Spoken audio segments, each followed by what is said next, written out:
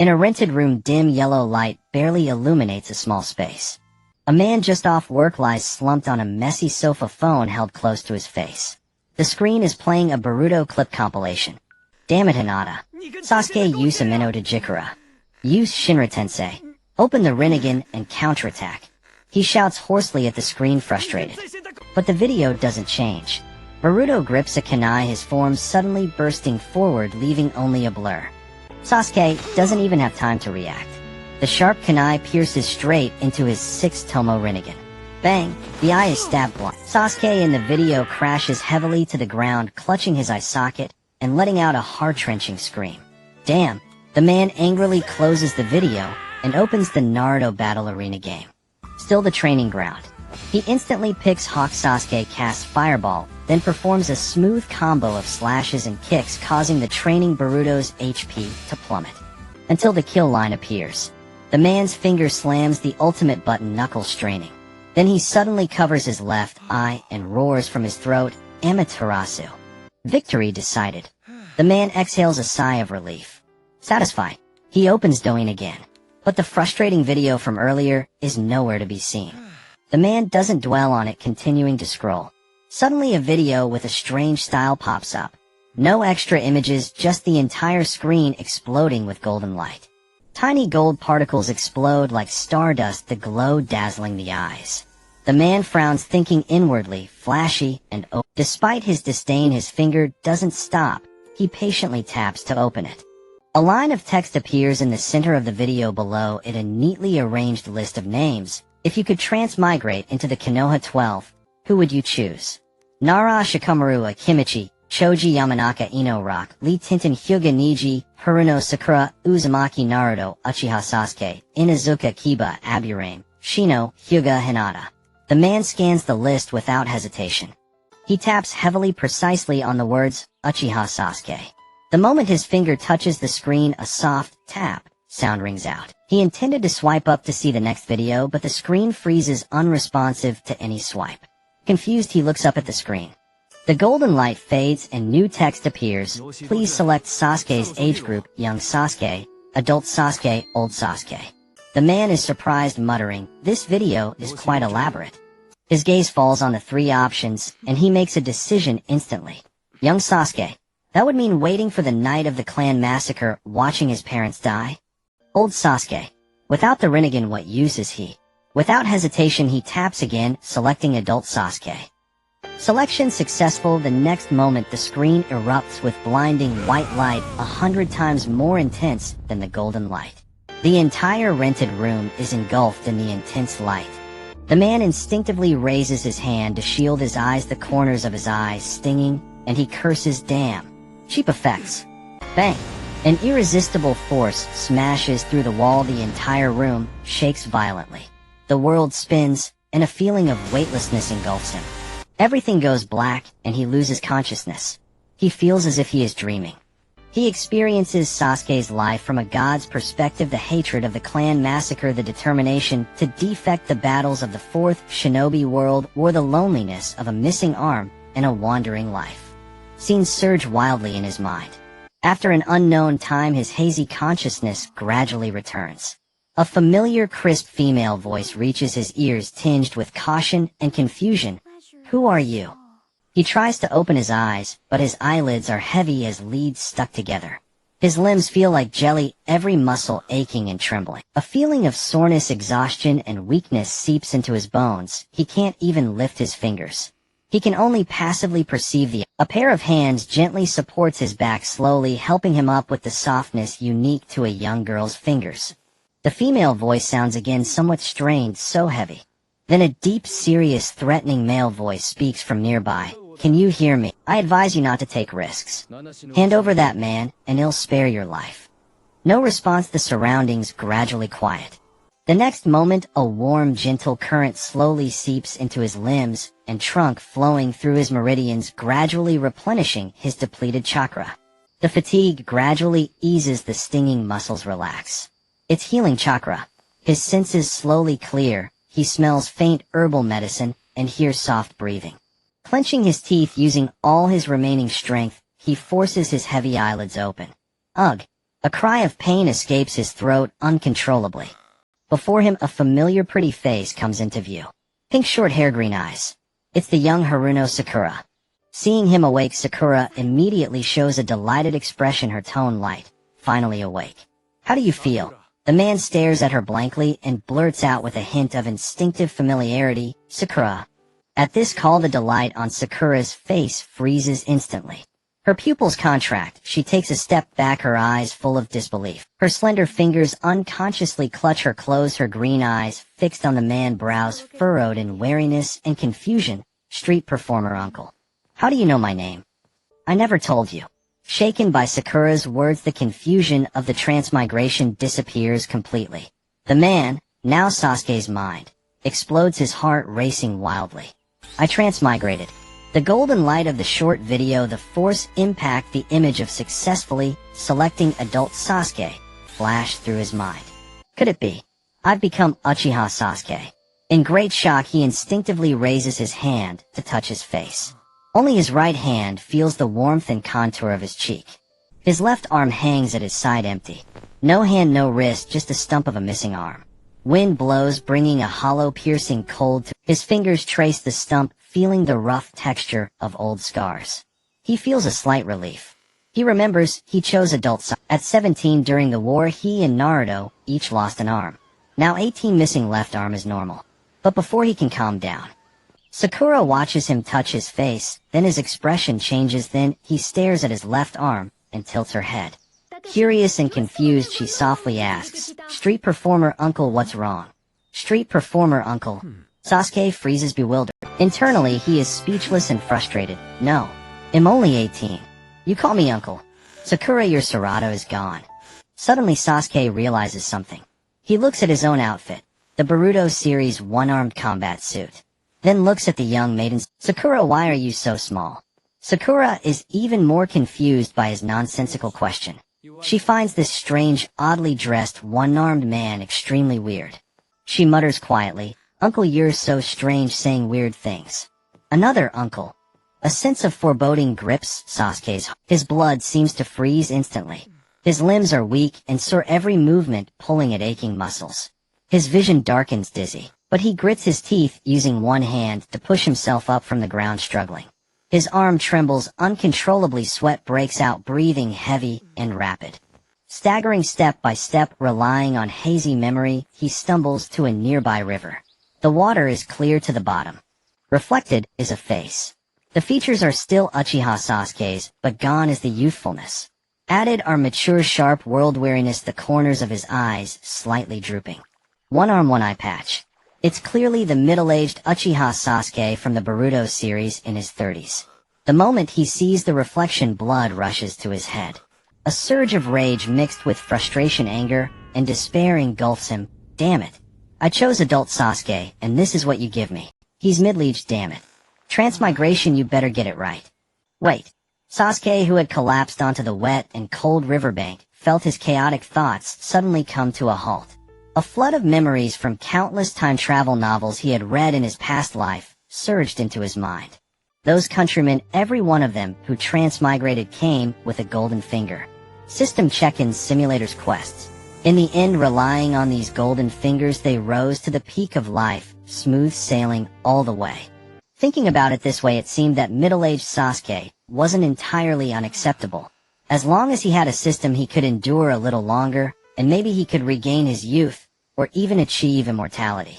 At this thought, the mood that had sunk to the bottom instantly ignited a spark. His whole body became excited. His eyes suddenly lit up, his brows relaxed, and he eagerly closed his eyes tightly. In the depths of his consciousness, he screamed wildly, "System, come out. Check in. Punch in. Simulate. Give me a quest. Anything. Give me a cheat." He held his breath, his fingers clenched white, his heart pounding wildly. He was full of anticipation, expecting a mechanical voice to ring in his mind and a golden system panel to pop up. 1 second, 2 seconds, 3 seconds. Around him, only the sound of the flowing river and the rustling of the wind through the trees. In his consciousness, it was empty and silent, no response at all. No cold mechanical voice, no pop-up window, no hint of any kind. The tiny spark of hope that had just been ignited was instantly extinguished by a bucket of cold water. With a snap, it was completely extinguished. Sasuke slowly opened his eyes, the light in his eyes fading bit by bit. What replaced it was deep frustration and confusion. His shoulders slumped weakly, his right hand hanging limp at his side. It was over. No system. The plot of the Boruto series that he had read to death in his past life suddenly exploded in his mind. The later stages were not just small-scale conflicts within the ninja world. The Ōtsutsuki clan would descend upon the earth one after another. He would end up serving as a nanny for Boruto for the rest of his life. His Rinnegan would be stabbed out by Momoshiki, his greatest combat power sealed.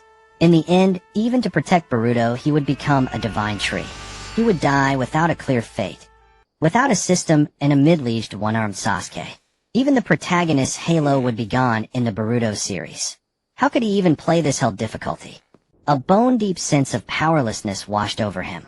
A cold despair seeped through every limb and bone. What the hell? Let me go back, I don't want to be transmigrated. His lips trembled, and he muttered in a low, hoarse voice on the verge of breaking down. A hint of redness even appeared in his eyes. But the only response he got was the cold wind. Transmigration was mandatory, there was no turning back. He couldn't go back to his original world. He had been fooled, completely scammed by that golden video. No golden finger thrown into a hellish opening and not allowed to go home. A surge of fury at being deceived instantly overwhelmed his despair. Sasuke's face darkened, his jaw clenched. A murderous aura churned in his eyes, and the air around him seemed to grow colder. Since you want to play with me, then I'll take you down with me. He growled, pushing himself up from the ground. Ignoring the pain and exhaustion, he staggered toward the deeper part of the river. His eyes held a reckless resolve. And then wham! A violent, overwhelming current exploded in his mind. A torrent of memories unimaginably vast, like a burst dam, flooded into his consciousness, instantly filling his entire mind. It was the complete life of Uchiha Sasuke. From his childhood in the Uchiha compound with his parents' gentle smiles and Itachi's tender touch. From the warm, lively daily life of the family to the night of the massacre, blood filling the sky, witnessing the brutal death of his loved ones and hatred taking root in his heart. Then defecting from Konoha, following Orochimaru, honing himself in the darkness. The bloody battles of the great ninja wore the final valley fight with Naruto, the loss of his arm and the parting. Then wandering alone in the ninja world, traveling far and wide, silently protecting Konoha. Until the Boruto series, where he willingly sacrifices himself to protect the village. Scene by scene, day by day, frame by frame. No longer a bystander, but a personal experience. The stubbornness of a boy, the pride of a youth, the forbearance of an adult, the loneliness of middle age. The roar of every battle, the pain of every injury. Every time the chakra was exhausted, every time the vision overexerted the burning sensation. Fireball Chidori Aminoto Jikara Kagetsuchi, complete Susanoo, 6-tomo Rinnegan. The operating methods of all ninjutsu, dojutsu, and secret techniques, the battle experience honed over thousands of times. The killing instinct honed between life and death. All of it was branded into his soul and flesh. His 5 senses were amplified to the extreme. He could clearly feel the warmth of chakra surging through his meridians in his fingertips. The echoes of countless battles resounded in his ears. The smell of smoke and blood lingered in his nostrils. His eyes reflected half a lifetime of sword and shadow. The consciousness of the transmigrator and the original memories and soul of Uchiha Sasuke, at this moment, completely merged, collided, and blended. Finally, they became one, indistinguishable. After an unknown amount of time, the flood of memories slowly subsided. Sasuke slowly raised his head and slowly opened his eyes. The confusion, irritability, and collapse of the original transmigrator faded away. What replaced them was the sharpness and depth of a half-settled life. He raised his hand, his fingers moving gently. The terrifying power sleeping inside him slowly awakened. The chakra foundation that could destroy the world, the Rinnegan's power that could crush all beings. The battle instinct ingrained in his bones was now all his. A powerful sense of control spread through every limb and bone. A confidence that could look down on the world swelled in his chest. The corners of his mouth lifted slightly, forming a cold, self-assured curve. If there were a system panel now, it would clearly display his current full power identity: Uchiha Sasuke Boruto series, middle-aged form 1E-armed 6-tomo Rinnegan, eternal Mangekyo chakra, deep foundation, currently sparse, due to being drained by Urashiki, twice, dojutsu 6 paths techniques, a Minota Jikara space teleportation, complete, Susanoo Imaterasu Kagetsuchi top tier Jinjutsu. Body Jinjutsu Ninjutsu Chidori series, Great Fireball, Great Fire Dragon, Oro Kimura style, swordsmanship, Uchiha style suplex. Status memories, fully integrated battle, instinct awakened. Sasuke lowered his eyes and murmured softly. With a hint of confusion and a hint of clarity, am I now a 21st century youth, or Uchiha Sasuke? Or is it Zhuangzhou dreaming of a butterfly? Identity has become blurred.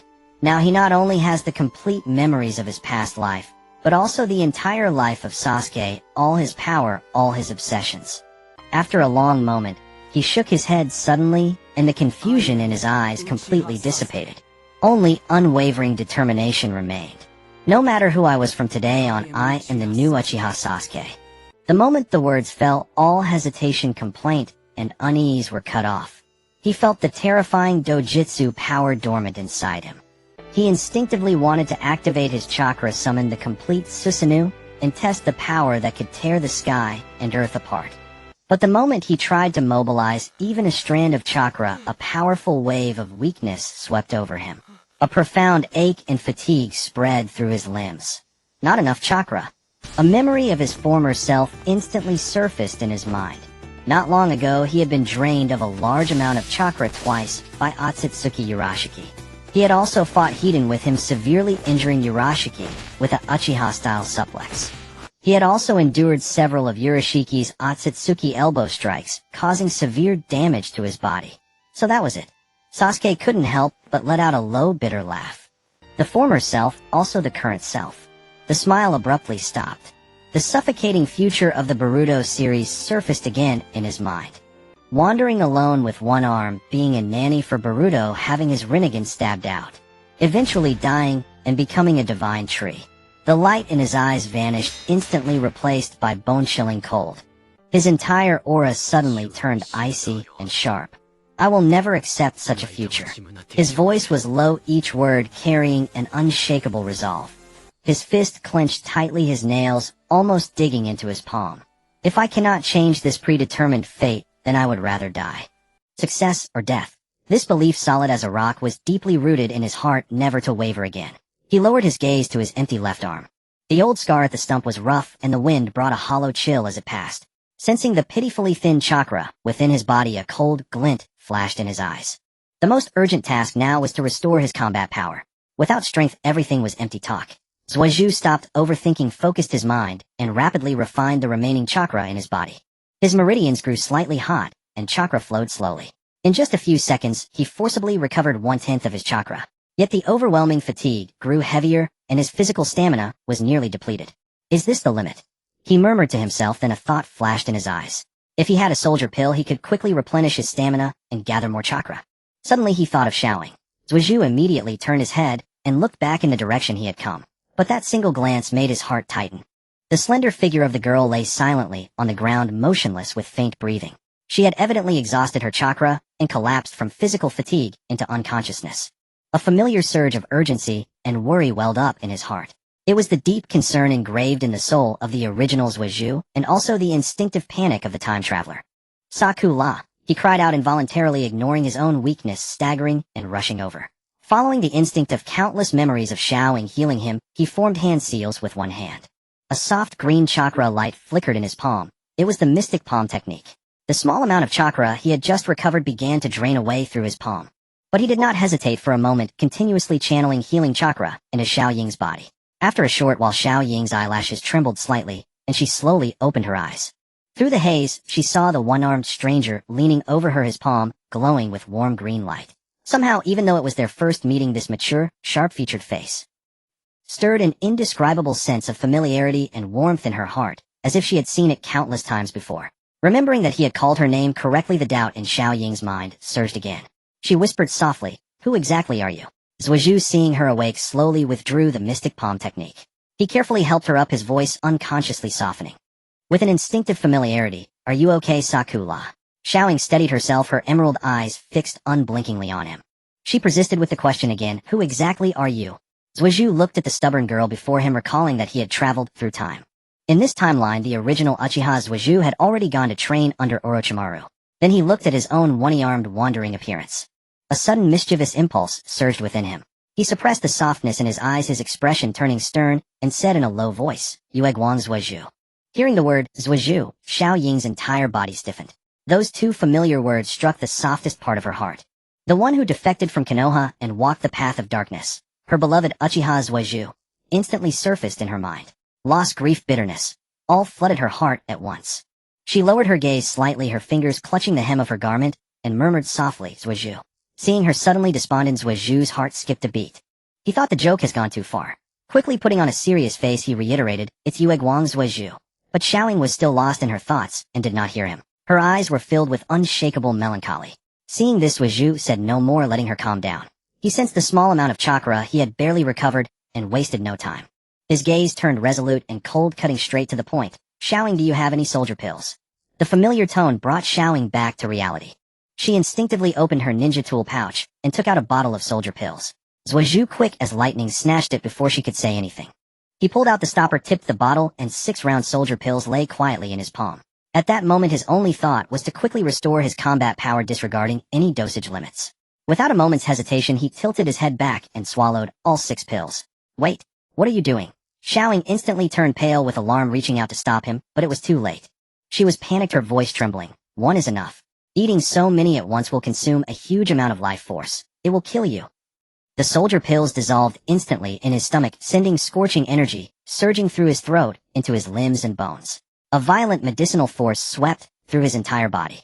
His already exhausted body was mercilessly drained. Muscles ached with tearing pain, his head spun, cold sweat poured down, and fatigue drowned him like a tide. Yet in contrast, the chakra within him swelled and filled at a visible rate. Zhuozhu felt the excruciating pain of his Buddhist depletion, but his eyes showed no retreat. He simply shook his head slightly, a fierce smile tugging at the corner of his mouth. I feel great right now. Burning his boats to restore power, this sacrifice was nothing. Before long, the medicinal power of the 6 soldier pills was fully digested. His internal chakra had recovered by more than half, enough to support movement and eye techniques. But the price was total physical exhaustion. His limbs were heavy and sore, and he was at the peak of fatigue. He instinctively lifted his left arm, only to find the empty stump. A piercing hollow sensation came from his skin. Even with countless experiences of fighting with one arm, the instinct of a complete body from his past life still made him deeply resent this mutilation. Indeed, I'm not meant to be a one-armed hero, Zhuozhu muttered to himself, a flicker of impatience in his eyes. In his mind, memories of the future surfaced again. At this moment, Ming Ren and Bo Ren were locked in fierce combat with Datong Mupu. 2 people blessed with the protagonist's halo could hold out for a while, no problem. And his own greatest future liability was this missing left arm. With that thought, Zhuozhu's gaze hardened. Let's restore the left arm first. Bo Ren and the others have protagonist halos. They won't die anytime soon. I don't want to be anyone's appendage. They'll fix the arm first. Sasuke's mind surged with fragments of memories from his long years of wandering. The outline of a hidden base buried deep underground and perpetually shrouded in darkness gradually became clear. It was Madara's underground lair, which he had stumbled upon during his solitary journey across the ninja world to atone for his sins. It contained countless white zetsu cultivated from Hashirama cells, which could perfectly compensate for the left arm he had lost years ago. Are you all right, old street performer? A sweet yet anxious female voice sounded beside him, pulling Sasuke's wandering thoughts back to reality. He slowly raised his eyes, the formerly cold and fixed gaze shedding a trace of the days from his recollection. He looked at Haruno Sakura, whose face was full of worry. The girl's emerald eyes narrowed into shallow crescents, her brows furrowed, and her small hands nervously twisted the strap of her ninja tool pouch. Her gaze kept sweeping over his pale, sweaty cheeks, and his empty left sleeve, her eyes filled with undisguised anxiety. Sasuke shook his head gently, his tone flat and distant, yet with a hint of imperceptible softness. It's nothing. You go back first, Sakura. Sakura's steps faltered. The overwhelming enemy chakra that felt capable of destroying heaven and earth still lingered in her mind, and her heart suddenly tightened. Though she had only just met this man, an inexplicable and intense sense of closeness surged within her. The thought of him facing the formidable enemy alone made her panic uncontrollable. She abruptly stepped forward, spreading her slender arms wide, and firmly blocked Sasuke's path. Her petite body stubbornly blocked the way, her back tense, and her eyes slightly reddened. Her voice trembled as she spoke. Uncle, don't go. That person is really dangerous. With that terrifying power, you will definitely be in trouble if you face him alone. Sakura lowered her head slightly, her fingers wrinkling the hem of her clothes, and her tone turned pleading. I don't care how strong you are. That kind of enemy is not something one person can contend with. Don't go alone, okay? Let's go find Naruto and the others. We'll figure something out together. Seeing her stubborn refusal and fearful eyes, Sasuke knew it would be impossible to persuade her to leave in a short time. A flicker of guilt passed through his heart. Moving with lightning speed, he precisely struck the acupoint on the back of Sakura's neck with a knife hand. The girl's strength instantly drained away, and her body collapsed limply. Sasuke quickly reached out to catch her securely, his low voice filled with guilt as he unconsciously murmured, Sorry Sakura, for making you worry again. The ground was covered with soft dry leaves, and the interwoven vegetation concealed the spot thoroughly. An ordinary passerby would never notice it. It was hidden and safe, shielded from the aftershock. The ground was covered with soft dry leaves, and the interwoven vegetation concealed the spot thoroughly. An ordinary passerby would never notice it. It was hidden and safe, shielded from the aftershocks of battle. Sasuke gently laid Sakura flat on the leaf pile. He covered her with some dry grass to shield her from the cold wind. After a brief pause, his fingertips confirmed that her breathing was steady and calm, and he finally relaxed completely. Massive chakra surged into his pupil, and the space before him suddenly warped. A purple-black spatial vortex slowly formed, with howling spatial currents swirling around him. Massive chakra surged into his pupil, and the space before him suddenly warped. A purple-black spatial vortex slowly formed, with howling spatial currents swirling around him. Without a moment's hesitation, Sasuke stepped directly into the vortex. After a brief sensation of weightlessness, his feet landed firmly on the cold, hard stone floor. Before him lay massive pitch-black rock walls covered in crisscrossing cracks. The air was damp and cold, and countless deep, narrow tunnels stretched in all directions. Only a few fluorescent moss patches emitted a faint, cold light. The entire underground space was vast and deathly silent, a suffocating pressure pressing in. Sasuke looked around at the familiar rock patterns, a flicker of complex emotion crossing his eyes. This was the place, no doubt. Compared to its dilapidated, desolate state after the future war, the underground base was now brand new and intact, with all tunnels perfectly preserved. This was the very lair where Uchiha Madara and Obito had hidden and plotted everything. It was also the treasure trove he had accidentally discovered during his wandering atonement. He lowered his gaze to the empty stump of his left arm and murmured to himself, Next, I need to find someone willing to contribute a left arm. With a thought, he unleashed his sensory perception to the fullest. Thousands of faint, gentle chakra signals of the same origin flooded into his awareness from all directions. Sasuke followed the nearest chakra signal and walked slowly forward. The sound of his footsteps echoed clearly in the silent cave. At the corner of the tunnel, the rotund, all-white, white Zetsu was idly drifting along the rock wall. Catching sight of Sasuke approaching, his round eyes lit up, and he quickly drew near. He looked Sasuke up and down, taking in his travel-worn attire and missing left sleeve, and asked with confusion, Are you a new comrade? No, your aura is human. By the way, old man, do you know what it feels like to have a bowel movement? Upon hearing the word old man, Sasuke's face instantly darkened. His brows furrowed coldly, and a chilling aura surged around him. You've lived for at least 1,000 years, and you keep calling me old man. Afei showed no sign of noticing the oppressive pressure bearing down on him. His chubby body swayed, and he waved dismissively. Don't be so stingy, old man. By the way, what exactly is a bowel movement? Can you tell me? Being called old man over and over, Sasuke's impatience finally exploded. A cold smile curled at the corner of his lips. The Kusanagi sword was suddenly drawn. A flash of icy light streaked across, and Afei's entire left arm was severed cleanly. Sasuke reached out and steadily caught the still twitching white arm. He pressed it firmly against the rough stump of his own arm. Thick white steam erupted violently. Hashirama cells proliferated wildly, with bones, sinews, and flesh intertwining and healing at a visible rate. The tearing pain dissipated in an instant. The entire process took but a moment. The armless Afei stood frozen for 2 seconds, then saw his empty shoulder. His pale face instantly contorted with extreme terror. A piercing scream echoed through the entire tunnel. Oh no! A human intruder has broken in. He scrambled backward on all fours, staring at the severed limb. He rolled on the ground in exaggerated agony, wailing heartbreakingly, It hurts so much. My arm is gone. I'm going to die. It hurts so much. Sasuke completely ignored Afei's dramatic cries behind him. He lowered his eyes and raised his newly grafted left arm. He repeatedly opened and closed his fingers and rotated and flexed his wrist. The fair, delicate arm moved with perfect control, without any stiffness. The fatigue and weakness in his limbs caused by forcibly swallowing multiple soldier pills earlier completely vanished. A warm, scalding heat spread from the new arm through his entire bodice, bones, muscles, and skin. Every inch of his meridians was enveloped in warmth, and his body felt light and brimming with power. Sasuke looked at his nimble, intact left arm, a rare, pleased smile appearing on his cold face. the ancient ancestor's limb replacement technique, truly effective. Before the words faded, a strand of unfamiliar violent consciousness from deep within the left arm began to invade along his meridians, attempting to take over his body. Sasuke instantly discerned the source, a look of understanding flashing in his eyes, a white zetsu cultivated from Hashirama cells. This arm is also imbued with Hashirama cells.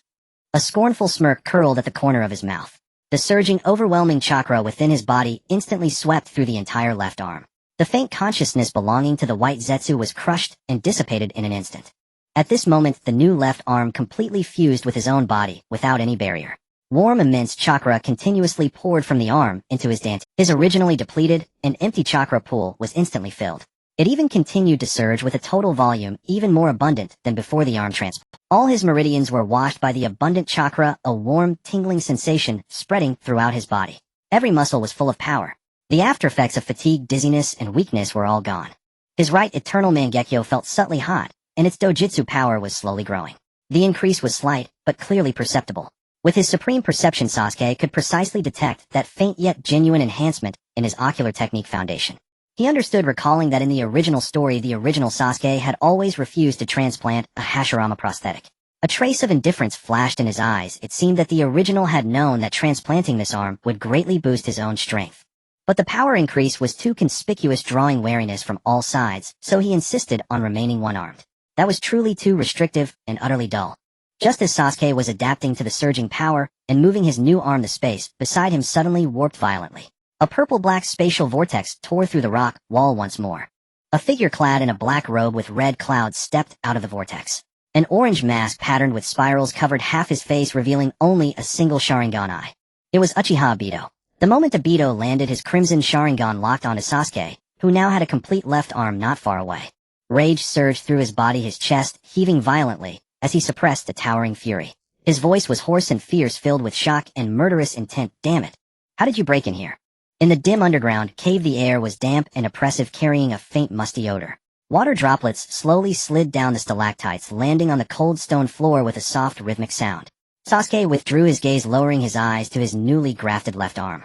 He slowly opened his 5 fingers, then slowly clenched them into a fist. The pale fingers moved with perfect control, their joints as flexible as if they had always been a part of him. Warm chakra surged from the depths of his arm into his dantian, washing away all the soreness and fatigue brought by the forced consumption of the military ration pill. He flexed his wrist, a hint of satisfaction curling at the corner of his mouth. At that moment, the space beside him suddenly twisted violently. A purple-black vortex tore open on the rock wall, its edges spinning with an eerie cold light, like a giant mouth suddenly opening wide. From the depths of the vortex, a figure stepped out slowly. A black Akatsuki robe with red clouds. An orange spiral mask. The only exposed crimson Sharingan in the mask was fixed intently on Sasuke. More precisely on Sasuke's perfectly intact left arm. The moment Uchiha Obito landed, his whole body seethed with rage and incredulous malice. This was the secret base of him and Madara. It was the core stronghold of the Moon Eye Plan. Besides him and Black Zetsu, no third person in the world should have known its location. Even less should anyone have been able to walk in alive. Yet this man before him not only broke in, but also cut off a white Zetsu's arm and grafted it onto himself. In Obito's right eye, the tomo of his Sharingan began to rotate slowly, his voice hoarse and ferocious, each word squeezed out through gritted teeth. Damn it! How did you get in here? Sasuke did not answer. He merely slowly raised his eyes through the dim light to look at the masked figure. Just one glance. He recognized him. Uchiha Obito. Episode 610. For a full 610 episodes, this masked ghost had lurked in the shadows, overlooking everything with his Mangekyo, Sharingan, manipulating everyone, including his former self, as mere pawns. A chill silently spread in Sasuke's eyes. If it were the Sasuke of this original timeline, he might still have been kept in the dark by the other. But now he was different. His mind carried both the memories of the original Uchiha Sasuke and knowledge of the entire original story. Scenes of the past vividly surfaced in his mind. On the night of the full moon, the Uchiha compound was ablaze with fire. Clansmen fell everywhere, and his parents died tragically. The Konoha higher-ups had decided on the massacre plan, and Uchiha Itachi was the blade. And this man before him, Uchiha Obito, was the accomplice who wielded that blade. A scorching fury surged from the depths of his chest, burning his throat. Sasuke's right hand, hidden under his cloak, slowly clenched, his knuckles turning white from excessive force. Yet his expression remained unchanged. His face was still calm and impassive, only a fleeting murderous intent deep in his pupils revealed his uncontrollable inner turmoil. Obito completely failed to notice the hidden killing intent. Seeing that Sasuke remained silent, Obito mistakenly thought he had been intimidated by his own aura. He let out a cold laugh and stepped forward, his exposed Sharingan slightly narrowing. Seeing that Sasuke remained silent, Obito mistakenly thought he had been intimidated by his own aura. He let out a cold laugh and stepped forward, his exposed Sharingan. Sasuke's left eye, a purple light suddenly flared. Amino to Jikara. The entire process happened in an instant. Obito's last word had not yet left his lips, his mouth still held the upward curve of speech. The next second his unfinished words were abruptly cut off, as if severed by a blade. His vision was suddenly swapped without warning. The cold face that was originally 10 meters away was now directly in front of him. Close enough for Obito to see the icy killing intent in the other's eyes, and feel the oppressive chakra that made it hard to breathe. Wah! The pupil behind the mask dilated instantly, his mind going completely blank. Before he could even activate Kamui's intangibility, a hand like a steel shackle had clamped onto both sides of his throat. A tremendous force arrived instantly. Obito's throat bones emitted a faint sound of pressure. His entire body was lifted off the ground. Sasuke lifted the other into the air with a single hand, no flashy moves, relying purely on brute force to crush him. The veins on the back of his hand bulged slightly. Suspended in the air, Obito's legs flailed in panic, his mind instantly filled with confusion, shock, and disbelief. What had just happened? Why am I here? His body had involuntarily appeared before the other. This was not a normal teleportation, but more like space being forcibly swapped. Ever since his feigned death at the Kanobi Bridge, relying on the special ability of Kamui, he had roamed the ninja world without a rival. Even the fourth Hokage could only passively deal with him, and he had even secretly manipulated the fourth Mizukage of Kirigakure. When had he ever experienced such a feeling of helplessness? Now he was being held aloft by a stranger of unknown origin, like a small animal. Shame, rage, and fear assaulted his sanity together, and Obito struggled wildly. He grabbed Sasuke's wrist with both hands, his nails digging deep into the flesh, using all his strength to pry the hand open. But the other's arm did not budge. Watching Obito's desperate struggle to chill, and Sasuke's heart deepened. This was the behind-the-scenes manipulator who made the entire ninja world wary, and also one of the murderers stained with the blood of the Uchiha clan. At the thought of past hatred, his fingers unconsciously ugh. Obito's throat let out a muffled groan, his windpipe compressed to the limit. A powerful sense of suffocation washed over him like a tide, and his consciousness began to fade. Under the mask, his face turned blue, veins bulging on his forehead. The crisis of near-death forcibly awakened his reason. He absolutely could not die here. His Sharingan operated at full power. The three tomo in his right eye spun at high speed, a highly lethal mental illusion shot directly at Sasuke. With this technique, he had long controlled the fourth Mizukage Jigura, believing that no one could resist his dojutsu attack at close range. But as soon as this dojutsu power invaded Sasuke's mental plane, it immediately collided with a barrier of completely unequal levels. It was not ordinary chakra defense, but a dimensional suppression. Sasuke didn't even need to actively defend. His left Rinnegan naturally emitted supreme ocular power. Like casually crushing a mosquito, he easily tore the illusion apart without causing a ripple. Boring. These two short words reached Obito's ears. He personally felt this gap in level, a primal fear of a weaker being facing its natural predator swept through his body. Trembling, he looked up at the left eye that released this pressure. The purple, swirling Tomo Rinnegan looked down upon him from above. Besides Nagato and the long-dead Madara, a Rinnegan had appeared in the world again. Moreover, the other's right eye still possessed an eternal Mangekyo. Two supreme ocular powers coexisted in one person. It completely overturned his long-held understanding. Obito's lips trembled uncontrollably as he squeezed out the words, Rinnegan. How can it be?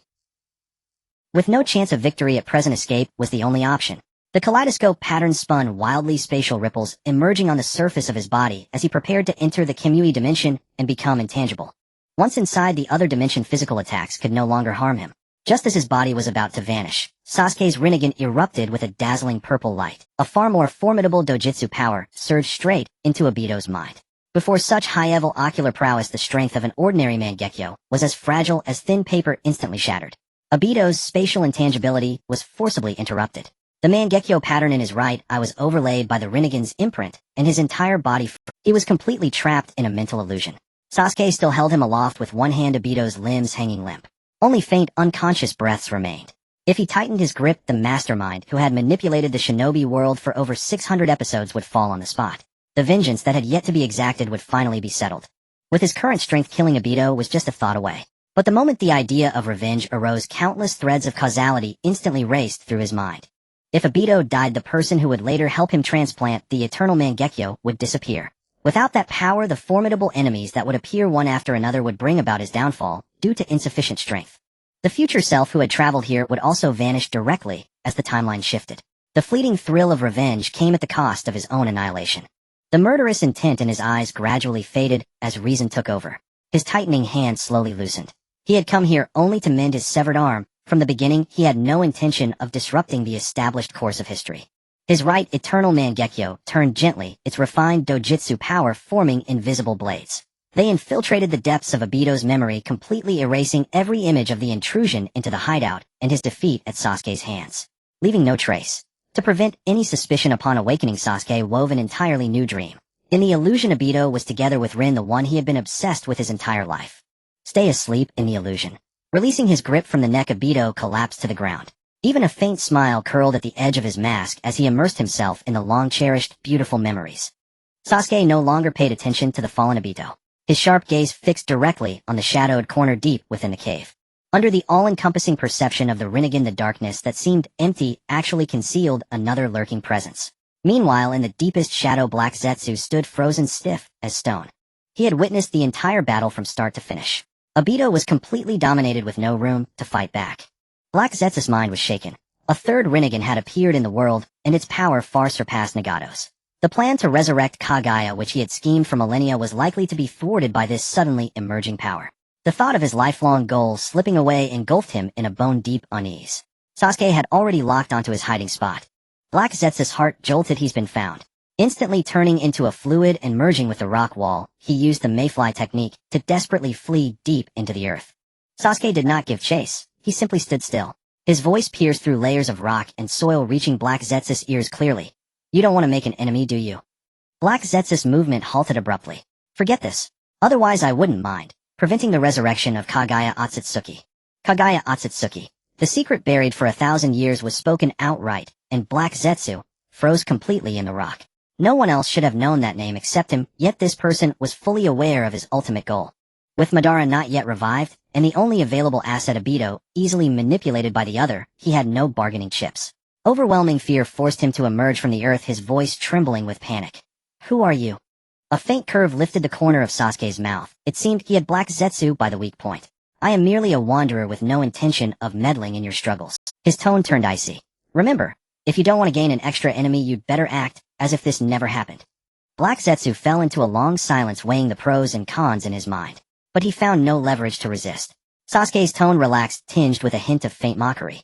His eyes locked onto the hiding place. You should know what to do, right, Black Zetsu? Hearing his own name spoken directly, Black Zetsu shuddered violently. Oh, and don't forget about the one whose arm I took. With those words, Sasuke raised his hand and tore open a spatial rift. A dark dimensional passage appeared before him. He cast a brief glance into the shadowy depths, then calmly stepped into the vortex. In an instant, his chakra signature vanished completely. Only after confirming that Sasuke's presence was entirely gone did Black Zetsu emerge from the ground. The other knew his secrets possessed the Rinnegan, and he had no countermeasures.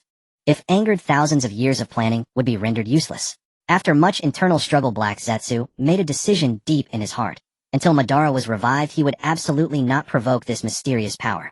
He looked at Obito, still lost in his sweet dream, the foolish expression beneath the mask. The long-suppressed rage finally erupted. He strode to Obito and roughly injected chakra to shatter the illusion. Useless. The beautiful moment with Rin in the illusion shattered abruptly. Obito sprang up from the ground, fury at having his dream interrupted. Who disturbed my time with Rin? Black Zetsu's heart was alarmed, sensing something wrong. He spoke urgently. Obito, what's wrong? Obito frowned, looking around the dark cave. Key memories were puzzled, he said. Wasn't I sleeping in my room? How did I suddenly end up here? The memory wipe was flawless. Even a Mangekyo wielder could not detect the anomaly. Black Zetsu's wariness reached its peak, reinforcing his resolve to avoid conflict. Nothing. Obito, carry out the Moon's Eye plan as soon as possible. Obito raised an eyebrow, his gaze skeptical. Didn't we agree before to let the Akatsuki handle it entirely? I'm afraid things may change over time. Black Zetsu interrupted him, his tone barely concealing his impatience. To Obito it seemed that the dead Madara still wanted to impose his will, and he felt a surge of resentment. A spatial vortex appeared in his right eye. Enough. Remember, I am the one executing the Moon's Eye plan. With that, Obito vanished into the other dimension. The cave fell into silence again. Black Zetsu stared at the spot where Obito had disappeared, his eyes dark and brooding. His mind replayed the image of Sasuke before he left. The plan to resurrect his mother now had an unpredictable variable. For now he had no choice but to continue lying low, quietly awaiting the resurrection of Uchiha Madara. Sasuke stepped out from the black vortex, standing once again on the gravel bank by the river. The night breeze swept across the water, carrying the damp scent of the river against his cheeks. Completely different from the weakness he felt when he first entered the vortex, his left arm was now intact. The exhaustion and depleted chakra pool that had been forcibly drained by the military rations pill had all been restored. The warm power that surged endlessly from Hashirama's cells filled his limbs and bones faintly, even richer than before he had entered the underground base. He glanced down at his newly transplanted left arm. Under the moonlight, the arm was pale to the point of translucence, starkly contrasting with his original skin tone. The skin on the back of his hand was so thin that the faint blue chakra veins beneath could be seen pulsing slightly. He opened and clenched his 5 fingers. It moved freely, yet there was an inexplicable sense of unease, as if someone else's part had been forcibly attached to his body. Though the power has increased, Sasuke murmured softly, his brow furrowing almost imperceptibly. But it still feels a bit off. A sudden image flashed in his mind. Naruto, after losing his right arm, had also transplanted a prosthetic made from Hashirama's cells, always wrapped tightly in bandages. A glint of understanding shone in his eyes. The Kusanagi blade was drawn. The bright sword light traced an arc under the hem of his black cloak, and a long strip of black fabric fell to the ground. He caught the strip with one hand, and began wrapping it around his pale left arm from the wrist, layer by layer, tightly. The black cloth clung to his skin, completely concealing the overly white prosthetic. Finally, he tied a knot at the wrist. He flexed his wrapped left arm. His fingers bent and stretched freely, his wrist turned flexibly. No sense of restriction. From the outside, no one could tell that beneath the black cloth lay an arm unnaturally white. A satisfied smile tugged at the corner of his mouth. Now it's not conspicuous. Having done all this, Sasuke blurred and dashed toward the direction where he had earlier placed Sakura. The dense bushes cast dappled shadows under the moonlight. Pushing aside layers of vines, he saw the hollow dirt pit concealed by vegetation. The girl still lay quietly on the pile of fallen leaves. His heart settled slightly, yet unease lingered. He crouched down, extending 2 fingers to gently check beneath Sakura's nose. A warm breath brushed against his knuckles, steady and even. It's fine. He let out a silent sigh of relief, his tense shoulders relaxing slightly. But the next second a thought surfaced from the depths of his heart without warning. Why am I so concerned about Sakura? His fingers froze in midair. He had only accidentally traveled here and met Haruno Sakura for the first time today. The two had no bond whatsoever, so why did his emotions instinctively stir for her safety? Yet that gripping worry, that relief only after confirming she was unharmed, felt like an instinct carved into his very bones, utterly beyond his rational control. The memories of the past surged into his mind like a violent tide, leaving him no room to refuse. Konoha, the land of iron, the wandering journey after the 4th Shinobi World War. Each scene was crystal clear. He had gradually let go of his inner obsession and accepted this long-standing attachment. Across various nations. Konoha, the land of iron, the wandering journey after the 4th Shinobi World War. Each scene was crystal clear. He had gradually let go of his inner obsession and accepted this long-standing attachment. The girl before him became his wife, and later Sarada was born. Every part of the past was utterly real, the joys and sorrows as if personally experienced. A headache suddenly struck, his temples throbbing, and the nerves on both sides twitching painfully. The rationality of the outsider and the lifetime memories of Uchiha Sasuke tore fiercely within his mind. A layer of confusion shrouded his eyes. He involuntarily stepped back, half a step, his breathing becoming erratic. Was it a problem with the memories? These loves, hatreds, guilt, and concerns all belonged to Uchiha Sasuke, yet he was the one who had come to this era thinking with the memories of the future. No, the body was Uchiha Sasuke, but the mind came from another world. Then how should the current existence be defined? Who am I? He spoke again, his voice involuntarily rising, his tone trembling with suppressed emotion. One hand pressed hard against his forehead, fingertips digging into the skin. Was he Uchiha Sasuke, burdened with the hatred of his entire clan, struggling all his life? Or was he merely an outsider soul that had borrowed this shell, watching the entire story from the sidelines? If he were Uchiha Sasuke, he shouldn't possess memories of the future. If he were an outsider, why would he instinctively care about Sakura's life and be swayed by the emotions of the original Boda's lifetime? On the quiet riverbank, only the rustling of leaves in the wind could be heard. No one was there to give him an answer. An endless sense of panic began to envelop him. An inexplicable fall through time and space, no system, no guidance, even his own identity starting to blur. He feared being gradually assimilated by these inherent memories, ultimately losing his original self entirely, becoming a puppet moving along the path of... The bonds with Naruto and Sakura took root and grew uncontrollably. These emotions did not belong to the self who had come here, yet they truly dwelt in his heart, impossible to shake off or abandon. Frustration and helplessness fermented endlessly, his chest feeling tight and painful. He clenched his fingers fiercely, the knuckles turning white, his nails deeply embedding into his palms. The sharp pain still could not calm the turmoil inside. He could not continue wallowing in this daze. An extremely obsessive thought suddenly pierced through the chaotic stream of consciousness. A test. If the original consciousness still existed, then he still had the possibility of being driven out. Conversely, from the very beginning only he had occupied this body. His eyes were instantly covered with a cold frost, leaving only a desperate resolve in the depths. A fierce killing intent locked onto the sleeping Sakura below. The Kusanagi blade was drawn again, the bright sword light reflecting the cold moonlight, thrusting straight toward the girl on the leaf pile. The tip of the sword cut through the night wind, the strike clean and swift without a moment's hesitation. He had now fallen into the internal conflict of self-identity, and only this test could relieve the prolonged. But just as the blade was about to touch her, a sudden, inexplicable pain struck his chest. It was not an external wound, nor any force stopping him.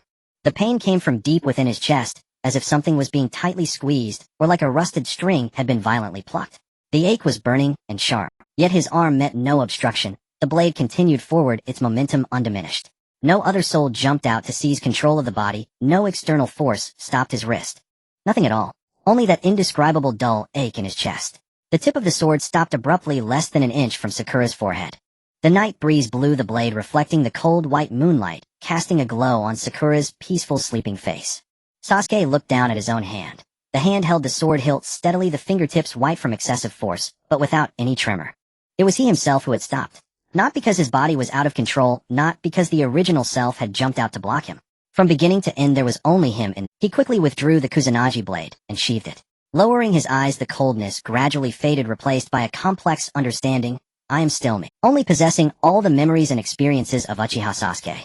In essence, he was Uchiha Sasuke, yet still dominated by his own self. The memories and emotions belonged to this body, but the consciousness making decisions had been singular from start to finish. If the original self had still been present, that sword strike could never have been delivered. After all, he had drawn the blade with the intention of killing Sakura. She was the wife of the original self, the woman who would give her life for him. Uchiha Sasuke would never have allowed anyone to harm Sakura, let alone do it himself, even for a test. His mind involuntarily flashed back to the cold, almost harsh words the original self had once said to Sakura. You want me to play a love game with her? He shook his head, dispelling these chaotic thoughts. His mind was now clear. There was no longer a barrier of identity. He was not a puppet controlled by memories. He was Uchiha Sasuke. He was himself. With this realization, Sasuke finally felt at ease. He then lowered his head again to look at the young girl who had been healing him moments ago. In order to test his identity, he had actually drawn his sword with the intention of killing her. A genuine wave of guilt surged from the depths of his heart, pressing down on his chest, until it fell. Sorry, Sakura. He whispered the words, his voice carrying the most sincere remorse he had felt since crossing over. Bending down, he scooped Sakura into his arms. The space before him twisted abruptly, and a dark purple vortex slowly opened, resembling a gateway to an unknown abyss. Holding Sakura, he stepped into it. The space before him twisted abruptly, and a dark purple vortex slowly opened, resembling a gateway to an unknown abyss. Holding Sakura, he stepped into it without hesitation. After a brief sensation of weightlessness, his feet landed in an unfamiliar room. A faint fragrance greeted him. The clean scent of laundry detergent mingled with the sweet, soft aroma unique to a girl's room. He glanced around, moonlight streaming through the gap in the half-drawn curtains, coating the entire room in a hazy silver glow. This was a typical young girl's bedroom. The walls were adorned with light pink wallpaper, and in the corner stood a small bookshelf filled with medical ninjutsu textbooks and a few worn-out novels.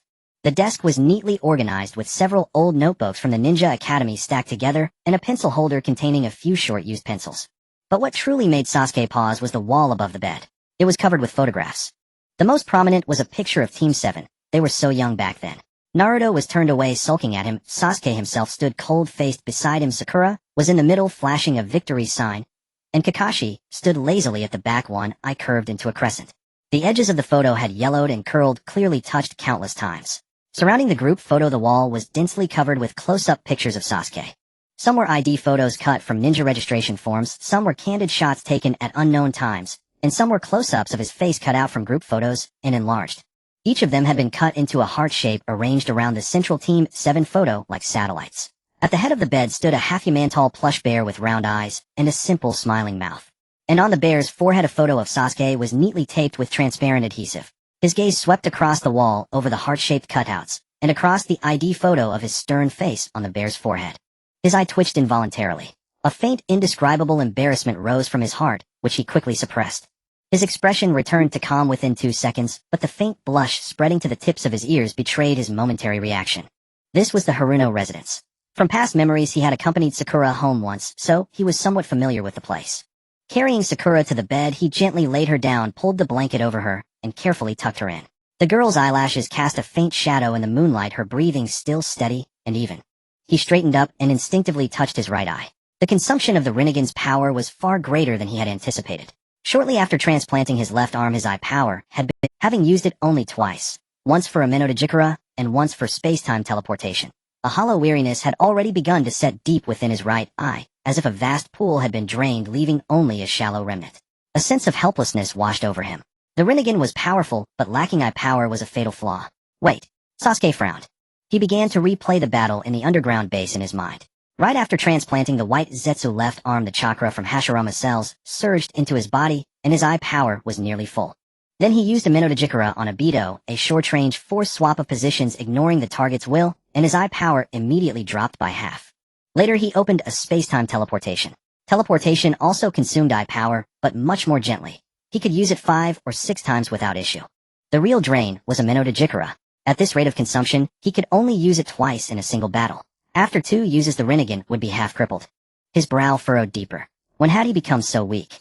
Ransacking his memories, back when he first awakened the Rinnegan and fought alongside Naruto against 6 Paths, Madara Amenodajikara was like a common skill used freely. 10 or more times in a single battle was no problem. Back then his eye power was nearly limitless, never seeming to run out. Now, 2 times. The gap was no longer marginal, it was a chasm. What was going on? He delved deeper into his memories. The battles against 6 Paths, Madara and the ceiling of Kagaya Ōtsutsuki were his peak. His eye power and chakra, while not truly infinite, were essentially expendable. The full Susanoo could be summoned at will. Amenodajikara could be used whenever he wanted. Nothing like the current stinginess of counting every expenditure. When did the decline begin? Sasuke narrowed his eyes, replaying his memories frame by frame. The first time, when sealing Kagaya. At that moment, the 6 Paths Yin power granted by the 6 Paths Sage sharply receded upon the completion of the seal, causing his eye power and chakra to plummet dramatically. At the time, he thought it was normal. It was only natural for power to diminish after sealing a powerful enemy. He didn't dwell on it. Now he realized it wasn't mere consumption at all. The 6 Paths Yin power was simply gone. The second time, the final battle at the Valley of the End against Naruto. After that life-or-death confrontation, the two reconciled on the cliff, and his chakra and eye power inexplicably dropped another level. At the time, he assumed it was a natural consequence of losing an arm. Combat strength would inevitably weaken. He didn't think deeply. Now replaying it, everything was completely off. He raised his newly transplanted white Zetsu prosthetic, looking at the left arm wrapped in layers of black cloth. This arm contained Hashirama's cells. What did that mean? It was the very thing that allowed Uchiha Madara to awaken the Rinnegan in his old age. It was the foundation that let Obito use his Mangekyo Sharingan as if it were an eternal Mangekyo, and even allowed Yamato to barely unleash a miniature version of the 1,000-armed cannon. A genuine treasure. Yet now, even after transplanting this arm, his chakra and eye power, though improved, still couldn't match his level during the Valley of the End battle, let alone his peak against Kagaya. His original left arm was just an ordinary flesh and blood limb, but now he had a prosthetic infused with Hashirama's cells. Hardware upgraded, yet combat power diminished. This made no sense at all. Calm down. Unlike his original self, having read the source material, he could break down the entire power system analytically. During the Kagaya era, his strength came from the 6 Paths Yin power bestowed by the 6 Paths Sage. That was the core of everything. The Rinnegan's awakening depended on it, and the full Susanoo's casual deployment relied on it. After sealing Kagaya, the 6 Paths Yin power as a one-time, he completed its mission and vanished. A small portion remained in his body, having awakened the Rinnegan, but most of the power dissipated with the seal. That was the first weakening. Then what about the second? Suddenly another key factor came to mind, Indra. He was Indra's reincarnation. From birth, he carried Indra's chakra within him, one of the foundational sources of the Uchiha clan's bloodline, and the fundamental reason for his extraordinary talent. After the Valley of the End battle, he and Naruto reconciled, and the millennium-long cycle of conflict between Indra and Ashura was finally broken. The fate ended, and Indra's chakra disappeared. 2 external power sources were suddenly gone. The 6 Paths Yin power and Indra's chakra. The vast eye power and chakra reserves that could once be spent freely had all shrunk dramatically with the dissipation of these 2 forces. No wonder I've been nerfed like this. The Rinnegan simply couldn't be wielded without immense eye power and chakra. It was like a machine with incredible performance, but its fuel tank had been replaced with a teacup. Sasuke couldn't help but recall when his daughter came to find him and Naruto had mocked him for his decreased eye power. At the time he thought it was just lip service, but now he realized the guy was actually telling the truth. Wait, Naruto. His brow slightly relaxed. It seemed he wasn't the only one in a similar situation. Moreover, in Boruto's later chapters, the loss of Kurama made things even worse. At that time, he had also lost his Rinnegan, leaving the 2 of them as fellow sufferers, each in the same boat. Thinking of this, Sasuke let out a long sigh. It hasn't been easy. Having pinpointed the root of his decline in power, he refocused his attention on battle analysis. According to the divisions from his past life, the Sasuke from the Kagaya era could be called Six Paths Sasuke, truly standing on the threshold of the Six Paths realm. Now he could no longer maintain the Six Paths level, but he was still stronger than an ordinary Super Kage. After all, he still retained his Rinnegan and a remnant of Six Paths power. Above Super Kage, below Six Paths, considered half-step Six Paths, or rather quasi-Six Paths, which sounds better. Moreover, within the Six Paths realm, there were also layers of strength. Six Paths Obito and Six Paths Naruto and Sasuke were on the same level, considered lower Six Paths. Six Paths Madara crushed them, ranking as middle Six Paths. Though Kagaya's combat sense was poor, her raw power surpassed Madara's, placing her at upper Six Paths. With the realm division complete, Sasuke understood his current power level and clarified the cause of his weakening. His previously chaotic thoughts suddenly became clear. Then he fell silent again, because after clarity, he faced a heavier problem. All future enemies were at the Six Paths level. And now he couldn't even stand on the threshold of Six Paths. Only two paths lay before him. The first, return to the future timeline. Like his original self, to guard Boruto, becoming a silent protector, doing his utmost to defend the hidden leaf, until one day, he fell in battle exhausted. Whether sealed into a divine tree or dying on the battlefield, the outcome would likely differ little from the original. The second path, not returning. Stay in this present timeline, living here. There were still over a dozen years before the formal invasion of the Ōtsutsuki. With his current quasi-Six Paths strength looking across the ninja world, with the Ōtsutsuki not yet appearing and Naruto not yet grown, there were almost no opponents. He could live as a patriot, doing as he pleased, enjoying freedom for over a dozen years. He lowered his eyes, moonlight leaked through the curtain gap, casting a thin silver line on the floor. His gaze fixed motionlessly on that beam of light, as if reading invisible words upon it. After a long while, Sasuke spoke softly. This was never a choice. His voice was soft, as if speaking only to himself. It's a single-choice question. Knowing that returning would likely lead to a doomed end, why not enjoy a dozen years of freedom? This wasn't escape, it was basic calculation. Moreover, there were two reasons he couldn't bring himself to say. First, if he returned to Boruto's era, he wouldn't know how to face Sakura and Sarada. This pink-haired girl was now a teenager whose wall was plastered with his photos, but in the future, she would be his wife, the mother of his daughter. He now possessed all the emotions of Uchiha Sasuke, while retaining the detached perspective of an otherworldly visitor, utterly at a loss how to stand before them.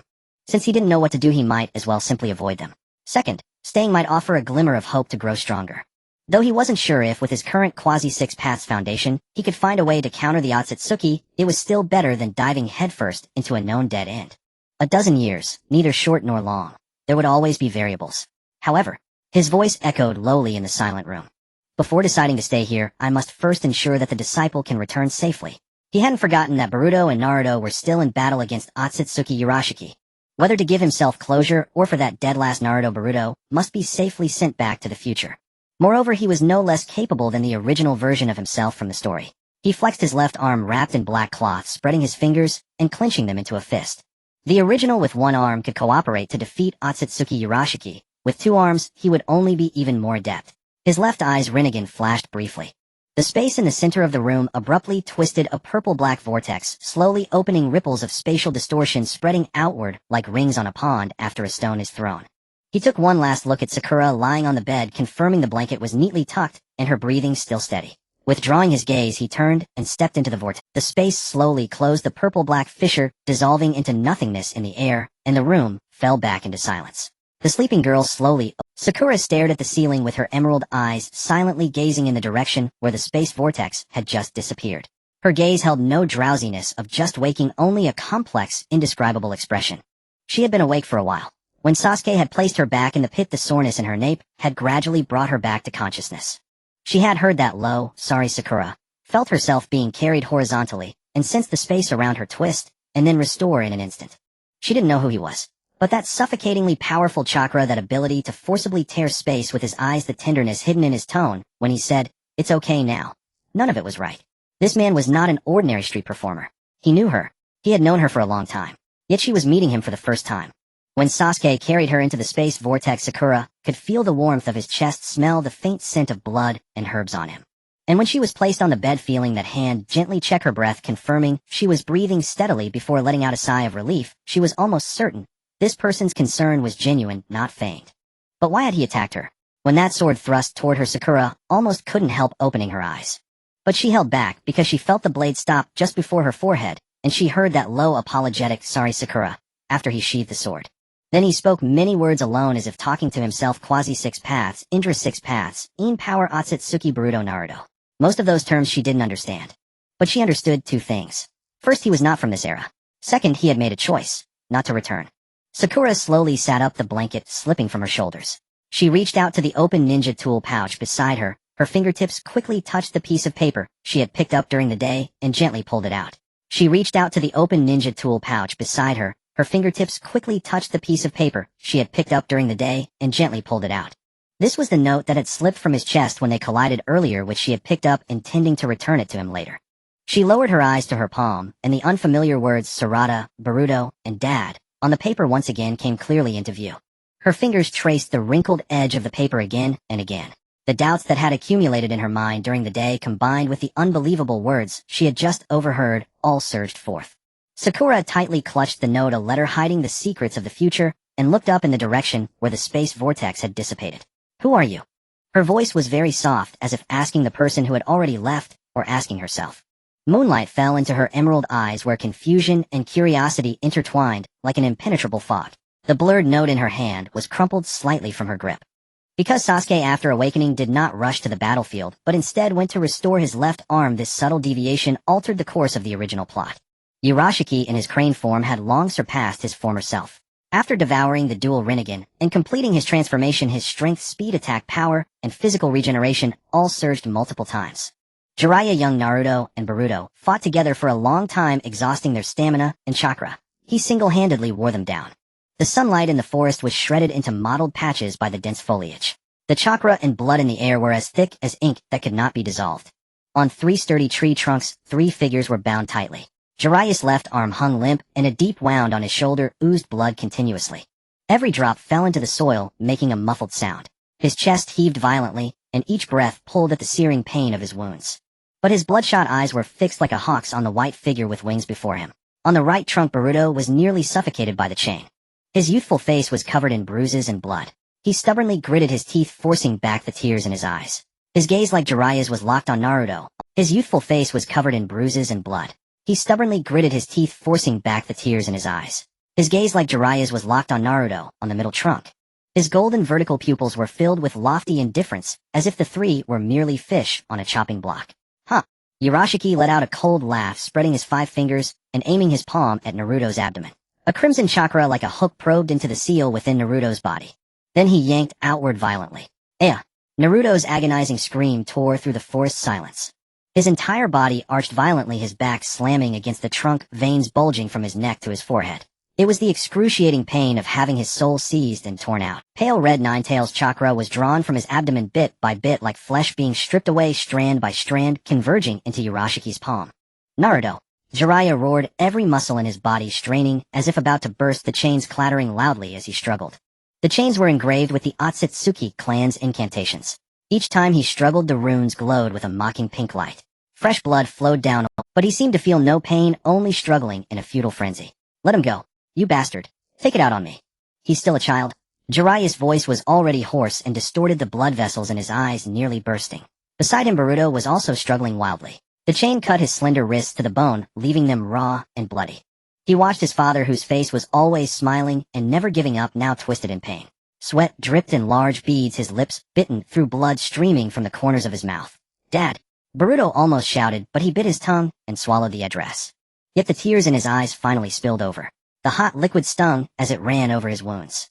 Urashiki heard the sound, tilted his head slightly, and swept his golden vertical pupils over the struggling pair. A faint contemptuous smile curled at the corners of his mouth. There was no anger in that smile, only pure disdain, as if looking down at ants.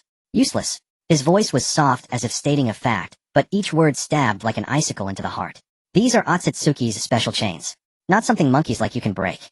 Naruto's chakra continued to be drained, the pain surging in waves. He couldn't help but scream again, "Aya!" This fragile cry, tinged with youthful innocence, cut like a knife into Jiraiya and Boruto's hearts. Jiraiya's eyes reddened. It was the despair of watching his disciple being hurt, powerless to stop it. He slammed his head against the trunk behind him again and again. His scalp split, blood flowing down and covering half his face. Damn it, let Naruto go now." Urashiki didn't bother to respond, focusing only on the chakra gathering in his palm. After a long moment, he withdrew his hand and opened his palm. 3 dark red pills lay quietly, exuding the evil scorching aura unique to Nine-Tails. So little. Urashiki frowned slightly, murmuring to himself. Then he tilted his head back and swallowed all 3 pills. Their effect was immediate. The wound on his shoulder grazed by Jiraiya's Rasengan healed at a visible rate, and his wings grew even more lustrous. He closed his eyes, took a deep breath, and the arc of his smile widened. The power of the pills is truly exquisite. He opened his eyes, a gleam of greed flashing in his golden vertical pupils. But the quantity is far too small. As he spoke, he raised his hand again, palm aimed at Naruto's abdomen. This time his wings spread wide, and the chakra aura shifted from pale blue to blinding white light. A suction force several times stronger erupted. He was using the full power of his crane form. Aya, wawa. The screams were several times more piercing than before. Naruto's body trembled violently, as if struck by an electric current. His eyes were wide open, pupils contracting sharply, and the sounds he made were no longer human. The Nine-Tails chakra was stripped away madly, the red light condensing into a tangible form like a river of blood flowing from his body toward Urashiki. Naruto's consciousness began to blur, darkness creeping in from the edges of his vision. But he heard that voice. Dad. It was Boruto's cry, full of heart-wrenching worry. Naruto's pupils trembled violently. Dad. That meant father. He bit his tongue hard, forcing himself to stay awake with the pain. Enduring the agony of his soul being torn, he slowly turned his head to look at Boruto. His eyes were filled with confusion, shock, and disbelief. Boruto met his gaze, and his heart sank. He saw the question in Naruto's eyes. Why do you call me father? What is going on? Oh no. Boruto's heart lurched, and his blood ran cold. I forgot Sasuke said we can't reveal our identities. He clamped his mouth shut, bit his lower lip hard, and lowered his head, not daring to look at Naruto anymore. But it was too late. Urashiki stopped voluntarily, ending the chakra extraction. Naruto's body suddenly relaxed, gasping for breath, sweat and blood mingling as they slid down his face. He looked at Urashiki in confusion, not understanding why this cruel being had suddenly stopped. Urashiki turned around, a cruel and meaningful smile on his lips. His golden vertical pupils moved back and forth between Boruto and Naruto. An idea struck him. The reason the Nine-Tails chakra extraction was so slow was because of the seal inside Naruto's body. If he could make Naruto willingly release the seal. A sinister thought formed in his mind. He walked toward Boruto. Each step was steady, the sound of his footsteps echoing in the silent forest like a countdown to death. Stopping in front of Boruto, he turned back to look at Naruto. His voice carried a cruel pleasure, as if announcing an interesting secret. Naruto Uzumaki, you don't know yet, do you? This brat is your future son, isn't he? The air froze instantly. Then Naruto's pupils dilated sharply. Future son. His voice was hoarse, each word forced out from his throat. He slowly, incredulously looked at Boruto. Something seemed to explode in his mind. The memory of last night's idle chat with Boruto flooded back. Under the starlight, Boruto swung his legs and said casually, my old man is really amazing. The whole village relies on him. But he's always too busy with work, rarely comes home. On my little sister's birthday, he was so tired, he dropped the cake and broke it. She cried all night. Boruto's words were full of disdain, he's such a loser. But then his own voice sounded in the memory with a hint of understanding and gentleness. But you know, when you talk about him, you don't actually hate this loser dad at all, do you? Naruto's lips trembled. So, it was about me. Before he could digest this explosive information, Urashiki's voice rang out again, with naked threat. Hey Naruto, release the seal on your body or else I will kill your brat. I'll count to 3. 3. Boruto jerked his head up, his eyes bloodshot as he glared at Urashiki, his voice grinding through clenched teeth. Ōtsutsuki Urashiki. My master and father will not let you get away with this. Boruto jerked his head up, his eyes bloodshot as he glared at Urashiki, his voice grinding through clenched teeth. Ōtsutsuki Urashiki. Boruto's body stiffened. He felt Urashiki's fingers on his head tighten slightly. Those 5 fingers were like iron tongs. With a little more force they could crush his skull. Jiraiya's mind went blank, buzzing. Naruto was his disciple, Boruto was his grand disciple. How could he watch his grand disciple die before his eyes? But he knew even more clearly that once Naruto unsealed the Nine-Tails chakra, it would be drained completely and Naruto would die. On one side was Naruto, on the other was Naruto's future child. What should he do? Jiraiya had lived for over 50 years, yet never had he hated his own powerlessness as he did at this moment. His lips trembled and his teeth clenched audibly. The chains rattled harshly as he strained the light of the incantation, reflecting on his twisted face. What? Damn you. Naruto's voice exploded with his characteristic recklessness and disregard for consequences. Let go of Boruto. I don't know what seal you're talking about. Do whatever you want of me. Urashiki tilted his head, looking at Naruto, then at Jiraiya. Both were struggling desperately, their eyes nearly splitting open. Yet no one mentioned unsealing the seal. He sighed softly, heh. Looking down at Boruto, his golden vertical pupils were filled with morbid pleasure and cruelty. His voice was as soft as a whisper, yet everyone could hear it clearly. Pineapple Head, looks like your father doesn't care about you that much. Boruto's eyes widened. He was about to retort. Urashiki's hand moved away from his head. In that instant the hand transformed. The fair skin split open, revealing a grayish-white stratum corneum. The 5 fingers joined and extended their edges sharp as blades, transforming into a crane wing more deadly than any blade. Urashiki raised this wing, the edges of its feathers gleaming with cold light. Then die. The wing chopped down vertically toward Boruto's head. It wasn't fast, but carried an unstoppable force. The air was torn with a sharp whistle. Boruto's pupils contracted violently. He saw the trajectory of the descending wing, the cold light of sunlight reflecting off the feather edges, and death approaching him in a concrete form. He wanted to dodge, but the chains pinned him to the tree. He wanted to shout, but his throat felt blocked. His mind went blank, leaving only one thought: damn, I'm done for. Boruto. 2 roars erupted simultaneously. Jiraiya's voice seemed to tear his vocal cords. Naruto's voice carried the pure despair of a young boy. Both struggled like mad. The chains clattered wildly, the light of the incantation blindingly bright. Jiraiya's left arm wound burst open, completely blood splattering, but he felt no pain. Naruto's wrists were cut by the chains until blood showed, but he felt no pain either. They could only watch helplessly as the wing came down. At the critical moment, a black figure stepped out from the void. The moment the figure appeared, the air seemed to stir, rippling with an invisible ring. Space was torn open, a black cape flapping in the wind. Sasuke crossed space just in time to see the wing descending toward Boruto's head. He didn't hesitate for a moment. His body flickered fast as teleportation. The afterimage still at the original spot, he was already in front of Boruto. His right hand rested on the sword hilt at his waist. The Kusanagi blade unsheathed, carving a silver-white arc in the air. Clang! The moment the wing and blade collided, blinding sparks exploded. The metallic screech assaulted everyone's eardrums. The shockwave spread outward, stirring up fallen leaves and dust. Sasuke held the sword with one hand, firmly blocking Urashiki's wing. The black cape fluttered in the blast. His purple Rinnegan was cold as ice, and the eternal Mangekyo slowly rotated in his eye socket. Everything happened too fast for anyone to react. Boruto's eyes widened, the black back reflected in his pupils. That back, not particularly tall, now stood like a mountain before him. The scent of death had not yet fully dissipated. The surreal feeling of survival flooded over him, like a wave drowning all his reason and caution. Tears gushed out instantly. The back before him provided an outlet for all his fear, grievance, and the stubbornness he had been clenching his teeth to hold back.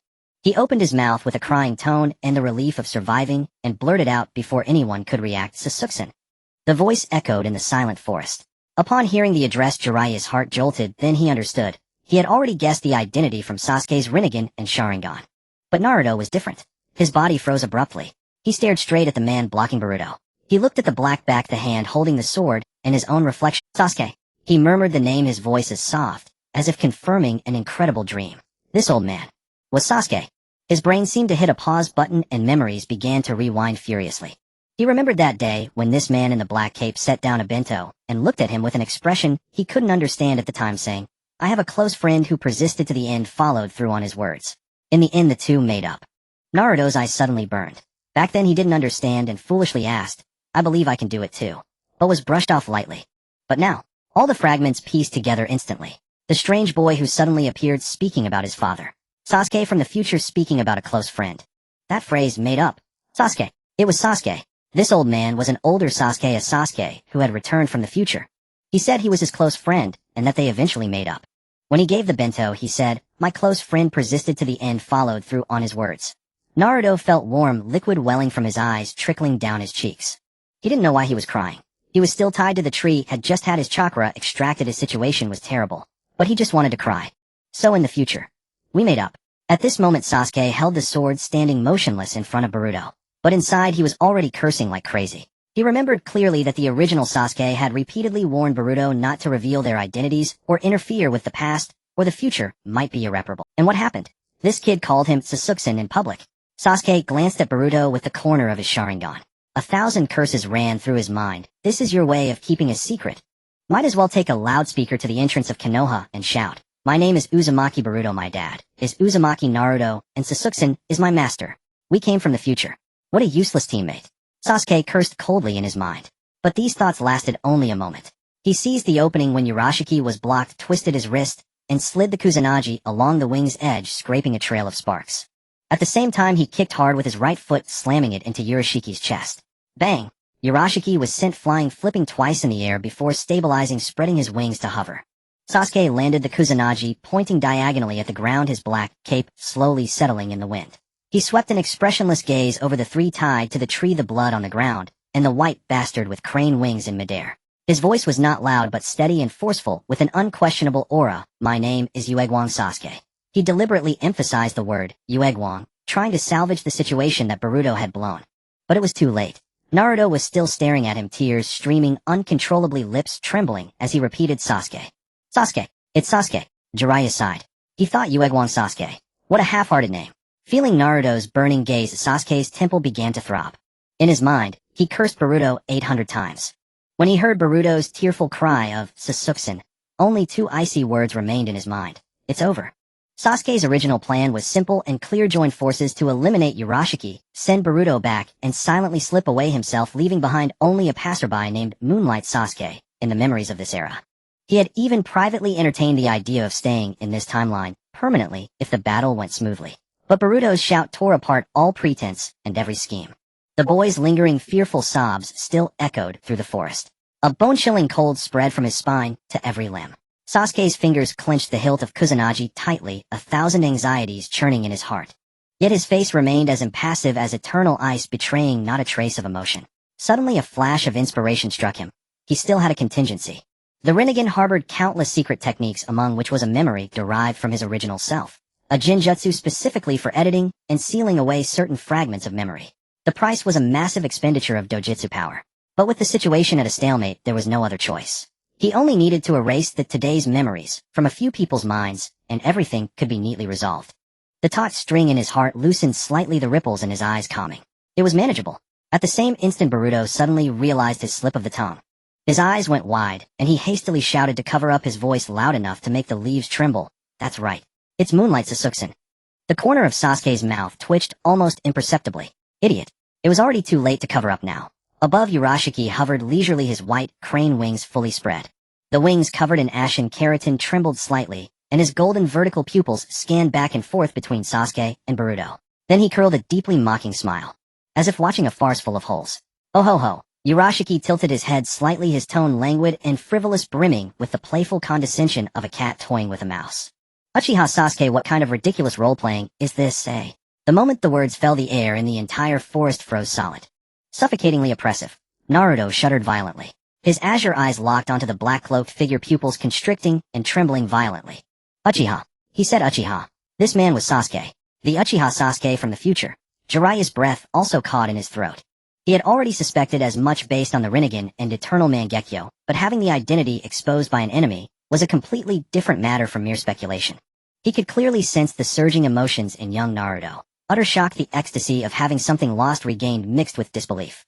A blazing heat like a wildfire roared from Naruto's chest. Two scorching heavy gazes were fixed on Sasuke's back, like two burning blades. But Sasuke felt no panic in his heart. He held the trump card of memory erasure. As long as Urashiki was dealt with, all remaining flaws could be smoothed over. His expression calm, he swept his gaze over Urashiki in the sky, his thoughts racing. He quickly calculated the best timing and route to cut the chains and rescue the three. On the tree trunk, three figures were bound tightly by Ōtsutsuki curse-marked chains. The chains shimmered with an eerie blue light deeply embedded into the thick trunk. Unbreakable. Naruto's wrists were torn and bleeding from the iron restraints. Jiraiya's shoulder bore a deep wound, blood seeping down, soaking his entire collar. Boruto's young face was covered in purple bruises, utterly disheveled. Sasuke's eyes fell on the chains. In an instant he had formulated a plan. Amaterasu could melt the chains. All he needed was precise control of the flame's range to avoid harming the three. The only obstacle was that he had to get close to control the flames perfectly. He had just taken a half step forward when Urashiki in the sky, unable to contain his raging fury, came charging down with explosive speed. Damned Uchiha Sasuke, prepare to die. His snow-white crane wings over 2 meters wide fully spread, tearing through the surrounding air. The pale blue chakra aura at the edges of the feathers swelled into a blinding white. Urashiki raised his right wing, high layers of feathers folding into a sharp blade edge. With irresistible force it slashed down towards Sasuke's head. This attack had no fancy moves, only pure extreme brute force and terrifying speed. The air was split by the wing blade, a piercing shriek as if steel were being torn apart. Sasuke's left Rinnegan tracked the trajectory of the wing blade instantly. His right hand moved to the hilt in a flash. The Kusanagi blade drew from its sheath, a silver-white arc flashing. He held the sword horizontally in front of him to meet the attack. Clang. The moment the blade and wing collided, a colossal force transmitted through the sword to his palm. Shockwaves traveled up his arm bones to his shoulder. It felt as if his tiger's mouth had been struck by a heavy hammer. A searing pain exploded instantly. The skin went numb, followed by a burning, tearing agony. The pain spread from the tiger's mouth down his entire arm. The sword hilt trembled violently, forcing Sasuke to grip it with both hands to barely steady the descending blade. But the force exerted by Urashiki continued to intensify. The crane wings pressed down on the blade like a towering mountain, slowly crushing. Sasuke's knees bent involuntarily. The ground beneath him cracked into spiderweb-like fissures. His feet sank inch by inch into the soil. The sharp pain at the torn tiger's mouth turned into a needle-like sting. Warm blood trickled slowly along the sword hilt, dripping onto the ground in dark red dots. Something was wrong. This power was far beyond the level of their previous exchanges. Sasuke's mind rapidly retrieved all memories of his original self's battles against Urashiki. He knew the opponent's power threshold, attack rhythm, and combat patterns thoroughly.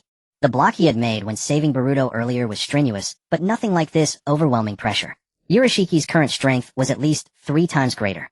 Urashiki looked down at Sasuke, who was being pushed back, veins bulging on his forehead and teeth clenched. His golden vertical pupils were filled with cruel arrogance, and his mocking voice rang through the forest. Uchiha Sasuke, don't judge me with your old perspective. After devouring the dual Rinnegan and transforming into an Ōtsutsuki true form, I am reborn. Crane form. Sasuke's gaze swept over Urashiki's full appearance, his entire body covered in a pale gray keratin layer, wide pure white wings, and feet completely transformed into eagle claws. The chakra pressure surging around him was thick and suffocating. So the earlier brief exchange had been a holding back. He had never used the full power of the crane form. Yet Sasuke felt a hint of relief. The crane form granted a comprehensive 6 paths level boost to physique strength and regeneration. But the price was the abandonment of those truly unstoppable dojutsu. The ability to rewind time, the ability to split into countless paper crane clones upon impact, and the Yamatsu Hirasaka to freely traverse dimensions. Coupled with nearly infinite dojutsu reserves. If that combination were fully unleashed, the prolonged battle would only drain his own dojutsu without respite. An endless cycle. Now Urashiki's brute strength was formidable, but his attack patterns were predictable. As long as there were flaws, there was room to maneuver. 1,000 thoughts flashed through his mind in an instant. The crane Urashiki, seeing Sasuke showing signs of fatigue under the raw power, intensified his killing intent. A ferocious grin echoed through the forest, his tone carrying the finality of death. So, resign yourself to death. Before the words faded, Urashiki suddenly raised his right foot. The foot had completely shed its human form. Layers of gray-white keratin covered at the 5 toes as sharp as poisoned daggers. The tips of the 5 claws gleamed with metallic coldness. 5 white air currents streaked towards Sasuke's heart. The sharp sound of air tearing nearly pierced his eardrums. Sasuke's Rinnegan clearly tracked the claw's trajectory, and he quickly weighed his options. Blocking Hiden would only send the Kusanagi flying. The next instant the claws would pierce through his chest. At the critical moment, he made a decisive choice. He released all resistance against the wing blade, using the downward force to slide backward several meters. His black cloak fluttered wildly in the violent wind pressure. Urashiki's wing blade, losing resistance, struck the ground with inertia. Boom. Dirt and rocks erupted skyward. A deep, clean trench over 2 meters long split the ground as if carved by a giant axe. The eagle claws grasped empty air, producing a piercing screech. Sasuke landed steadily 3 meters away. The Kusanagi hung diagonally, pointing at the ground, his breathing slightly faster than usual. He looked down at his right hand. The skin at the tiger's mouth was completely torn, blood soaking the hilt and staining the silver blade with a stark red line. His entire arm trembled uncontrollably. The instinctive tremor of bones and muscles after a violent impact. The situation was dire. Sasuke quickly assessed in his mind. Before the transformation, Urashiki and he were both at the quasi-6 paths level. Their combat power was evenly matched. But after entering crane form, Urashiki had truly stepped into the 6 paths threshold. Although not at the upper level of world-destroying power, he was at the peak of the lower 6 paths. His own power remained at quasi-6 paths. A direct confrontation was a losing battle. Prolonged, unknown combat would inevitably lead to defeat. Sasuke's peripheral vision quickly swept over the 3 on the tree trunk: Naruto, Boruto, Jiraiya. 2 children of prophecy from different eras, plus a veteran with unmatched combat experience, the Sannin. If they were freed, the 4 of them together might turn the tide. Both Naruto and Boruto harbored the power of fate from their respective eras. Their assistance might create a unique countermeasure against Urashiki. With his resolve set, Sasuke did not retreat. Instead, he charged straight at Urashiki with explosive force. Urashiki's golden vertical pupils showed disdain, and he didn't even bother to assume a proper defensive stance. He merely lifted his chin in mockery. Presumptuous monkey. Uchiha Sasuke, you are no longer worthy to be my opponent. Sasuke offered no response. He lowered his center of gravity while sprinting, his feet digging 2 shallow pits into the soil. When he was 3 steps away from Urashiki, he suddenly leaped into the air. He raised the Kusanagi sword above his head, bringing it down toward Urashiki's skull, accompanied by a fierce gale. The blade tore through the air with a piercing screech. Urashiki sneered and casually raised his right arm. The feathers on his arm instantly hardened, taking on a metallic luster. He met the descending blade heat-in. A shower of dazzling sparks erupted, illuminating the tension on both their faces. An overwhelming force once again traveled up the blade and struck Sasuke's arm. The old wound on his right hand tore open and warm blood splattered onto his cheek. His shoulder joints creaked as if they could barely withstand the strain and were on the verge of shattering. Urashiki's brute force was like a heavy wall, completely blocking the entire assault. He even began to exert reverse pressure, forcing Sasuke backward step by step. But this was exactly the opening Sasuke had been waiting for. With Urashiki's full attention on countering the blade, the rest of his body showed a slight flaw. Sasuke's right eternal Mangekyo rotated rapidly, pouring all its ocular power into his gaze. In a low voice he uttered the name of the technique, and Urashiki's pupils constricted, and he reacted swiftly. His left arm instantly crossed in front of him, chakra surging in his palm, ready to absorb the Uchiha's inextinguishable black flames. He knew well the burning power of Amaterasu. Even with his own evolution, he dared not face it recklessly. Yet the expected scorching sensation that would sear the marrow never came. His arm remained ice-cold. Not a single wisp of black fire appeared. Urashiki frowned, still wondering why, when Sasuke's clear voice rang out again, "Flame release Kagutsuchi." Urashiki's heart tightened. He tensed his left arm again, assuming a defensive stance, and continued to gather chakra in his palm to absorb ninjutsu, bracing for the onslaught of flames. Still no burning sensation. Urashiki suddenly realized he had been tricked. From start to finish, Sasuke had not released a single ninjutsu. He had merely called out the names of techniques to create a false impression, deceiving him into a defensive posture twice. Moreover, since Amaterasu's black flames had not been summoned, Kagutsuchi could not be used at all. He had been fooled by such a simple ruse twice. Just as rage was about to surge to his head, an eerie wave of black flame chakra emanated from behind. Urashiki abruptly turned his head. On the tree trunk, the binding chains that restrained the three were being silently consumed by black flames. Amaterasu's fire licked the iron chains covered in Ōtsutsuki sealing formulas. The blue sealing characters on the chains flickered violently, shifting from deep blue to pale white. Eventually they shattered like fragile glass, and the iron rings melted one by one. Molten iron mixed with the undying black flames dripped onto the soil, emitting a sizzling sound.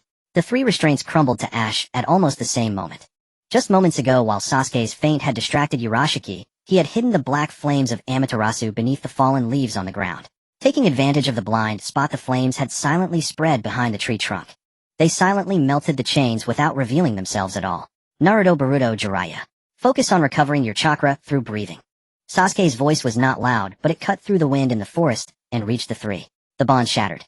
Naruto slid down the tree trunk to the ground. He knelt on one knee, gasping for air. A dull tearing pain persisted at the spot on his abdomen where the Nine-Tails chakra had been extracted. The wounds on his wrists stung fiercely. Yet he ignored all his injuries. He looked up at the solitary black figure fighting alone at the arm that held the sword and bled, but never retreated. An indescribable emotion welled up in his heart. Sasuke. It was the older Sasuke from the future. Warm tears once again filled his eyes, but this time they were not from shock or grievance. They were a burning will to fight. Naruto gritted his teeth tightly, pushed himself off the ground, and slowly stood up. He clenched his fists. "Sasuke, wait for me. They'll come help you right away." He closed his eyes, focused, and frantically mobilized the remaining chakra within him. Most of the Nine-Tails' power had been drained by Urashiki. Yet deep within the seal, a gentle crimson glow remained. That was the power the Nine-Tails had deliberately left for Naruto to counterattack. Nearby, Jiraiya watched Naruto's steady breathing. A relieved smile appeared on his blood-stained face. This brat had finally shed his childishness. He had begun to look like someone who could stand on his own. As a master, I can't be outshone by my own disciple. Jiraiya sat down cross-legged on the spot and began forming hand seals rapidly. He completely ignored the bleeding wound on his shoulder. Having lived over half a century, he was long accustomed to injuries far more severe than this. It was the helplessness of watching Naruto suffer while being unable to lift a finger that truly stung. Now that the restraints were gone, he finally had the right to fight side by side. Boruto leaned against the tree trunk as he stood up. His gaze was fixed on Sasuke, who was locked in combat in midair, and he whispered softly, "Sasuke." Without turning around, Jiraiya said in a deep voice, "Focus on recovering your chakra. Don't waste the precious breathing room Sasuke bought with his sacrifice." Understood. Boruto nodded, firmly wiped the blood and tears from his face with his hand, and sat cross-legged, concentrating on activating his Jogen's power. At the same time, Urashiki fully recovered from the shock of being fooled. He turned his head toward the tree trunk. All that remained were the broken chains swaying in the wind. The three had all escaped, and were now gathering chakra. His golden vertical pupils were instantly filled with fury. His rage erupted like a volcano. He had been nothing but a pawn in Sasuke's hands from start to finish. The two false ninjutsu names were merely a diversion to draw his attention and free the three containers. And he had fallen for it without any defense. He had fallen completely. Cunning and despicable monkey. Urashiki's roar shook the entire forest, sending leaves flying. The wings on his back fully extended to their limit. Pale destructive chakra surged violently from the edges of his feathers. The air for dozens of meters around became scorching and oppressive. Pebbles were lifted by the violent air currents spinning wildly in midair. Like a rain of blood-red meteors they rained down upon Naruto and the others. Each arrow dragged a blazing tail, and the screech of tearing air was incessant. The light spheres swelled to the size of a basketball in an instant, then exploded. Tenshiba Meteor Life Matama. Countless crimson chakra arrows shot out from the light sphere. Like a rain of blood-red meteors they rained down upon Naruto and the others. Each arrow dragged a blazing tail, and the screech of tearing air was incessant. The space where the arrows passed twisted slightly. The ground was plowed into scorched furrows by the air current. A single arrow's power rivaled that of a tailed beast ball. Now no less than 30 arrows were being unleashed. Naruto's eyes snapped open, his pupils reflecting the rain of crimson light. His chakra had only recovered to 30%. He had no time to form hand seals for a defensive technique. Jiraiya's hand seals were only half complete. Under the blanket bombardment, there was no room to maneuver. Boruto reacted the fastest, but his wrists had been bound by chains for a long time, leaving his muscles stiff and numb. He couldn't even dodge. The same thought flashed through all three minds. It was too late. The light arrows arrived in an instant. The closest Naruto could even feel the terrifying heat radiating from the arrows. His skin burned and stung. The intense light stabbed his eyes, causing pain. He instinctively raised his arm to block, knowing it was futile. At the critical moment, a black figure materialized in front of the three, appearing out of nowhere. The body flicker technique was so fast that it left no afterimage. Upon landing, his black cloak billowed backward from inertia. A translucent circular chakra barrier expanded into existence. Ripples like water waves flowed within the ring. It was the unique ninjutsu absorption domain of the Rinnegan. A translucent circular chakra barrier expanded into existence. Ripples like water waves flowed within the ring. It was the unique ninjutsu absorption domain of the Rinnegan. It could neutralize all external attacks. The torrent of crimson arrows slammed violently into the barrier. There was no explosion, no violent impact. Only a few faint ripples spread across the barrier before it returned to calm. Sasuke could clearly sense the ocular power in his left eye draining rapidly. Absorbing such a large, only a few faint ripples spread across the barrier before it returned to calm. Sasuke could clearly sense the ocular power in his left eye draining rapidly. Absorbing such a large-scale killing technique with the Preta path consumed an enormous amount. Before setting out, his Rinnegan had only half its power remaining. After one space-time warp, one faint with Amaterasu, and now the Preta path, his ocular power was nearly exhausted. Yet he showed no sign of fatigue on his face. He turned his head and urged the three behind him in a stern voice that brooked no argument, "Go now." His words were brief, yet carried an unyielding finality. Naruto was about to express his gratitude, but meeting Sasuke's cold and resolute gaze, he swallowed the words that had risen to his lips. This was a look he knew all too well. No matter how many years passed, when Sasuke wore that expression, there was no room for negotiation. The three of them hesitated no longer. They turned and fled at full speed into the depths of the dense forest. "Damn you monkeys. Don't think you can escape." Urashiki flapped his wings and shot after them like a streak of white light. He had barely cleared 10 meters when a sharp silvery sword light suddenly slashed across his path, the blade aimed directly at his throat. Urashiki was forced to an abrupt halt. Hastily he raised his mutated right arm to block. Clang! A blinding shower of sparks erupted. The force of the strike sent Urashiki skidding half a meter. In that mere half-second of delay, the figures of Naruto, Jiraiya, and Boruto had already vanished completely into the shadows of the trees. Urashiki lowered his gaze to the blood-soaked Uchiha Sasuke, who stood unyielding before him.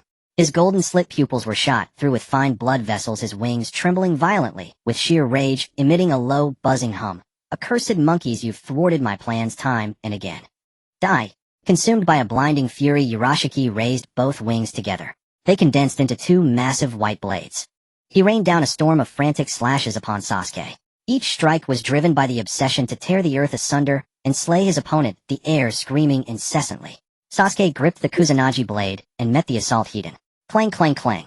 The piercing sounds of metal striking metal merged into a continuous roar. Sparks exploded wildly between them, as if a metal storm was sweeping the area. The Kusanagi blade and the crane wing blades clashed at a speed too fast for the eye to follow. In the blink of an eye, they had exchanged over 100 blows. Sasuke's breathing grew more labored. His arm muscles burned with fatigue, the wound at his palm tore to its limit, and dark red blood soaked his entire right hand. Amid the high-speed melee, he keenly perceived Urashiki's fatal weakness. In terms of strength, speed, physical defense, and endurance, Urashiki overwhelmed him in every aspect. But the man's combat instincts and battle experience were laughably shallow. Urashiki possessed a top-tier 6 paths level body. He could have abandoned all pretense of attack and defense, simply tanking Sasuke's strikes infused with 6 paths Yin power. By trading blows up close, relying on the near-immortal regeneration of his crane form, those sword wounds would heal in an instant. Meanwhile, Sasuke, if struck even once by a wing blade, would see the battle end then and there. Yet Urashiki stubbornly chose to forego his advantages, clinging to a formal swordplay style of attack and defense. He dismantled each move step by step as if engaged in a ceremonial duel. He completely failed to exploit his overwhelming physical superiority. Sasuke made a quick judgment in his mind. Within the Ōtsutsuki clan, Urashiki was by no means a dedicated combat warrior. He was most likely assigned to reconnaissance, collection, or research. Even though his power had evolved to the 6 paths level, the combat deficiencies ingrained in his very being could not be remedied. He relied solely on instinct and brute force. In contrast, Sasuke's swordsmanship was honed through countless life and death crises. The physique tempered by 6 paths in power was inferior to Urashiki's. But his supreme combat awareness and exquisite sword skills were enough to buy him a brief standoff. When he had fought Momoshiki, a single punch had sent the opponent flying, shattering several mountains. Now with every full-powered slash, Urashiki simply raised a wing to block it effortlessly, even applying counterpressure. The gap in their base strength was suffocating. Fortunately, Urashiki did not know how to play to his strengths. This was the only sliver of hope in this desperate situation. Just delay until the other 3 recovered, and the tide of battle would turn. On the other side, Urashiki grew increasingly agitated. The Uchiha Sasuke before him was far inferior in power. Every clash showed his arms trembling, blood splattering, and breathing ragged. Yet he refused to fall. Like a stubborn rock, he blocked the path. The prolonged stalemate drained Urashiki of all patience. Urashiki abruptly pulled back, raising his right arm again, white light coalescing in his palm. Tensai Resumi Gokan. A torrent of crimson light arrows erupted once more. This time the distance between them was less than 3 meters. There was no room to evade. Sasuke's Rinnegan clearly tracked every trajectory of the light arrows. At the same time, he sensed that the left eye held only a faint residue of dojutsu power. He could not afford to use the Preta path again. Taking the hit directly would be suicide. The only option was to dodge. His body suddenly shifted sideways, a phantom pierced by the light arrows. His true form pivoted aside. A scorching arrow grazed his cloak, instantly searing a large scorched mark into the fabric. Arrow after arrow followed in rapid succession. Sasuke weaved and dodged through the crimson rain of light. Boom. A stray arrow slipped past his defenses and struck the ground behind him. The violent blast wave from the explosion sent Sasuke staggering a step. Rubble and dust pelted his back and shoulders. He steadied himself and looked at the impact site. A scorched crater over 3 meters in diameter was gouged into the earth. The soil inside the pit had been melted into carbon ash by the heat, white smoke curling up from the rim. Sasuke's heart sank. From now on, he had to be extremely cautious. He absolutely could not take this attack hidden. He subconsciously raised a hand, his fingertips pressing against his sore, swollen left eye socket. It was a warning that his dojutsu power was completely drained. Before setting out, he had reserved half of his Rinnegan's power. After only 3 uses of its abilities, it was nearly exhausted. He looked up at the majestic crane form Urashiki, hovering in the air. The other's wings were spread wide, an endless torrent of chakra surging within. His golden slit pupils radiated the overwhelming pressure of one who controlled everything. Sasuke couldn't help but recall Urashiki before his transformation. He had freely used top-tier dojutsu like time reversal paper crane clones, and Yomi Hirasaka, his dojutsu power seemingly infinite, wasteful enough to inspire envy. If he himself possessed such abundant dojutsu power, he would never have to fight so constrained. He quickly suppressed the stray thought. At that moment, a powerful penetrating roar erupted from deep within the forest, Lion's main jutsu. Beneath Sasuke's frozen expression, the corner of his lips lifted almost imperceptibly. Jiraiya's recovery speed was even faster than he had anticipated. Jiraiya's roar had yet to fade through the forest when that white mane shot out like a living thing. His silver-white hair extended wildly under the chakra stimulation, each strand gleaming with an oily sheen like thousands of slender white serpents slicing. The hair strands precisely passed through the gaps of Urashiki's wings and tightened in an instant, binding the crane-like Urashiki, both person and wings firmly. What a... Urashiki's wings were tightly bound, the feather edges sharp as blades could not cut through the supple hair, coated with toad oil. The hair rope constricted ever tighter, leaving deep furrows on his ashen, keratinized body. Jiraiya walked slowly out of the forest, the wound on his shoulder, still seeping blood, but his steps were steady as a rock. He approached Sasuke, sighed, his gaze sweeping over Sasuke's blood-soaked right hand, and asked in a deep voice, "Are you all right, young Sasuke?" Sasuke nodded slightly, his chest heaving violently, as he exhaled a hot, turbid breath. A searing pain came from the torn area between his thumb and index finger, as if someone were twisting the flesh with a red-hot iron clamp. His entire right arm ached and trembled with the lingering dull pain of dozens of heated collisions deep in the bones. Every second of fighting Urashiki was like walking on a knife's edge. A casual strike from the opponent was as heavy as a mountain, and he had to use all his strength just to barely block it. Under the absolute crushing force of power, even the most exquisite sword techniques could only buy a moment's respite. He lowered his gaze to his right hand. Dark red blood dripped from the sword hilt, splashing onto the soil and spreading into dark spots. His fingers trembled slightly from sustained exertion, but he only tightened his grip, forcing himself to hold steady. In midair, Urashiki struggled desperately, his ashen wings trembling violently, emitting a buzzing roar. The hair strands cut into his keratinized skin, producing a grating, teeth-squeaking sound. Despicable monkey. Urashiki's gilded vertical pupils were filled with humiliation and rage. A mere hair, and you think you can trap a god? Jiraiya crossed his arms, a confident smile curling at the corner of his mouth. It's useless.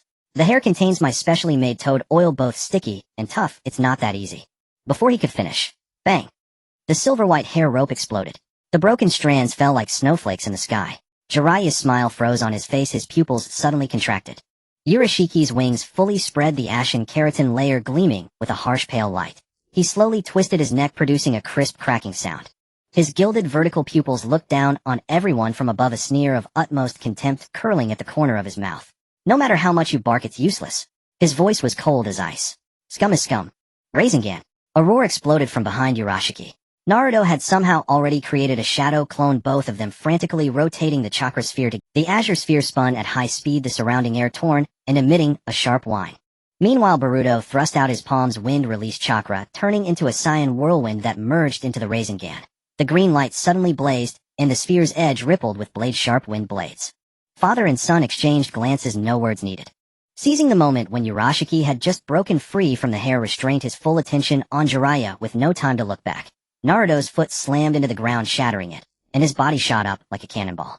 Boruto followed closely, his palms gathering the gale palm wind release, two strong currents of wind precisely attaching to the back of Naruto's feet, transforming into a continuous propulsive airflow. Like an external booster firmly supporting Naruto's form, using the impact of the gale palm to further increase his speed by several points, he turned into a streak of light, charging straight for Urashiki's unguarded back. Take this. The Rasengan, carrying the power of wind release, slammed solidly into the center of Urashiki's back. Boom! At the moment of impact, the compressed chakra exploded. A ring-shaped shockwave burst from the point of impact, the air compressed into a visible white circle spreading outward. Urashiki's body flew backward like a kite, with a broken string smashing through several large rocks. Bang! Bang! Bang! The granite exploded into countless fragments, dust billowing into the sky. Naruto flipped and landed, panting heavily. Boruto landed beside him, and they exchanged glances. Great, we did it. Boruto pumped his fist, a smile of relief blooming on his face. That should have taken down Urashiki. Naruto wiped the blood from the corner of his mouth, a glimmer of hope in his blue eyes. Jiraiya's tense shoulders relaxed, and he grinned with excitement. Well done, you two kids. A cold voice cut through everyone's relief. Sasuke, one hand on his sword, his Rinnegan locked onto the dust-shrouded landing point, his face as grim as iron. Urashiki won't be taken down that easily. As soon as the words fell, Tensoha Ryusumi I Matama. A purple beam shot out from the rolling dust. That light was incredibly fast.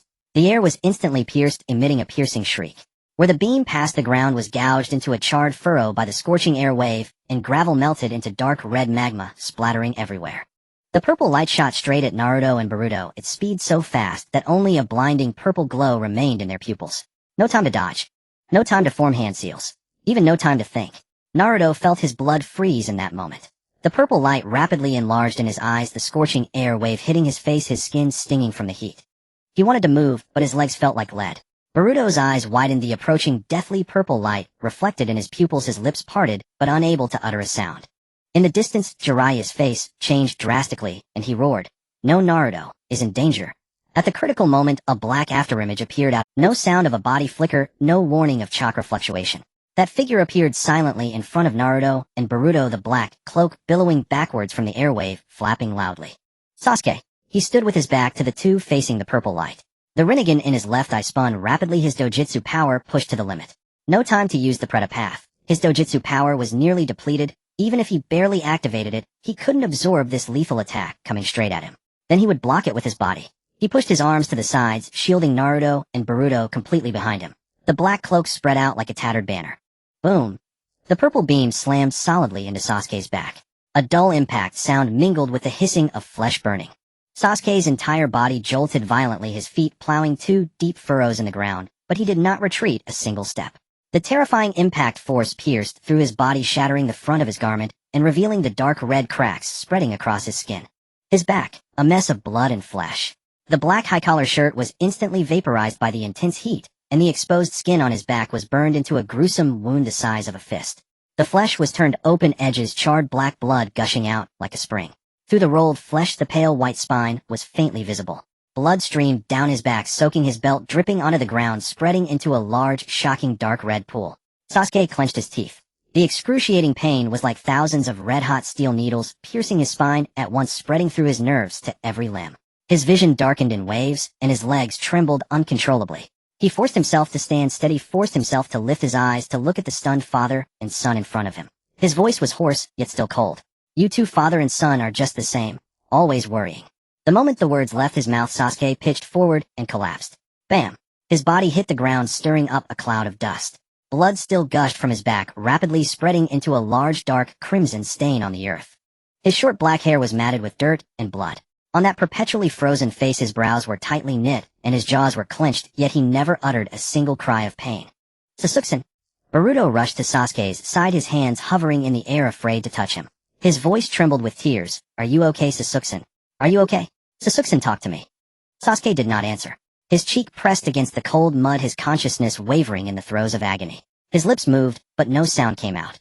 Naruto stood frozen. He stared at the gruesome wound on Sasuke's back. Blood still poured out, mixed with charred flesh, staining his black clothes a horrifying. The blood trickled slowly along the grooves in the ground, creeping to his feet and soaking the soles of his shoes. It was Sasuke's blood. He watched Sasuke's fallen form. His heart pounded thump, thump, thump.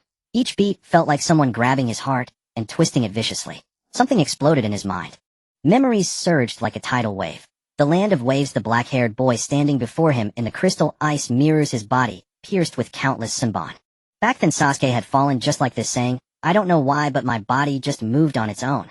Back then he had held Sasuke, feeling for the first time the terror of losing someone important. And now once again, Sasuke had taken the hit for him again. Sasuke was lying before him, drenched in blood once more. Why? Why was it always Sasuke who got hurt? Why was he always so useless? Because he wasn't as strong as Sasuke, so Sasuke had left. Because he lacked Sasuke's composure, so Sasuke had to keep shielding him time and time again. Because he wasn't strong enough, so Sasuke would. His fists clenched, nails digging deep into his palms, piercing the skin, blood seeping through his fingers. Naruto slowly raised his head. In those azure eyes the last thread of sanity snapped. His pupils contracted violently, trembling, the whites of his eyes crawling with fine bloodshot veins. A layer of crimson bubble-like chakra erupted from his body, the scorching air blasting the debris at his feet into the air. The Nine-Tails chakra surged madly from the seal's breach, condensing on his skin into a translucent crimson cloak.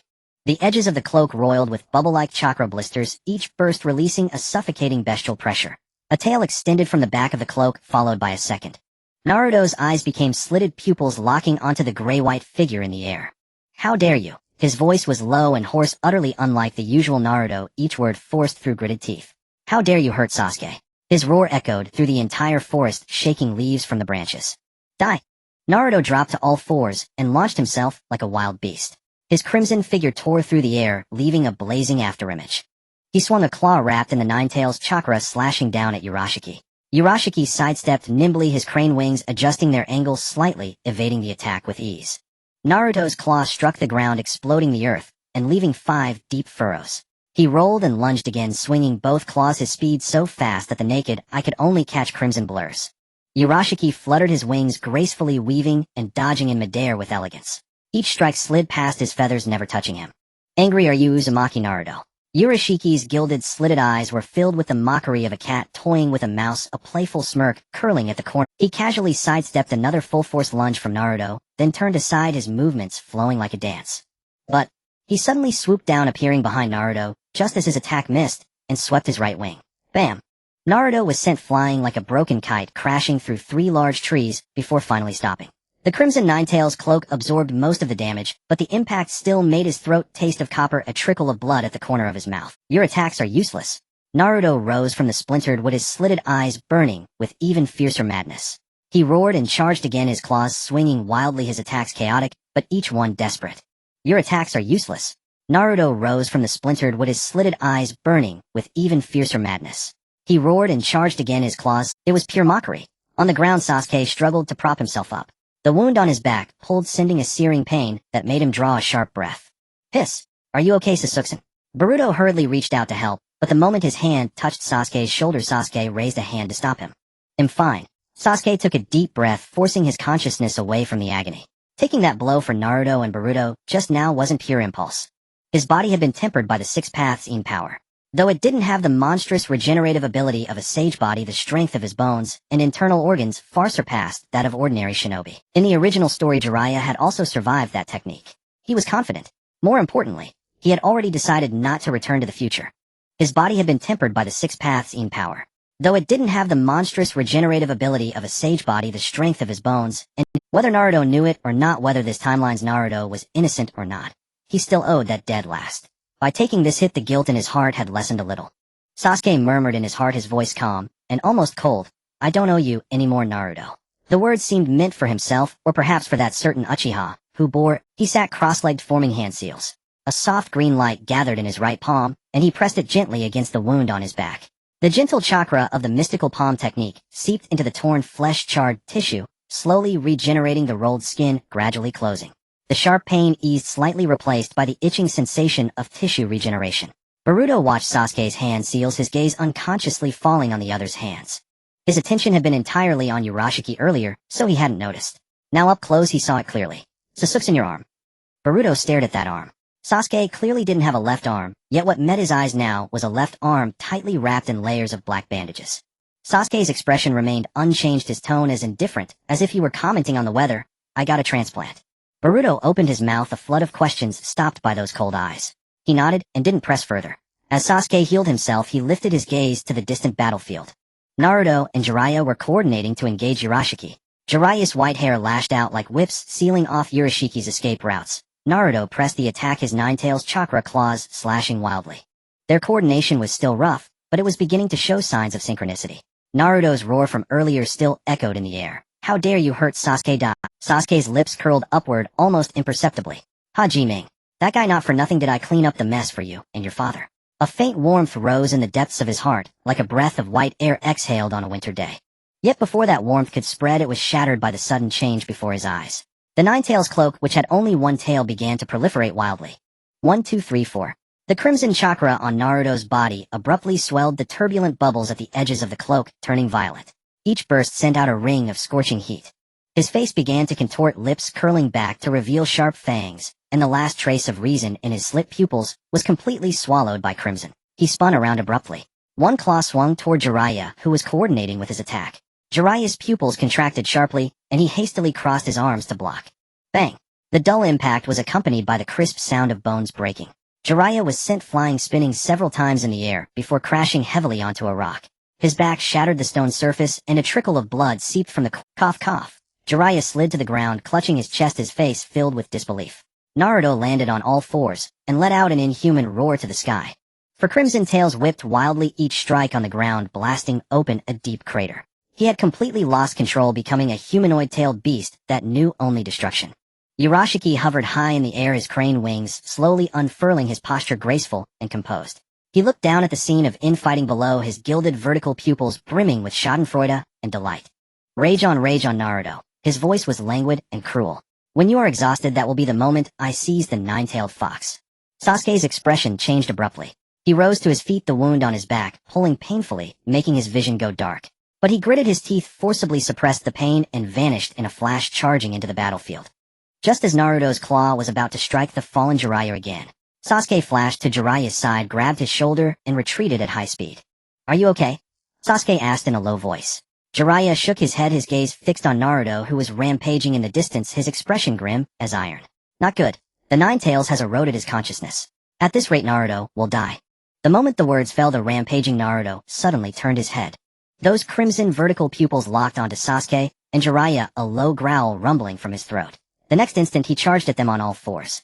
His right claw rose high, a pitch-black Rasengan coalescing in his palm, a high-density energy sphere twisted and polluted by Ninetales chakra, its edges constantly emitting destructive dark red arcs of electricity.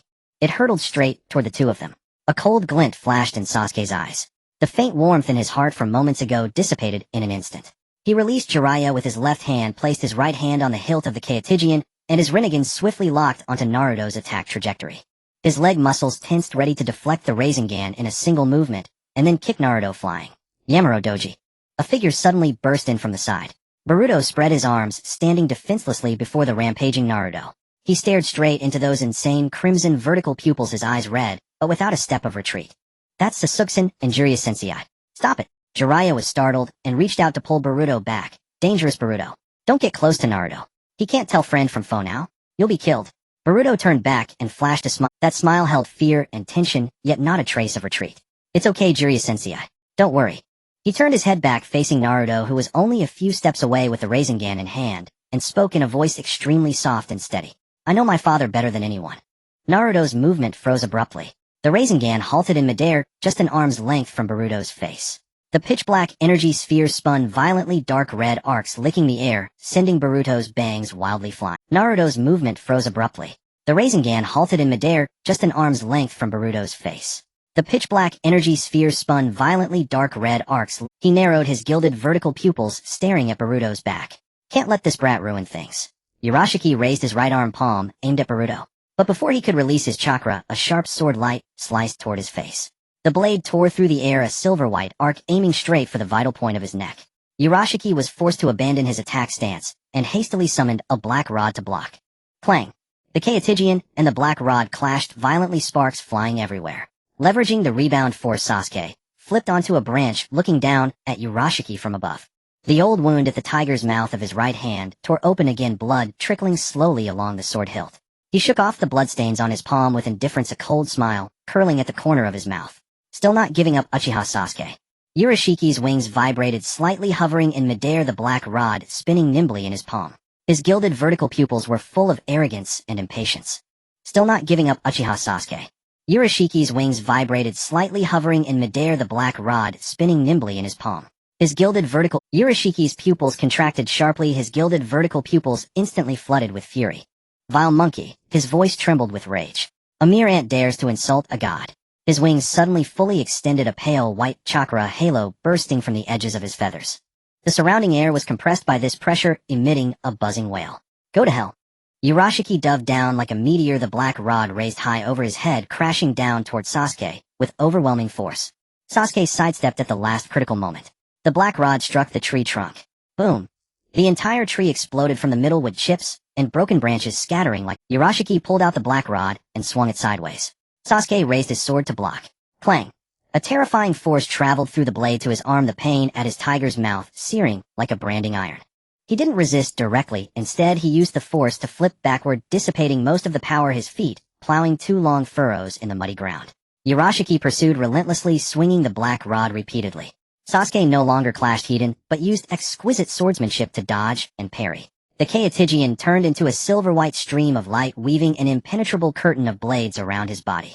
Every strike of the black rod was deflected by the blade, blasting deep craters into the ground, rocks and tree trunks. Clang, clang, clang, clang, clang, clang. The sound of metal clashing merged into one continuous ring. Sparks flew wildly between the two figures, illuminating two tense faces, one boiling with murderous intent, the other cold as ice. Sasuke's mind was as clear as a mirror. Alone he absolutely could not defeat the crane Urashiki. Power, speed, defense, endurance. He was outclassed in every aspect. His only hope of victory now was to place his trust in Naruto and Boruto, just like in the original story. And what he had to do now was buy enough time for that father and son. That was also why he had deliberately insulted Urashiki earlier. To provoke him, draw his full attention, and make him forget the other variables on the battlefield. Hundreds of exchanges passed in the blink of an eye. Sasuke's breathing grew more and more ragged. His right arm was so sore and swollen that he could barely feel it, and every block felt like using all his strength. The wound at his tiger's mouth was torn to the limit, blood soaking his entire right hand, flowing down his wrist into his sleeve, dyeing the black fabric dark red.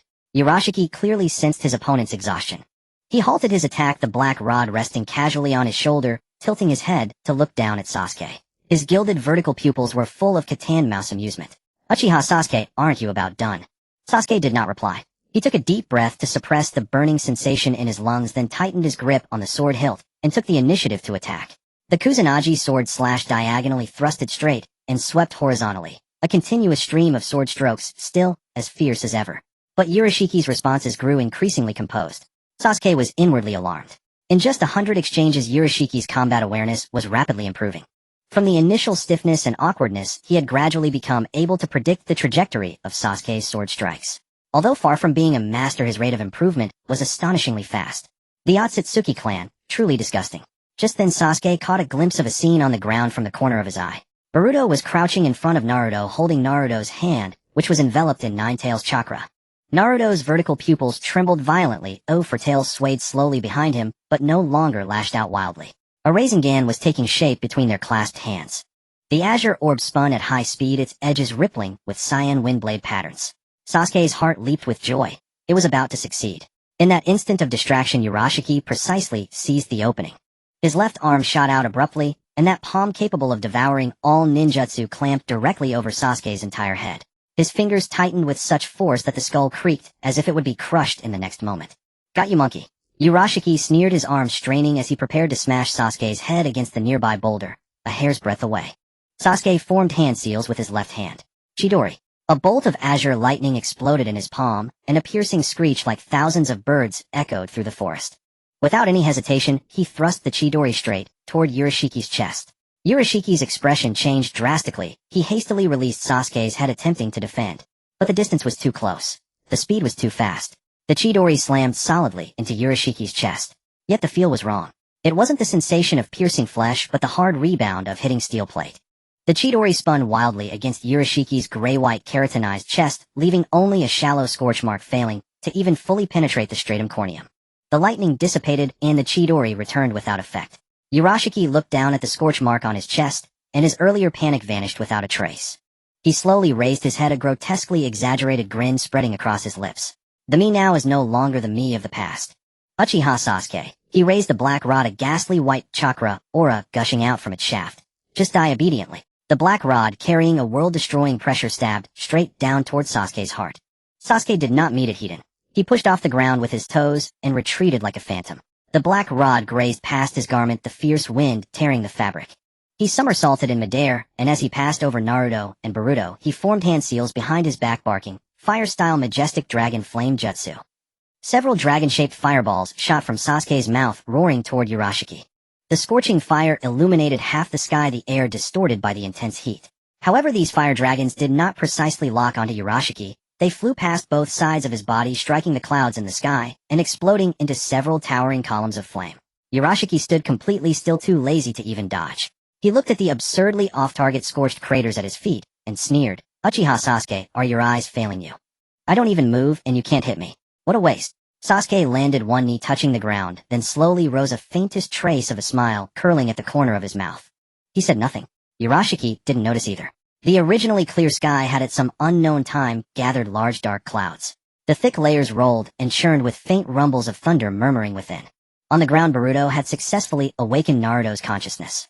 Naruto had returned to his original form. He was panting heavily, kneeling on the ground as if exhausted, but in his eyes, which had turned back to azure, there was no more madness, only clarity.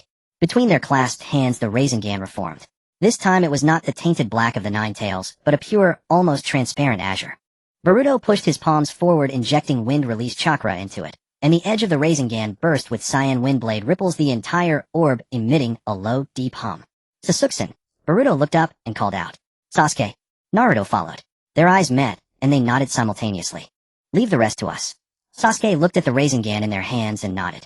Then he looked up at Urashiki in the midair, his gaze landing on the opponent's chest. The scorch mark left by the Chidori earlier was now completely gone. The gray-white keratin layer was as smooth as before, as if it had never been damaged. A glint of envy flashed in Sasuke's eyes. What a formidable body. The Chidori had struck Hiden, leaving only a scorch mark, and it healed in an instant. The Rasengan had struck his back, shattering several boulders, yet the opponent was unharmed. Speed, strength, defense, endurance. Every single aspect overwhelmed him. And that's not all.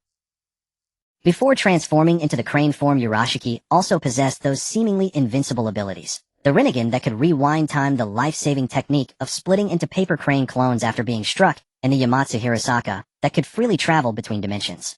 Coupled with an almost inexhaustible reserve of dojutsu power so extravagant that he could unleash any ultimate technique at will. This was completely the standard configuration of a final boss. If he were given these abilities, not to mention staying here and not returning to the future, he would even be willing to go back to Boruto's era now. At least if he couldn't win, he could, unlike now where every use of the Rinnegan's abilities required careful calculation, afraid of exhausting his dojutsu and becoming useless. Sasuke suppressed the surging envy in his heart. Daydreaming was useless. Finish this battle first. The thought had barely settled. Buzz. A BGM inexplicably sounded in his ears. The vibration frequency of the air, the direction of chakra flow, even the angle of the falling light. Everything was telling him that something had quietly changed in this moment. I won't lose. Naruto roared. Let's blast him away together. Boruto screamed in response. The Rasengan in their hands suddenly swelled. The high-speed spinning chakra orbs swelled wildly at a visible rate. Originally the size of a basketball, it expanded to half a person's height in the blink of an eye. The outer layer was azure spiral, the inner layer cyan wind blades, the two layers of chakra intertwined and accelerated each rotation, increasing its volume. The air was violently churned, a piercing whine, deafening, and birds in the forest fled in panic. The energy dissipating from the edge of the Rasengan carved fine grooves into the ground, and dirt and gravel were swept up by the airwaves, forming a reverse-rotating storm of debris around the two. The cyan blue light was so dazzling that it was impossible to look directly, illuminating the taut faces of Naruto and Boruto. Their palms were cut by the edge of the Rasengan, drawing blood, yet neither let go. Instead, they pushed their palms forward with even more force. Sasuke's pupils contracted slightly. Is this the Taiji Rasengan? No, it's the father-son Rasengan. From midair, Urashiki looked down upon the ever-expanding massive Rasengan, his golden vertical pupils devoid of any fear, only a deeper contempt, and trash is trash. No matter what they do, they remain trash. He raised his right arm, fingers spread wide. Let me show you true power. Aim no Hitsuji Ryugu. A purple light burst from his palm, shooting straight into the sky. The light twisted and expanded wildly in midair, coalescing into a colossal purple dragon that blotted out the sky. The dragon was entirely composed of pure destructive chakra, its head held high, its eyes surveying all beneath, each breath exhaling searing purple flames. The air groaned under the pressure of this force, and the ground began to tremble violently. The purple dragon opened its massive maw. A purple energy sphere formed within its mouth. It spun and expanded at a frenzied pace, quickly swelling to twice the size of the father-son Rasengan. Arcs of lightning-like energy emanated from the edge of the purple sphere, each arc cratering the ground upon impact. The space around the dragon began to warp with visible ripples. Watch me crush your hope with ease, Urashiki chuckled, sweeping his right hand downward. The purple dragon, clutching the energy sphere, plummeted toward Naruto and Boruto. Half the sky was lit by the azure glow of the Rasengan, the other half shrouded in the pale purple light of the energy. Two distinct beams of light tore the forest into two worlds. The air screeched under the pressure of the two forces, the ground shook violently, and debris was swept up into the maelstrom, spinning wildly. Yash! Naruto and Boruto roared in unison, thrusting the father-son Rasengan upward. Urashiki manipulated the purple energy sphere, pressing down viciously. The two cataclysmic forces collided in midair with a thunderous boom. For an instant the world seemed to be sucked into a vacuum. Then a ring-shaped shockwave erupted from the point of impact, sweeping across the land with devastating force. Wherever the shockwave passed, the ground was ripped away, soil and rock pulverized into dust. The air, squeezed repeatedly by the two forces, let out a piercing shriek. Then the explosion roared back with a deafening thunder that made everyone's eardrums ache. The fissures were several meters wide and bottomless, with debris tumbling into the abyss. Rock was crushed into powder by the shockwave, then melted by the heat into a dark red lava-like fluid that splattered through the air. The air, squeezed repeatedly by the two forces, let out a piercing shriek. Then the explosion roared back with a deafening thunder that made everyone's eardrums ache, as if countless giant bells were ringing inside their heads. A fierce gale raged, sand and stones flying, the entire forest seeming to undergo a small-scale natural disaster. Jiraiya raised an arm to shield himself from the flying debris, his white hair blown back by the wind. He squinted toward the center of the impact, his face etched with awe. In all his long life, he had never witnessed a clash of energy on this scale. A fierce gale raged, sand and stones flying, the entire forest seeming to undergo a small-scale natural disaster. Jiraiya raised an arm to shield himself. The purple and blue lights wrestled fiercely, devouring, tearing, and crushing each other. The air expanded and warped under the intense heat, light refracting into fragmented, colorful shards. He looked at their positions. Naruto and Boruto were on the right. In the ancient tradition of beam struggles, the left side always loses. A faint, almost imperceptible smile tugged at the corner of Sasuke's mouth. It was settled. He turned his gaze back to Urashiki, who was fully focused on manipulating the purple energy sphere against the father-son Rasengan. His expression composed a casual, dismissive sneer on his lips. He did not notice Sasuke's gaze, which was locked onto his forehead. That golden Rinnegan. A thought flashed through Sasuke's mind. Perhaps he wasn't beyond possessing those things. Everything of Urashiki's. The formidable physique, the unassailable dojutsu, the nearly limitless ocular power. If he could obtain that, it might all be turned to his own use. Gambling on it. If he won, everyone would be happy. If he lost, he had already lived a glorious dozen years in Shippuden. Either way, it was a risk worth taking. With his decision made, Sasuke's hands began to weave hand signs rapidly. Shadow Clone Jutsu. A shadow clone appeared beside him, then quickly transformed into a kunai, which Sasuke grasped in his hand. At that moment, the tide of the clash shifted.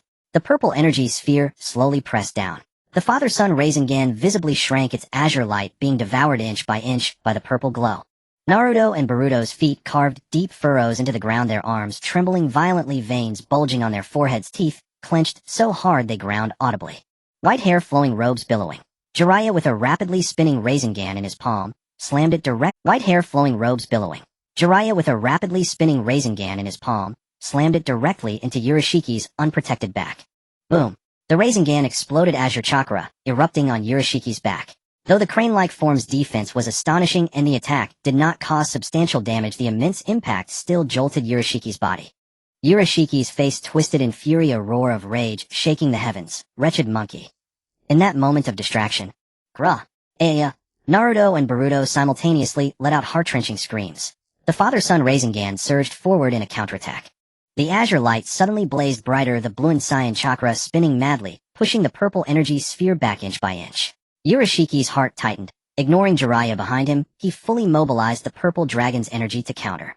His attention was fully on the father-son Rasengan before him, so he did not notice. A ghostly figure had already appeared silently at his side. "They'll give you one too." The moment the cold voice rang out, azure lightning tore through the air. Chidori sharp spear. The lightning condensed into an extremely thin, sharp blade, shooting straight toward Urashiki's right arm, which was channeling energy. The lightning traced a dazzling blue-white trail through the air, emitting a piercing shriek. In the nick of time, Urashiki's left hand shot out, precisely catching the Chidori sharp spear. That left hand, capable of absorbing ninjutsu, glowed with a strange light. The blue lightning, vanishing like a stone, dropped into the sea, absorbed and dissipated. He turned his head, his golden vertical pupils meeting Sasuke's Rinnegan. A twisted, triumphant sneer curled on his lips. "Foolish monkey. Do you think I'd fall for the same trick twice?"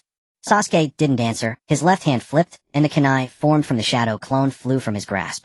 It shot straight toward Urashiki's forehead. The golden Rinnegan.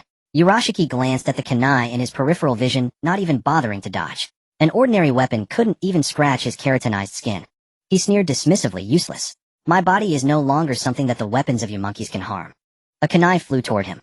In the instant before it touched his eyelid, Urashiki casually closed his golden Rinnegan, too lazy to even muster a thought for an instantaneous reaction.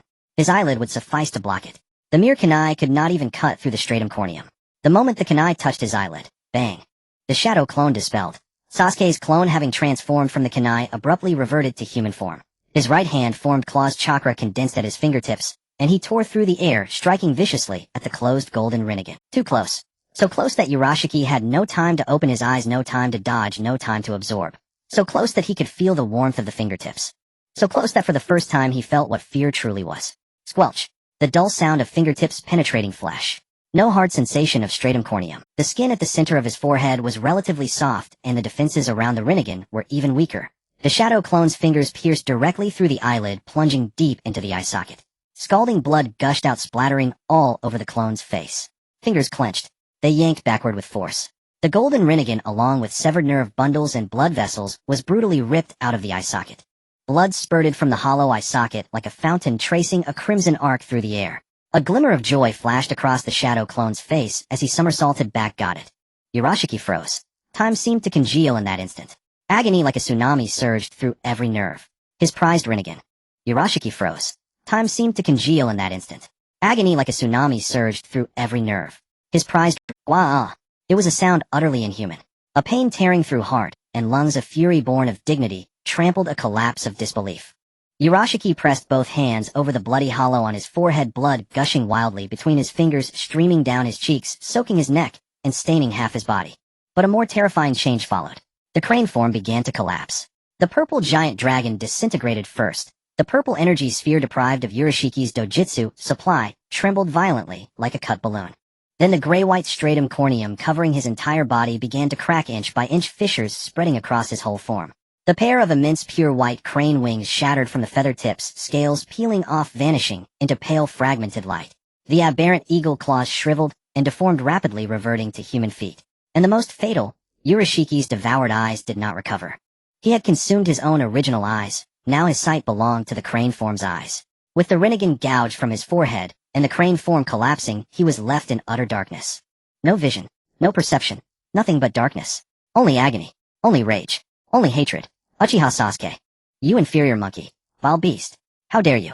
How dare you? Urashiki flailed his arms wildly in the air, unleashing attacks at random. Purple beams scattered in all directions, but none struck their target. Blind, he lashed out on instinct, his roar laced with sobs. I'll kill you. I'll tear you limb from limb. I'll dig out your eyes and crush them with my bare hands. Uchiha Sasuke. Go to hell, die, die. Sasuke reached out and took it, feeling the faint warmth of the eyeball in his palm. The golden pupil shimmered with a captivating halo under the sunlight, beautiful, yet Sasuke reached out and took it, feeling the faint warmth of the eyeball in his palm. The golden pupil shimmered with a captivating halo under the sunlight, beautiful, yet a faint curve tugged at the corner of his lips. Got it. At the same moment, the purple energy sphere deprived of Urashiki's energy supply fell completely out of.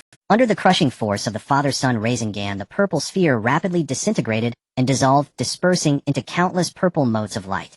The father-son Rasengan, its momentum unabated, wrapped in devastating blue-white light, hurtled straight toward Urashiki, who was clawing madly in midair. Sasuke. Uchiha Sasuke. You inferior monkey. I'll kill you. I'll kill you. Wah. In his final moment, before losing consciousness, Urashiki's mouth still screamed Sasuke's name. Hatred surged to the heavens, etched into the marrow. Then the father-son Rasengan swallowed him whole. Boom. Blue-white light shot into the sky. The shockwave swept across the surroundings, painting the heavens a blinding blue-white. The ground trembled violently, the fissures widening further, as if the entire forest had been struck by an invisible giant hand. The shockwave pushed open a massive hole in the sea of cloud, sunlight pouring through the gap, illuminating the devastated forest below.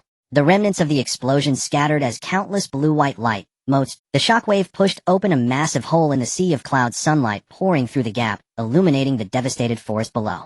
The remnants of the explosion scattered as countless blue-white light motes drifting down slowly like stardust falling upon the earth. Urashiki's voice could no longer be heard, but the curse he left behind before being struck lingered on the wind for a long time. That was his hatred for Sasuke, a hatred etched into bone, unyielding even unto death. Sasuke stood on the ground, gazing up at the clear sky torn open by the shockwave. He confirmed that Urashiki's presence had vanished entirely, leaving no trace. He exhaled slowly, the tense nerves finally relaxing. He looked down at the golden Rinnegan in his palm. Then, without a moment's hesitation, he tore off the bandage on his left arm. The bandage came loose, revealing an arm so pale, it was almost frightening. A stark contrast to Sasuke's original skin tone, as white as a corpse. This was his transplanted left arm. The faint blue veins beneath the skin were visible, creating an eerie contrast with the surrounding flesh. Sasuke drew the Kusanagi blade, aligning its edge with his left palm. He slashed down. A clean cut split his palm, blood instantly surging forth.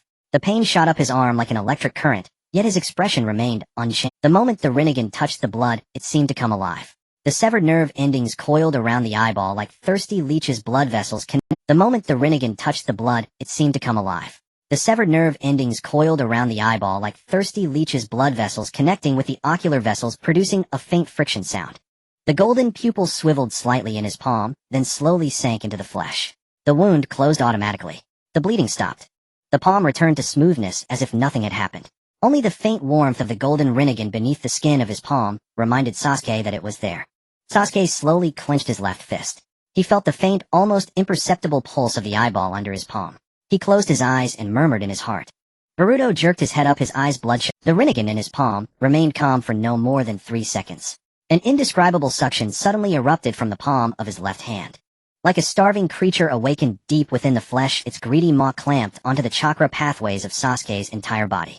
Sasuke's pupils contracted sharply. The chakra within him was being drained at a frantic pace. The force was astonishing, like an invisible giant leech burrowing into his veins, spreading from his fingertips to his shoulders, chest, and dantian.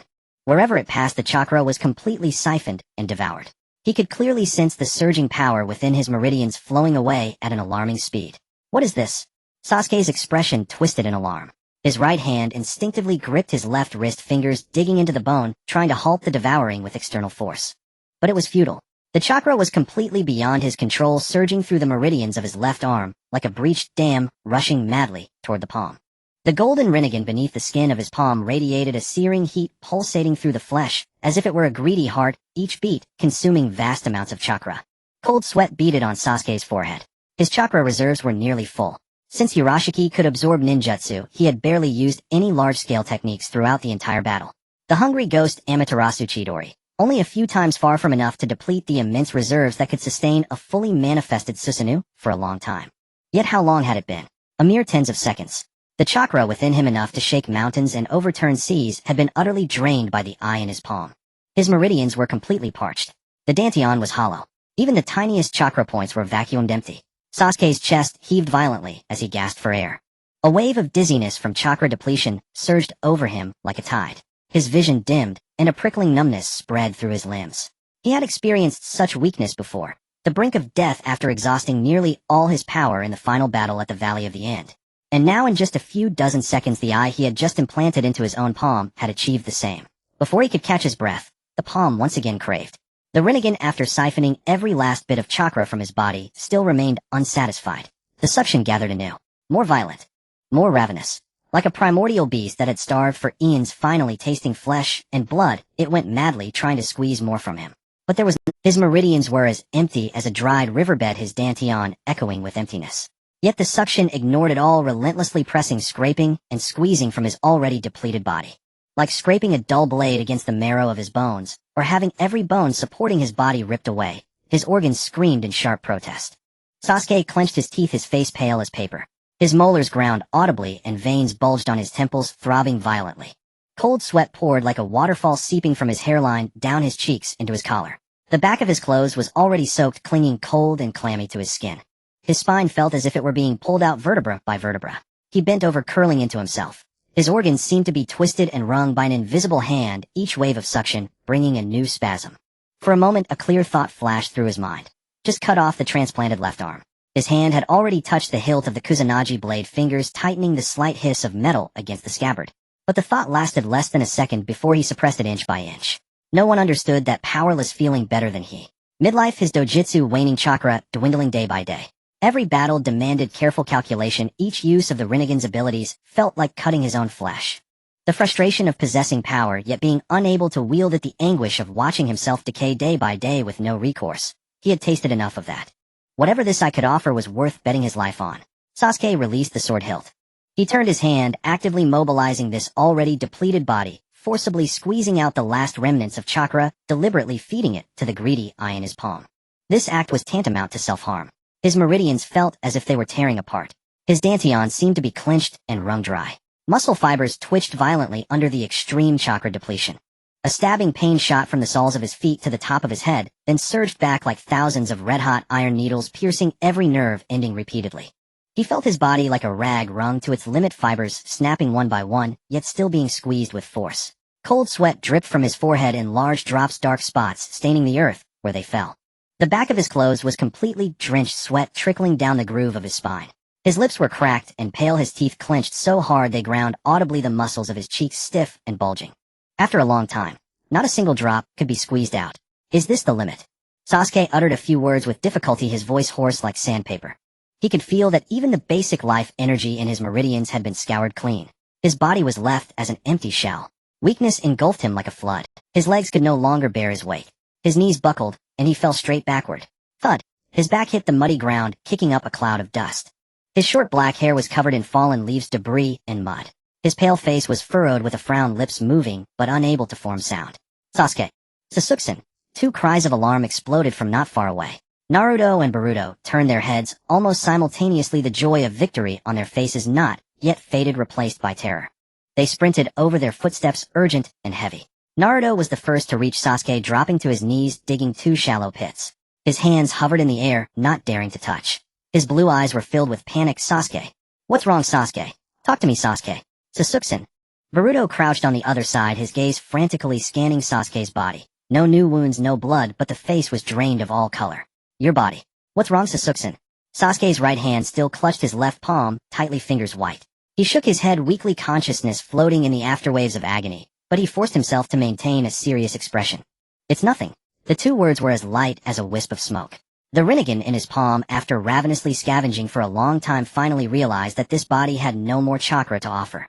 That terrifying suction slowly subsided like a sated beast closing its jaws. The searing heat also faded, leaving only a faint warmth. The violent pain surging within Sasuke finally eased slightly. He struggled to prop himself up, his movements so slow they were almost impossible. When he pushed with his elbows, his muscles trembled. When he straightened his spine, a faint crackling sound came from each vertebra. Looking at the two faces on the verge of tears, he tugged at the corner of his mouth. Don't make such faces. His voice was still hoarse, but it regained some of its coolness. I'm not dying. Sasuke-san. Sasuke. Their voices carried a sob, eyes reddened. Naruto raised his hand and roughly wiped his eyes, rubbing his sleeve across his face a couple of times. Boruto bit his lip, fingers gripping the seams of his pants. Sasuke looked at them, about to say something more. Then, suddenly, his left palm became scorching hot. Not the internal burning pulse from before when it devoured chakra, but a pure high temperature, as if he were holding a ball of iron just taken from a forge. The skin stung from the heat, and his bones felt as if they were soaked in boiling magma. Sasuke's pupils contracted, and his right hand once again clamped down on his palm, fingers digging into the back of his left hand. What was this now? One moment it heats up, the next it drains chakra. How many times will this Rinnegan torment him before it settles? Just as he was gritting his teeth, a leisurely footstep stopped before him. Jiraiya. He said nothing, merely looked down at Sasuke's covered left palm, then at Sasuke's face, as pale as paper. Those eyes, which had seen much of the world, held no panic, only understanding. He had heard every last scream of Ōtsutsuki Urashiki. That was not ordinary hatred, only a sound born from having one's dignity crushed and trampled into the mud. Hatred etched into the marrow, never forgotten, even in death. To make a being who considered himself a god let out such a broken roar, Sasuke must have done something to Urashiki. And now the left palm that Sasuke was clutching so tightly was on the same side. Jiraiya did not ask.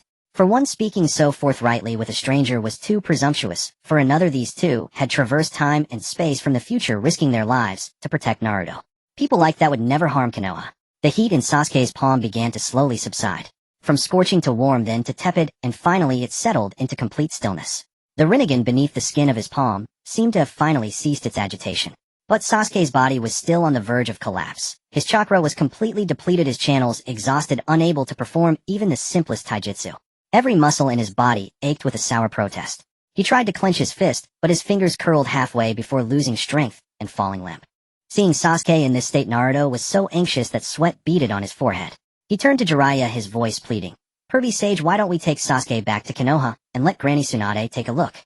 He spoke faster and faster, as if clutching at a lifeline. Granny Tsunade's medical ninjutsu is so strong, she can definitely cure Sasuke. Last time Lee was so badly injured, and she healed him. This time will be no problem. Jiraiya pondered for a moment, then nodded. That should be fine. With Tsunade's abilities, it should be no problem. Boruto's eyes lit up. He had heard his father talk about Granny Tsunade since he was young. The fifth Hokage, the greatest medical ninja in the ninja world, who could even save someone whose meridians were completely severed. If it were her, Sasuke would surely. No need. A cold voice cut through all proposals. Sasuke raised his head, his Rinnegan still sharp as a blade, his pale face showing no room for negotiation. I know my own body. It will recover in a while. Sasuke. Sasuke. Both tried to persuade him again. I said no need. Sasuke's tone grew even colder, each word seeming to have been forged in ice. He glanced at Boruto, his gaze brooking no argument. Furthermore, Boruto, pack your things. We'll be heading back soon. Boruto was stunned. The color drained from the boy's face, his lips trembling before he forced out a sentence. But, Sasuke, isn't this too soon? Besides, your body is still injured. Sasuke shook his head. He could feel his body recovering. Chakra was slowly regenerating, like the first trickle of water seeping from the bottom of a dried-up spring. His ocular power was also slowly restoring. The aching sensation in his left Rinnegan was fading. This was not the body's natural self-repair. After chakra depletion, it would never recover so quickly on its own. Sasuke instinctively glanced at his left arm. The prosthetic, wrapped in bandages, was pulsating gently, almost imperceptibly. Hashirama cells. It was the Sage of Six Paths' former body that was nourishing his depleted form, filling the gaps in his channels and spurring new chakra. Sasuke felt a trace of satisfaction toward the prosthetic. He hadn't expected Hashirama cells to have such a use, not only maintaining the prosthetic's function, but also initiating repair when the host was on the verge of exhaustion. But then he thought of that man's myriad of extraordinary abilities, cultivating an entire white Zetsu army, healing without hand seals, suppressing tailed beasts with wood release, and this slow recovery seemed trivial in comparison. He turned back to the two before him, his tone leaving no room for dissent. Go prepare. He'll leave once my ocular power is restored. But, Naruto suddenly spoke, his voice heavy with reluctance. Sasuke, you. Enough, Naruto. Before he could finish, Sasuke cut him off coldly, his eyes meeting Naruto's blue irises directly, his gaze like a drawn sword. Sharp, cold, impossible to avoid. Naruto, more importantly, what you need to focus on now is finding the me of the past, not the me of the present. Do you understand? Naruto's Adam's apple bobbed. This tone was too familiar. Cold and different with a hint of faint disdain. Yet every word struck his softest spot. His heart ached, his chest tight, wanting to say so much, but unable to utter a single word. But he forced a grin, suppressing the bitterness. The smile carried sadness, unwillingness, reluctance, but more than anything, stubbornness. Don't worry, Sasuke. I will definitely bring you back. Sasuke looked at that smile, paused for a moment, then nodded. He turned to Boruto, his tone as cool as ever. Your father is still waiting for us to return. The longer we delay, the more danger he faces.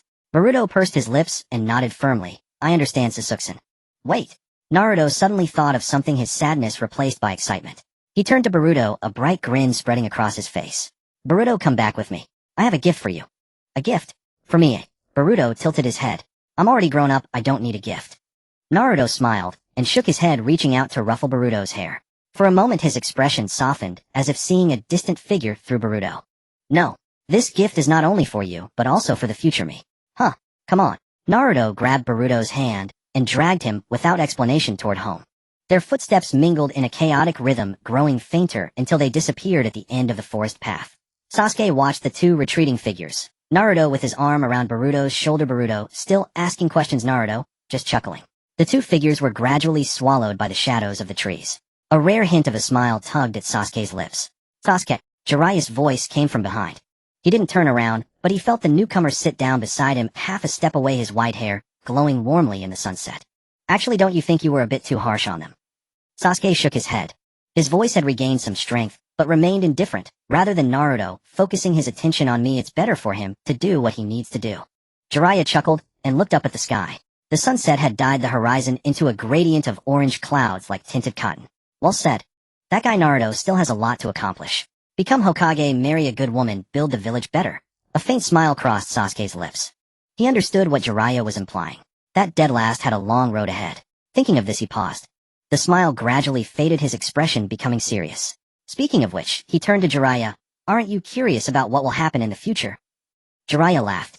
There was no shadow in that smile, as open as a clear sky. His white hair lifted in the evening breeze, his robes fluttering gently. He looked up at the sky dyed crimson by the sunset, his gaze distant and calm, as if crossing time itself, seeing a destination already written. No. The ending of a novel should be saved until the very end for the greatest surprise. Sasuke was silent. He understood. This man before him had most likely deduced his own fate. Knowing he would die, yet not intending to change it, not struggling, simply accepting it with such openness. Like accepting the rain, the wind. Like accepting the setting sun and the rising stars. That was the peace and serenity that came only from entrusting one's entire life to fate. Sasuke looked at the smiling white-haired man. The evening breeze stirred his hair, the scab wound on his shoulders still faintly red, but he paid it no heed. His hands resting behind his head, his posture as leisurely as if he were sunbathing in his own yard. Truly a heroic man. Sasuke silently thought in his heart. But aloud he said indifferently, I acknowledge you, Jiraiya. I'm relieved that Naruto has you to look after him. Jiraiya was taken aback for a moment, then his grin stretched from ear to ear. He sprang to his feet, one foot on a rock, left hand on his hip, right hand pointing to the sky, his white hair flaring into a lion's mane against the sunset. Of course, I am the disciple of the great Toad Sage of Mount Myaboku, known as the Toad Sage. Jiraiya, at your service. This pose. This tone. Sasuke looked at this utterly ridiculous scene, and his composure finally cracked. What cold-faced eternal poker face. It all shattered against that absurdly exaggerated pose. He turned his face away, his shoulders trembling slightly. A passionate teacher taught a passionate student. Two fools carved from the same mold.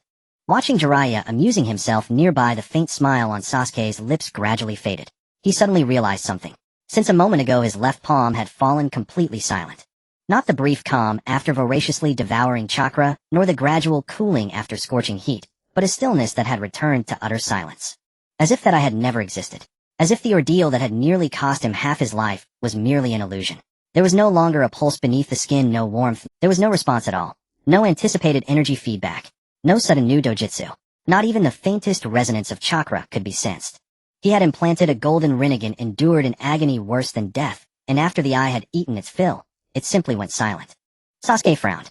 No, He remembered clearly that when he first awakened the Mangekyo Sharingan, a stream of icy chakra would surge from deep within the eye socket, flowing along the optic nerve straight into his brain. At that moment, a complete set of jutsu information would naturally emerge in his consciousness. The name of the dojutsu, its activation method, its effective range, as clear as if carved into his soul. Later when he awakened the Rinnegan, it was the same. The sensation of jutsu knowledge flooding his mind was unmistakable. It was a connection beyond words established between the Sharingan and its owner after evolution. But now there was nothing. No jutsu. No perception. No connection. Sasuke's heart skipped a beat. What was going on? Could it be useless? While Jiraiya was still absorbed in his own amusement striking poses and not paying attention, Sasuke slowly loosened his right hand that had been tightly clutching his left palm. He opened his fingers one by one extremely gently and slowly. The instant his palm was exposed to the sunset glow, Sasuke's pupils contracted sharply. The golden Rinnegan that had been embedded in the flesh of his palm was gone. In its place was a completely different eye. The upper half of the pupil's base color was sky blue, while the lower half had turned deep crimson. The two colors met sharply at the center of the pupil, forming an eerie horizontal dividing line. Blue like ice, red like blood. Embedded in his pale palm, it appeared both beautiful and uncanny. Staring at the blue and red Rinnegan, Sasuke rapidly accessed Urashiki's memories in his mind. Urashiki's original Rinnegan could freely switch between blue and red. In the blue state, it could reverse time. In the red state, it could release Yamatsu Hirasaka, among other abilities. Each state had its own divine powers, and he could switch effortlessly. It was only after he devoured those Rinnegan that the powers of the two eyes merged into one, evolving into the golden Rinnegan on his forehead. That was evolution. Fusion. A qualitative leap from quasi-six paths to six paths level. But now, the golden Rinnegan had reverted to an ordinary blue and red Rinnegan. Two eyes merged into one, gold degraded to two colors. This was not evolution, it was regression. At this thought, Sasuke's heart felt like 1,000 horses. Damn it, what a huge loss. His mind uncontrollably flashed back to the hellish torment he had just endured.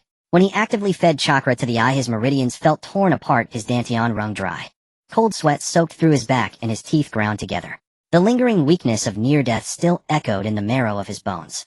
He had risked nearly dying, endured the excruciating pain of having his chakra drained, and suffered the convulsions of his marrow being emptied, and it had all been for nothing.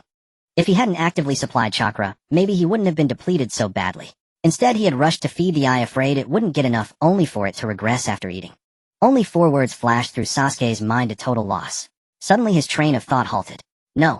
The craving at that time had been so intense it nearly spiraled out of control. The eye frantically scraped every bit of chakra from his body, like a ravenous beast intent on draining the host's life energy as well. Only when it discovered that there was truly nothing left to squeeze from his body did the suction slowly subside.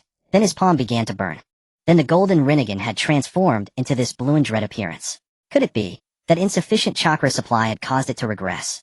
Sasuke's mind conjured an image of Urashiki's immortal crane body, covered in gray-white keratin layers. A 6 paths level physique, terrifying regenerative ability. A direct Chidori thrust left only a scorch mark, and a Rasengan to the back shattered several giant boulders, yet left him unharmed.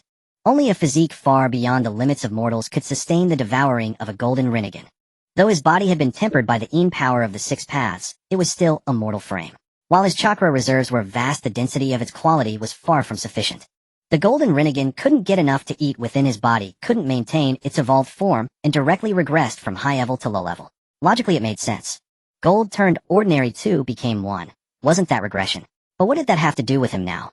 Sasuke stared at the eerie blue and red Rinnegan in his palm, his gaze gradually turning cold. After all that effort, all that suffering, nearly being drained dry in the end, he had gained nothing. This eye was useless to keep, or maybe he should. Just as he was about to dispose of the eye in his palm, a strand of jutsu information flooded into his mind without warning. That sensation was all too familiar. It was as if something had gently touched a sleeping string deep within his consciousness. An invisible stream of information carrying a faint, cool touch slowly flowed along his nerve endings into his brain, unfolding bit by bit within his sea of consciousness. It was not a forceful infusion, nor a painful rending. It was a natural Asafuwashi's perception that silently awakened before he even realized it. Like fingers that had groped in the dark for a long time finally touching a door. The door pushed open silently, and something was waiting for him behind it. Sasuke's heart leaped with joy. This was the feeling. When he had awakened the Mangekyo Sharingan, and the Rinnegan back, then it was the same sensation. The icy jutsu information surged from the depths of the eye, settling steadily into the depths of his consciousness, each character as clear as if carved into bone. Almost subconsciously he prayed in his heart. Heaven and earth, let it be a good one. Any one of Urashiki's broken level dojutsu would do. The time-reversing Rinnegan ability, the life-saving technique of splitting into origami crane, clones the Yamatsu Hirasaka that freely traverse different dimensions. Even if only one came, this deal wouldn't be a loss. Sasuke's consciousness sank deep into his mind. The jutsu information slowly unfurled under the gaze of his awareness. Each character gradually became clear from a blurry shadow into an inscription carved into the marrow. Dojutsu Danji Rinnegan gathered 10,000 sources condensed into a pill to temper the body. Ability after activating the Rinnegan's exclusive Dojutsu chakra can only be extracted from the target through physical contact. Only high-concentration colossal energies, such as Tailed Beast Essence, Ōtsutsuki Bloodline Chakra, and Divine Tree Essence, can be condensed into pills. The thin chakra of ordinary ninja cannot form pills.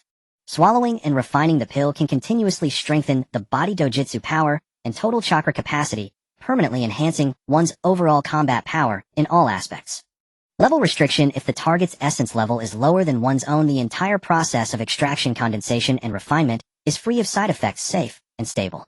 If the target's essence level is higher than one's own, energy can still be forcibly extracted and condensed into a pill, but refining it will tear meridians, burn the eye sockets, and leave permanent damage. Forcibly refining a pill made from the essence of an Ōtsutsuki clansman will double the damage to the body and eye channels. Drawback: supplement: frequent refinement of pills made from the essence of Ōtsutsuki clansmen will gradually erode one's own sanity, breeding the risk of violent loss of control.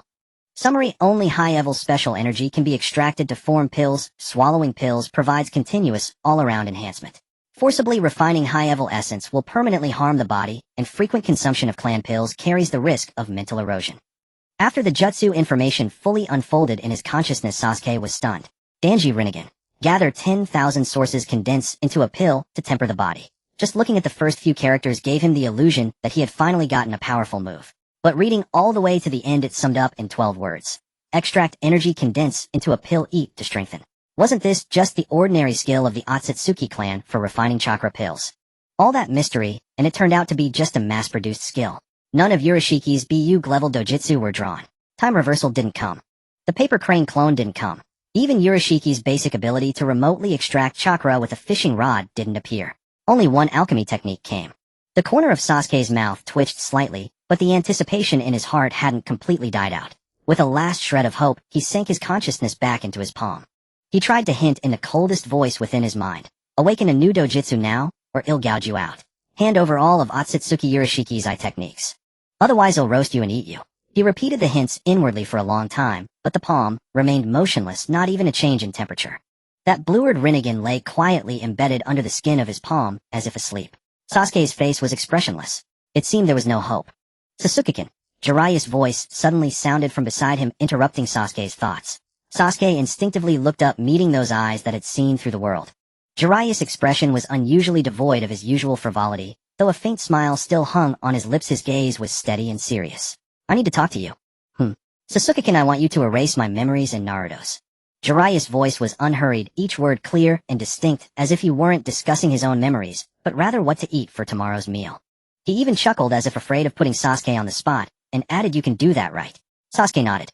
Actually, even if Jiraiya hadn't brought it up, Sasuke would have erased everyone's memories before sending Boruto away. That had been his plan from the very beginning. He just hadn't expected Jiraiya to volunteer. This man, knowing full well he would likely die on some future day, was even willing to give up the chance to know that future. Sasuke didn't say much, only nodded again. Jiraiya let out a long sigh of relief, his smile becoming light again. That's great then. They'll leave it to you in a bit. Sasuke pulled the black bandages back up, wrapping them around his left palm layer by layer. The fabric covered that eerie blued Rinnegan, gradually obscuring the bizarre boundary between blue and red. When he reached the last wrap, he tightened his 5 fingers slightly, feeling the faint pulsation from his palm. He had come to terms with it. One dojutsu was better than none. Even a freebie was a gain. One extra ability meant one more trump card. As he pulled the last loop of bandage tight and tied it off, a scene flashed through his mind. In the dimensional space, Ōtsutsuki Mamashiki, refining Ōtsutsuki Kinshiki into a chakra pill and swallowing it whole. Kinshiki didn't resist at all. No, he couldn't resist. Kinshiki simply didn't have that ability. He could only be refined because he didn't possess the Danji reincarnation. In other words, this pill-refining dojutsu wasn't something every Ōtsutsuki possessed.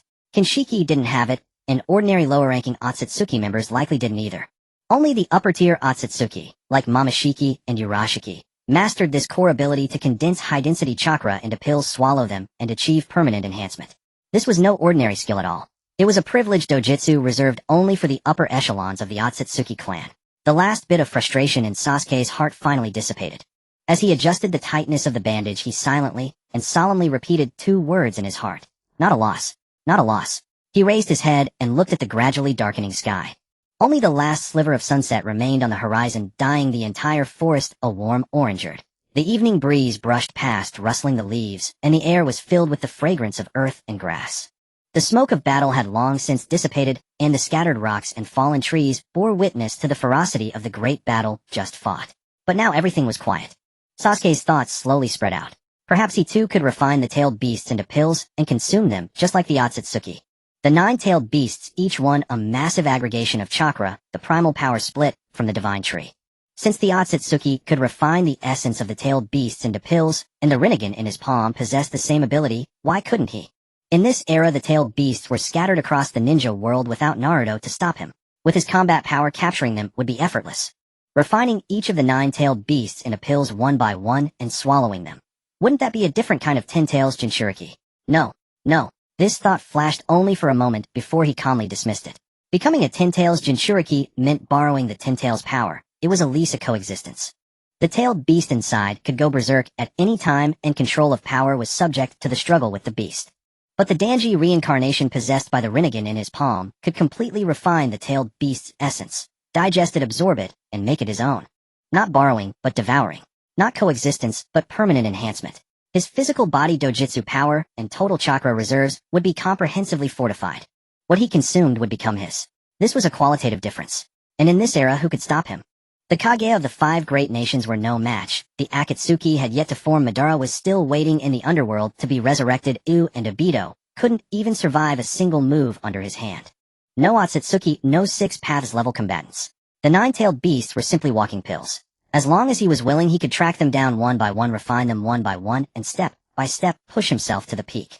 No more having to carefully calculate how much dojutsu power to expend in each battle, no more worrying about being at others' mercy when chakra ran out. The lack of dojutsu power and chakra had been the biggest thorn in his heart since the moment he time-traveled.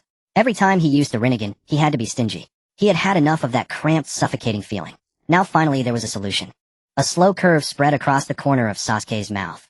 A genuine smile from the depths of his heart, tinged with ambition and exhilaration. The evening breeze stirred the tips of his black hair, and the last rays of the setting sun outlined a sharp, resolute jawline on his profile. It was settled. He was never going back to the Boruto era. Not even the 6-path sage could stop him, he declared. On the other side, in a residential building of Konohagakure, Naruto pushed open his old wooden door, rummaged through the house for a long while, and finally pulled out a green cloth bundle from the deepest corner of the cabinet. The bundle was dusted with a layer of grime, its edges frayed, bearing the marks of long concealment and countless caresses. He carefully took out the items from the cabinet one by one. All limited edition Ichiraku ramen, each package intact, every flavor accounted for, each one a treasured hoard saved from his frugal living. Some of the cups were already out of print, impossible to find even at Ikaraku's shop. He placed the ramen cups one by one into the green bundle, arranging them neatly, as if performing a sacred ritual. After placing the last cup, he cinched the bundle's knot tight, cupped it in both hands, and offered it to Boruto with an unusually solemn expression. "Boruto, this is for you." Boruto took the bundle with both hands, hefted its weight, and tilted his head curiously. "What is this?" "Ramen. A gift." Naruto paused, his gaze turning earnest to the point of gravity. "Only open it when you get back." It wasn't the usual grinning smile, nor the passionate roar of battle, but a heavy, indescribable look. It wasn't the usual grinning smile, nor the passionate roar of battle, but a heavy, indescribable look laden with complex emotions.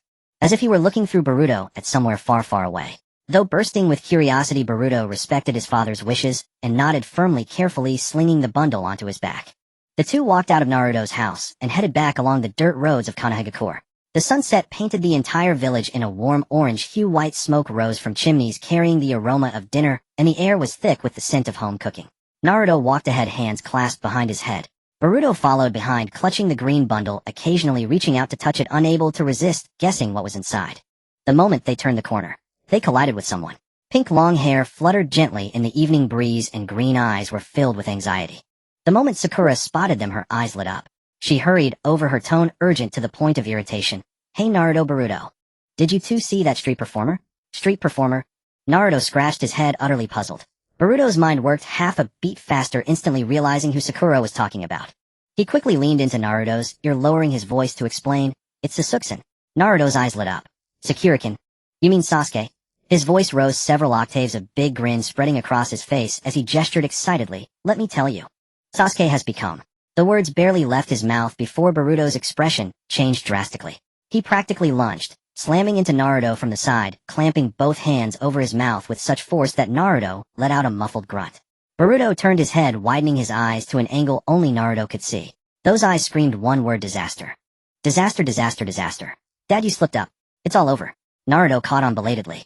With Boruto's hand clamped over his mouth, his chin locked in a firm grip, his eyes met his son's. Those wide, almost bulging eyes reflected his own stunned face. The reflection bore a frozen smile, a thin layer of sweat beading on his forehead. Naruto's body went cold inch by inch. What had he just said? He said Sasuke. He had spoken Sasuke's name. Right in front of Sakura, he had uttered that forbidden name word by word in a tone that bordered on proclamation. Sweat cascaded down Naruto's face, soaking into his collar. He turned his head stiffly, the motion slow as a rusty gear, his neck craning one vertebra at a time, even hearing the creak of his own spine under strain.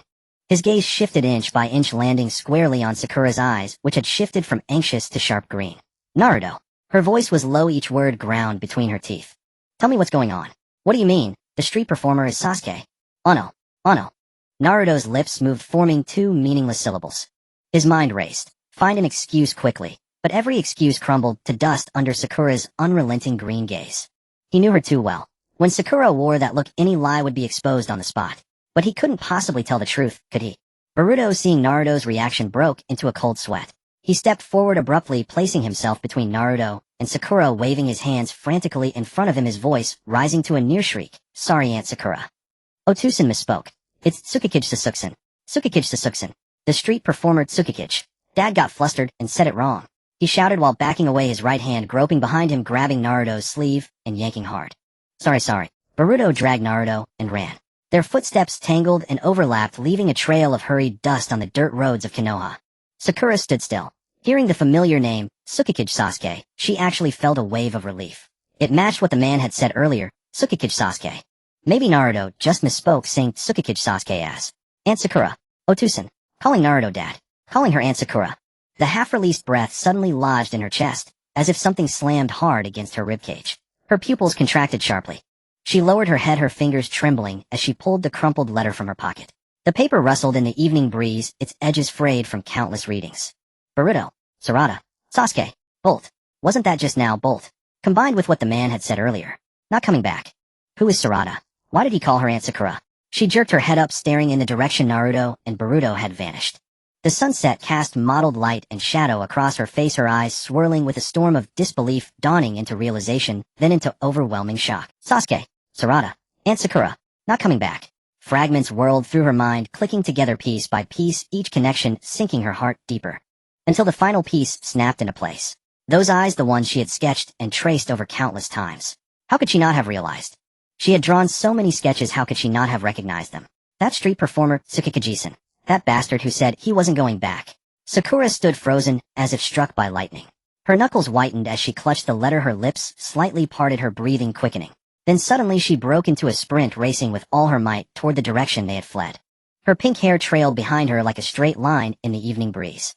Her footsteps pounded like a drumbeat, echoing endlessly through the twilight streets of Konoha. Time slipped away second by second. The sun had fully sunk below the horizon, leaving only a faint trail of dark purple embers in the sky. The evening breeze grew colder, and the chirping of insects in the forest became sparse and intermittent. The fallen broken trees and the cracked earth lay silent in the twilight. Sasuke leaned against a rock, his consciousness still immersed in the analysis of the Tomei technique of the blue and red Rinnegan in his palm.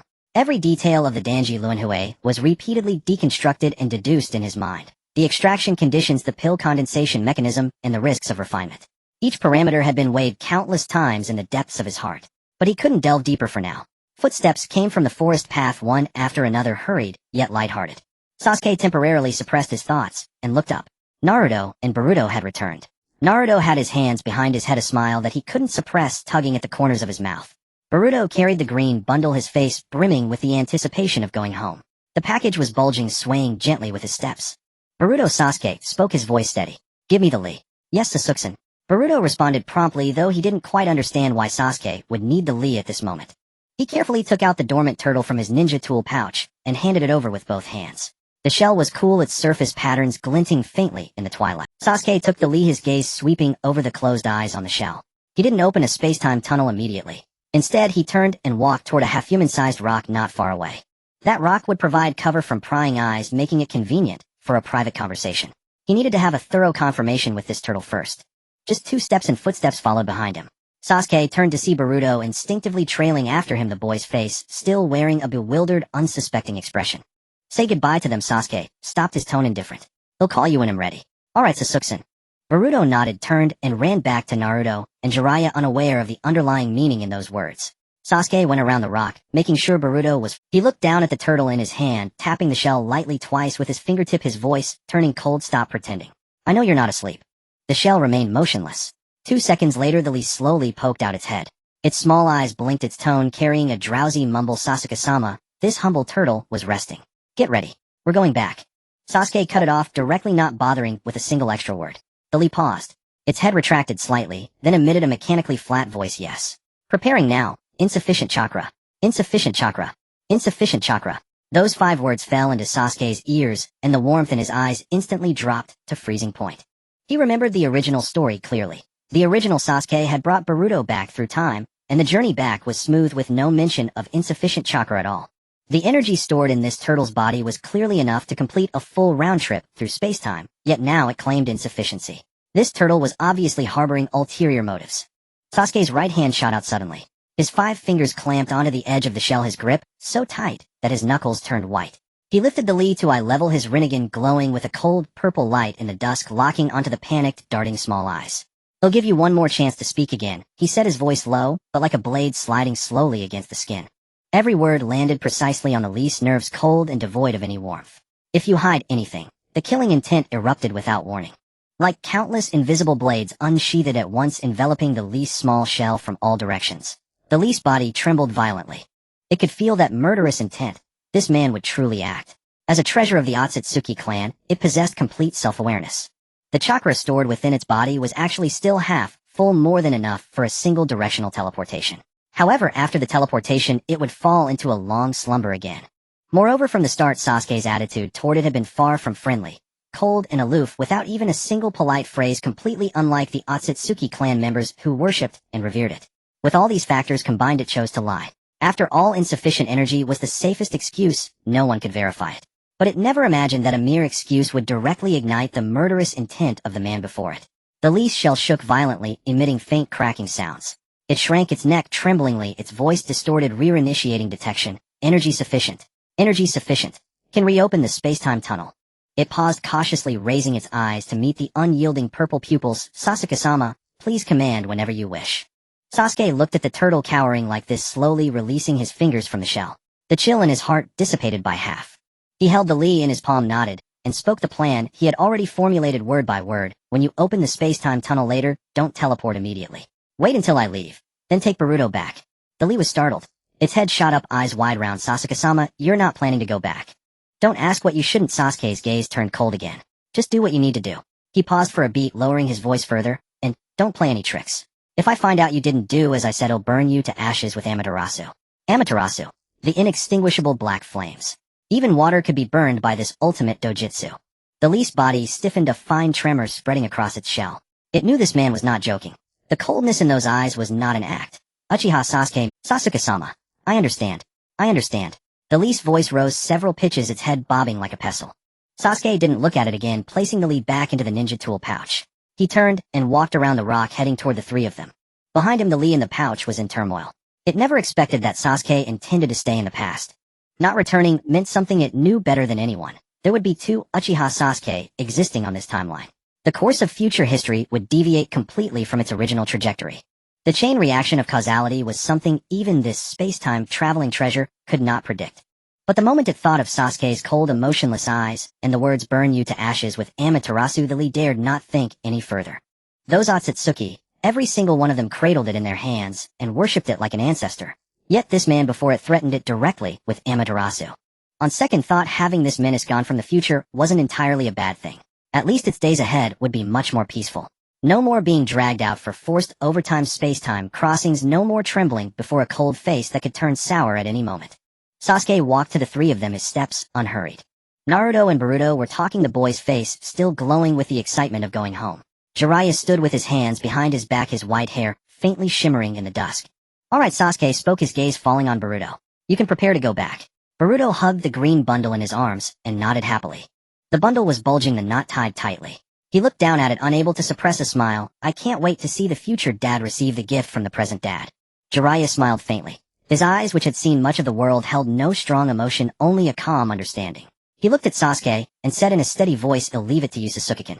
Sasuke nodded. He understood what Jiraiya meant, a reminder to fulfill that promise. He raised his eyes, the purple light of the Rinnegan swirling in the depths of his pupils. His voice was cold and clear like a blade leaving its sheath. "Look at me." Jiraiya met that gaze without hesitation.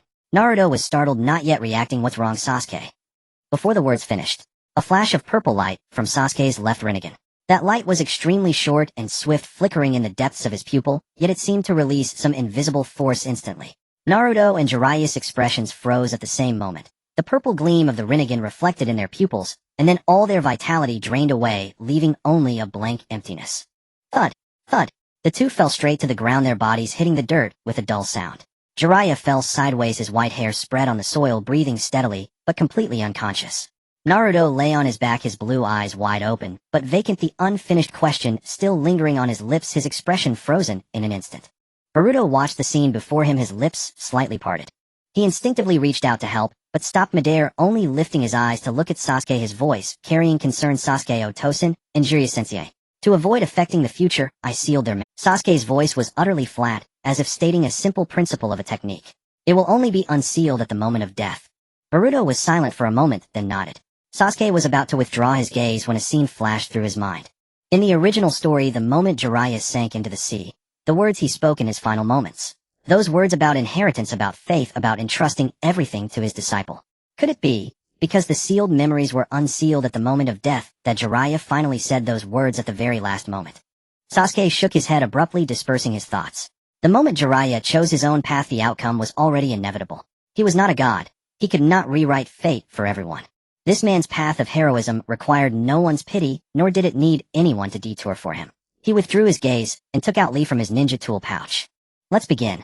Lee took a deep breath, and the surface of its shell began to change. It retracted its limbs and head, and its entire body reassembled like a precise mechanism. The shell's patterns glowed with a dark gold luster, growing brighter and more intense. Golden light burst forth from within, illuminating the surrounding meters as if it were daylight. Ripples like water waves spread through the air, and a light gate about 3 meters in diameter slowly condensed into form, its edges swirling with iridescent halos. Sasuke stepped inside. Boruto followed closely, holding a green bundle, as he stepped into the light gate. A space-time tunnel unfolded before them. A surreal, colorful world flowed around them, with countless light curtains floating and intertwining in the void, each reflecting fragments of scenes from different timelines. Some light curtains flashed scenes of Konoha streets, others reflected unfamiliar faces never seen before, and still others were just blurred, shifting patches of color. There were no seams between the light curtains, yet they were independent, like countless mirrors suspended in the void. Even though this was his second time entering this tunnel, Sasuke couldn't help but take a few extra glances. Here there was no sense of time, no gravity. Only the faint tremors transmitted through the transparent path beneath their feet, condensed from pure chakra. Boruto walked beside him, clutching the bundle in his arms, his face full of excitement. The boy's voice echoed in the void, tinged with joy. "Great Sasuke. This trip to the past not only saved the father of the past, but also successfully eliminated Ōtsutsuki Urashiki, and most importantly, we got to meet Master." He turned to Sasuke, eyes sparkling. "When we get back, I'll tell father all about it." "Hell, definitely, Boruto." Sasuke's voice was unnaturally calm. In this glittering void, those two words were like stones thrown into a lake, spreading silent ripples. Boruto was taken aback. Sasuke rarely called him in such a tone. It wasn't coldness nor severity, but something heavy he had never heard before. The excitement on the boy's face slightly faded. He tilted his head in confusion. "What's wrong, Sasuke?" Sasuke did not stop walking. His voice came steadily through the void, each word seeming carefully weighed, neither light nor heavy, yet it struck the chest with a dull ache. "After you return, tell that idiot Naruto. Be careful of the Ōtsutsuki clan. Fight if you can win, run if you can't. It's no big deal, don't stubbornly resist." Boruto blinked, not yet fully comprehending. The content of the words wasn't strange. Sasuke was always cautious. But the tone was wrong. The timing was also wrong. Why say it now? They were about to return. Oh, wouldn't it be better to tell father face to face? "Sasuke, why are you suddenly saying this? And you too?" Sasuke interrupted him, his pace slightly slowing. He did not turn around, but his voice was even lower than before, as if imparting final words. Even if I'm no longer here, you must train well and not slack off. The future still needs the strength of you young people. Boruto stopped in his tracks. The boy stood in the void surrounded by shimmering light curtains. The green bundle in his hands was unconsciously clutched tighter. The phrase, even if I'm no longer here, echoed in his mind, and with each repetition his heart— Sasuke wouldn't say such things without reason. This wasn't a casual remark. This was a farewell. Sasuke. Boruto's voice trembled slightly. He was about to ask, but before the words could leave his mouth, Sasuke's left Rinnegan suddenly glowed with purple light. His ocular power surged out like a tide, tearing a new spatial rift in the void. The edges of the rift shimmered with a familiar iridescent halo, and beyond it the forest where the smoke had cleared was faintly visible. Then he pushed off with his feet, and leaped into the rift like a black lightning bolt. The movement was so fast that no one had time to react. Begin, he said to Lee with his final 2 words, and his figure disappeared into the rift. Sasuke. Sasuke. Boruto lunged toward the rift, not even bothering to pick up the bundle that fell from his arms. But just as his fingers touched the edge of the rift, it closed. As if it had never existed, it vanished without a trace in the void. No residual light, no ripples, not even a trace of chakra fluctuation remained. Only the empty light curtains flowed silently around. Warning! Warning! Proceeding to the original time-space. Please prepare. Lee's mechanical voice echoed in the void. But Boruto, as if he hadn't heard, stood frozen, his outstretched hand still hanging in the air, fingers trembling slightly. His mind went blank. Sasuke jumped into the rift, and then the rift closed. Just like that. And he didn't even know where the rift led. Hey lordly, Boruto's voice was hoarse. Where did Master Sasuke go? Lee, who was rarely called Lord, was in a good mood. Plus that menacing presence had finally left, the whole turtle felt lighter. It didn't hide anything, its tone, even carrying a hint of nonchalance. He plans to stay in the past, not return to the future. What? Boruto's pupils contracted sharply. Stay in the past. Not return to the future. No. No. If he stays here, then the future. Then father. Then Sasuke. Don't activate the return yet. Boruto spun around to face Lee, his voice rising to almost a roar. I'm going to bring Master Sasuke back. Lee blinked calmly. Those small eyes no longer held the fear they had when facing Sasuke. Only a routine indifference remained. It's impossible. The space-time jump has already been initiated and cannot be terminated. What? Boruto froze. His heart suddenly stopped. It was as if someone had gripped and squeezed it hard. His chest felt hollow. He even forgot how to draw breath into his lungs. His mind was sucked into a vacuum at that moment. Then memories surged like a tide. When Sasuke taught him Shuriken Jutsu, when Sasuke blocked Urashiki's killing blow, and fell before him covered in blood, when Sasuke said coldly, "You two are just alike." Every life or death crisis, every critical moment. Sasuke was always there. And now Sasuke was gone. That patient teacher who taught, saved, and protected him had simply left. He hadn't even given him a proper goodbye. And what he feared most was, how would he explain to his father? How would he tell Naruto that your best friend stayed in the past, and isn't coming back? How could he tell someone who had spent half his life chasing after Sasuke that he had left again? Boruto looked down and saw the green bundle at his feet. It was bulging, the knot tightly tied. Just minutes ago he had held it with eager anticipation, imagining the expression on his future father's face when he received the gift. Would he smile? Would he ruffle his hair? Would he say, "Brat"? And then his eyes turned red. But now the bundle lay quietly on the ground, its green cloth glowing with an irritating dullness in the virtual light. He had never seen such an ugly color. Boruto spun around, facing the direction of the vanished rift. The iridescent light curtains still flowed silently in the void, offering nothing in response. Sasuke. A desperate roar exploded in the space-time tunnel. The boy's voice tore until it cracked at the end like shattered glass, scattering piece by piece into the endless void. The echoes were swallowed by the flowing light, not even a ripple rising. Meanwhile, at the space-time coordinate at the other end of the tunnel, Sasuke leaped down from the spatial. His feet landed steadily on the war-torn forest floor, kicking up a thin layer of dust. The fallen broken trees were still there, the cracked ravines on the ground still there, and the residual chakra fluctuations in the air were slowly dissipating. Naruto and Jiraiya still lay nearby in deep sleep, breathing steadily. Everything was exactly as he had left it. Sasuke stood still, then suddenly frowned. He felt as if he had forgotten something. He quickly reviewed the various matters in his mind. Memories sealed, Urashiki eliminated, Boruto sent away. The plan was executed completely, with no obvious omissions. He muttered to himself, his voice low enough that only he could hear. I feel like I've missed something. Before he could finish, a familiar chakra was approaching at great speed. The quality of that chakra was all too familiar, like a shark smelling blood with a clear target charging straight toward him. Fierce and menacing, the arrival was not friendly. As Sasuke sensed the approaching chakra, a flash of insight struck his mind. He suddenly understood. So it was her that he had missed. Sasuke turned around. Through the twilight-shrouded forest, that pink figure was desperately sprinting towards him. Her steps were so unsteady that she nearly stumbled several times, yet she never paused. Her long pink hair streamed in a straight line in the evening breeze, and she didn't even notice when a branch caught and tore a small slit in her garment. Sakura rushed up to Sasuke, her hands slamming onto her knees as she bent over, gasping for breath. Her chest heaved violently, each breath carrying a dry, raspy sound. Sweat dripped down her temples and fell onto the earth, forming dark spots that spread into the soil. Her chest heaved violently, each breath carrying a dry, raspy sound. Sweat dripped down her temples and fell onto the earth, forming dark spots that The paper was crumpled, the edges frayed, and fuzzy evidence of countless folds and unfolds. She held the paper up and waved it at Sasuke. The last rays of the setting sun filtered through the paper, revealing faint traces of writing on the reverse side. Sasuke's gaze fell on the letter. A flash of memory crossed his mind. It was written to him by Sarada. The last rays of the setting sun filtered through the paper, revealing faint traces of writing on the reverse side. Sasuke's gaze fell on the letter. A flash, those green eyes churned with a torrent of emotions. Urgency, tension, and a reckless, unwavering determination. She called him Sasuke, not Moonlight Sasuke, not the street performer uncle. It was Sasuke. Combined with her current expression and the letter in her hand, Sasuke had already formed a rough judgment. Finally, Sakura caught her breath a little. She straightened up, her eyes fixed on Sasuke, her voice still trembling with the aftermath of her breathlessness, but she enunciated each word with remarkable clarity. Sasuke, it's you, isn't it? You came from the future, didn't you? Sasuke did not answer. He simply stood silently watching the girl before him, wondering what she had guessed and what she wished to say. When Sakura saw that he did not reply, she pressed her lips together. She did not retreat. Instead, she grew even more resolute.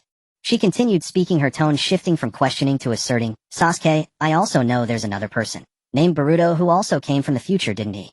Sasuke still did not answer. The Rinnegan glowed faintly in the twilight, his gaze neither cold nor warm. It was like a deep pool of water reflecting nothing. Sakura felt his stare. She had drawn the outline of those eyes countless times, secretly on her desk from memory, against her sketchbook at home by lamplight in the dead of night after returning from missions. At first she hadn't recognized him, because she never imagined he would appear this way. But now, observing him up close, this face, these brows and eyes, they were unmistakably the person she had sketched for so many years. Only now there were added edges of time, traces of storms she had never witnessed. He was still very handsome, more real and more beautiful than any drawing she had ever made. She lowered her head, twisting the hem of her garment between her fingers, her eyes darting everywhere. From Sasuke's shoulder to the trunk of a nearby tree, then from the tree to the gravel on the ground. She lowered her head, twisting the hem of her garment between her fingers, her eyes darting everywhere. From Sasuke's shoulder to the trunk of a nearby tree, then from the tree to the gravel on the ground. Anywhere but meeting his gaze. Sasuke, can you tell me, who is Sarada? Her voice grew softer until it was barely a whisper. And Boruto calling me Annie, is it because? Enough. Before she could finish, Sasuke cut her off coldly. His clear, cold voice rang through the forest, devoid of extra emotion, like a knife that cleanly severed all the tangled vines. Sakura, I am not the Sasuke of this time and space. So there's no need for us to have too many interactions. Upon hearing the first sentence, the stone that had been hanging in Sakura's heart finally settled. Her guess was right. Sarada is. She really is. She had persisted to the end, she and Sasuke really. But then Sasuke's cold words left her stunned. Even though they would eventually reach that point, even though they already had a daughter, why was his attitude still like this? Cold as a stranger, indifferent as a passerby. Had they separated later? Had something happened in the future that turned him back into the Uchiha Sasuke, who had sealed himself in ice? Thinking of this, Sakura's heart grew anxious. She saw Sasuke slightly turn, thinking he was about to leave. Just like before, when he had pretended to be the street performer and disappeared after speaking. Without a second thought, she instinctively reached out and grabbed his cloak. Her fingers clenched, the black fabric knuckles turning white. Sasuke, don't get in the way. Sasuke's voice was as cold as tempered ice. He turned his head, and the moment his Rinnegan met Sakura's green eyes, a flash of purple light gleamed deep within his pupils. That light was extremely brief and swift, yet it seemed to release some invisible force instantly. Sakura's expression froze. The purple patterns of the Rinnegan appeared in her eyes, and then all vitality faded, her green eyes turning hollow and vacant. Her body lost its support, falling backward softly. Sasuke reached out and caught her. He did not let her fall to the ground. One hand supported the back of her neck, the motion as swift as when he had handled Naruto and Jiraiya, yet he set her down with a gentler touch. He laid Sakura flat on the grass, not in the skewed, tumbled manner of the other two, but neatly with her hands crossed over her abdomen. Like Naruto and Jiraiya, Sakura's memories of today were completely sealed. They would only be unsealed upon her death. Sasuke straightened up, his fingers slicing a spatial rift in the air. The rift rapidly expanded into a vortex-shaped portal of light, its edges shimmering with the familiar He bent down, lifted Sakura, and stepped through. On the other side of the portal was the girl's room he had visited once before. The familiar pale pink walls, a desk with kunai and medical ninja notes, a clean forehead protector drying by the windowsill. The air carried a faint, delicate herbal fragrance. Everything was the same as last time. Sasuke placed Sakura on the bed and covered her with the blanket. His movements were unhurried, the corners of the blanket neatly tucked. As he straightened up, he felt a dull ache in his left eye, a warning that his ocular power was nearly depleted. From just now to this moment, sealing 2 people plus 1 more plus 2 spatial transmissions, the Rinnegan's power reserves were almost empty again. Before departing, his ocular power had been fully restored to its maximum, allowing Boruto to leave. How long had it been since then? It was already running on fumes. Unexpectedly, the thoughts that had repeatedly churned in the forest came to mind. The cycle of elixir. Refining the tailed beast's origin into a pill. Permanently strengthening the body, ocular power, and chakra. Using the 9-tailed beasts of this era to refine pills step by step, pushing himself to the peak. He did not know if this would affect the future timeline. But he had already decided to do it. Because if he didn't, he would die. If he didn't grow stronger, he would die. Without power, he would be like his original self. Blinded by Ōtsutsuki Mamashiki, rolling on the ground like a discarded rag, or pinned down by Ōtsutsuki Ishiki's black rods, without even a chance to struggle. These were not exaggerations, they were the future of this body that he clearly remembered. The death scenarios he had repeatedly rehearsed in his mind. From the moment he crossed over, he had not wanted to follow the original's old path. Placing hope in others, relying on Naruto to save him, on Boruto to save him, on some miracle to appear. That was foolishness. The life of Uchiha Sasuke should only ever be held in his own hands. He also did not want to be struck by that boomerang called a relic of the old era, like the original. Even before he had obtained the cycle of elixir, he had already planned. Stay in this timeline, learn all the techniques that could enhance combat power, and strive with everything to increase his strength. The so-called carefree dozen years was merely a fallback, a retreat for the worst-case scenario. The appearance of the cycle of elixir did not change his direction, it only gave him a more direct path. Walk the path of the Ōtsutsuki, so that the Ōtsutsuki have no path to walk. Thinking of this, the last shred of hesitation in Sasuke's heart was crushed. The path was already chosen, and nothing could shake him anymore. The Rinnegan's power was slowly recovering, nourished by the Hashirama cells. The soreness gradually faded, and the ocular power, the Rinnegan's power was slowly recovering, nourished by the Hashirama cells. The soreness gradually faded, and the ocular power had just recovered enough to support one short-distance spatial transmission. Without a single second of hesitation, Sasuke raised his hand and cut a spatial vortex in front of him. The purple glow spun and expanded in the room, casting the pale pink walls in a grotesque, shifting light. Before stepping into the vortex, he looked back at Sakura on the bed. The girl was sleeping soundly, her breathing steady and even. The blanket was tucked up to her chin, and her pink hair was scattered messily on the pillow. After tonight, she would no longer remember these things. She would not remember chasing him into the forest, holding up the letter to question him, nor would she remember having everything erased by the Rinnegan. She would continue living her original life, continue chasing the Uchiha Sasuke of her era, continue walking on her own path. Goodbye. Sasuke withdrew his gaze and stepped into the vortex. The portal closed silently behind him. The girl's room returned to stillness, with only the night breeze outside gently stirring the corner of the curtain. And deep in the forest, Naruto and Jiraiya still lay unconscious on the ground. Sasuke stepped out of the spatial passage, landing lightly and steadily within the room.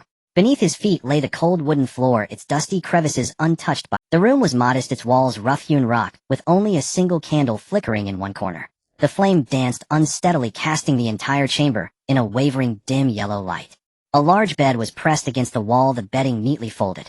Aside from that, there was scarcely any other furnishing. Simple yet remarkably tidy. Sasuke's gaze swept across the wall and halted. There, carved in crooked, uneven strokes, were the characters Uchiha Itachi. The script was unrefined, even childish, clearly etched one by one with a kunai. The character Itachi was especially deep, as if the carver had poured all their strength into it. Following these large characters were 2 smaller, hastily scrawled, yet razor-sharp words, "Must kill." Sasuke stared at the words in silence for a while. The candlelight cast shifting shadows on the wall, making the carvings flicker between light and dark, as if the hatred of those days still flowed within them. This was the room he had inhabited during his youth training under Orochimaru. The purpose of his visit was simple: to confirm whether his present self would affect the future him. Still training, I suppose. Very well. This would be a good opportunity to restore his ocular power. Sasuke walked to the bed, sat cross-legged, and closed his eyes. And still training, I suppose. Very well. This would be a good opportunity to restore his ocular power. Sasuke walked to the bed, sat cross-legged, and closed his eyes. Engine-driven mindset, and after a moment's thought he understood. Still training, I suppose. Very well. This would be a good opportunity to restore his ocular power. Sasuke walked to the bed, sat cross-legged, and closed his eyes. And, having just sealed Sakura, and performed 2 consecutive spatial transmissions, a faint ache still lingered in his left eye. Time passed second by second. The candlelight stretched slowly across the wall, then gradually shortened. His nearly depleted ocular power gradually recovered with the passage of time, from dried up to replenished, from full to complete. Sasuke opened his eyes. The room remained empty, the candle still burning in solitude. Still not back. He frowned slightly, then an idea came to him. Sasuke rose, pushed open the old wooden door, and walked toward where he remembered Orochimaru's research base to be. This was Orochimaru's underground lair surrounded by excavated rock walls. Lamps were spaced every few steps along the corridor, their dim light casting layered shadows on the rock. The air was thick with a mingled scent of earth and chemicals, carrying the damp chill unique to subterranean spaces. Crisp footsteps echoed through the passage. Step, step, step. Each stride was steady and forceful. The corridor grew brighter as he approached the experimental bay. Halt! A loud shout came from ahead. Sasuke did not stop. At the forks in the passage ahead, 5 Ōtōgekyū guards responsible for the base's defense blocked his way. The squad leader, a burly man with an Ōtōgekyū headband tied around his forehead, rested a hand on the kunai at his waist, his eyes fixed sharply on the approaching. This person he had never seen before. The leader quickly rifled through his memory. Among Lord Orochimaru's subordinates, the base's regular personnel, and even the recent infiltration list, there was no such individual. His black cloak was of fine quality, not the attire of an ordinary ninja. His stride was too composed for a trespasser, rather he resembled a master. At that thought, the leader's vigilance shot to maximum. He raised a hand in a stopping gesture and barked, "Halt! This is an experimental area, no entry permitted." Sasuke still did not stop. 1 step, 2 steps, 3 steps. The distance between them shrank rapidly. A nearby subordinate stared at Sasuke's utterly unfamiliar face, then at his black cloak devoid of any insignia, his voice tinged with urgency and panic. "Captain, we've never seen this man before. He must be an intruder." "What?" The leader's pupils contracted sharply. Without hesitation, almost as a muscle reflex, his hand slapped the alarm device on the wall. Woo, woo, woo. The piercing alarm blared throughout the base. Red warning lights flashed wildly in the corridor, painting everyone's faces in alternating brightness and shadow. The leader breathed a slight sigh of relief after triggering the alarm. Under normal circumstances, an intruder would panic, halt, and flee upon hearing the alarm. No one would dare venture deeper into Orochimaru's base, especially after the alarm sounded. He waited for the black-clad man to turn and run. But the man did not. Not only did he not flee, he continued forward. Step, step, step. The sound of his footsteps was terrifyingly clear amid the alarm's roar, like a dull blade striking each person's heart. The man merely walked slowly, his expression unchanged, yet the leader's hands began to tremble. Why? Why didn't he stop even with the alarm blaring? He stared at Sasuke's calm face, every hair on his body standing on end. His body reacted faster than his mind. The instinct honed through countless life-or-death missions screamed, run, run, run. But he was the captain. Lord Orochimaru had personally ordered that no one be allowed in. If he let this man through, if he disappointed Lord Orochimaru, he could not retreat. The leader gritted his teeth, suppressing the fear surging in his throat, and yanked out his kunai with a hoarse roar. Everyone. Lord Orochimaru ordered no one to enter. For Lord Orochimaru, kill this intruder. Ooh. The 4 subordinates behind him drew their kunai in unison, the 5 of them letting out a desperate cry. It was less to intimidate the enemy than to bolster their own courage. They clenched their kunai and charged like madmen toward the approaching black-clad man. Sasuke watched the 5 charging at him, his right eye suddenly turning crimson. 3 Tomo rotated slowly within his pupil. His gaze swept over the 4 subordinates in the lead, and he murmured, "Don't get in my way."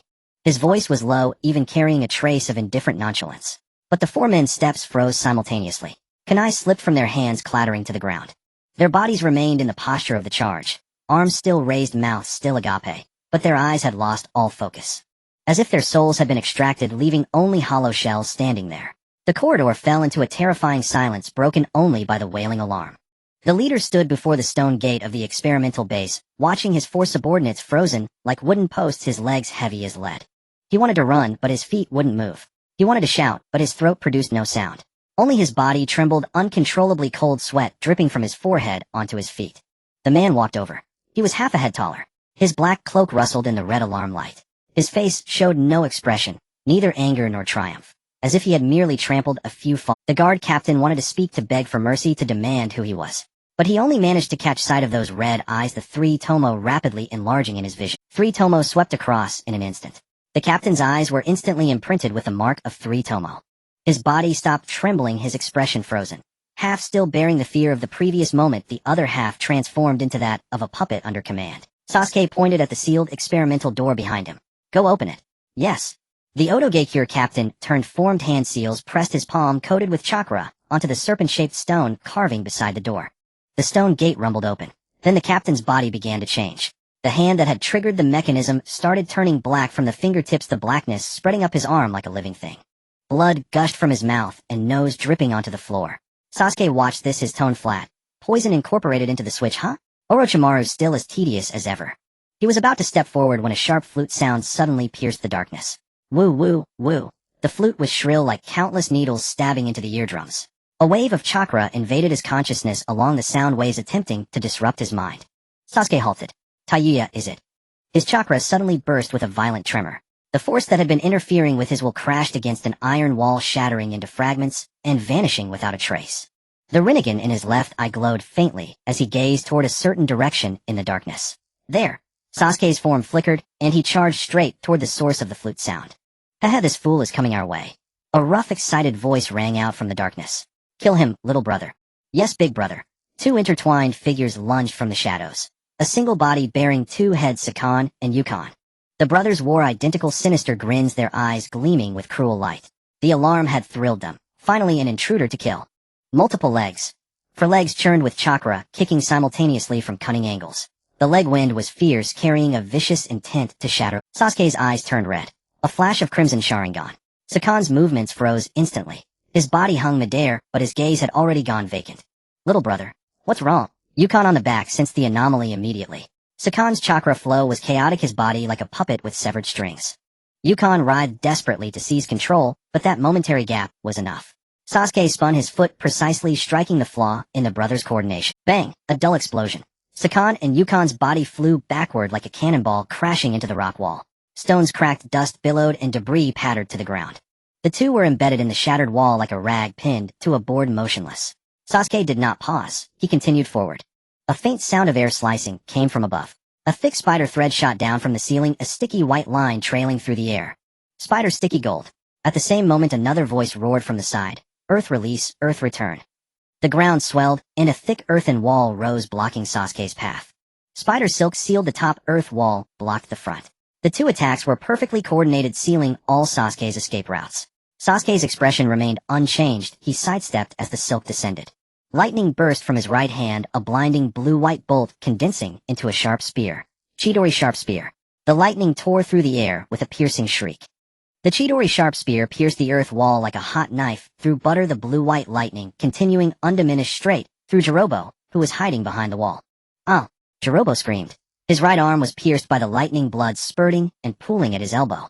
He staggered back, clutching his wounded arm, face pale. No good, this guy is too strong, we can't beat him, run. Jirobo shouted to Tayuya behind him, and Kidamaru, clinging to the wall. Kidamaru's 6 arms clung to the rock face, his spider-like face filled with disbelief. The 4 of them were Orochimaru's elite guards, having carried out countless assassinations, yet they had never faced an opponent like this. As strong as a mountain, making even breathing difficult when he pressed in. But Lord Orochimaru. Before Tayuya could finish, a piercing screech of cutting came from above. Crack, crack, crack.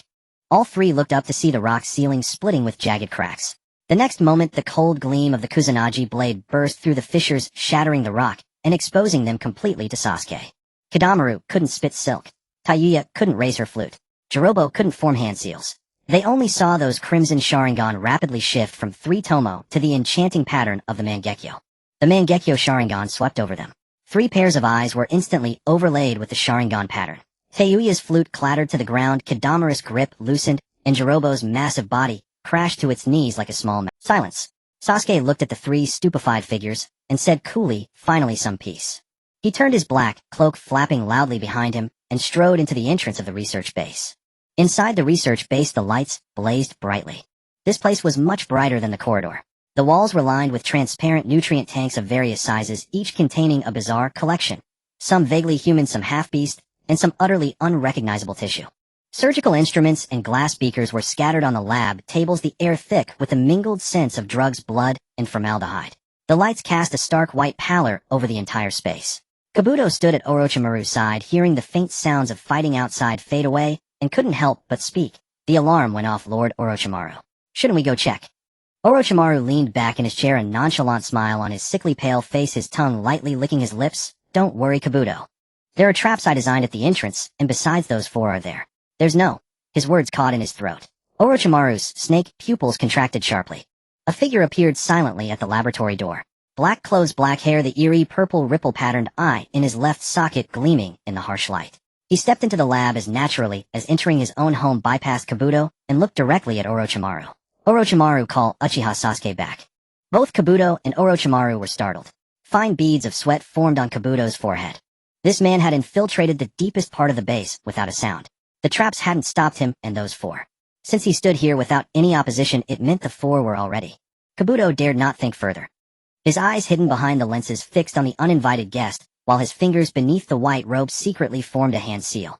As for Orochimaru, Orochimaru's gaze fell on the man's left eye, and his snake pupils dilated. That eye, those layered purple rings. That eye, he could never forget it in his dreams. That was the Rinnegan, the same eye as the leader of the Akatsuki pain. This was the legendary eye of the Sage of Six Paths, now before him, just a few steps away, rotating in a living human socket. His heart pounded, thump thump thump. Orochimaru's breathing changed. Greed surged from the depths of his marrow, coiling like a venomous snake around his reason, climbing up to the back of his skull, devouring all his caution and fear. The Rinnegan before him was closer than ever, more attainable than ever. Just reach out a hand, and he could seize that Rinnegan. Take that eye. Take that eye. Orochimaru struck suddenly. Hidden shadow snake hands.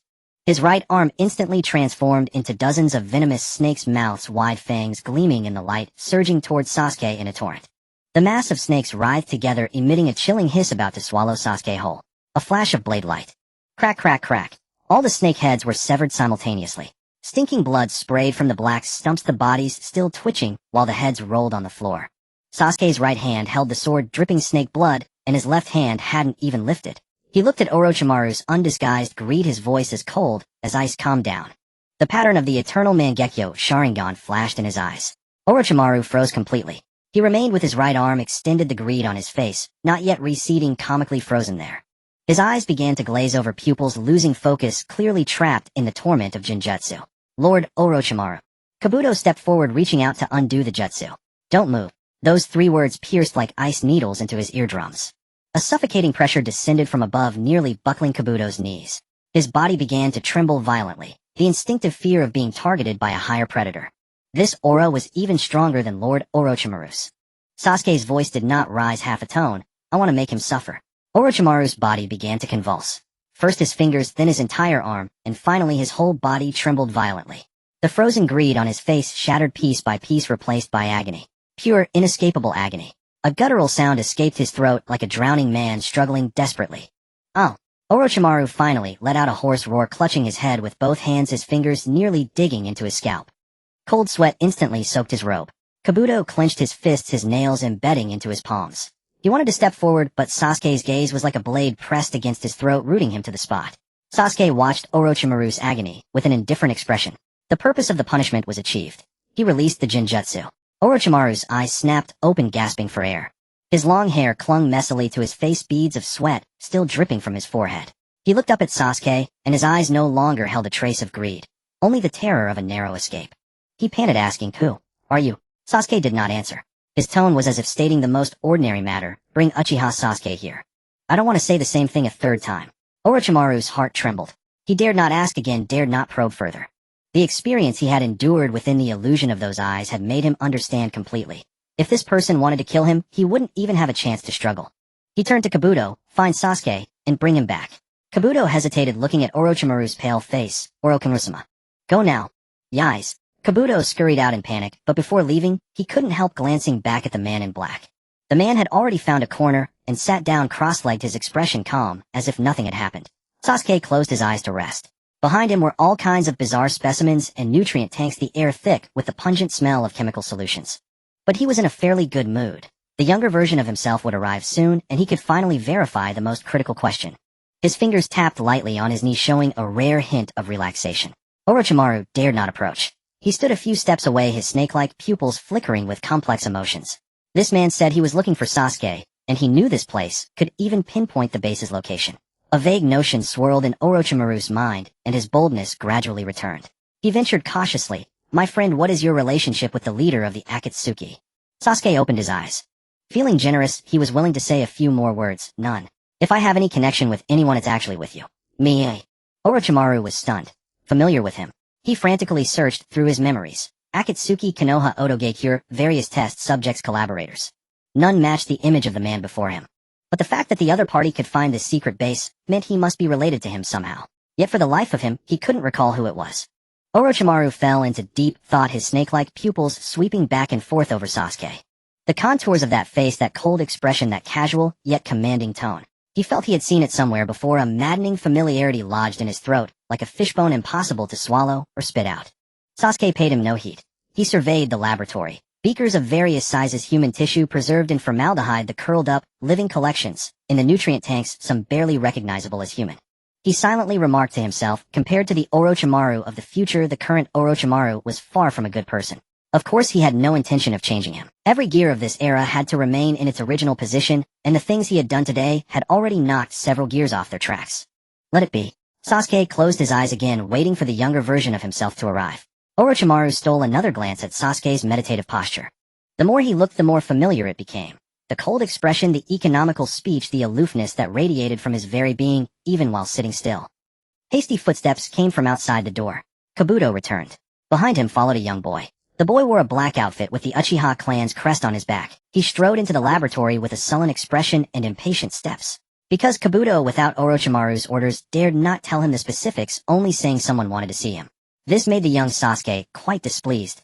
He hated being disturbed, especially during training. The young Sasuke swept his gaze over the unfamiliar man in black in the laboratory, then fixed his eyes on Orochimaru, his tone cold and impatient. What did you call me for? Don't you know I need to train? Orochimaru smiled, not angered. He pointed to Sasuke in the corner. Sasuke-kun, it's that friend who wishes to see you. It better be important.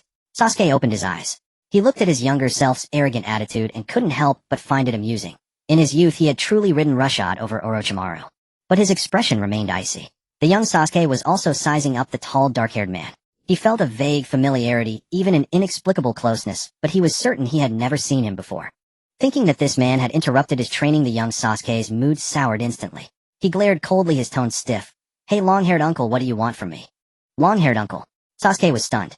He had been pondering how to communicate with his younger self, but those 4 words struck like a blade, piercing straight into his chest. Long-haired. Uncle. Uncle again. Uncle. Naruto called him Uncle, Boruto called him Uncle, and now even his past self called him Uncle. I'm only 18.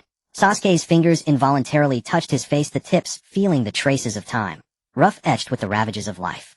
He looked at the younger version of himself beside him. Smooth, tender skin, plump cheeks, someone who had never been beaten down by life. Annoyed. Very annoyed. Sasuke made a silent vow he would restore his youth. Never again would he let anyone call him uncle. Not even once.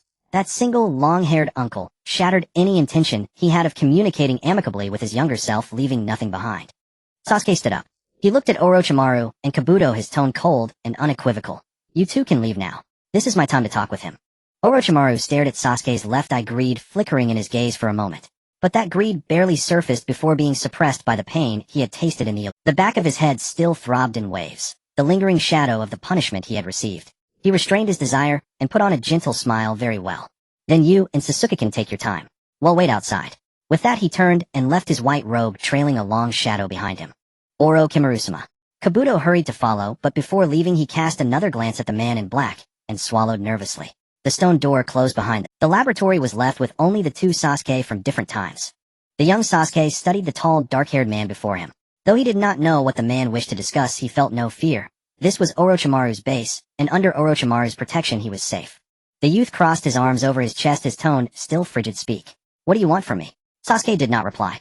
The Rinnegan fixed its gaze upon the boy. Purple ripples slowly rotated within the pupils. An immense pressure poured forth. The absolute suppression of a higher order over a lower one. The young Sasuke was struck with alarm. His body reacted before his mind. His legs began to tremble, his breathing grew labored, and his eyes involuntarily activated the 3-Demo Sharingan. He wanted to retreat, to question, to resist, but he could not move a single finger. Under the oppressive pressure of the higher tier, his body shook like a leaf in the wind. Before he could react, the 3-Demo pupils were overtaken by the purple patterns of the Rinnegan. The boy's expression froze, his arms dropped, and he stood motionless, rooted to the spot. Sasuke gazed at his younger self, now trapped in a Jinjutsu, and murmured, time to verify. He drew the Kusanagi sword. The blade gleamed coldly under the light. With a gentle slash, a gash opened on the young Sasuke's arm. Blood dripped onto the wooden floor, blooming into crimson, but the boy felt nothing, standing still, as if untouched. Sasuke activated the mystical palm technique. A faint green medical chakra glowed in his palm, cover. The skin healed at a visible rate, leaving only a shallow scar. Sasuke glanced at the same spot on his own arm. No scar. He frowned. If my past self is injured, I am unaffected. Not quite. Perhaps the scar would heal over time. There were too many possibilities. But there is one thing that can never change. An idea struck him. The Rinnegan activated once more, and purple light seeped into the boy's pupils. He sealed away the memories of Sakura from his younger self. Not all of them, but the small, irreplaceable fragments. Those images that only he knew hidden deep, and then he closed his eyes and searched through his own memories. Found them. The sealed memories remained intact within his mind. Every image, every conversation, every detail, untouched. Sasuke froze. The memories had not changed. Not one more, not one less. After a long pause, he whispered to himself, why do the memories still exist? Has the current past self already ceased to affect the future me? A thought flashed through his mind. Because he had traveled through time. The current Uchiha Sasuke was him, so it could not affect him. Another thought followed quickly. Or was this a parallel world? Two separate timelines inherently independent of each other. Sasuke pondered for a long time. Both possibilities made sense, and perhaps there were other but regardless of the truth at this moment, he confirmed one thing. The young past self cannot affect the me of now. All doubts vanished in an instant. The corners of Sasuke's mouth lifted slightly, forming a smile. It was the first genuine heartfelt smile since his transmigration. It seems I no longer need to hold back. Time to act boldly. His gaze fell again on his younger self. At this age the boy had not yet awakened the Mangekyo. He had not experienced Itachi's death, the severed arm at the Valley of the End, nor the years of atonement and guilt that followed. Those sufferings, those pains, those memories chewed alone in the dead of night. There is no need for you to endure them anymore. Sasuke extended his palm and pressed it against the boy's abdomen. The Rinnegan's chakra absorption technique activated. A faint blue light glowed between his palm and the boy's belly. A stream of chakra was drawn out from the young body, flowing slowly into Sasuke's own. This chakra was ordinary, not the Indra's chakra he sought. Sasuke frowned and pushed the chakra back. He shifted position, grabbing the boy's arm, and activated the absorption again. Still not it. He tried another spot. Palm against the boy's chest, the back of his neck, his forehead, searching every location. None of them were correct. The absorption never ceased. He was looking for that hidden power, the special chakra that only the reincarnation of Indra possessed. Minute by minute passed. Sasuke's palm touched every chakra convergence point on the boy's body, but all he extracted was the same ordinary mediocre chakra. He thought with a hint of reluctance, could it be that Indra's chakra only awakens with the help of the Sage of Six Paths? In that case, it's useless now. Suddenly a small stream of purple chakra merged into his body. The texture was completely different from all the chakra he had absorbed before. Ordinary chakra was like water, but this purple chakra was like molten lava, thick, scorching hot, and brimming with terrifying power. Moreover, within this chakra there was a vast amount of ocular power. Sasuke's pupils constricted. This is Indra's chakra. Before he could react, that awakened Indra's chakra sensed his body. The same bloodline, the same reincarnated flesh, but far stronger. More complete. Possessing Hashirama's cells, the Rinnegan, a body tempered by countless battles, a perfect vessel. Indra's chakra grew excited. The feeling was like a person riding a beat-up bicycle suddenly discovering a Lamborghini parked by the roadside. The engine roared, the paint gleamed, and the door bore his. Why would anyone choose to ride that rusty bicycle when a Lamborghini that belonged to them was available? Indra's chakra made its choice. It was no longer being passively absorbed. It began to surge actively in great torrents into Sasuke's body. The purple chakra flooded like a tide, peeling away from the boy's body, climbing up Sasuke's arm along his meridians, surging, roaring, occupying his being. Sasuke felt the explosive power growing within him and was startled. Then a sharp consciousness stabbed into his mind. The will carried within that Indra's chakra. It had no concrete target, but it radiated intense emotions. Jealousy, resentment, bitterness. It was the remnant of Indra's thousand-year obsession, the lingering hatred for Ashura, or rather Ashura's reincarnation. These emotions tried to seep into Sasuke's will to stain this new body with the old grudges. Humph. Sasuke closed his eyes, his mental energy coalescing into an iron wall within his body. Indra's obsession was indeed strong, but it was only an obsession, a mere fragment left behind in the chakra. This broken will faced an Uchiha Sasuke in his prime, with a will far harder than his past self. And his current strength had already surpassed that ancestor of 1,000. Moreover, this was only a fragment without a main consciousness. Before long, that will was completely crushed. The purple chakra quieted down like a tamed beast, docilely merging into his body. Sasuke opened his eyes. He sensed the changes in his body. His total chakra had increased by about half, but his ocular power had doubled. Sasuke couldn't suppress the upward curve of his lips. This familiar power had finally returned. His strength had now returned to the level of the Valley of the End. No, it was even greater than that.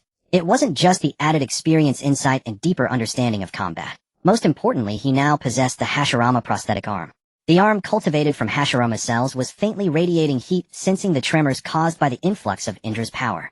Sasuke stretched his body. He clenched his fists, released them, and clenched again. The sensation of chakra surging through his meridians was far smoother than before. The doubled ocular power made his left rinnegan gleam brightly. No other changes occurred in his body. It was still the same vessel from the time of his traversal, devoid of 6 paths level power. Yet Sasuke was not too disheartened. No one knew better than him what his state was during the Valley of the End. The extra chakra aside the ocular power was a genuine treasure. A full doubling.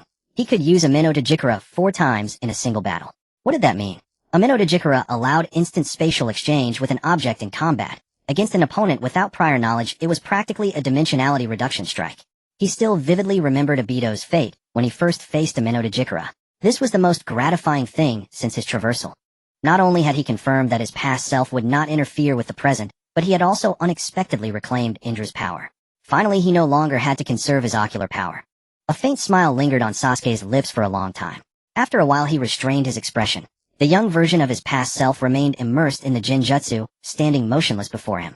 On that face, which bore a slight resemblance to his own, the impatience and wariness frozen by the Jinjutsu lingered. Sasuke gazed at his younger self, his expression growing complex. Though they were both him, there was still a trace of guilt.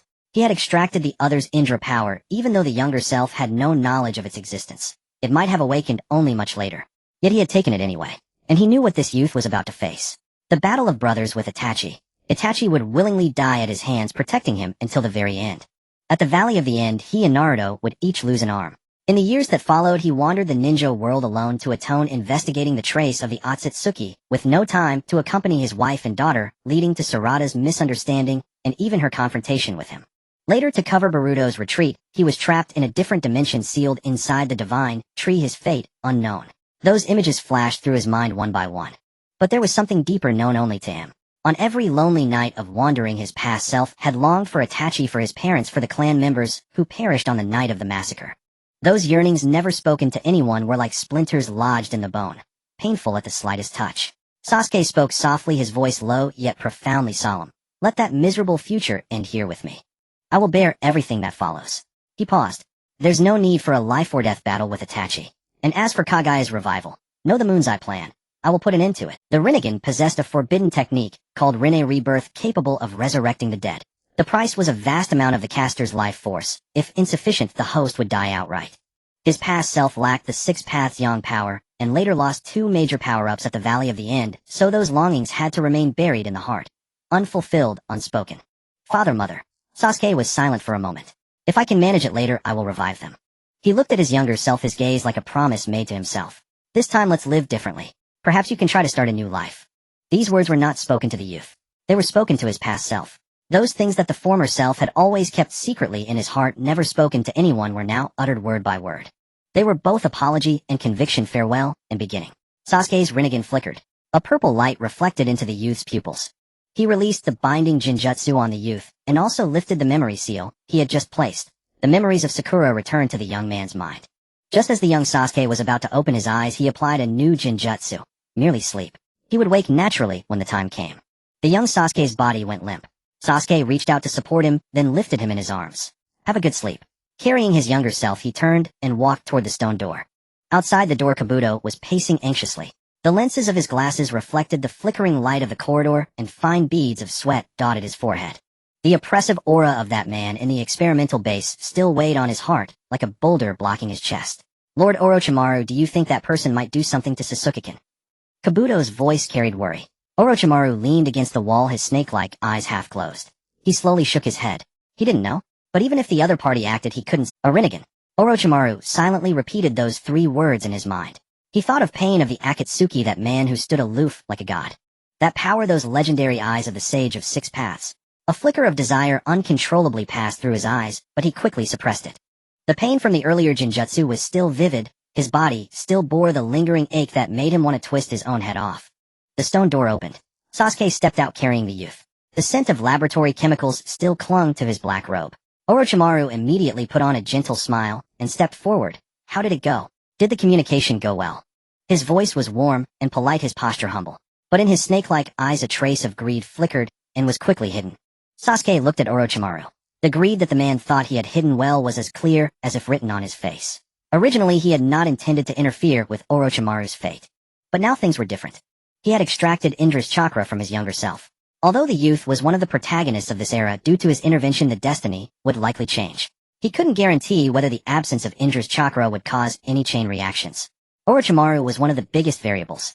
According to the original timeline, 3 years later the youth would kill Orochimaru, and then Orochimaru would be sealed by Itachi's Totsuka blade. But this time Indra's chakra was missing. Sasuke thought for a moment and made a decision. He stared into Orochimaru's snake-like eyes and said in a low but commanding tone, "Look at me." "My." Orochimaru was startled. In that moment of distraction, the pattern of the eternal Mangekyo had already reflected in his pupils. The Genjutsu activated. Sasuke injected the future into Orochimaru's mind piece by piece. Not all of it, but the timelines closely related to Orochimaru's own fate. The night 3 years later when the young Sasuke would kill Orochimaru, standing in the laboratory and looking down at the white serpent body. After the battle of brothers between Sasuke and Itachi, Orochimaru would burst out from Sasuke's curse mark, transforming into Yamada no Orochi, only to be sealed by Itachi's Totsuka blade. Then the Fourth Shinobi World War. Sasuke would unseal the dead to seek answers, resurrecting Orochimaru. He stood before the 4 former Hokages behind Sasuke, witnessing the final battle of the entire ninja world. Finally, there were even fragments from the Boruto era. The New Age, the Ōtsutsuki invasion, Sasuke's appearance many years later. The Genjutsu was dispelled. Orochimaru opened his eyes. His pupils trembled violently, his breathing rapid as if he had just been pulled from the water. Those images still crashed into his mind one after another, each frame terrifyingly real. He recognized that laboratory, it was his current base. He recognized the ninjutsu, the chakra signatures, the faces of those people. More importantly, the Sasuke of that future. The Uchiha Sasuke who killed him, resurrected him, and stood at the pinnacle of the ninja world, perfectly matched the face of the man in black before him. The moment the two faces overlapped in his mind, Orochimaru's snake-like pupils constricted sharply. He spoke instinctively, "Lord Sasuke." Was all of that real, or an illusion? "Lord Sasuke." Kabuto froze. What did he just hear? Lord Orochimaru called this man. Lord Sasuke. Just moments ago it was that friend, but after waking from the Genjutsu it became Lord Sasuke. Kabuto's mind raced, and a chilling thought surfaced. This man was Uchiha Sasuke. Impossible. Then what about the other one? The young boy inside. Kabuto couldn't comprehend, but he had no time to think. Lord Orochimaru. The words barely left his mouth before a precise hand strike landed on his nape. Kabuto's eyes widened behind his glasses for a moment, then his body went limp, his forehead hitting the floor with a dull thud. Orochimaru withdrew his hand, without even a glance at Kabuto. His full attention was locked on the black-clad man before him. No one would disturb him now. His snake-like pupils fixed on Sasuke, his voice trembling with suppressed emotion. "Lord Sasuke, those things you showed me just now are all that will happen later." Sasuke's tone was as calm as if he were stating the weather. Orochimaru's breathing hitched again. He believed it. Or rather, he was already 7 or 8 parts convinced. That pressure was real. Those eyes were real. The terror of being dominated by Genjutsu was real. And every person, every jutsu, every conversation in those memory fragments carried an eerie authenticity.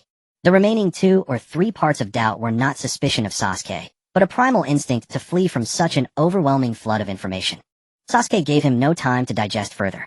The Ōtsutsuki clan, including Obito and Madara, are all real.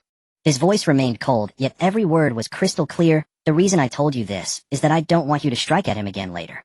Do you understand?" Orochimaru's heart tightened. He had seen it. In that future he had made a move on Sasuke 3 years later. On the surface he had failed, but he had been lurking in the shadows waiting for the right moment to seize that body again. Only to have his plans thwarted by Uchiha Itachi, sealed away by a single sword. Sasuke watched Orochimaru's shifting expression, his voice turning ice cold like a blade pressed against the throat. "If you lay a hand on him, then I will kill you without hesitation." At the same time, the Rinnegan in his left eye released in overwhelming pressure. A brilliant purple light blazed, and the terrifying dojutsu struck Orochimaru like a solid hammer. Orochimaru's body went rigid. The oppressive force, more direct and primal than the torment of the Genjutsu just moments ago. His heart felt as if it were being squeezed, each beat pulling with searing pain.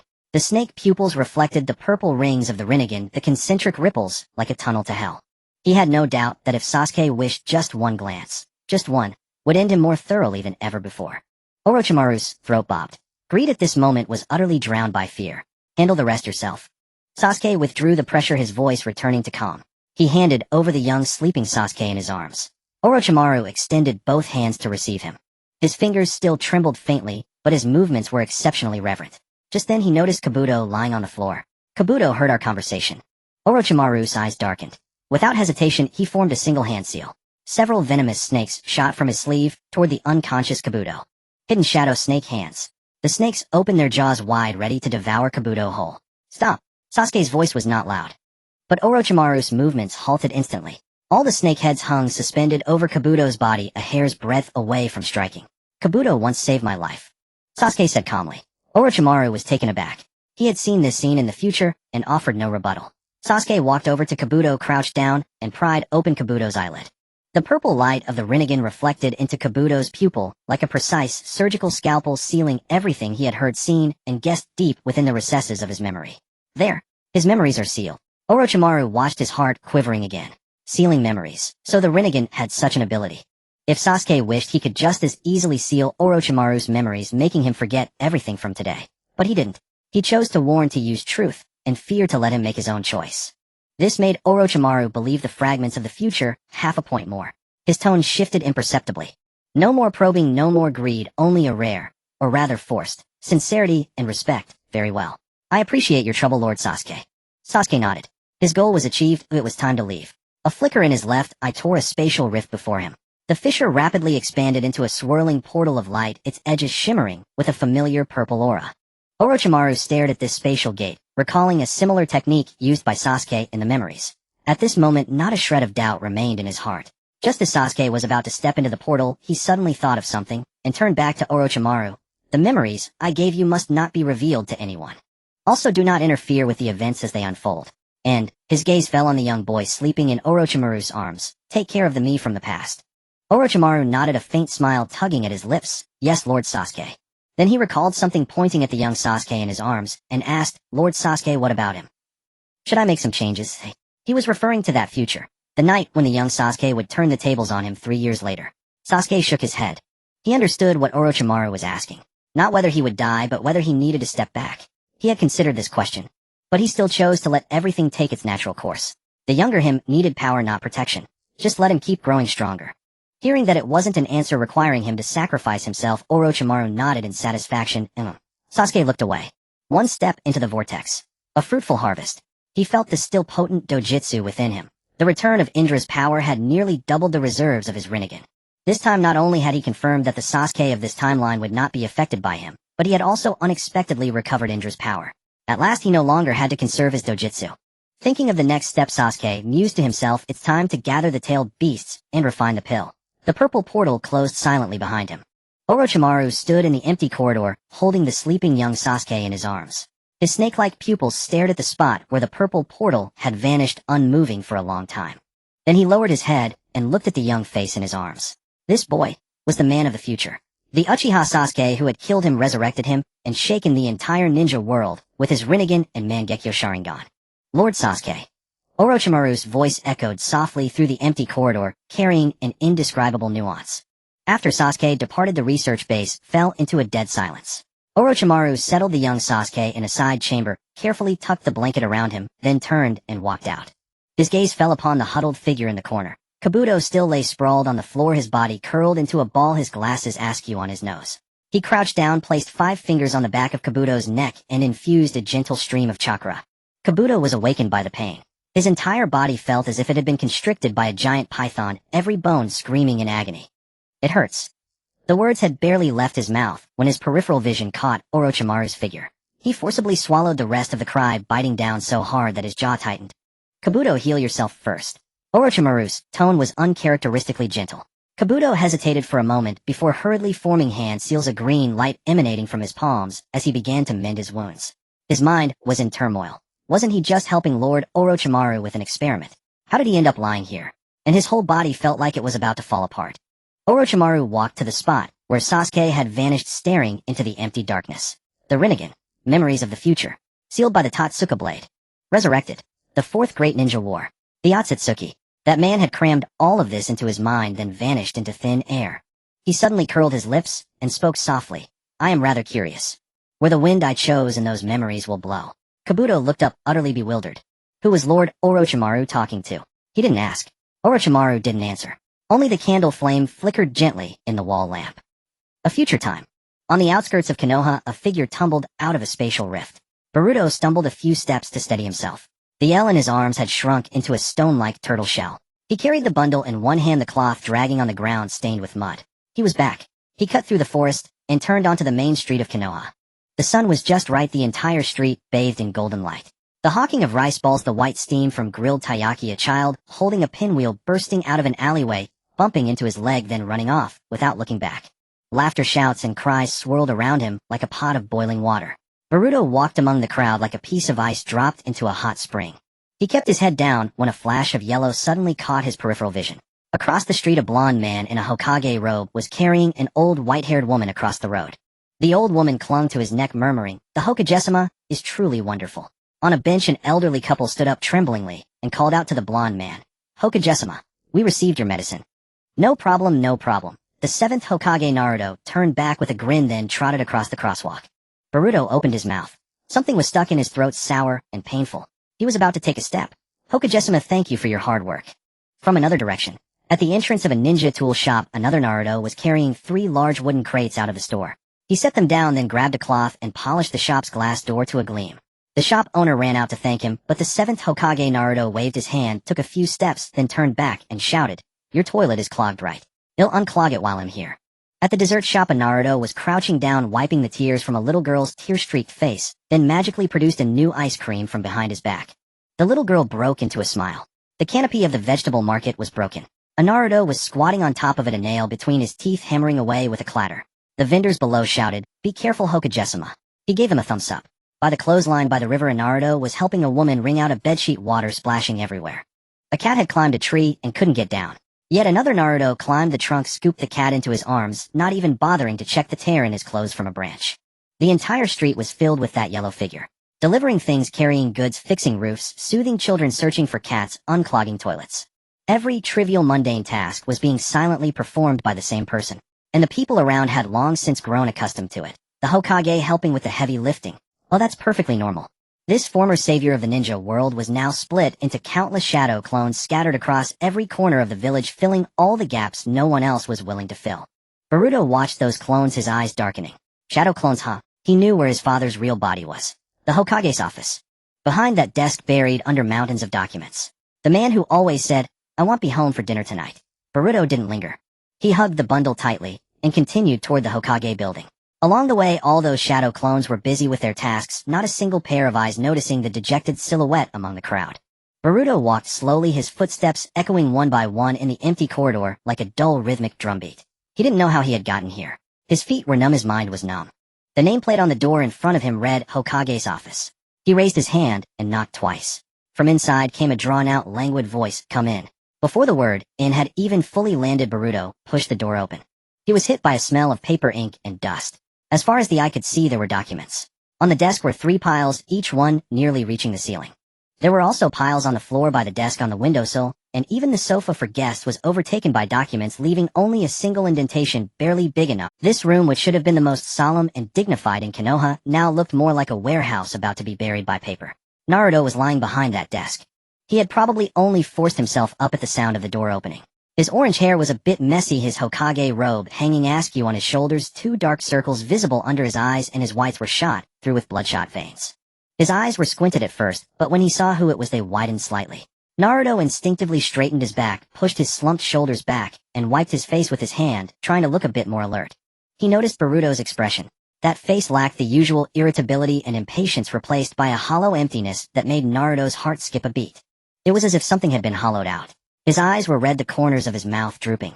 Naruto's mind raced through a dozen thoughts, and finally he scratched the back of his head and forced an apologetic smile. "What's wrong, Boruto? Did you come to call me home for dinner?" His voice carried a hint of caution. "I have a lot of work today. I might not make it home for dinner. Tell your mom and Himawari." In the past, Boruto would have started a fight. "It's always like this, you're always this way. Is work more important than family?" Naruto had heard those words many times, and each time he didn't know how to answer. But Boruto said nothing. He just silently stepped forward and placed the bundle he had been dragging all the way, its cloth corners frayed and covered in dust, onto the desk. The bundle landed among the layers of documents with a dull thud. Naruto looked down at the tattered bundle, and the smile slowly faded from his face. He looked at the bundle, then at Boruto's face. A bad feeling rose from the bottom of his heart. His expression turned serious. His fingers pinched the cloth corner of the bundle and slowly opened it. Inside were cup after cup of instant noodles. The packaging had already faded, an old-fashioned design, with the Ichiraku ramen logo printed on the cups. Naruto picked up one cup and turned it over. It was miso tonkatsu flavor, and the production date on the packaging was clearly over a decade ago. He froze. In that instant, all the fatigue, the dark circles, the mountains of documents. Everything was forgotten. Naruto's eyes lit up, shining as if a lamp had been lit within his pupils. He picked up the cup and examined it repeatedly, his fingers caressing the pattern on the packaging, turning it over, and finally, even brought it to his nose to sniff. Though he couldn't smell anything through the wrapper, he still unconsciously inhaled. This is the flavor I used to eat when I was a kid. His voice had changed pitch as if he had discovered some incredible treasure. It's been discontinued for ages. Back then I used to save up every month to buy one cup. He grabbed another cup, seafood soy sauce flavor. Then another, spicy miso. All were out of production. All were his favorite childhood flavors. Naruto clutched the cups in his hands, lifted his head to look at Boruto, his eyes brimming with uncontrollable excitement and exhilaration. Pineapple Head, where did you get these? This is amazing.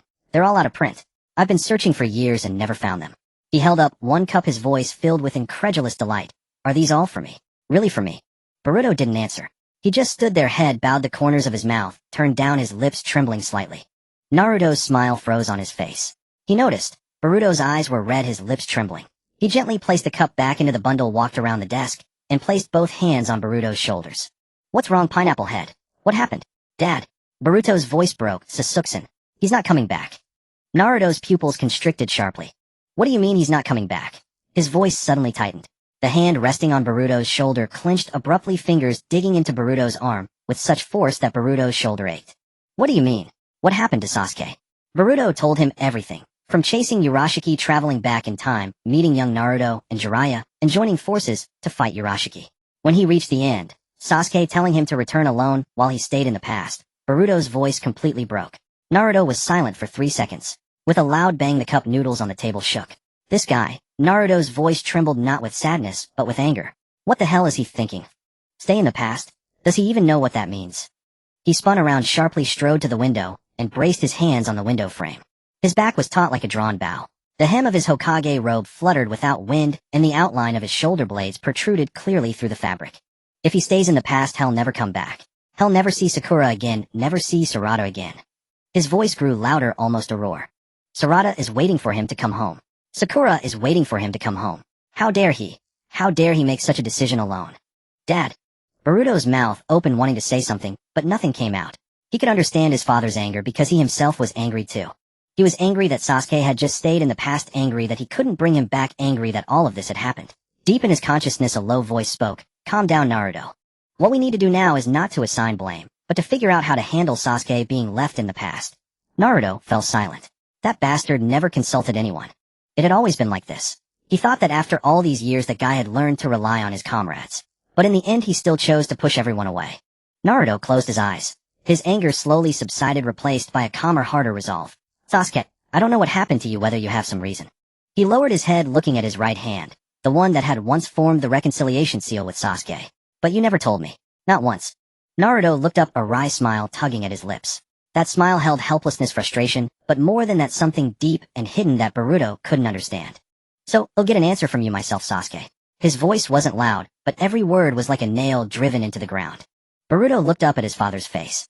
At that moment he suddenly felt that his father's figure seemed to have grown larger, not in terms of chakra or presence, but a strength emanating from the very core of his being, a power that no one could shake. He opened his mouth and finally let out a long, long sigh of relief. That breath had been held ever since Sasuke announced he would stay in the past, held until his chest ached. Now it was finally released with a hint of tremor and a sting in his nose. Naruto ruffled Boruto's hair, the warmth of his palm seeping through the messy strands to Boruto's head. After a long moment, he withdrew his hand, his gaze falling on the package beside the table. By the way, Naruto's tone regained some of its everyday warmth, that artifact you used to travel back in time. Can I see it? Boruto nodded, took out the leaf from his ninja tool pouch, and handed it over. Naruto took it and examined it from all angles. First he tapped the edge of the turtle shell, no response. Then he turned the turtle over to look at its plastron, still no response. Finally he flicked the turtle's head with his index finger, the head wobbled, and then drooped back down. This thing. Naruto frowned. It looks just like an ordinary turtle. But he didn't doubt Boruto's words. He trusted his son. Haley. Naruto held the turtle in his palm, brought it closer, and spoke earnestly, as if addressing an elder. Take me back to the past. I want to bring Sasuke back. No response. The turtle still had its eyes closed, its shell cold with no sign of chakra flow. Boruto's heart sank. He leaned in and said cautiously, lordly. Still no response. Father and son exchanged a glance, and both realized something was wrong. Boruto suddenly remembered that when Urashiki activated the Li, he had poured a massive amount of chakra into it. For their second time travel, the Lee had been kept in an active state, and its chakra reserves were probably running on empty. Dad. Boruto grabbed Naruto's sleeve anxiously. Lordly might be out of chakra. Naruto nodded, placed the turtle on the table, and covered its shell with... He took a deep breath, and blue chakra light surged from his palms, flowing slowly into the shell like a stream. 1 minute passed. 2 minutes passed. The turtle remained motionless. Sweat began to bead on Naruto's forehead. He had already poured in a considerable amount of chakra, but the turtle was like a bottomless pit. No matter how much chakra was fed in, it seemed to be swallowed into another dimension without even... Not enough. Naruto gritted his teeth and called out in his mindscape. I need your help, Kurama. A disdainful snort echoed from the depths of his consciousness. Naruto, you really are getting old. Kurama lay in the mindscape, lazily swishing his 9 tails. Can't even handle a little turtle? Looks like I have to step in. As the words fell, a vast, almost violent surge of chakra burst forth from Kurama, racing through Naruto's meridians. Naruto's body suddenly blazed with golden light. The 9 tails chakra cloak enveloped him, golden chakra flowing over his skin. The entire office was illuminated by the golden light, and the piles of documents on the desk rustled noisily in the wind, kicked up by the chakra. The golden chakra poured into the turtle like a torrent. Time ticked by. Naruto's golden cloak grew fainter from brilliant gold to a dim orange-yellow, and finally vanished like a flame blown away by the wind. The moment the golden cloak disappeared, Naruto's body swayed, and he only stayed upright by bracing against the desk. But the turtle still remained completely still. Its head still drooped, its eyes still closed. In the mindscape, Naruto turned to look at his old partner. Kurama lay there, all his earlier arrogance gone. That vast chakra was his stash, accumulated over a long time, all given to Naruto in one go, and yet this damn turtle hadn't even lifted an eyelid. Ahem. Kurama coughed dryly, turned his head away, and scratched the ground awkwardly with his front paw. This turtle has some skill. Just as Naruto was about to say something, a faint sound came from inside the turtle shell. Lee was awake. In fact, it had woken up when Naruto first injected chakra. It had simply chosen to pretend to sleep due to a turtle's instinct. Chakra was hard currency, and the more it could sponge, the better. That wave of golden chakra just now had made its shell nearly glow. Too bad it stopped abruptly. It assessed its internal energy enough for one-time travel. But after that, it would likely fall into slumber again. That feeling was too unpleasant, like being sealed in a dry well, pitch black. It didn't want to experience that again. Lee slowly extended its limbs, and its head poked out from the edge of the shell, as sluggish as if just coming out of hibernation. Hey, turtle. Naruto leaned in. Take me back to the past now. Lee shook its head slowly. A mechanical voice spoke word by word. Insufficient energy. Insufficient energy. Cannot open space-time passage. Huh.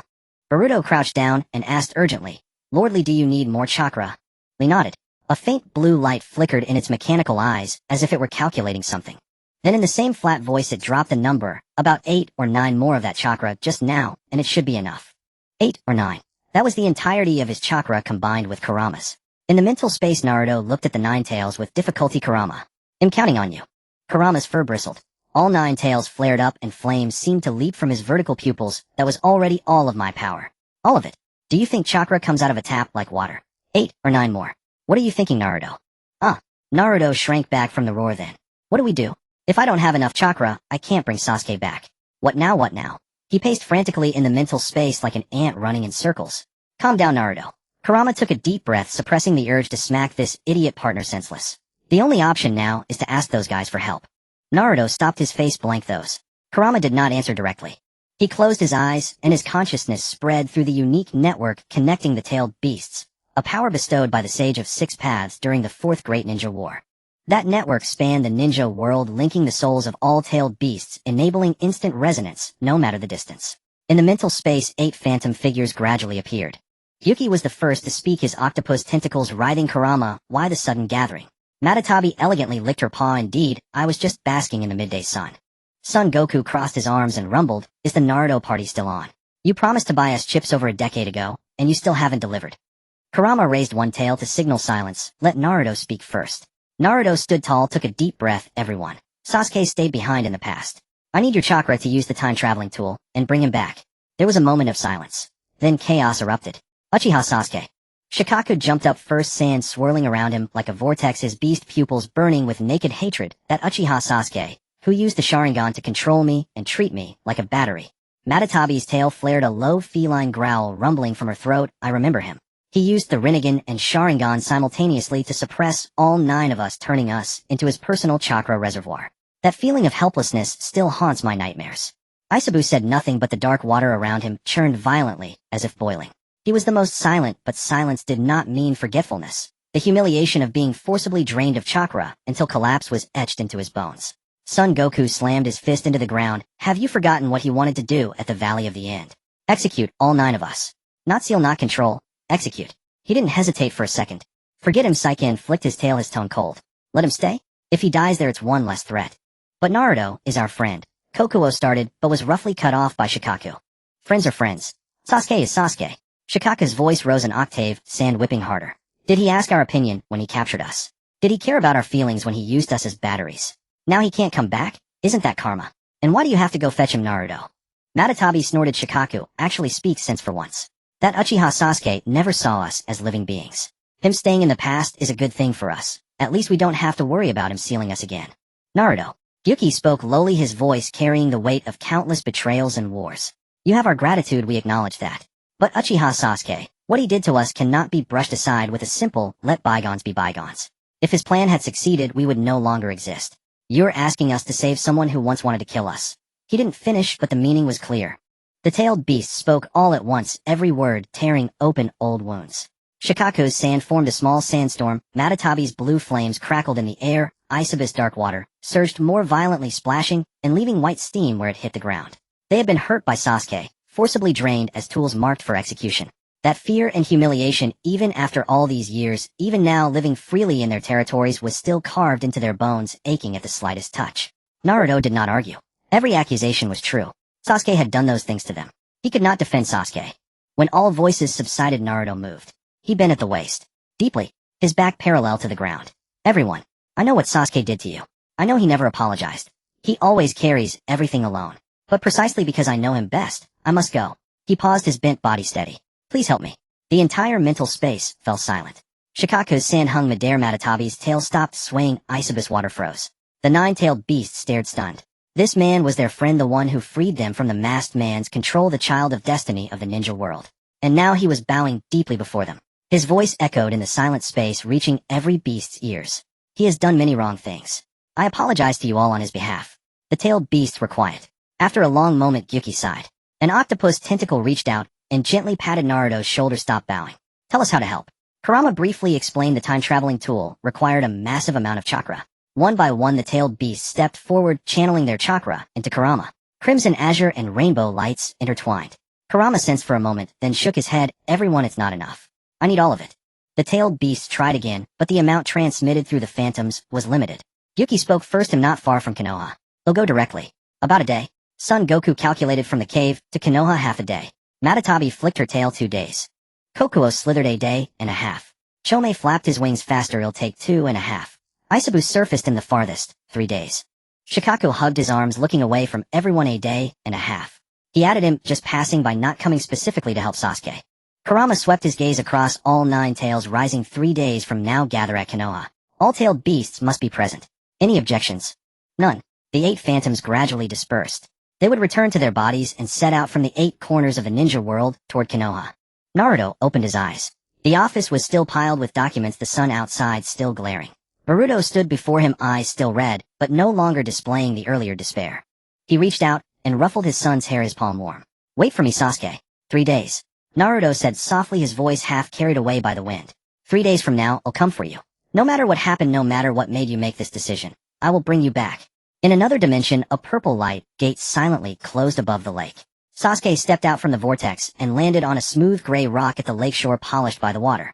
Underfoot was the damp moisture carrying the peculiar sweetened fishy scent of underwater weeds. The night wind swept across the lake, lifting the hem of his black cloak. A vast lake surrounded by primeval forest. The moon reflected on the water's surface, shimmering with ripples. Dense trees crowded together in the darkness, and occasionally a nameless waterbird skimmed the surface, letting out 2 low cries.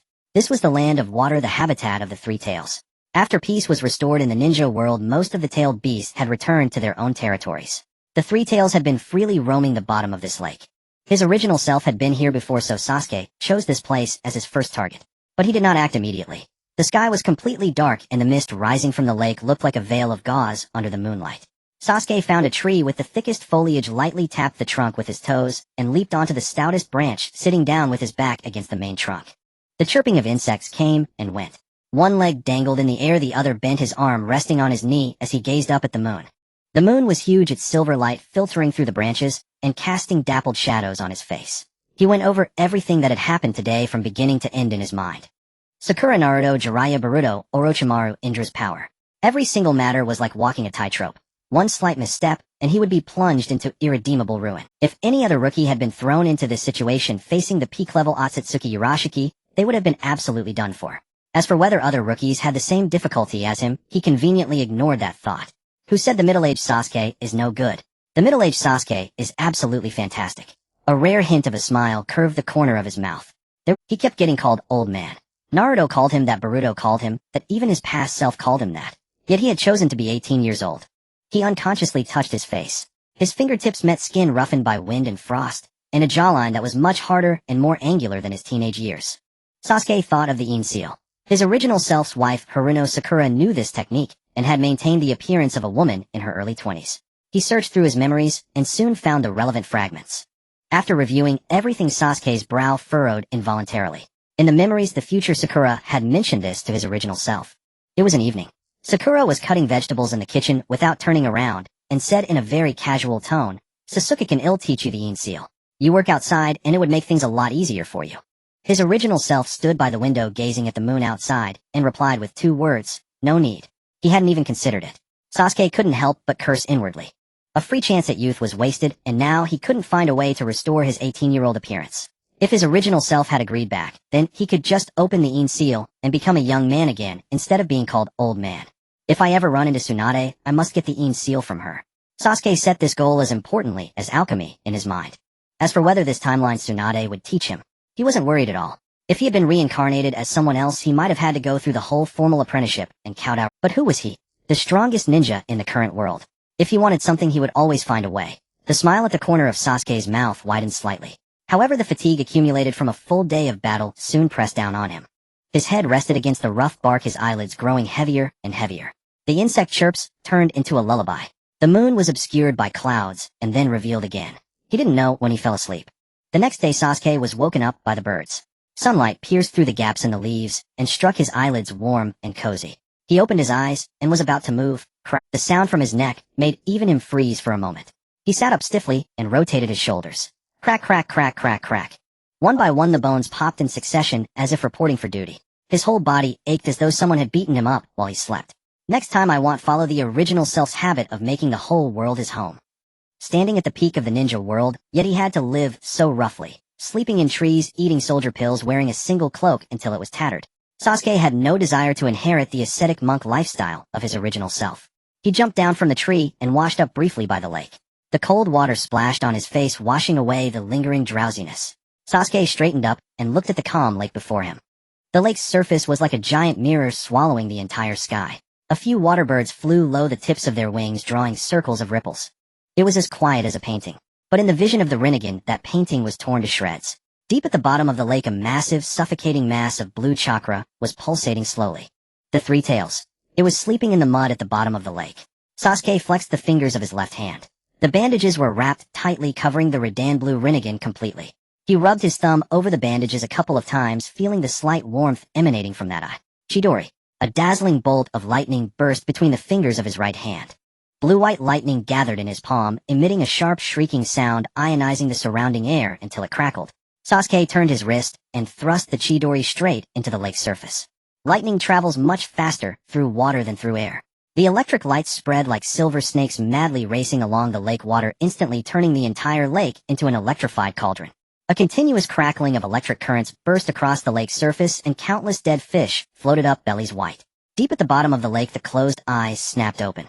Rule war. The lake exploded. A column of water shot into the sky, rising dozens of meters into the air, splashing like a torrential downpour. The 3 tails' massive body, large enough to cover half the lake's surface, rose from beneath the water with a thunderous roar. Its 3 tails lashed wildly against the surface, each strike raising waves several meters high. 3 enormous tails simultaneously locked onto the tiny black figure on the shore. A human. Another human. The memories of these insect-like creatures sealing it, controlling it, and using it as a weapon were still etched into its bones.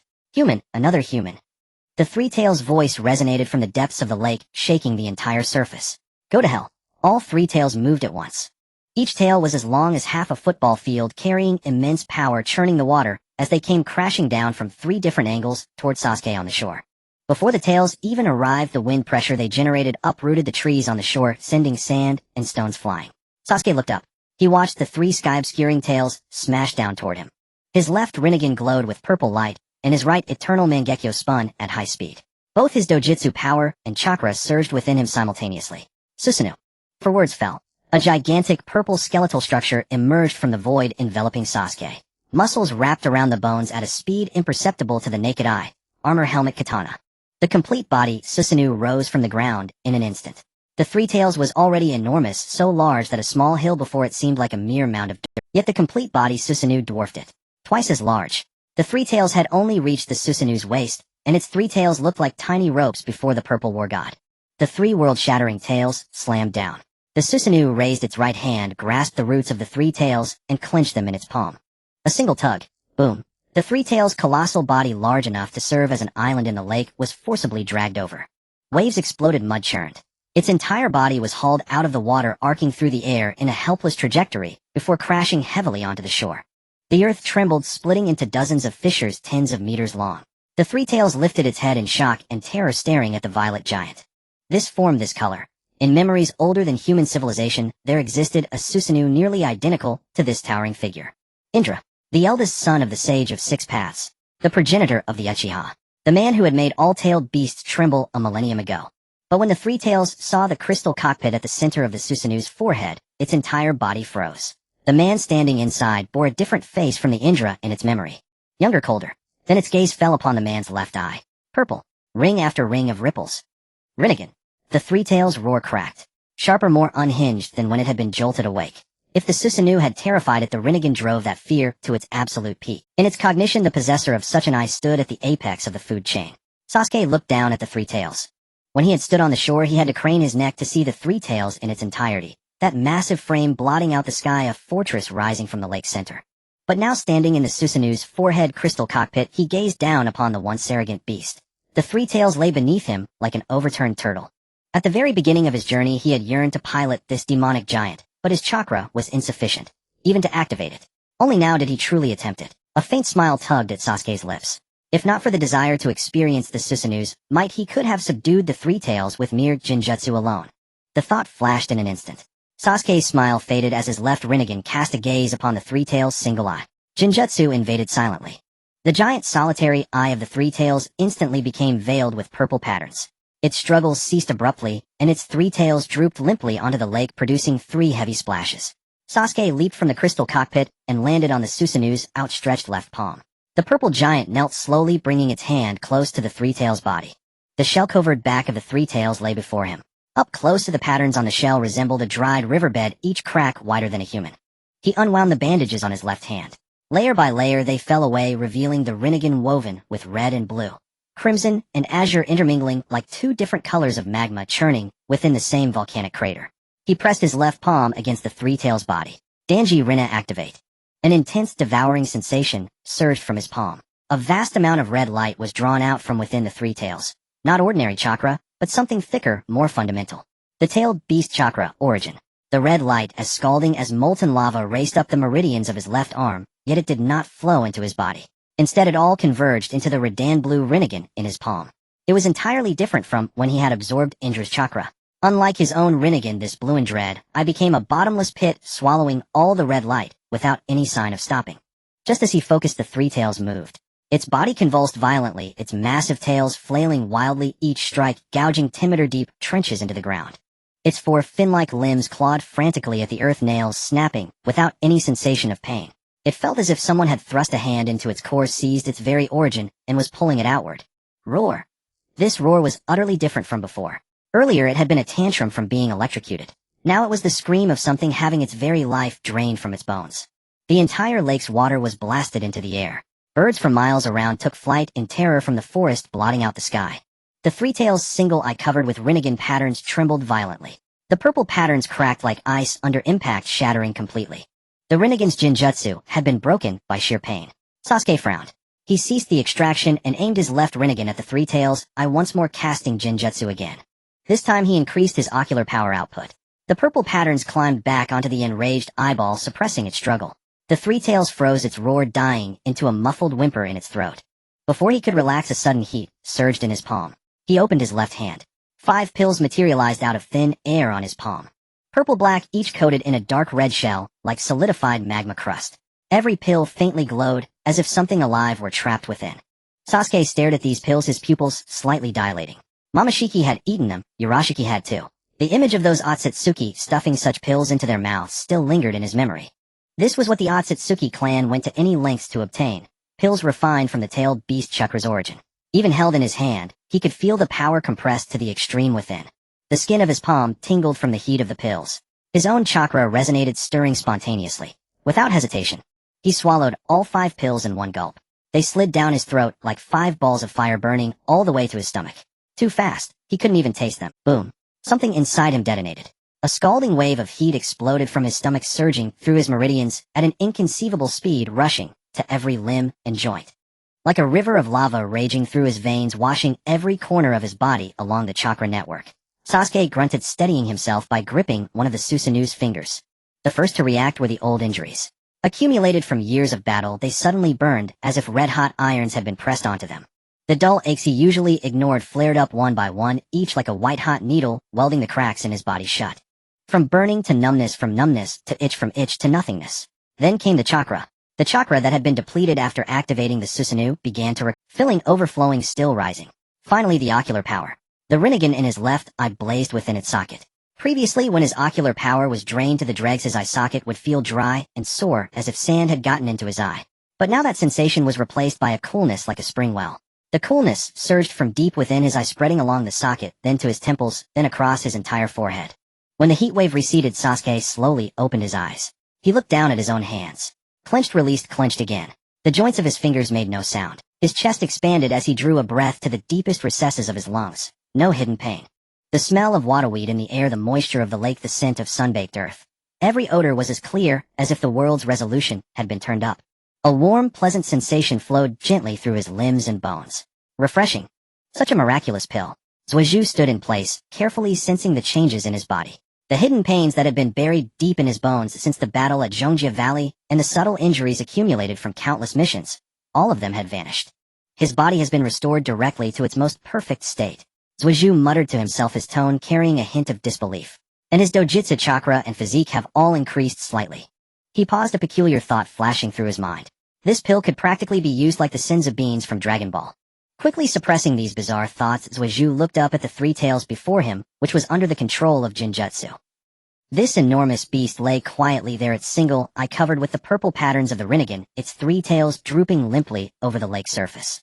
He couldn't help recalling the process just now. When he was extracting chakra, the beast was in such agony that it actually broke free from the Rinnegan's Jinjutsu. Now that the extraction had stopped, it was once again docile and obedient.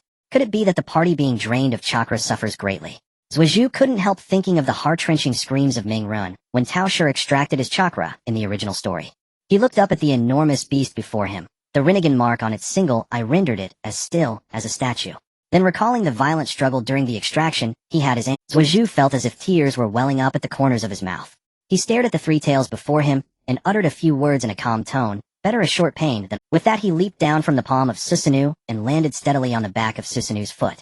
He prepared to fully refine the pill, releasing Susanoo's hands to rest. The next second, his left palm pressed against the body of the 3 tails again. Dojutsu Danji Rinne was activated once more.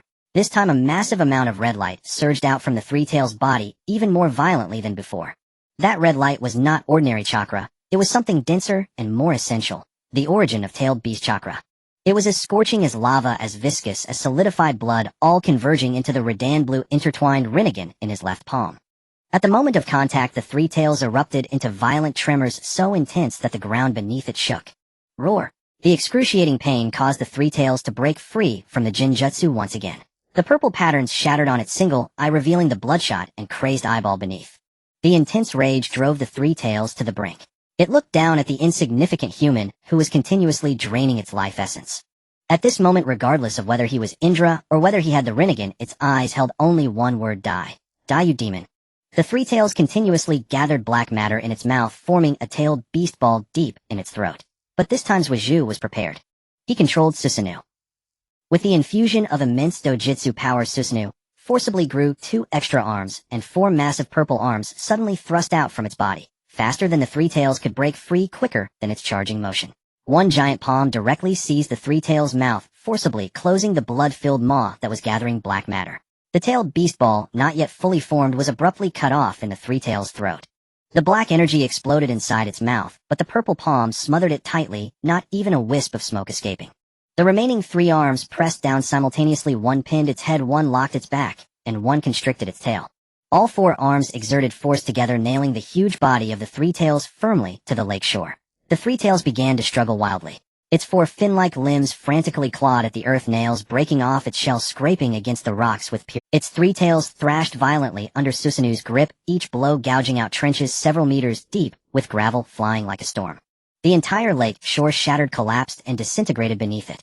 But Susanu remained unmoved. The purple giant knelt on one knee by the shore, its 4 arms pressing down on the three tails like 4 great mountains. Absolute power crushing. The three tails struggled before it was like a fish pressed onto a chopping block. And Danjirina did not stop. Zhuozhu's left palm remained pressed against the three tails' body. The red light continued to pour into his palm, flowing through his meridians into the Rinnegan. He could feel the tailed beast chakra origin being drained at a visible rate. With each portion drawn away, the three tails' body shrank by a measure. Because its mouth was seized, the three tails could not make a sound. Only its body kept trembling. That was the most primitive, uncontrollable physiological response to forcibly having its origin stripped away. Its single eye, not under Jinjutsu, remained wide awake, staring at the black-clad figure pressed against it, watching its own origin flow toward that person like water from an open sluice. Watching this, Zhuozhu felt no ripple in his heart. In his memory, the original body had always regarded them as beasts. In the original Buddhist perception, tailed beasts were never equal living beings. They were vessels of power, tools of war, entities that could be sealed, controlled, and consumed. As for himself, he regarded them as stepping stones to escape his fate. The combination of these two perspectives rendered Zhuozhu's heart utterly calm. No guilt, no pity, not even cruelty. Just like a hunter treating prey, a butcher treating livestock. It had nothing to do with good or evil, only the food chain. He focused on sensing the red light flowing into his palm. Wave after wave of warm currents traveled up his left arm, each one thinner than the last. The three tails' chakra origin was drying up. At the same time, he noticed a detail. The three tails was shrinking. Originally, the three tails' body reached up to Susanu's waist, but now it only reached Susanu's thigh. A moment later, it only reached the knee. Another moment, only the ankle. Time passed second by second.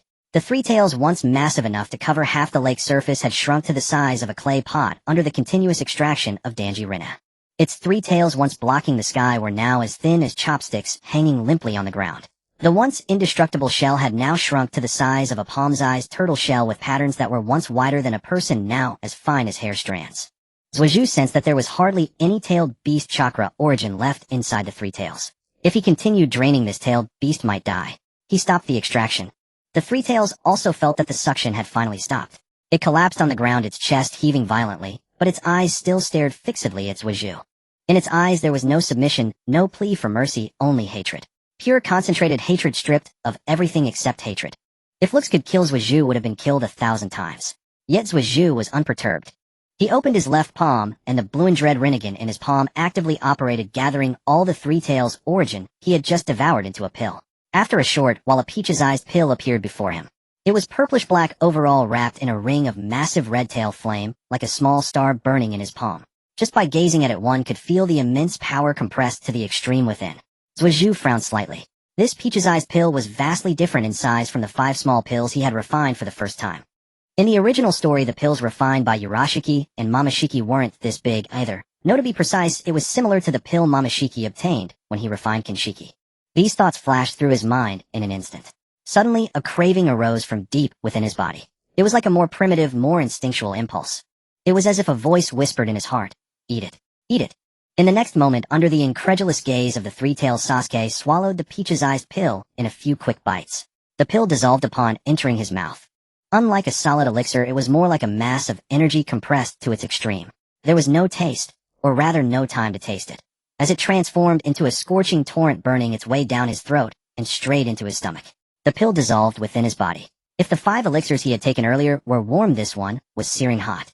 A vast surge of pure, suffocating energy exploded in his stomach like a powder keg, ignited, surging through his meridians with devastating force into every limb and bone. Sasuke's skin instantly flushed, red steam rising from every pore on his body. From a distance, he looked like a small red figure enveloped in white mist. So powerful. Wave after wave of warmth washed through his limbs and meridians, every inch of muscle, every bone, every meridian rejoicing. His eyes greedily absorbed this power, his ocular abilities continuously rising like a thermometer climbing without stop. Suddenly the Rinnegan in his palm emitted a sense of longing. A portion of the warm current in his body began to actively converge toward the blued Rinnegan. Sasuke's heart skipped a beat. Could it be that the same situation as last time would occur again?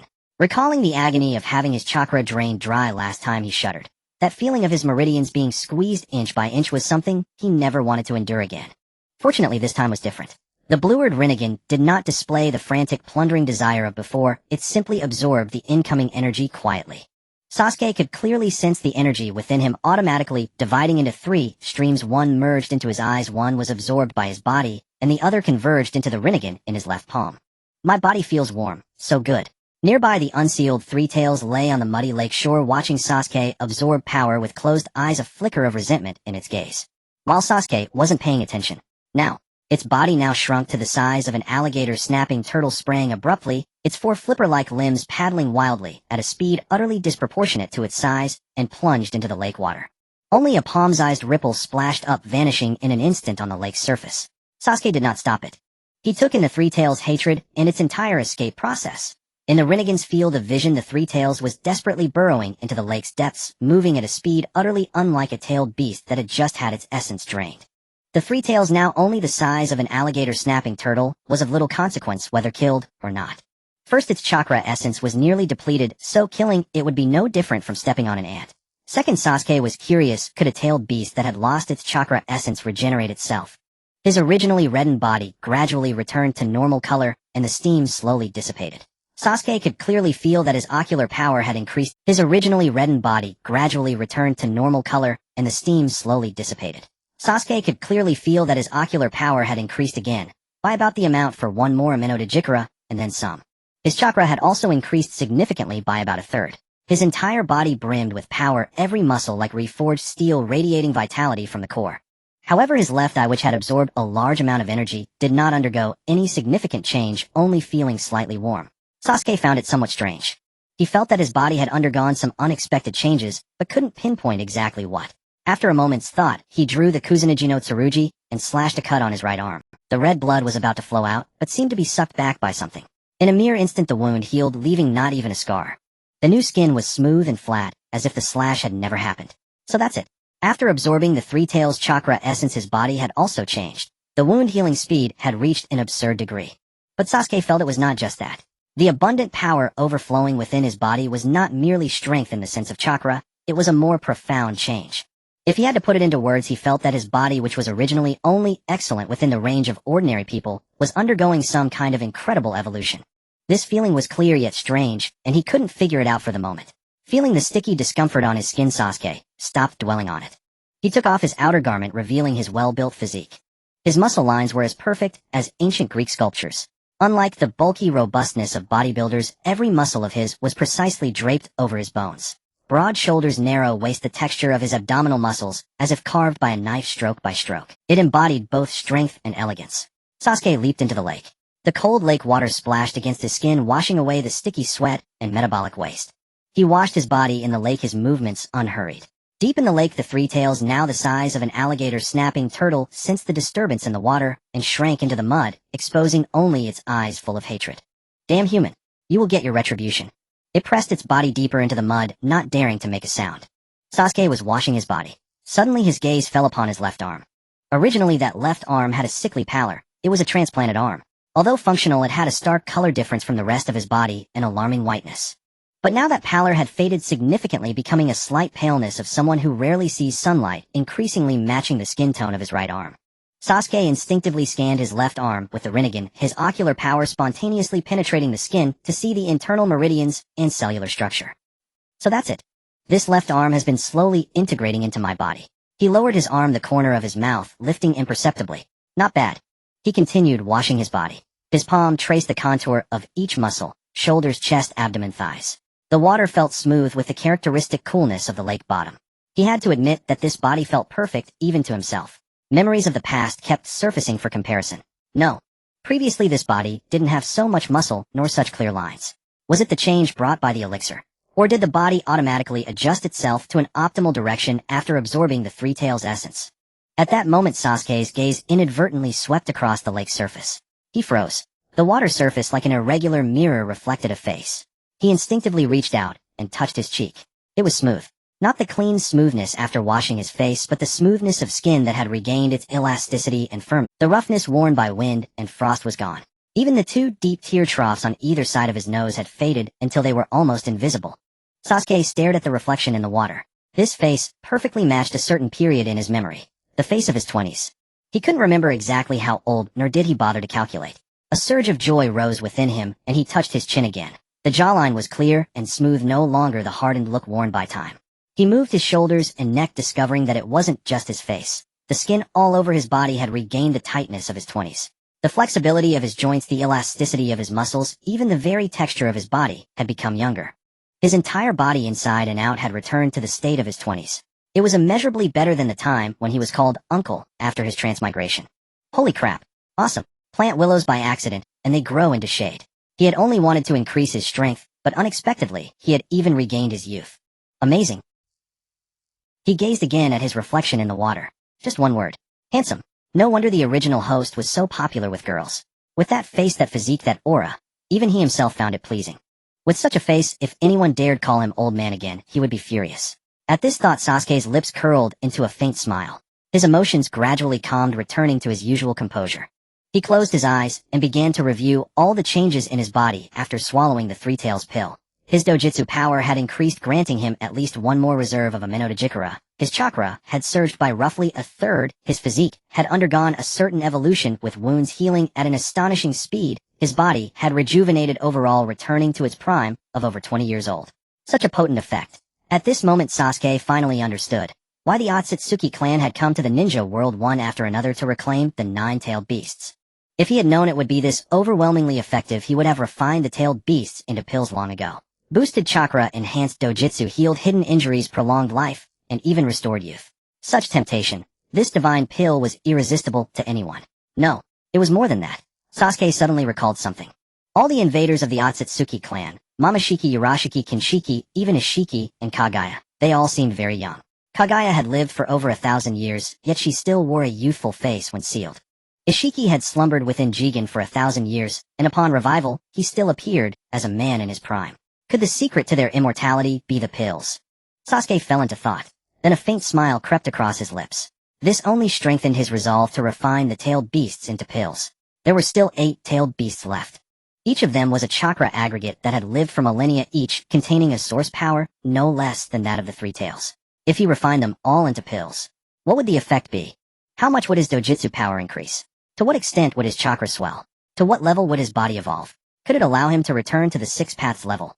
Thinking of the myriad incredible abilities of the Six Paths level, truth-seeking balls, Yin-Yang Release power, transcending life and death. A flicker of fervor ignited within Sasuke's heart. Feeling sufficiently clean, Sasuke, now naked, returned to the shore. He glanced at his old clothes on the ground, pondered briefly, and produced a storage scroll from his ninja tool pouch. This was something the original host had carried while wandering the ninja world, containing spare clothes inside. He unrolled the scroll, gently tapped the sealing formula, and with a puff of white smoke several familiar outfits appeared neatly stacked on the ground. There were the high-collared, short-sleeved shirts from his youth and the cloak from his wandering days. Everything was there. As Sasuke picked out clothes, a hint of emotion stirred within him. The original host was truly frugal. He had worn these clothes for so many years and couldn't bear to discard them. From the valley of the End to the desert, from the rainforest to the snowfield, a single cloak could be worn until it was threadbare. Suddenly he felt a bit of understanding of why the original host refused to learn the Yin seal. That man was too harsh on himself, so harsh that he wouldn't even allow himself a youthful face. At that moment he spotted one particular outfit. Without a moment's hesitation he took it out. It was the set he wore while wandering in the desert in his 20s. An ash-white cloak, a belt of the same color, and dark gray trousers. Back then he was searching for the Ōtsutsuki in the desert, and the black cloak absorbed too much heat, so he switched to this ash-white ensemble. He hadn't worn it long, but the memory was vivid. During that time, he walked alone across most of the Wind Country, surviving on military ration pills and oasis water for over a month. A trace of nostalgia flickered in Sasuke's eyes. In his past life, he had also loved this outfit. Not the original host's memory, but his own. The young man who had once watched Naruto from in front of a screen. The first time he saw Sasuke in the final chapter, he thought the ash-white color scheme was incredibly cool. That's why after his transmigration, he deliberately told them to call him Moonlight Sasuke. Half to conceal his identity, half to satisfy his little selfish desire. Now it was a dream come true. He put on the clothes one by one. First the dark gray trousers fastening the belt, then the ash-white inner shirt soft and breathable. Finally the ash-white cloak slightly broad at the shoulders and reaching to the knees. He wrapped the headband around the back of his head and tied it tightly at the forehead. The original host was so familiar with this tying method that his fingers executed all the motions without thought. Until the final knot. Sasuke stretched his body, rotating his shoulders, raising his arms. No sense of restriction. The ash-white fabric was lighter than the black cloak. When the wind blew, he could feel the subtle sensation of air flowing through the weave. Fits well. He unconsciously walked to the lake and looked down. The water's surface was like a natural mirror. Reflected in the lake was no longer the weathered, stern, black-clad wanderer, but a young, handsome man in an ash-white cloak. The headband was tied neatly at the forehead. The ash-white cloak billowed slightly in the wind, and paired with his face of just over 20. Stern with a hint of youthful vigor, sharp, yet carrying a touch of unruliness. A faint arc formed at the corner of Sasuke's mouth. Handsome. Suddenly he felt a sense of familiarity. The reflection in the water reminded him of someone. He searched his mind for a moment, and a name surfaced, Gekko Hate. The Konoha ninja who was always coughing sickly, and the special jonin who died at the hands of Suna in the Konoha Crush plan. Sasuke was startled. He did resemble Gekko Hate. No, that wasn't right. If Gekko Hate was the budget version, then he was the deluxe plus version. Gekko Hayate's face was too thin, his skin too pale. Chronic illness gave him a frail, sickly appearance. But he Uchiha Sasuke, a perfect physique, the most handsome face in the ninja world, the gaze enhanced by Sharingan and Rinnegan paired with this ash-white cloak. Not something Gekko Hate could compare to. Moonlight Sasuke. He murmured this alias he had chosen for himself, and the smile on his lips deepened.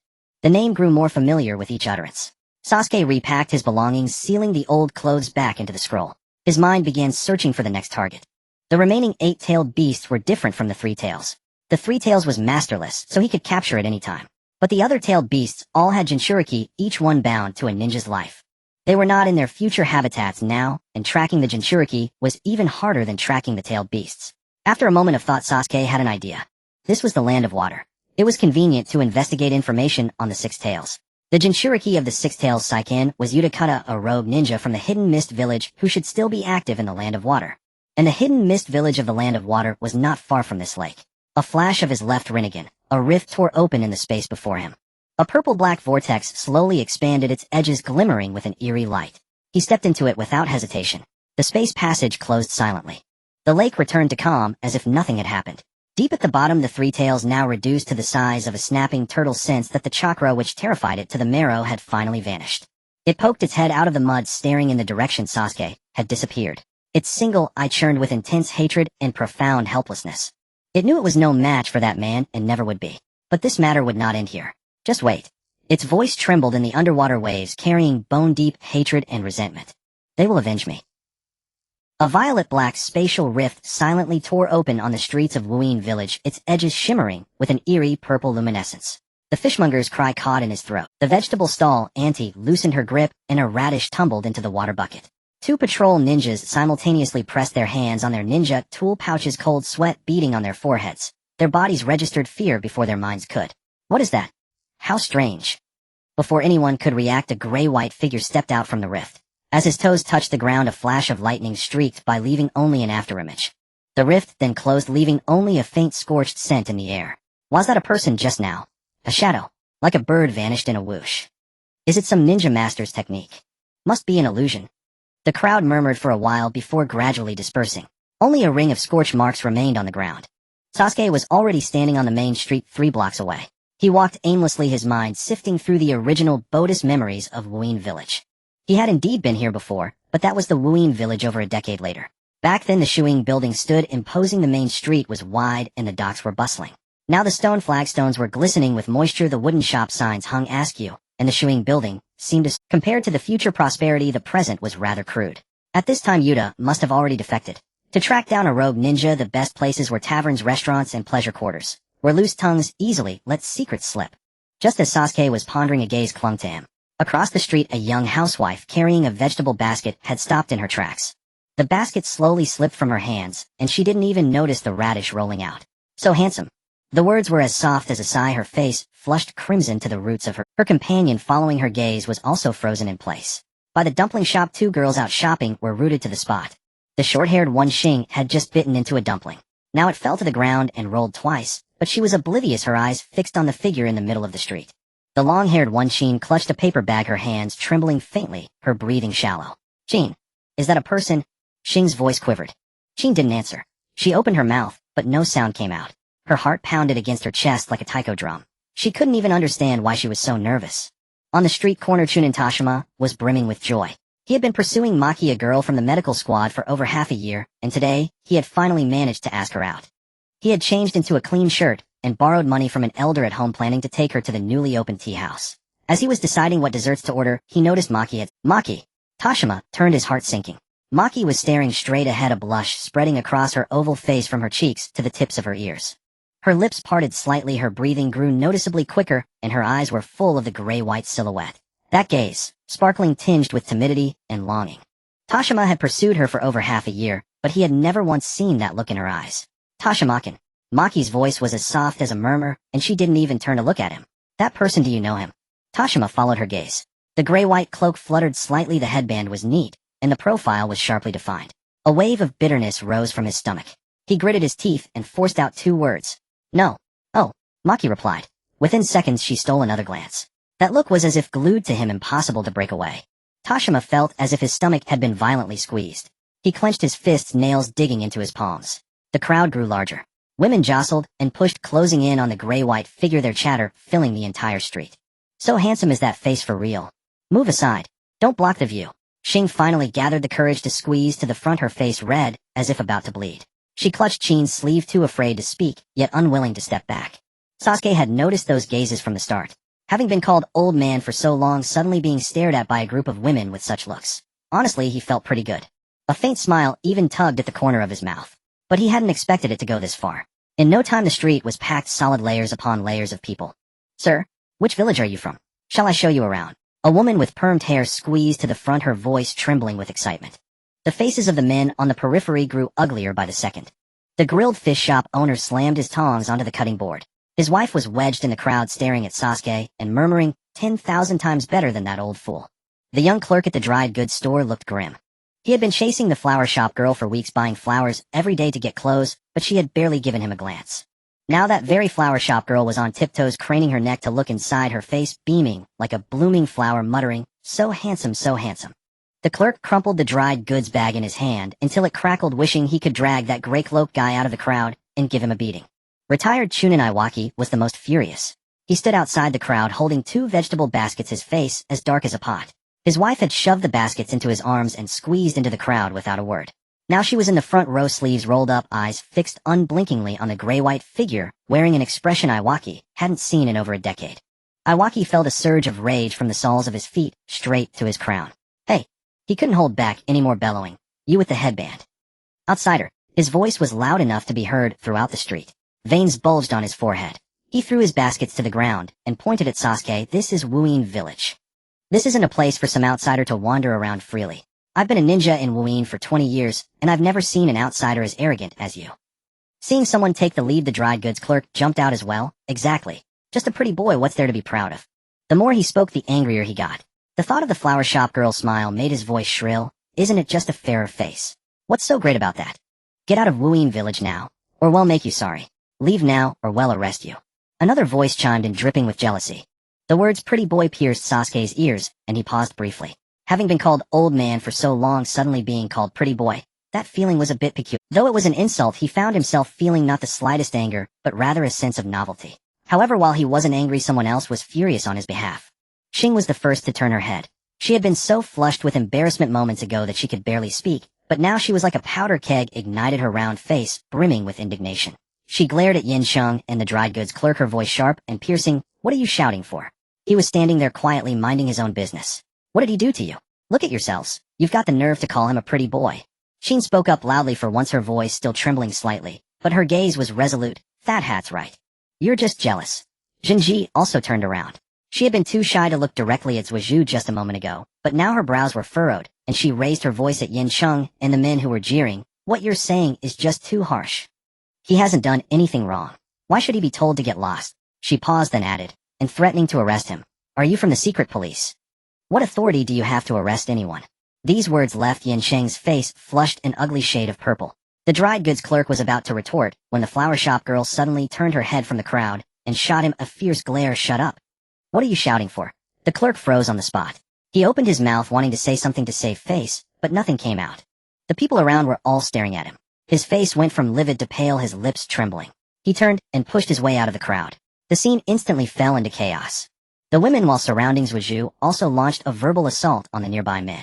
Yin Sheng's wife charged straight out of the crowd, rushed up to him, hands on her hips, her voice booming. Yin Sheng. What are you yelling about? He's 100 times more handsome than you were when you were young. No, 1,000 times. When you were young, you couldn't even compare to a single strand. The more she spoke, the more worked up she became. She turned to the women beside her and said, "Don't you all agree?" Yes, a chorus of women answered in unison. Yin Sheng's face turned purplish, his lips quivering for a long time before he could choke out, You what? Pick up your vegetable basket. They'll deal with you when we get home." His wife shot him a glare, then turned and squeezed back into the crowd, muttering to herself, "I almost missed the handsome guy." Yin Sheng stood rooted to the spot, trembling all over. He felt like a complete joke, humiliated in public by his own wife, while the stranger with the fair face had not even spared him a single glance from start to finish. Tang Dao, standing nearby, was even worse off. Zhenji never once looked back at him. She stood at the front of the crowd, hands clasped in front of her chest, still arguing with the hecklers on behalf of the man in the gray-white cloak. Her voice was urgent and rapid, her face carrying a seriousness and eagerness that Tang Dao had never seen before. That kind of desperate protectiveness. He had been pursuing her for over half a year, and he had never experienced it himself, nor had he even dared to imagine it. And now she was protecting a man whose name she didn't even know. A surge of rage exploded in Tang Dao's chest, pure scorching sanity-destroying jealousy. He clenched his fists so hard his knuckles turned white, his jaw tight enough to make his cheeks tremble.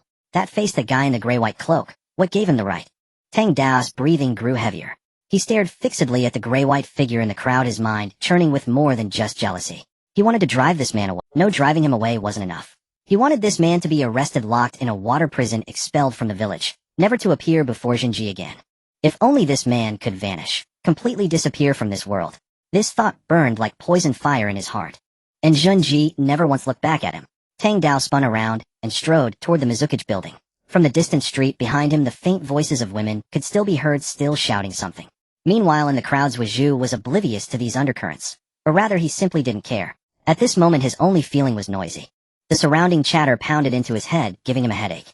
Some praised his looks, some asked his name, some asked about his village, and some tried to touch his cloak in the commotion. The faint pleasure he had felt at the beginning had long been worn away to nothing. He had just been thinking of going to the tavern to find out about Yu-Gi-Oh's whereabouts. But now he was tightly surrounded, unable to move even a single step. "Shut up." 2 icy syllables fell. The voice was not loud, but it pressed clearly on everyone's ears. All fell silent. It wasn't fear, but an instinctive reaction. That voice was like a basin of cold water poured over their heads. The silence lasted only half a second. The next moment, whispers rose again. But this time the voices were even more fervent than before. "Oh my God. That voice was just too good. So cold, so cool. He spoke. He told us to shut up. So handsome. Can you curse at me again, please?" Zhuozhu expressionlessly pressed his hand to his forehead. These women were hopeless. Originally, he had planned to head to the tavern in the town to inquire about Yu-Gao, but now he was completely trapped by the crowd, unable to move. He lifted his eyes, his gaze sweeping coldly across the crowd. Those eyes carried no extra expression, but anyone, man or woman, caught in that look instinctively shrank back. "Don't block the way." A palpable pressure spread with his words. The women at the front instinctively stopped all speech, and their feet unconsciously stepped aside to. In an instant, a wide, unobstructed path appeared before Zhuozhu. Zhuozhu did not linger. Taking advantage of the opening the crowd had created and the cover of street-side shops, his figure flickered and vanished around a corner in a few swift movements, so fast that no one had time to react. By the time the crowd came to their senses, the gray-white figure that had stood in their midst was gone. The crowd was silent for a second. Then it erupted. "Where is he? How did he disappear? He was just there? In the blink of an eye." Xing panicked on the spot, standing on tiptoe and looking around desperately, her eyes rimmed with red. She grabbed Qin's wrist anxiously. "Where is he?" Qin paced back and forth in agitation, constantly scanning the exits of every alley, her voice filled with urgency. "He couldn't have gone far. Let's split up and we must find him." Qin pulled free from Xing's grip and ran toward the nearest alley. After a few steps, she stopped, staring blankly into the empty depths, her voice choked with tears. "He's not here. Nothing on this side." Zhenji quickly nodded and called out to the group of smitten girls around her. "Sisters, spread out and search. Don't miss the main street, the back streets, or the shops by the lake. We must find the man in the gray-white cloak." The young women scattered in all directions, searching eagerly along the streets and alleys. All that remained in the street were the jealous men staring at the empty path, their hearts a mixture of bitter emotions. Tang Dao practically sprinted into the Mizukage building. His footsteps echoed through the empty corridor, hurried and chaotic. Sweat drenched his forehead, and the back of his shirt was soaked through, clinging to his skin with a cold, uncomfortable stickiness. But he paid it no mind. He had pursued Jinji for over half a year, sent her flowers-covered 3-night shifts for her, and even taken a drunken patient's punch in her stead. The warmest response he ever received from her was a simple "Thank you, Tang Dao, you're such a good person." At the time, he thought that compliment was a glimmer of progress in their relationship, and he lay awake half the night in excitement. Now he realized it wasn't progress, it was the end. And that outsider in the gray-white cloak had done nothing but stand there, yet Jinji gazed at him with a look Tang Dao had never dared to dream of. Tang Dao burst into the Umbu duty room, hands gripping the desk, panting, as if he had just run 20 kilometers. There's a situation. I need to report an outsider who is inciting a riot on Market Street. The Umbu ninja set down his patrol log, eyes behind the mask fixed on him. Explain clearly. That man is not a Kirigakure ninja. Tang Dao swallowed his words, tumbling out in a rush. He deliberately gathered a large crowd on the main street, blocking the road completely and paralyzing traffic. He also deliberately stirred up conflict between men and women in the village, making them yell at each other in the street. I saw with my own eyes several couples arguing because of him. Someone was pushed into a ditch and another got hit on the head with a vegetable basket. He paused to gauge the Umbu ninja's reaction. The other said nothing, but the gaze behind the mask had grown noticeably sharper. Tang Dao steeled himself and added fuel to the fire. I suspect he is a spy sent by another nation aiming to create chaos and dismantle Kirigakure's order from within. He might even have used a genjutsu that disturbs people's minds on the scene. Otherwise, how could so many women lose their senses at once? The Umbu ninja fell silent for a moment, then stood up. Wait here. I will report to the higher-ups. Tang Dao watched the Umbu ninja disappear down the corridor, then slowly leaned against the wall and let out a long breath. He raised a hand and unconsciously touched his own cheek. Rough skin, enlarged pores, and a stubborn pimple on his chin that refused to be squeezed out. Blame that face, he murmured under his breath. It grew on the wrong person. In the Mizukage's office, Terumi May sat behind her desk, one hand supporting her chin. Her other hand flipped through a patrol report from the Land of Water's border. The daylight streaming through the window softened her silhouette. As her brow furrowed, the authoritative aura of a ruler immediately overpowered all the soft lines. A hurried knock came from outside the door. Mizukagesima Chojuro pushed the door open, his expression filled with anxiety. Even after serving as the Mizukage's guard for so long, he still couldn't shake this habit. The Umbu sent word that a suspicious outsider, possibly a spy, has appeared on Market Street. Terumi May put down the report and looked up. Chojuro scratched the back of his head and began recounting the Umbu's report, stumbling over his words and occasionally glancing at his notes. That person, is not a Kirigakure ninja. He gathered a large crowd on the main street, causing traffic paralysis. Also, he incited men and women in the village to yell at each other and even fight in the street. The person who reported him suspects he is a spy from another nation aiming to dismantle Kirigakure's order from within, and that he might have used a mind-disturbing genjutsu. He closed his notebook and cautiously looked at Terumi May. That's the situation, Mizukagesima. Terumi May listened, her brow slightly furrowing. She tapped her fingers lightly on the desk twice. Inciting conflict between men and women in the street. A spy from another nation infiltrating Kirigakure just to make a few couples argue. This matter is probably not that simple. She raised her hand and clapped twice softly. As the sound faded, a dark figure slipped silently through the window and knelt on one knee. Mizukagesima. What's the name of the one who reported it? Tang Dao Chunin. Tang Dao Chojuro quickly added. Take him to the scene and find out exactly what happened. Report back to me with the details. Yes. The Umbu rose, slipped out the window, and the office fell back into silence. Chojuro stood still, hesitated, then couldn't help asking Mizukagesima, why not just arrest that spy? What if he really is from another nation? Terumi May shook her head gently, her tones soft, like a mentor guiding an inexperienced junior. Chojuro, some things aren't as simple as they appear on the surface. Haven't you noticed many flaws in that reporter's words? Chojuro stood frozen, replaying Tang Dao's accusations in his mind. A look of confusion gradually spread across his face. Who would incite a civil uprising in public and specifically choose a vegetable market? And if he really were a spy, using such a conspicuous method would be like writing "I am a spy" on his face. He looked up at Terumi May, his eyes now filled with genuine admiration. As expected, the Mizukage's mind was meticulous. She saw through the flaws in the testimony at a glance. He had nearly been misled by one-sided words. Shortly after, a knock came again. Enter. The Umbu pushed the door open and knelt on one knee. His movements were still crisp and efficient, but his voice carried a subtle strangeness. Mizukagesima, the situation at the scene has been investigated. Speak. The outsider male is not a Kirigakure ninja, consistent with the reporter's statement. However, he did not make any inflammatory remarks in public, nor did he initiate any physical confrontation. The actual situation is the Umbu paused for a second. It was spontaneous among the civilians. Spontaneous. Terumi Mice Pen stopped in midair, her eyebrow lifting slightly. Tell me exactly what happened. The Umbu lowered his head and reported in the most objective tone. According to multiple female villagers at the scene after the man appeared on the main street, due to his exceptional appearance, he attracted a large number of female villagers to spontaneously gather around him. During the gathering, some male villagers dissatisfied with their spouses or romantic interest attention toward the man took the initiative to provoke him, leading to verbal disputes and minor physical altercations. The man did not provoke anyone, did not incite any speech, and did not use force throughout the entire incident. The most he said were "shut up and get out of my way." The office fell silent for a full 3 seconds. Appearance. Terumi May put down her pen, leaned forward slightly, and curled her lips into a playful smile. A man caused a public uproar because of his appearance. Yes. Is he handsome? Yes. Terumi Mai's eyes lit up. A handsome man who could cause a public uproar. In Kirigakura, a place shrouded in perpetual rain, one who could make a crowd of women gather in the street. What level of attractiveness must that be? She cleared her throat softly, forcing down her curiosity. Putting on a serious expression as if handling official business, she asked, "Where is this person now?" "At the Tide Tavern. He went there after leaving the main street, and is currently drinking inside." There is still a large number of female villagers gathered near the tavern. The Tide Tavern. Terumi May stroked her chin, her gaze inadvertently drifting to the pile of unprocessed documents on the desk. 3 Border Patrol reports, 2 Ninja Academy budget requests, and a draft trade agreement amendment that she hadn't even looked at yet. Would it be inappropriate to go see a handsome man before finishing official duties? She tapped her fingers lightly on the desk twice, quickly convincing herself internally, it's not slacking off, it's reconnaissance. A suspicious individual from another nation who had caused a large-scale disturbance in public. As the Mizukage, she had both the responsibility and the duty to personally confirm whether this person posed a threat. This was entirely within the scope of work. Having convinced herself, Terumi May rose briskly, shedding the languor of reviewing documents. "Lead the way. I will personally meet this outsider suspected of being an enemy spy." "Yes." The Umbu took the lead. Terumi May took 2 steps, then noticed only the Umbu following her. She turned to look at Chojuro, who was still waiting in place. The young man, abiding by protocol, dared not follow without being summoned, his obedience making her helpless. She walked over slowly, raised her hand, and gently patted Kojuro's shoulder, revealing a tolerant and warm smile. It was a gesture of indulgence unique to a senior toward a junior.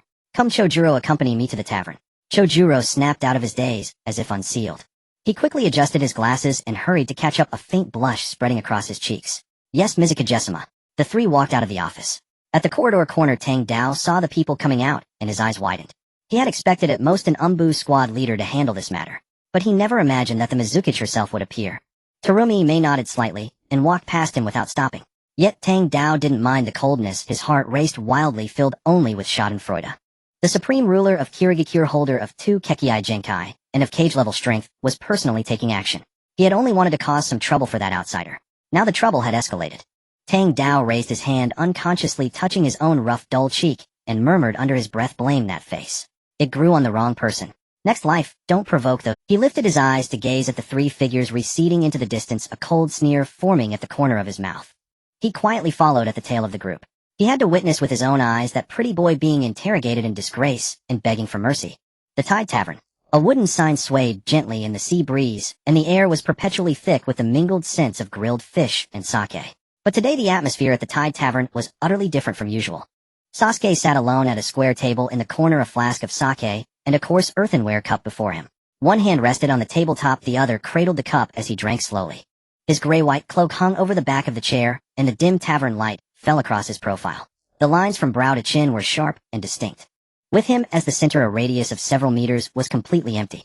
But beyond that, dozens of women were packed tightly together. Some stood, some sat on chairs brought in hastily. All their gazes were fixed on Sasuke, as if drawn by a magnet. "The way he drinks is so beautiful." Shing cupped her cheeks, her expression like that of someone admiring a rare treasure. "Did he just glance at me? Didn't he? Did he, eh?" Shing clutched Shing's sleeve, trembling all over. "You're overthinking. He was looking at the sea outside," Maki said, coolly dousing her enthusiasm. But her eyes never left Sasuke for a second. "Still beautiful. Even the way he looks at the sea is beautiful." These women were the same ones who had been searching for Sasuke on the streets earlier. Shing was the first to spot Sasuke in the tavern. She hesitated for half a minute. Should she tell the others? Then she decisively decided to keep quiet, wanting to savor the sight of him a little longer. Her half-minute of selfishness was soon broken by Chin's arrival. Then came Maki. Then the flower shop girl. Then more and more people. Soon they formed an unspoken pact. If they couldn't have him exclusively, they would guard him together. They voluntarily cleared away all the loiterers who approached Sasuke. Beyond this circle of women, a group of men with grim expressions sat at a long table against the wall. They had been Sasuke's earliest drinking buddies. When Sasuke first entered the tavern, he used some clever communication skills to quickly strike up conversations with a few regular ninjas. One of them was just about to mention a rogue ninja spotted near the Land of Fire's border, right at the crucial part. Then the women came. First they took the table next to him, then the one next to that. Finally, with an extremely polite but utterly unrefusable manner, they ushered all the men chatting with Sasuke to the periphery. "Look at that kid," said the middle-aged ninja with a bushy beard, slamming his cup heavily on the table. "He was chatting fine with us just now, and now, surrounded by a bunch of women, not even glancing our way." "Don't say that," shook the young Umbu candidate opposite him. "We're not that different." "Not different." The bearded man looked him up and down. "Look at yourself, then look at him. Where are you similar?" The young candidate turned to look at Sasuke's profile. Sharp as a blade under the lamplight, the fingers holding the coarse earthenware cup distinct and angular. He silently lowered his head and took a gulp of sake. "I envy him," sighed the bald retired Chunin. "In all my life, I've never been surrounded by so many women. Not even one." "That's nothing," said the young clerk from the dried goods shop, his face sour like head bitten into an unripe persimmon. "You're married, so you don't care." "Me? I've been chasing the flower shop girl for weeks, buying flowers every day, and she doesn't even remember my name. Today she looked at that man on the street and smiled like crazy. Maybe he's just some pretty boy." A cold voice drifted from the corner. "What's the use of good looks? On the battlefield, can a face kill?" "Exactly," someone chimed in, voice low. "I've seen plenty of his type, swaggering around with a pretty face. One move in a real fight, and he'd be down." In the corner, several pairs of eyes met. What hid within wasn't ordinary jealousy, it was killing intent. An outsider without the protection of the mist, without companions, without backing. If such a man met with an accident in a dark alley, probably no one would investigate. Find a chance to teach him a lesson he'll never forget. No one replied, but someone nodded lightly. Sasuke held his cup expressionless, gazing at the sea outside the window. He heard every word, but couldn't be bothered to read. He finished the last cup of sake from the flask, set the cup down on the table, and prepared to leave. Just then the tavern door swung open. A stir spread from the entrance. The men were the first to erupt, their eyes shifting from desperate envy to a gleeful, vindictive fervor. Because the newcomer was the fifth Mizukage Terumi Mei. She wore a blue dress, her brown hair loose over her shoulders. Behind her followed Umbu guards and Chojuro. "The Mizukage is here," the bearded man exclaimed excitedly. "Now that kid's in for it. Haha, serves him right." The dried goods clerk stood up from the corner. "Let him learn the rules of the mist." "Mizukage-sama, give this outsider a good lesson," someone shouted directly. The women's reactions were completely different. Xing's face went pale, Chin clutched her skirt, Maki bit her lower lip. A sense of foreboding rose in their hearts simultaneously. The Mizukage personally intervening. The severity of this had exceeded their expectations. "Shut up." Terumi Mei turned fiercely, glaring at the man who had shouted the loudest. Startled by the reprimand, he shrank back, his unfinished words stuck in his throat, and he retreated into his seat. The few other men who had been chattering also fell silent. Several women who were worried about Sasuke quickly chimed in, praising Terumi Mei's fairness. But as soon as the words left their mouths, they were met with Terumi Mei's icy command: "All of you be quiet." The entire tavern fell silent instantly. Even the clink of cups ceased. Terumi Mei walked through the silent crowd, her pace unhurried, and stopped at Sasuke's table, taking a seat across from him. Sasuke saw her too. A flicker of confusion crossed his mind. He hadn't done anything harmful to the mist. Why would the Mizukage herself come? Could it be because of what happened on the street earlier? At that thought, he reflexively wiped his nose. Since arriving in the hidden mist village, he had noticed the reactions of both men and women around him. But he hadn't paid them any mind. After all, who would bother arguing with a bunch of ants? Though curious, Sasuke wasn't overly concerned. Even Terumi Mei in his eyes was nothing more than a slightly larger grasshopper. At the same moment, Terumi Mei got a clear look at Sasuke's face. Her heart skipped a beat. She had seen plenty of handsome men. Though the hidden mist was remote, the ninjas, merchants, and envoys passing through were not without striking features. But those men at most earned a second glance, then were forgotten. This man before her was nothing like that. He sat there, his gray-white cloak draped over the chair, his headband tied neatly across his forehead. His features were sharply cut, his skin pale and cold under the dim light. His eyes were as calm as a deep, fathomless pool. But what captivated her most was his gaze. A casual indifference that seemed to come from the very core of his being, as if everything around him was just a passing scene. Including her, the Mizukage. Terumi Mei's heart pounded twice, a long-forgotten warmth spreading from her chest. It was a feeling she hadn't experienced in a long time. The most primal reaction of a woman who saw a man who stirred her heart. If she compared the so-called handsome men she had seen before to him, it was like comparing a street lantern to the moon in the sky. No wonder the women on the streets had crowded around. Now she completely understood. But on the surface, Terumi Mei remained composed. She was the Mizukage, losing composure in public was unthinkable.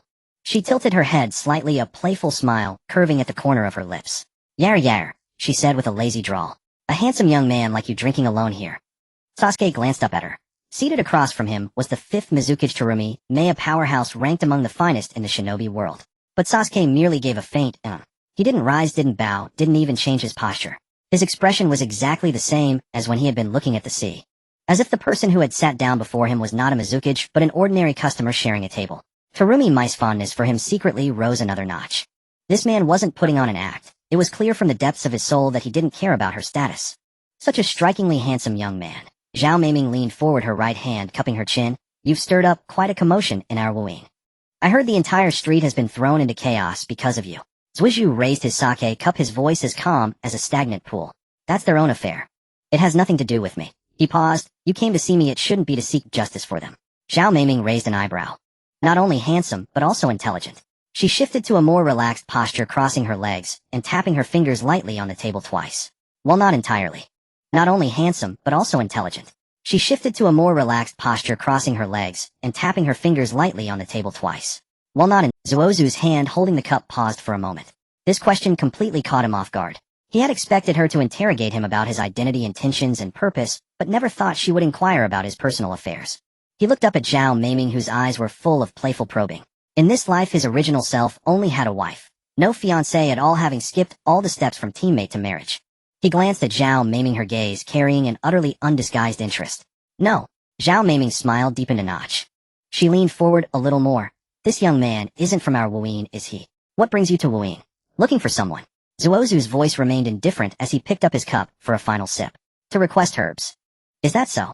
Zhao Meiming extended a finger, casually twirling a strand of her brown hair that hung over her shoulder, her tone light and slow. Perhaps I can help you with that. Zuozu's fingers paused on the rim of the cup. Indeed, in terms of intelligence, Yu Gao was a ninja of wooing before his defection. Zhao Meiming, as the water shadow, knew his movements better than anyone.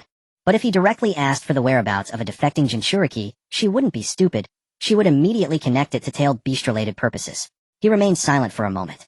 Zhao Meiming watched Zuozu's silent profile, a strange sense of satisfaction welling up inside her. This man was hesitating, which meant her leverage had hit the mark.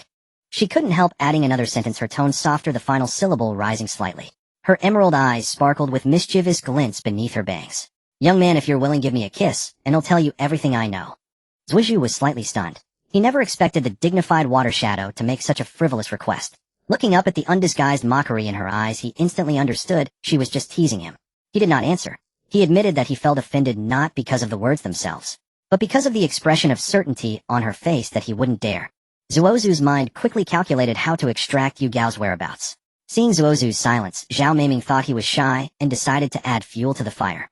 She rested her chin on her crossed hands, tilted her head to look at him, and the smile on her lips deepened. A man too cowardly won't be liked by women, you know. Before her words faded, a flash of lightning burst on the wooden floor of the tavern. Zhao Meiming's pupils contracted sharply, so fast. Before she could even react, the man opposite was no longer in his seat. Then she felt her face being cupped. A pair of hands, long with distinct knuckles, palms carrying a slight warmth. His thumbs gently brushed past her temples, pushing the thick bangs that covered the right side of her face behind her ear. His fingers gently cradled her entire face. Her face, long concealed, was exposed to the air. Cheekbones slightly high, jawline sharp, nose bridge straight. And that emerald eye now slightly widened. Zuizhu stood beside her, slightly bent over, his hands still cupping her cheeks. His face was too close to hers. So close that Zhao Meiming could see the faint purple glint in his eyes. Her heartbeat suddenly skipped a beat. Zuizhu looked at the face before him, a barely perceptible ripple passing through his heart. No one could have imagined that beneath those thick bangs lay such an exquisitely beautiful face. In his past life, when he watched the 5 Kage battle Yuzhibo band, the shockwaves of the fight lifted her bangs. That side profile was revealed for only a moment. Just that one moment, and he remembered it. Back then, a faint, inexplicable fondness had stirred in his heart. Through a screen, without follow-up, without overthinking. But now that face was right in his palms. The face buried for too long under heavy bangs now appeared so dazzlingly beautiful at this distance, it was almost aggressive. That trace of fondness from his past life suddenly became immensely concrete in this moment. He was about to kiss her. Suddenly a tightness in his chest. In his mind, the image of Chunai flashed, and the memories of his original self and his wife together flooded in all at once. A clear sense of guilt abruptly seized his heart, and his body instinctively resisted the intimate act. That emotion, like a thin veil, gently covered his rationality. then was violently torn apart by a much stronger rebellious spirit. You don't want me to kiss. I will kiss anyway. He cupped her face and pressed his lips directly against Zhao Meiming's bright red lips. A soft warm sensation instantly spread like pressing against a warm plush cushion. Their intertwined breaths mingled with the faint fragrance of sake, and a tingling numbness traveled from their lips throughout their entire bodies. Zhao Meiming's mind went completely blank, fully frozen. She had only been casually teasing and provoking. She never expected that he would actually kiss her. This man didn't play by the rules. No, he simply flipped the table. Her eyes widened, and in her emerald pupils reflected that face so close. Her hands hung in midair, unsure whether to push him away or hold him. She just froze there like a statue frozen in time. The entire place fell into absolute silence at this moment. The jealousy on the faces of the male patrons turned into extreme collapse and resentment. The bearded middle ninja's chopsticks slipped from his hand, clattering onto the floor.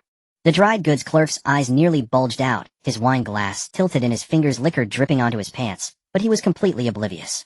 The retired middle ninja grabbed the sleeve of the companion beside him, his fingertips trembling. How dare he? Why him? The dried goods clerk's voice trembled. Blasphemy against Lord Watershadow. Damn it. A man suddenly stood up, the wooden chair scraping against the floor with a harsh sound, his fists bulging with veins. But his feet were as if nailed to the floor, unable to move even a step. Because Zhao Meiming had not resisted this helpless jealousy was far more excruciating than anger. The women's reactions were completely different. Their eyes burned with silent flames, pure envy and jealousy. But hindered by Zhao Meiming's status as Water Shadow, they could not openly express their anger. They could only silently, fiercely stare at Zhao Meiming's back. If looks could kill, Zhao Meiming would have been killed dozens of times. It's actually Lord Water Shadow. Xing's voice was as low as a mosquito's buzz, her lips bitten white. I found him first. Qin's eyes brimmed with tears. Jinji said nothing, just bit her lip, released it, then bit again. Outside the tavern, through the gap in the window, Tang Dao witnessed all of this. His pupils violently contracted. He had originally come to watch the spectacle, picturing in his mind the scene of Sasuke being humiliated during the trial, kneeling and begging for mercy. He fantasized about offering false comfort to a dejected Maki afterward. But the scene before him shattered all his calculations. This outsider whom he hated to the bone was actually kissing the Mizukage, the same woman he secretly revered in front of everyone. Extreme jealousy and venomous hatred tightly gripped his heart. Tashima clenched his fists until they turned white, his knuckles pale, and a murderous intent surged in his eyes. He exchanged a covert glance with a few ninjas in the shadows who also bore hostility toward Sasuke. They privately settled on a plan to ambush him halfway. The most enraged person in the entire venue was Chojuro. The young man was naturally timid and gentle by nature, but Terumi Mei was the unattainable light of his heart that he had treasured for many years. She was the person he had fought with all his might to protect. Witnessing Sasuke publicly kissing the Mizukage he adored, the long-suppressed emotions finally erupted. Gripping his twin sword's eyes reddened, he roared, "Release the Mizukage-sama immediately." All the surrounding roars and whispers seemed cut off from the two of them. This kiss lasted only a few seconds. Sasuke released Terumi Mei, and that uncomfortable feeling in his chest vanished. The sense of guilt shattered and disintegrated the moment he kissed her. In its place emerged a clear sense of control. Even though he was troubled by past memories and experiences, it was still himself who made the move. Terumi Mei remained in the same posture, her back against the chair, her lips slightly parted. She raised her hand and gently touched her lower lip with her fingertips, as if confirming whether what had just happened was an illusion. That sensation had not faded, a warm, slightly pressured touch. Such a domineering man. Her voice was very soft, and the corners of her mouth involuntarily curled up. Terumi Mei came back to her senses, raised her hand to smooth the bangs that Sasuke had brushed aside, and pushed the long hair on both sides back to the sides of her face. Her movements were steady, but only she knew that her fingers were still trembling slightly. Chojuro had already rushed in front of Terumi Mei, his body slightly turned to block Sasuke's path. His voice was still trembling, but he did not retreat a single step. "Are you all right, Mizukage-sama?" This call interrupted Sasuke's thoughts. He ignored Kojuro's murderous expression, his gaze passing over the young man's shoulder to land on Terumi Mei, and he said flatly, "Where is your village's Yugao now?" An excuse like medicinal herbs was too flimsy. What was this man really after the Six Tails Jinchuriki for? A sense of caution rose, suppressing the flutter of her heart. An excuse like medicinal herbs was too flimsy. What was this man really after the Six Tails Jinchuriki for? A sense of caution rose, suppressing the flutter of her heart from moments ago. An excuse like medicinal herbs was too flimsy. What was this man really after the Six Tails Jinchuriki for? A sense of caution rose. Sasuke stopped and turned his head. "What? You broke your word, and now you won't let me go." Terumi Mei was momentarily choked by his words. It was true that she had agreed to tell after a kiss, though it had been a joke at the time. But this man had taken it seriously. Yugao had already defected, having no further ties to Kirigakure. Telling this man his whereabouts would not harm the village's interests. It was true that she had agreed to tell after a kiss, though it had been a joke at the time. But this man had taken it seriously. Yugao had already defected, having no further time. Yugao fled to the Land of Fire. We haven't pinpointed the exact location yet, he keeps moving. If you really want to find him, you can try your luck in the Land of Fire. Sasuke nodded slightly. The Land of Fire, just as expected. Most rogue ninja would flee toward the borders of great nations. He thought for a moment, his gaze lingering briefly on the side of Terumi Mai's face hidden by her bangs, and said something completely unexpected. There's no need to deliberately hide such a beautiful face. With that, he turned and walked toward the tavern entrance. Terumi Mai was stunned. He said she was beautiful just casually, as if stating a fact. This kind of unintentional directness was more stirring than all the sweet talk in the world. Wait. Terumi Mai stood up involuntarily. You take advantage and then want to leave. You haven't even told me your name. What is it? Sasuke paused in his steps. Uchiha. The surname Uchiha came to his lips, but was swallowed back. This era was too sensitive, there was no need to create trouble unnecessarily. Uegwang Sasuke. Terumi Mai silently repeated it, and a smile slowly spread across her lips. Sasuke. She remembered it. As for the surname Uegwang, anyone could tell it was an alias. But what did it matter? She was interested in the person, not the name. Goodbye. Sasuke didn't look back, his gray-white cloak swaying at the tavern entrance. He stepped into the twilight outside. Terumi Mai watched the figure disappear through the door, the curve of her lips still lingering. She raised her hand and touched her. The sensation was still there. Her heartbeat accelerated. That was the feeling of being smitten. She quickly suppressed it with reason. But what she could suppress was only the surface. Oh, what she couldn't suppress was the growing thought deep in her heart. Unconsciously replaying the brief intimate contact in her mind, she chuckled softly. What a heartless and domineering man. Just then her peripheral vision caught a figure. Tashima was crouched beside the window frame of the tavern entrance, half his body hidden behind the wall. He gave a meaningful glance to a few men with unfriendly expressions in the corner. Those men stood up and silently followed out of the tavern. Terumi Mai's smile faded a little. She turned her head and beckoned to Chojuro, who was still immersed in anger. Chojuro, follow behind them. If that man is overwhelmed, step in and save him, then bring him back. Mizukagesima. Kojuro's voice choked. That person just now. This is a Mizukage's order. Chojuro could only grip his twin swords tightly, and with reluctance chased out of the tavern, silently trailing the route Sasuke had taken. Terumi Mai sat back down in her chair, tapping her fingers lightly on the table twice. That man named Sasuke was definitely not ordinary. From the moment they met, he had shown no reverence toward her. She had seen countless strong people and countless who groveled before her. But she had never encountered such a nonchalant attitude. This kind of demeanor could only mean one thing: either his strength was enough to crush everyone present, or he possessed some trump card capable of overturning the entire board. Either way, it was dangerous. But dangerous things were often the most intriguing. Sasuke was handsome and domineering. But if he had only handsomeness and dominance, without strength, her interest would fade quickly. What she sought was never just good looks. Her man had to be as strong as her, or even stronger. I really look forward to our next meeting, Sasuke. Thinking that Chojuro had already followed, perhaps news would come back soon. Terumi Mai smiled. Maybe they would meet again sooner than later. Sasuke stepped out of the boundary of Wuin village alone, walking slowly into the deep, secluded forest beyond. The damp moisture wrapped around him, mingling with the scent of grass and wood. The branches intertwined overhead, blocking the sunlight, leaving only the faint rustle of his footsteps on the decaying leaves. After walking over 100 meters, he abruptly halted. His spine straightened, his gaze swept indifferently toward the dense thickets on both sides, and his cold, clear voice pierced the silent woods. How long have you been hiding? Why not show yourself? The thicket fell silent for 2 seconds. Then the branches were roughly pushed aside, and Tang Dao was the first to emerge, a dead leaf caught in the gap of his shoulder insignia. A twisted smile curled on his lips. Behind him, 3 more figures emerged. A man with triangular eyes, a bald man, and a tall, lanky one.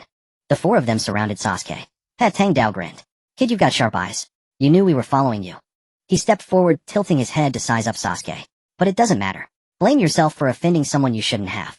The triangular-eyed man's voice was shrill. Outsider, you've got nerve. You've shown off enough in Wuin village, huh? Flirting with women in the street and disrespecting the water shadow. Do you think this is some kind of playground? The bald man cracked his knuckles. Why waste words on this brat? Make him kneel and kowtow to each of us 3 times. Maybe then he'll die a quick death. The tall, lanky man twirled a kunai between his fingers. Kneel and beg for mercy, call us grandpa. If we're in a good mood, we might just let you off. Tang Dao looked at Sasuke's expressionless face, and his hatred surged even more violently. It was this very face that had made Jinji lose her mind, kissing the water shadow in public. He hated that this face was on the wrong person. Did you hear me? Tang Dao's voice dropped low. Kneel down. Sasuke did not reply. He didn't even look at them. Then he raised his right hand, fingers spread toward the 4. Tang Dao saw the hand rise, paused for a moment, then his grin widened. You think raising your hand Before the words fully left his mouth, Sasuke's thin lips parted and a cold, indifferent voice tore through the forest air. Earth explosion, celestial star. An irresistible, terrifying pull instantly engulfed the four.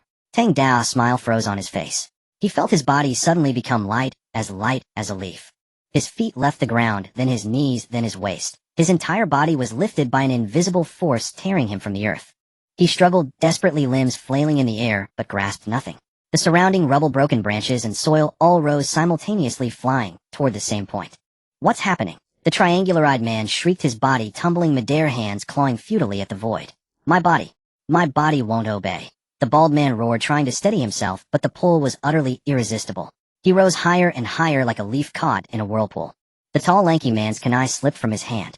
He reached for it, his fingertips brushing the hilt, but unable to grasp it. His body rose uncontrollably, the weightlessness churning his stomach.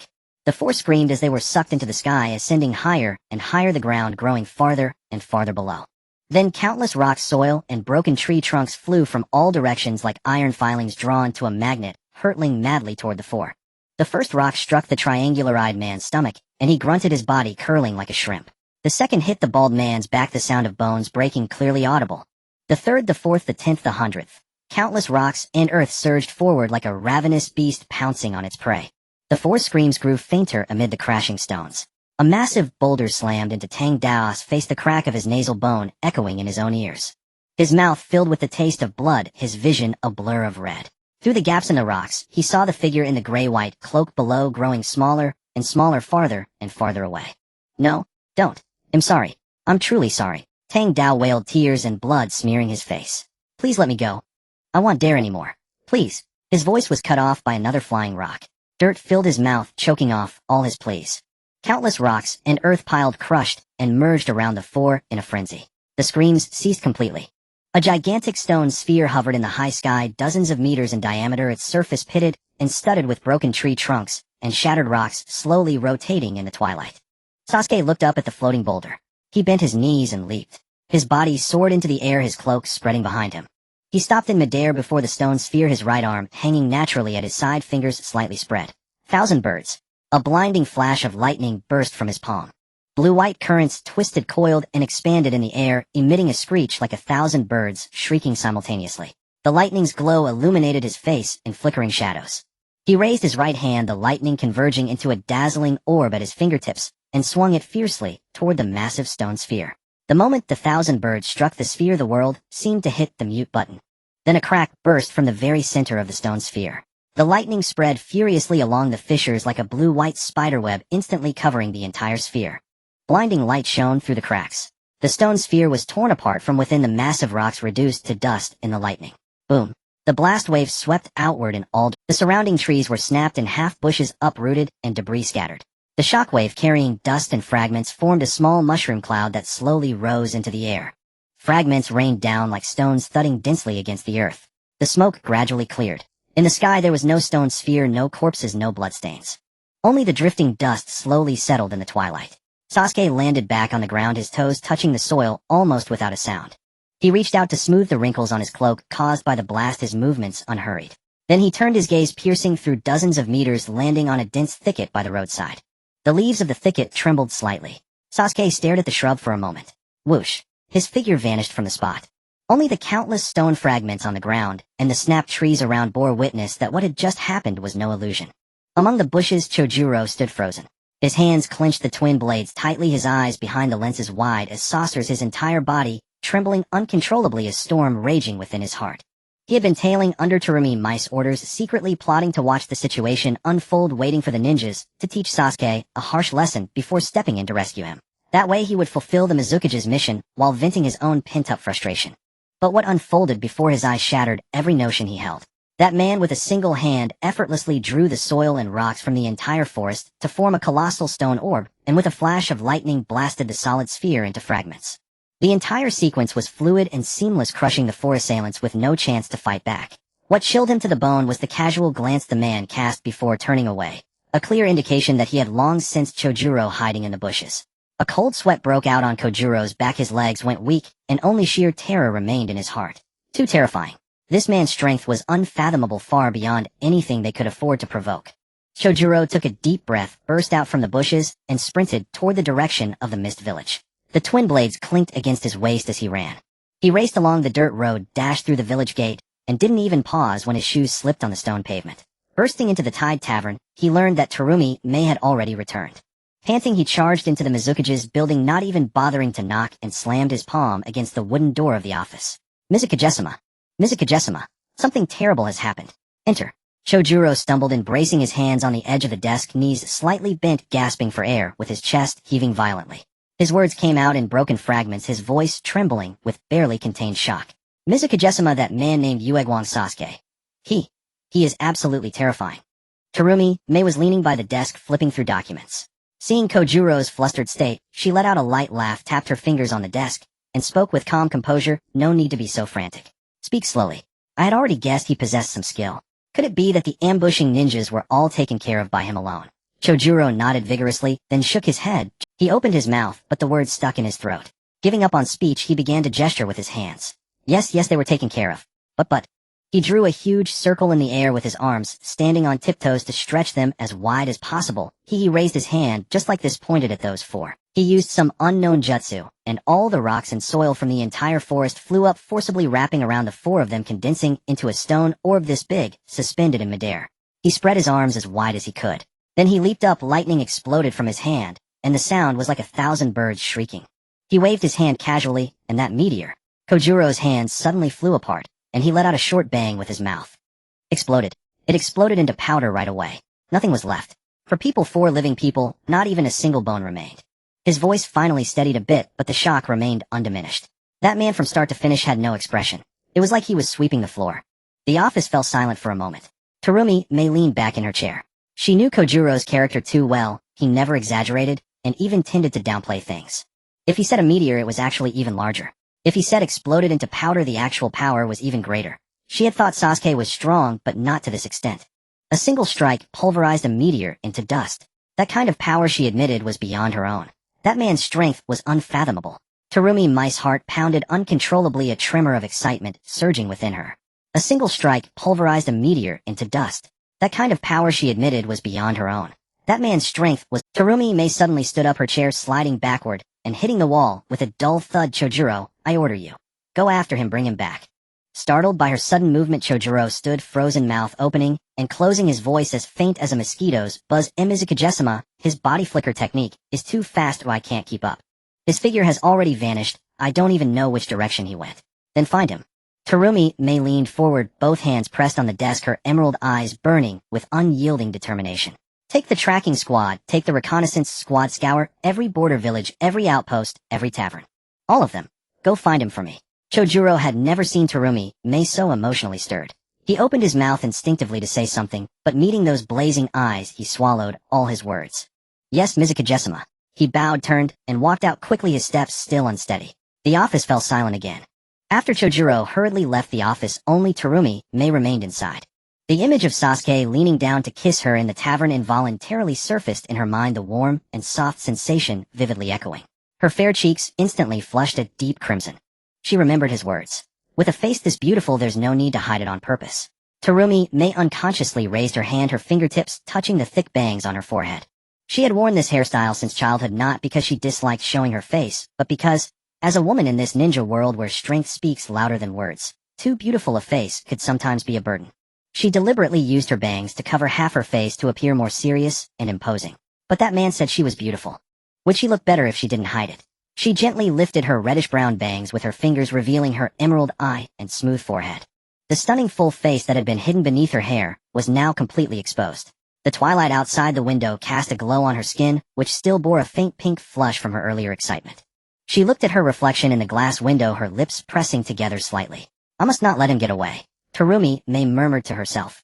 She looked at her reflection in the glass window, her lips pressing together slightly. I must not let him get away. Terumi, border of the Land of Fire. Sasuke had long since left the hidden mist village through a spatial passage. He landed on a desolate wilderness at the border of the Land of Fire, surrounded by endless withered grass and cracked earth. No villages or people were in sight, and the view stretched. He stood alone in the center of the wilderness, recalling the original story he had read in his past life. After the Six Tails Jinchuriki Utakata defected, he hid in the Earth Spider tribe on the border of the Land of Fire, and formed a master-disciple bond with the tribal girl Hitoru. However, according to the current timeline, the meeting between Utakata and Hitoru would not happen for another 3 years. Sasuke lowered his eyes and pondered briefly, a flash of determination in his gaze.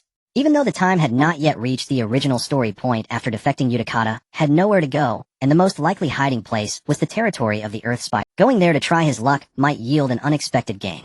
Having made up his mind, he looked up toward the distant rolling mountains and steadily walked in the direction of the Earth Spider tribe.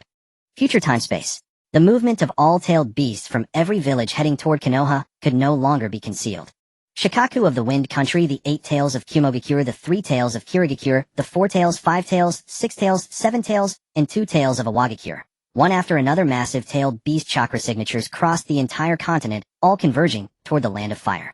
This unusual movement immediately spread to the 4 great hidden villages, and the tailed beast barrier monitoring squads rushed to report. The high-ranking officials of the 4 great ninja villages instantly became anxious. The tailed beasts were the foundation of each village's self-defense. Their collective departure from their territories without warning would make anyone wary. The 4 Kage immediately exchanged information, took out the village's special light screen tablets, and synchronously connected to the Hokage's office in Konoha to urgently hold an online cross-village 5 Kage summit. On the virtual projection screen in the Hokage's office, 4 split screens lit up simultaneously. Gaara sat with his hands crossed on the table, his expression as calm as ever. Chojuro sat in the Mizukage's office, adjusting his glasses with a somewhat uneasy look. Kuratsuchi crossed her legs, her arm resting on the back of the chair, a hint of a smirk on her lips. Darui looked half asleep, his eyelids half closed, and yawned.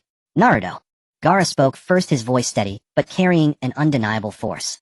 The tailed beasts are moving toward Konoha. We need an explanation for this. Naruto sat behind his desk. Spread out before him were 7 or 8 unfinished documents, and the coffee cup beside him was empty, with a brown ring of coffee stain at the bottom. Dark circles hung under his eyes, and a layer of stubble had sprouted on his chin, forming a stark contrast with his bright blonde hair. He pushed himself up from the desk with both hands, took a deep breath, and bowed toward the screen. I'm sorry. I made this decision without consulting everyone first. Naruto's voice was hoarse and tired, his forehead almost touching the desk. I just didn't want my personal matters to affect other villages. Personal matters? Kuratsuchi raised an eyebrow, tapping her fingers lightly on the armrest. 7th Hokage, you make it sound so easy. The tailed beasts of all major ninja villages leave their territories and head for Konoha at the same time, and you brush it off as a personal matter. Chojuro adjusted his glasses, his tone milder than Kuratsuki's, but equally unyielding. The Land of Water has already detected the anomaly. Isabe's chakra signature is shifting toward the Land of Fire. When the Umbu reported it, I didn't know how to explain. Darui leaned lazily in his chair, his eyes half closed, but his voice was anything but vague. Bizensai also told me that the 8 Tails is making him head to Konoha. I say, Naruto, shouldn't you give us an explanation? Naruto straightened up, still supporting himself with his hands on the desk. He looked at the 4 faces on the screen, each one bearing the same attitude. They demanded an explanation. Sasuke is stuck in the past. You need the tailed beast chakra to activate the plow and travel back to bring him home. The office fell silent. Sasuke is stuck in the past. You need the tailed beast chakra to activate the plow and travel back to bring him home. The office fell silent for a moment, and the expressions of the other 3 Kage shifted. Kuratsuki's smile faded, and Kojuro's hand, which was adjusting his glasses, froze in midair. Even Darui's eyes widened a little. Sasuke is stuck in the past. Kuratsuchi frowned. So you want to use the tailed beast chakra to travel through time? Darui scratched the back of his head. This sounds pretty. Gaara ignored their reactions. His gaze remained fixed on Naruto, the skin around his eyes tinged with a faint bluish hue from insomnia, making his stare seem especially profound. Naruto. Gaara's voice was still steady, but his tone was heavier than before. Have you considered that Sasuke is already gone? If you leave as well, who will resist when the Ōtsutsuki invade again? Chojuro quickly interjected. The Kazekage is right. If both of you leave this time-space, the shinobi world's defensive strength will be greatly weakened. Kuratsuchi uncrossed her legs, leaned forward, and her tone turned serious. Look, Naruto, if Sasuke... Kuratsuchi uncrossed her legs, leaned forward, and her tone turned serious. Look, Naruto, if Sasuke chose to stay in the past, that's his own decision. An adult ninja made his own choice. Why should you clean up after him? That's right, that's right. Darui nodded, for once dropping his lazy demeanor. Whether he's escaping or taking a break, that's his own business. We just need to take care of our own villages. Sasuke is gone, but we still have you. But if you leave too, then there will be no one left in the shinobi world to fight the Ōtsutsuki. Naruto lifted his hands from the desk, clenching them into fists. His nails dug into the flesh of his palms, leaving deep red marks. His lips pressed into a thin line, then parted forcefully. No. His voice rose hoarse, but with a stubborn determination. The corners of his eyes reddened, and his azure blue eyes stared fixedly at the four faces on the screen. Sasuke is my friend, my best friend. I don't care if he chose to stay in the past or not. I'm going to bring him back. He took a deep breath, his voice trembling slightly, but every word seemed chiseled from the depths of his heart. I promised Boruto that I would bring him back. Gaara looked at the tired and stubborn face on the screen and said nothing. Ōtsutsuki sighed, Darui scratched the back of his head again, and Shojuro lowered his head. This matter ends here. Gaara's voice broke the brief silence. His tone was light, but carried more weight than all the previous questions. The tailed beasts are under the jurisdiction of each village. We will each bring them back. Naruto, you don't need to think about this anymore. Ōtsutsuki waved her hand. Darui yawned, but there was no trace of sleepiness on his face. Kumogakure's stance is the same. He'll have Bizensai calm down the eight tails. Shojuro hesitated, then nodded. The land of water agrees as well. We'll handle Isabu. Gaara looked at Naruto, the dark shadows around his eyes, making him seem older than his actual age. But his gaze remained sharp. He said no more, simply uttering two words like a nail hammered into the end of the meeting. Meeting adjourned. The screens went dark one by one. Ōtsutsuki's screen went dark first, then Darui's, then Kojiro's. Gaara's screen lingered for one last second, a flicker of complex emotion in his eyes, and then it too went dark. The four screens became four black mirrors reflecting Naruto's motionless figure. Naruto collapsed into his chair. The backrest, unable to bear the weight of his leaning, let out a dull creak. He tilted his head back, staring at the glaring fluorescent light on the ceiling. The light made his eyes sting. He raised one hand to cover his eyes, his fingers trembling slightly. What do I do? His voice sounded like he was talking to himself, or perhaps to someone who wasn't there. The office was empty, with only the cold coffee and the mountain of documents on the desk. Everyone disagrees. His hand slid down from his eyes and landed on the desk, his fingertips touching an open document. It was an application report for the repair of the Ninja Academy grounds. He looked down at the document, then at the pile of official papers beside him, so thick it seemed about to topple over. A bitter smile twisted his lips. His gaze fell on a photo frame on the right corner of the desk. It was a group photo of Team 7. In the photo, he was still wearing that orange jacket. Sasuke stood beside him with a cold expression, but without deliberately keeping distance. Sakura, on the other side, laughing brightly, and Kakashi Sensei, standing at the back with his eyes narrowed. He picked up the frame, his thumb gently brushing over Sasuke's face on the glass. I promised Boruto, he murmured, his voice so low that almost only he could hear. In the wind country, the village hidden in the sand. Gaara stood before the floor-to-ceiling window of the Kazekage's office. Outside, the night had fallen over a sea of yellow sand and continuous sandstone buildings. The desert wind seeped through the window cracks, carrying a dry chill. He held a communication device in his hand, hesitated for a moment, then pressed the connect button. The call connected quickly, and a lazy, familiar voice came through. Lord Kazekage. Calling so late. Did something happen? Kakashi's tone still carried that half-joking lilt. Mr. Kakashi. Gaara spoke into the communicator, his voice restrained and polite. There are some matters concerning Naruto that I believe you need to know. A brief silence came from the other end. Kakashi's tone shed its playfulness, turning serious. Go ahead. Today's 5 Kage summit ended in discord. Gaara succinctly described the course of the meeting, the abnormal movements of the tailed beast Naruto's plan, the activation conditions of the plow, and the final decision of the 4 Kage. We rejected his request to use the tailed beast chakra. Naruto was very dejected at the time. He paused, then added, but knowing Naruto, he won't give up that easily. He has never been one to surrender. Silence again from the other end. Gaara could hear Kakashi let out a soft sigh. This matter is not a private affair. Gaara's voice remained steady, but the weight behind his words grew heavier. If Naruto leaves when the Ōtsutsuki invade again, no one in the entire shinobi world will be able to stop them. This is not a matter for just one village. It concerns every village. I hope you can persuade him not to act recklessly. A low, bitter chuckle came from the other end. Kakashi's lazy voice carried a hint of exasperated helplessness. You still don't understand Naruto Kazekage. Once that kid makes up his mind, no amount of persuasion will work. I've tried countless times since he was little. Gaara fell silent. Still, thank you for letting me know. Kakashi's tone regained some seriousness. He'll handle it. The call ended. Gaara placed the communicator on the desk and turned back to gaze at the yellow sand outside. Konoha, the Hitaki residence. Kakashi set the communicator on the table and rubbed his temples. He had planned to go to the hot springs with Guy today, never expecting such a call. He leaned back in his chair, staring at the familiar cracks on the ceiling, his mind rapidly working out a countermeasure. That kid Naruto, stubborn as a mule. When he decides something, not even the combined opposition of 4 Kage, let alone the Sage of 6 Paths himself, could sway him. Kakashi stood up and walked to the bookshelf. On the top shelf sat a photo of Team 7. In the picture, Naruto and Sasuke were still teenagers, standing beside him. One grinning without a care, the other sulking with a cold expression. His fingers lightly tapped Sasuke's face, then Naruto's. 2 troublemakers. He stepped out of the residence and headed toward the restricted meeting area for Konoha's high-ranking officials. On the way, he encountered an Umbu operative and instructed him to notify the advisors of an urgent matter requiring discussion. After the Umbu departed, Kakashi personally went to Tsunade's residence. Tsunade was watering flowers in the courtyard, her days now far more leisurely than when she was Hokage. But after hearing Kakashi's account of the 5 Kage summit, she crushed the watering can in her hand. The two of them then visited Koharu Udatane and Hamura Midokado.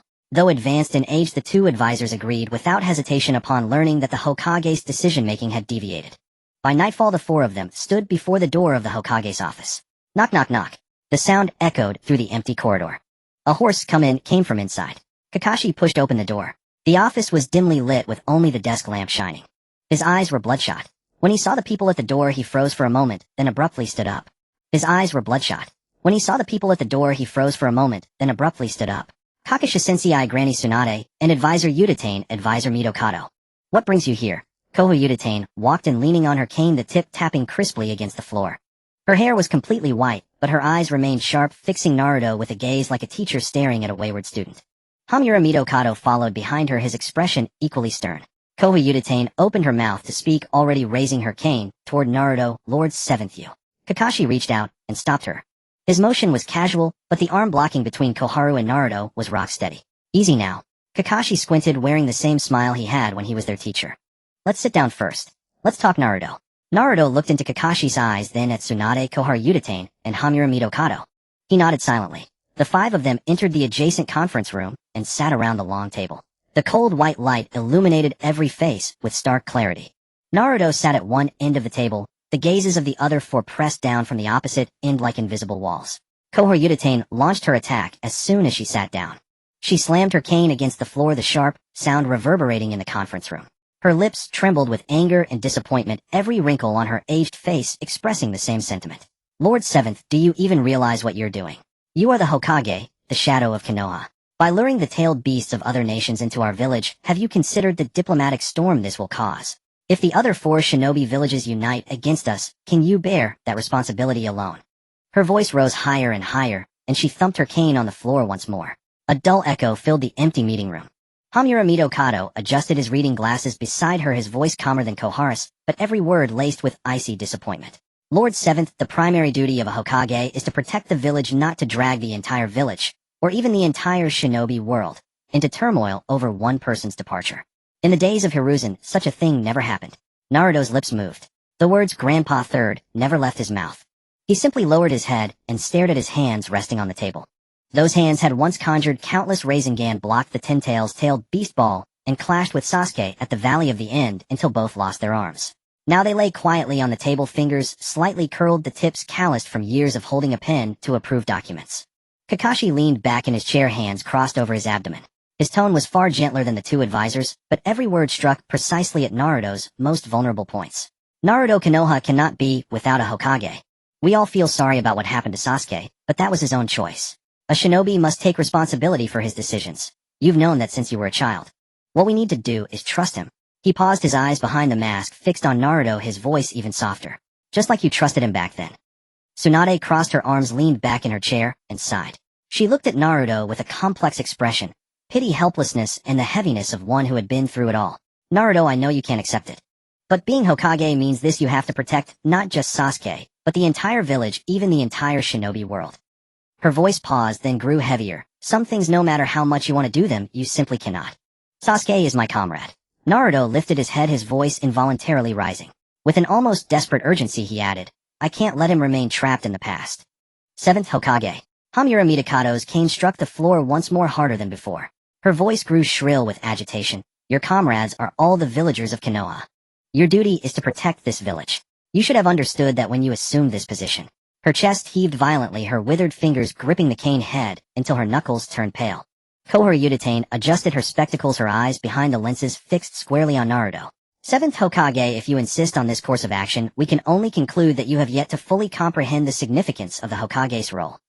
Naruto opened his mouth, but found no words. His shoulders sagged. Those shoulders that had once borne the weight of the entire shinobi world now appeared frail and weary under the light. He lowered his head, his figure casting a shadow that concealed his expression. Why?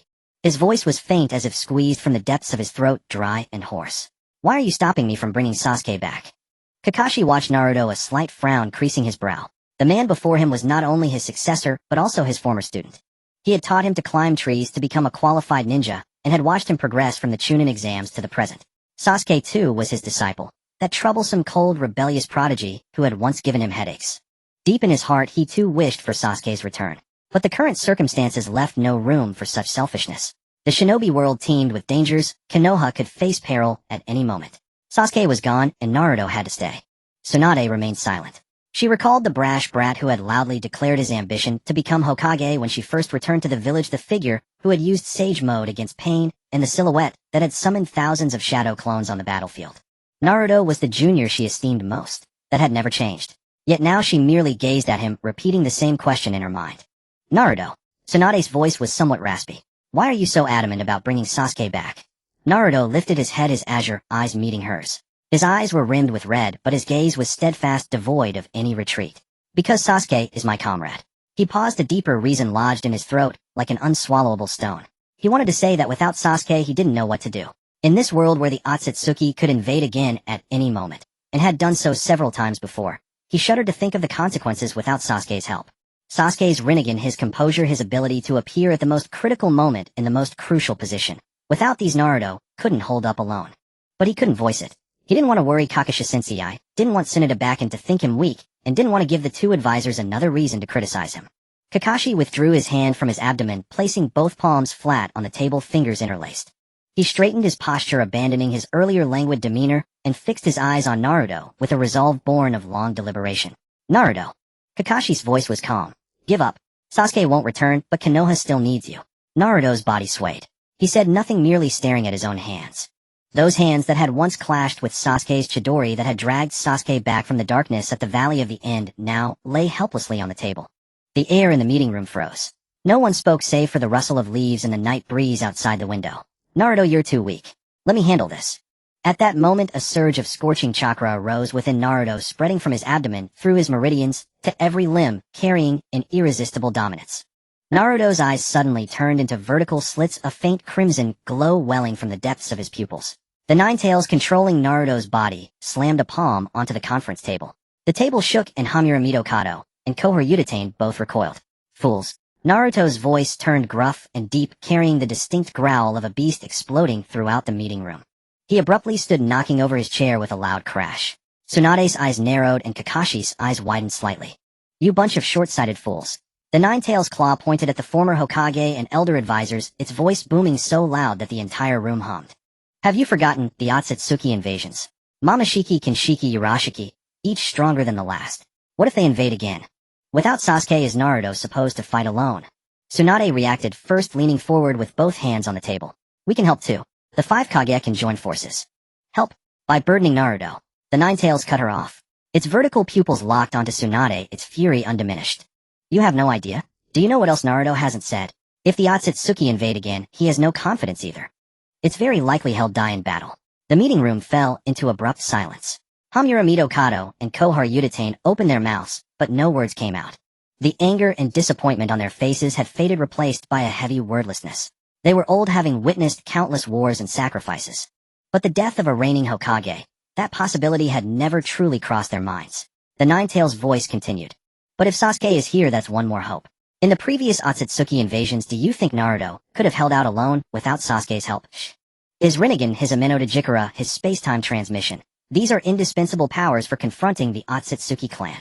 His claw pointed toward the direction where the screen had gone dark, his voice exploding through the entire meeting room. So no matter what, Sasuke must be brought back. Do you understand? Silence. A long silence. Tsunade pursed her lips, her gaze now carrying the weight of Kurama's earlier words. Kakashi lowered his eyes, his fingers tapping lightly twice on the table. Finally, Tsunade broke the silence. Leaning back in her chair, arms crossed, her voice regained its calm, but held a barely perceptible tremor. Then if Naruto leaves, and the Ōtsutsuki invade again, how will we resist? Another silence fell. The air in the conference room was as heavy as lead. The scorching chakra within Naruto subsided slightly, Kurama's vertical pupils gradually faded, and those azure blue eyes reclaimed their hold in his sockets. Naruto regained control of his body, his voice far gentler than Kurama's, yet the firmness remained unchanged. He'll be back soon.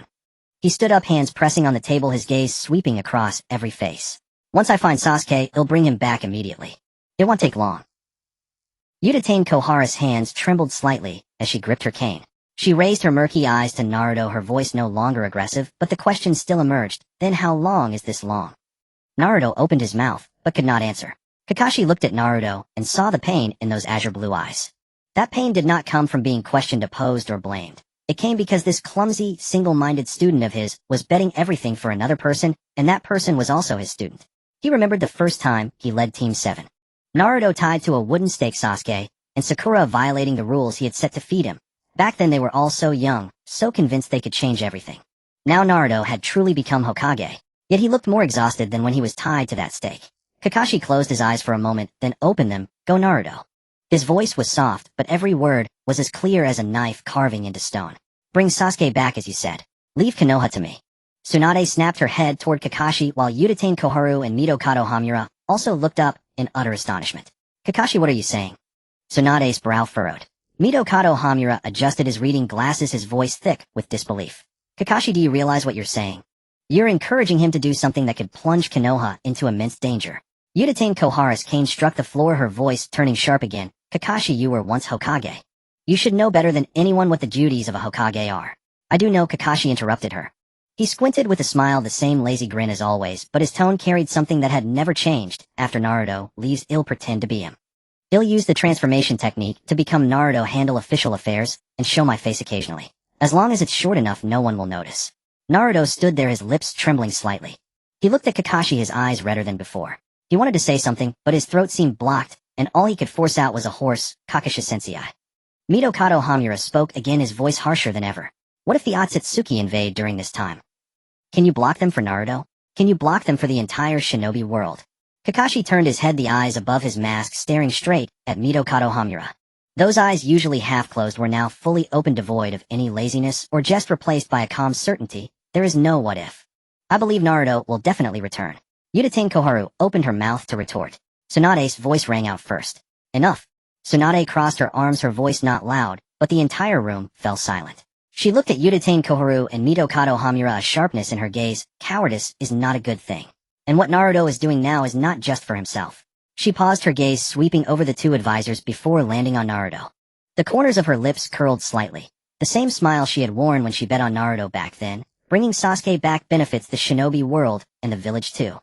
Go Naruto. Bring Sasuke back. Naruto nodded firmly. His eyes were still red, but his back straightened again, and those azure blue eyes finally lit up with a long-lost light. Yes. Uchiha Koharu's cane tapped the ground once, but she said nothing more.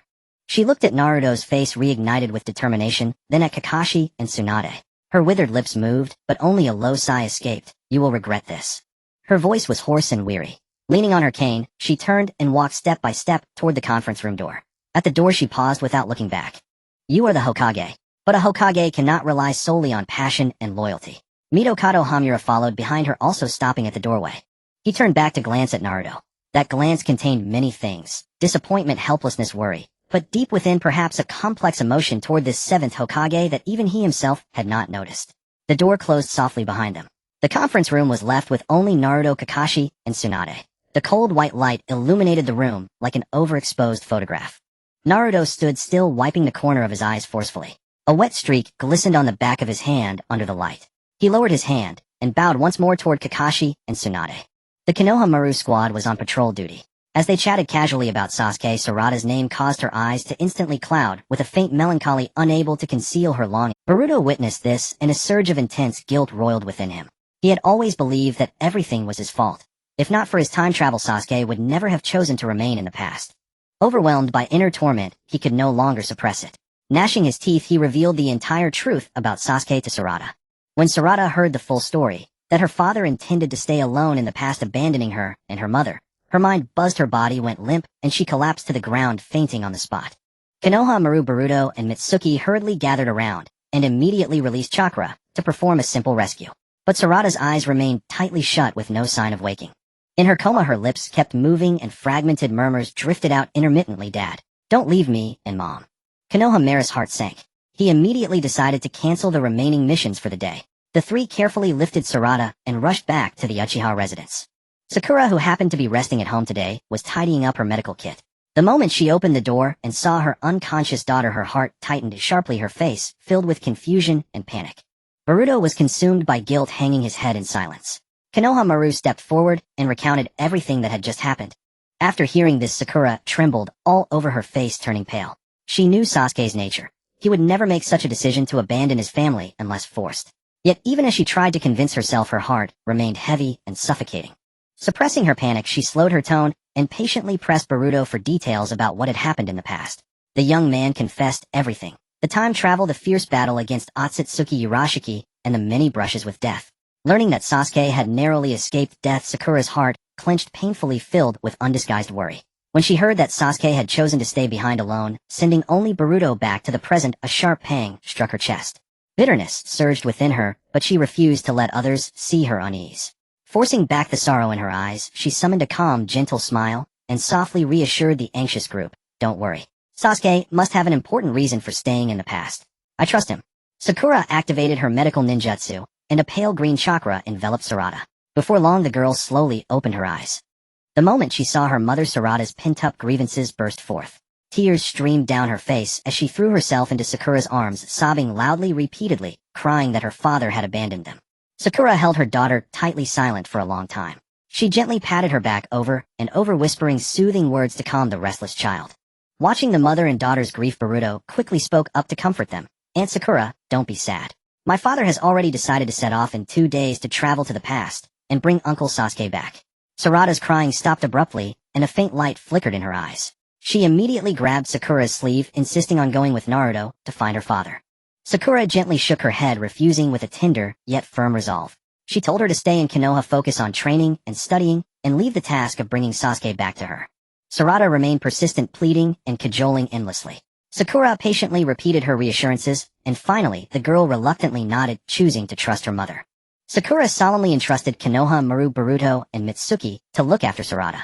After finishing her instructions, she could no longer contain her urgency. Turning around, she dashed out of the house, almost sprinting toward the Hokage's office.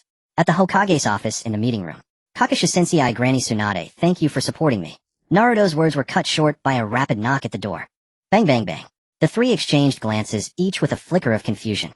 At this hour, everyone who should be here was already in the meeting room. Those who shouldn't be here were at their respective posts. The knocking grew more urgent and frequent, as if the person was pounding with their last strength. Naruto said in a low voice, come in. The door was pushed open. An unexpected figure burst in. Sakura. Naruto spoke first, his voice filled with surprise. Sakura.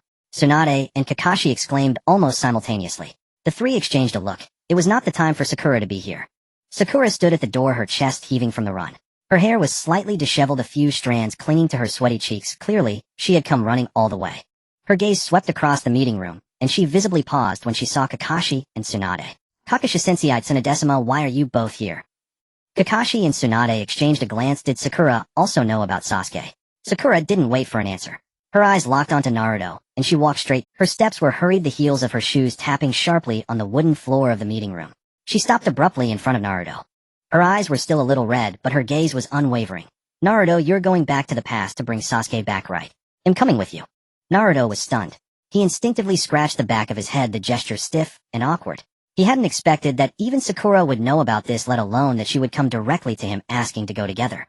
His first instinct was still not to involve others. He could handle Sasuke's matter alone. No need, Sakura. Leave this to me. No. Sakura's voice was not loud, but her refusal was swift and left no room for negotiation. She stared at Naruto, her emerald eyes no longer holding the gentle calm she had forced in front of Sarada. Her voice began to tremble, but every word was spoken with force. Naruto, do you want to bear everything alone again, just like before? Sasuke is the father of my daughter and my husband. This matter is my responsibility too. Naruto's lips moved. The word Sakura reached his lips, but was swallowed back. He wanted to say something to persuade her to tell her to leave Sasuke to him, to say she should stay home and wait for news with Sarada. But Sakura stood there readied, looking at him with a gaze he couldn't bear to refuse. The girl who had once cried to him on the night Sasuke left Konoha, begging him to bring Sasuke back, now stood before him with an expression of unprecedented determination. In his consciousness space, Kurama's deep voice resounded, agree Naruto. Sakura is Sasuke's wife. Taking her along will give you a better chance. But Naruto's voice wavered in the mental space. Sasuke was his best friend. He wanted to bring him back with his own hands. That was the responsibility he had carried since he was 12. Kurama's voice grew impatient. Do you want Sasuke to stay in the past forever? Naruto opened his mouth, but couldn't find words. Kakashi and Tsunade, listening to their exchange, now understood the situation. They exchanged a look, seeing the same approval in each other's eyes. Kakashi squinted at Sakura's back, recalling her appearance at the Chunin exam when she was 12. Back then she was always the most fearful one in the team. Now she stood here ready to use her own strength to bring her husband back. Tsunade crossed her arms and spoke first. Her voice regained the authoritative weight of her time as Hokage, but a slight smile tugged at the corner of her mouth. You go to Sakura. I approve of this. Make sure to bring Sasuke back. Kakashi's eyes narrowed into gentle arcs above his mask. He said nothing more, only softly uttered a few words. Go Sakura. Team 7 can't be missing one. Sakura turned to look at them. Her lips moved as if to say something grateful, but her throat felt blocked. Finally, she only managed a low murmur, Kakashi-sensei. The three looked at Naruto. Naruto scratched the back of his head awkwardly, knowing he could no longer refuse. Granny Tsunade had agreed, Kakashi-sensei had agreed, and even Kurama was on Sakura's side. But he still felt a little unwilling.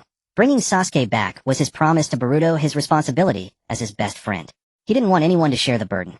Suddenly an idea struck him like grabbing at the last straw. Sakura, if you go too, what about Sarada? Sakura fell silent. On one side was her daughter, on the other was her husband. Sarada had just woken from her faint, and the first thing she did was cry to find her father.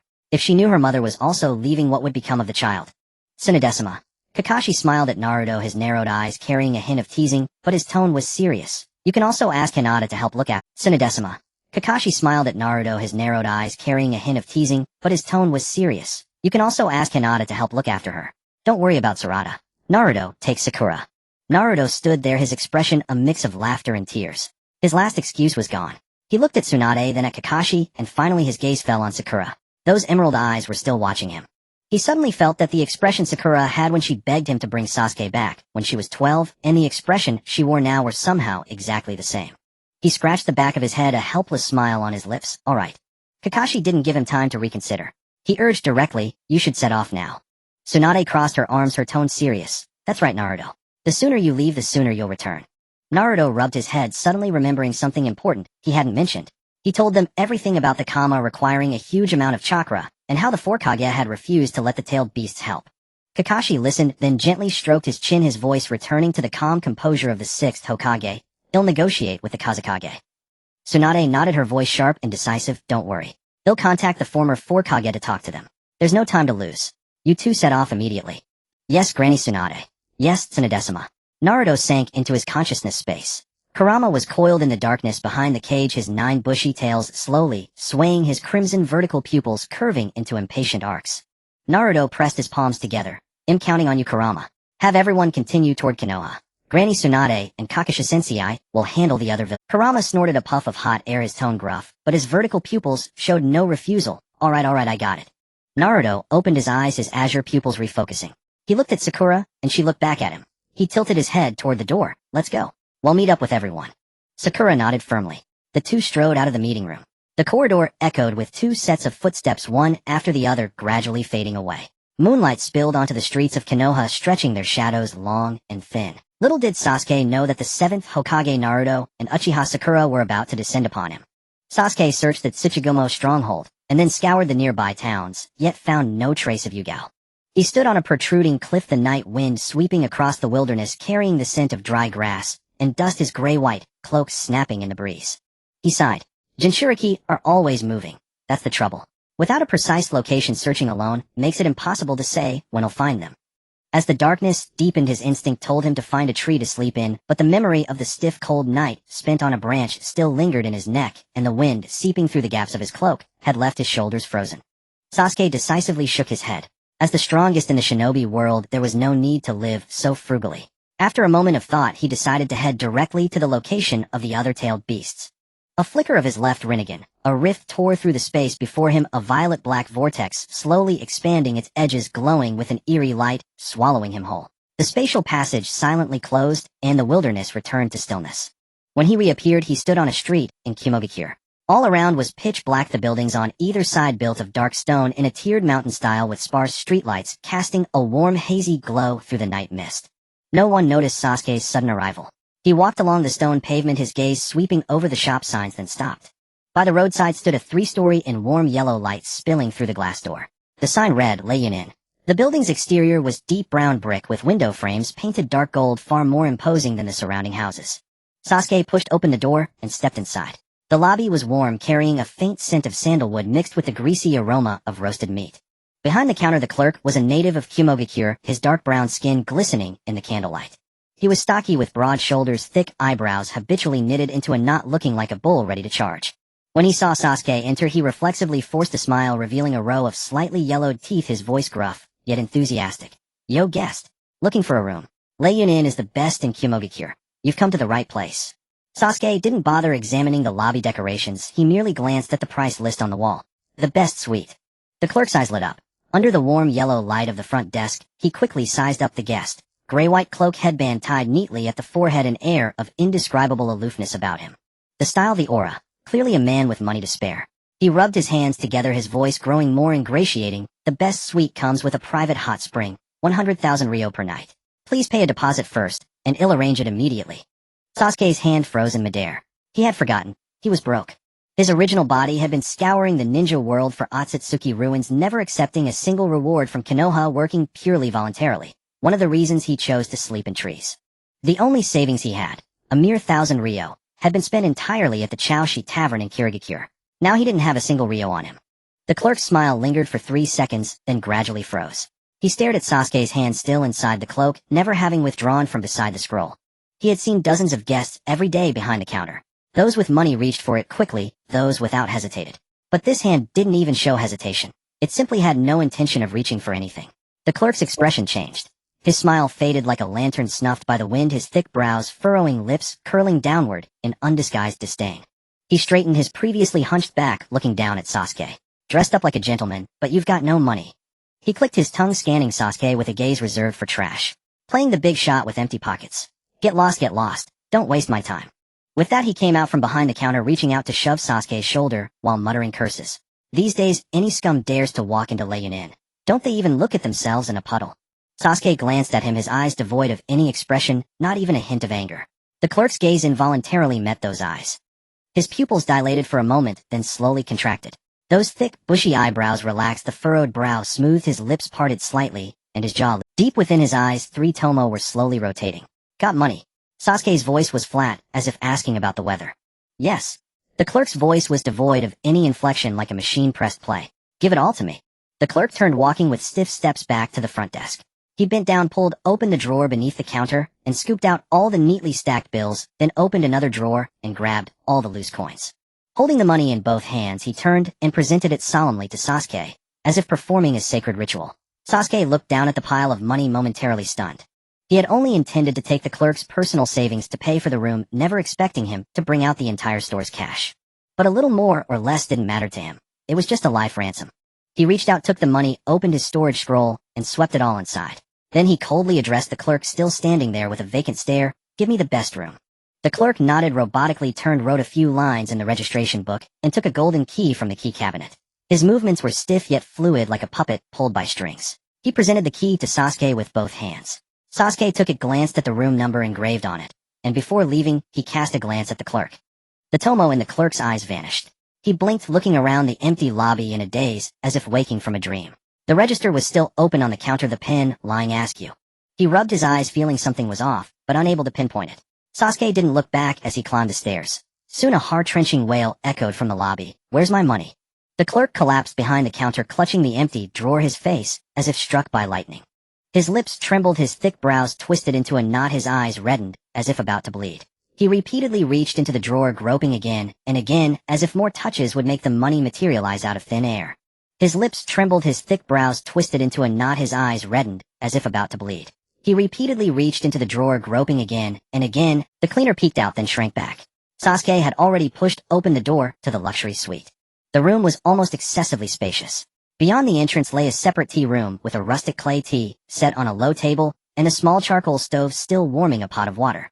Further in was the master bedroom, with a large bed covered in snow-white linens occupying the most prominent spot. A warm-toned lamp sat on the bedside table. The light bathed the entire room as if it had been soaked in melted honey. Floor-to-ceiling windows opened onto an outdoor stone hot spring pool, its surface steaming, with white vapor shimmering silver under the moonlight. Sasuke didn't hesitate. He walked to the bed, leaned back, and as he sank into the mattress, a long-lost softness spread from his back through his entire body. The pillow was at the perfect height, the down inside slowly springing back after being compressed. It cradled the back of his head, finally releasing the tension in his neck muscles that had been strained all day. Sasuke closed his eyes involuntarily, letting out a soft sigh from deep in his throat. Sleeping on a bed is much more comfortable. After lying for a moment, he recalled his recent gains, sat up, took the money box from the storage scroll, opened it, and counted the bills and coins one by one. A total of 5 million ryo. Drawing on his original Buddhist memories and his past lives experience, he quickly made a mental conversion. 1 ryo was roughly equivalent to 1/6 of a yen, so 5 million ryo was 3 million yen. In this world, an average family's annual income was around 100,000 ryo. A bowl of Ichiraku ramen cost 60 ryo, and in strength missions started at 1 million ryo. This single haul was equivalent to completing 5 strength missions. Sasuke nodded with satisfaction, returning the money to the storage scroll. He wouldn't have to worry about funds for a while. As for that clerk, he wouldn't mind if such incidents happened a few more times. After all, money was a good thing. And since money could buy a life, the clerk himself, if he knew, would surely be willing. After pocketing the money, he continued his exploration of the room. Pushing open the floor-to-ceiling windows, he saw the outdoor hot spring pool steaming gently. Sasuke crouched down and dipped his fingers into the water. It was neither too hot nor too cold, just right. Without hesitation, he shed his clothes and stepped barefoot over the cool stones. His body slowly sank into the spring, the hot water rising from his ankles to his calves, then to his waist, and finally over his shoulders. Wrapped in the warm liquid, every pore seemed to open and relax under the rising steam. Kimogakure was built in the mountains. Unlike the perpetual sea fog of Kirigakure, the night sky here was crystal clear star. Kimogakure was built in the mountains. Unlike the perpetual sea fog of Kirigakure, the night sky here was crystal clear stars scattered densely across the vast dome of heaven. Sasuke closed his eyes and began to review the day's events. Devouring the 3 tails had gone smoothly enough, but the attempt to find the 6 tails in Kirigakure had been a failure. The reason was that the tailed beasts were sealed inside Jinchuriki, who moved unpredictably, making them very difficult to locate. However, he had already devised a countermeasure: directly raid the major hidden villages for the tailed beasts. Some Jinchuriki traveled outside, but others remained within their villages. For instance, he had come to Kimogakure because it housed the 8 tails and the 2 tails. Striking the enemy's stronghold directly was far more convenient than chasing after Jinchuriki across the land. But there was still one issue to resolve. He needed to establish an organization to help him track down the Jinchuriki who were outside the villages. Take Yugao, for example, a Jinchuriki who had defected. Those inside the villages could be captured directly, but for those wandering the shinobi world, he needed someone to search for them. Sasuke began analyzing the feasibility. Building an organization from scratch would take too much time. Recruiting members, establishing bases, and laying down intelligence networks all required enormous effort and resources. The best approach was to take over an existing one. Orochimaru in the Odogakure village came to mind. Sasuke couldn't help but think of this old acquaintance Orochimaru, who controlled a complete ninja village. Though it was small in scale, it was more than sufficient for tracking down individual Jinchuriki. Most importantly, he knew her well. His original self had spent 3 years under Orochimaru's tutelage, and setting aside her somewhat questionable experimental obsessions, his impression of this scientific maniac was actually not bad. After a moment's thought, Sasuke made his decision. He would have Orochimaru use the Odogakure to search for the Jinchuriki's whereabouts. However, considering it was already late, going there now wasn't appropriate, and he had no intention of doing so tonight. His thoughts began to branch out. Sasuke started considering another backup plan: to collect all possible ninjutsu that could enhance his power, bolstering his combat strength to better counter the Ōtsutsuki. Even now, after consuming the pill refined from the 3 tails, his physique, chakra, and dojitsu had all improved, but to be honest, if he faced Urashiki again, he still wasn't confident of victory. Sasuke closed his eyes and systematically analyzed the Ōtsutsuki clan. Drawing on his past opponents, Kagaya, Momoshiki, Kinshiki, and Urashiki, he gradually discerned a pattern. They possessed the ability to absorb chakra. Any ninjutsu driven by chakra would be directly consumed by them. Whether it was his Chidori or Naruto's Rasengan, when used against the Ōtsutsuki, they were either absorbed or deflected. Without the power of ninjutsu, he and Naruto were essentially missing half their combat strength. Since ninjutsu wouldn't work, only taijutsu and senjutsu remained. Senjutsu could be learned at the 3 sacred lands. In this timeline, the Ōtsutsuki had not yet attacked, so he still had time to learn it, and the same applied to taijutsu. When it came to taijutsu, he couldn't help but think of Might Guy and Ōtsutsuki Urashiki. The former, a mere mortal, had nearly defeated 6 Paths Madara, while the latter had shattered his Susanoo with a single kick. His own taijutsu was not weak, but compared to them, it was still far behind. Taijutsu still needed to be enhanced. Sasuke recalled his earlier plan for taijutsu augmentation: the 8 gates, the strength of 100 seal, the 7 days breathing method, all of which could greatly boost his physical combat prowess. And there was more: the lightning release chakra mode could also greatly enhance his physique and taijutsu. His original self had neither the time nor the inclination to learn such ordinary techniques. But he was different. He would not miss any ninjutsu or secret technique that could make him stronger. Most of these techniques were also housed within the major hidden villages. Combining this with his earlier plan to refine pills from the tailed beast, Sasuke made a slight adjustment. While collecting the tailed beasts to refine pills, he would also acquire these techniques alone. As for Senjutsu, Orochimaru knew the location of the Ryuchi cave. When he later borrowed the Otogekure organization, he would bring up the matter of Senjutsu as well. With this, the plan gradually became clear. Collect the tailed beasts to refine pills, while simultaneously gathering the powerful secret techniques from the major hidden villages. If he mastered all these techniques, his strength would undergo a tremendous leap. When facing the Ōtsutsuki again, he would no longer be reduced to using the Uchiha suplex and passively taking elbow strikes. At this thought, a smile involuntarily curled at the corner of Sasuke's mouth. But if he had to prioritize, collecting the tailed beasts for pill refining came first. Ninjutsu secret techniques and Senjutsu could be found and learned later. But pills, those were best secured in the stomach as soon as possible. His mind clear, Sasuke no longer felt like lingering in the hot spring. He rose from the pool, water droplets sliding off his shoulders, tracing down the muscles of his back, and falling onto the pebble floor with a faint patter. After a quick wash, he returned to the bedroom, pulled back the fluffy white duvet, and lay down. The mattress caught his weight, the softness enveloping his back. He closed his eyes, and his consciousness soon sank into darkness. The next day, Sasuke woke naturally. Before his mind was fully awake, his fingers instinctively reached to the side. What they touched was a cold sheet, flat and smooth, devoid of any warmth. The empty sensation jolted him wide awake. His body almost reflexively sprang upright. His breath came fast, heart pounding like a drum in his chest. He stared blankly around the room. Dark stone walls, the hot spring pool visible through the floor-to-ceiling windows, the coarse pottery, tea, set by the bed. This was not a cave in the desert, not a tree branch in the rainforest, not an ice cave on the snowy plain. Memories of the previous day flooded back like water pouring in. He hadn't been wandering yesterday. He had come to Kumogakure and stayed at an inn, the best suite at the Thundercloud Inn. The wall clock by the bedside showed it was already afternoon. Sasuke glanced at it and inwardly cursed. He had stayed up too late reviewing his plans, and it had been far too long since he had slept in such a comfortable bed. His body had instinctively relaxed, and he had overslept. Thinking that he still needed to capture the 8 tails and the 2 tails today, he immediately threw off the duvet, dressed quickly, and tucked the storage scroll inside his cloak. He tied his headband neatly across his forehead. Then he pulled open the door and hurried out. As he passed the inn's lobby, he saw the clerk from last night leaning on the counter. The man looked utterly dejected, his eyes still red. Clearly he had cried a lot the night before. Sasuke didn't slow his pace. He casually tossed the golden key onto the counter, the key arcing through the air and landing precisely beside the registration book. He clutched the key to his chest as if it were a priceless treasure. Even though I lost a huge sum last night, I just pocketed your deposit hasn't been refunded yet, 100,000 Ryo. But before he could finish, Sasuke's figure had already vanished out the door. The clerk stood there clutching the golden key. He looked down at the key, then at the empty doorway. The servile expression on his face slowly shifted, the corners of his mouth creeping upward. He suppressed a laugh, then another. Finally, he collapsed onto the counter, his shoulders shaking with laughter, tears nearly streaming from his eyes. 100,000 Ryo. He clutched the key to his chest as if it were a priceless treasure. Even though I lost a huge sum last night, I just pocketed 100,000 today. Heaven is still looking out. That idiot. He didn't even take his deposit back. Serves him right. The more he thought about it, the happier he became. He tossed the key into a drawer and began humming a tune while wiping the counter, his movements as light and brisk as if he were a completely different person. Meanwhile, Sasuke was already walking through the streets of Kumogakure. The streets of Yunin village were carved into the mountainside. The flagstone path undulated with the terrain flanked by defewed stone buildings, rough-hewn and sturdy. Zhuozhu strolled leisurely along the flagstone street of Yunin village. The villagers and ninjas passing by on both sides all shared dark charcoal black skin, high cheekbones, thick lips, and sharp, rugged brows, and eyes exuding a wild, battle-hardened aura from years of forging and fighting in the mountains.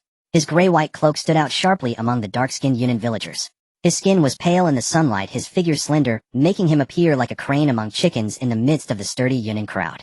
Many people cast a second glance as they passed him, but only a glance. The women did not stop and blush like those in Wuyin village, nor did the men shoot jealous looks. Zhuozhu pondered for a moment, then sifted through his original Buddhist memories of Yunin village, quickly understanding the reason. Located high in the mountains, Yunin village had barren land and scarce resources. With its high altitude and harsh climate, those who could stand firm here never relied on appearance. Every generation of the Lei Ying had ruled the village with absolute force. Located high in the mountains, Yunin village had barren land and scarce resources.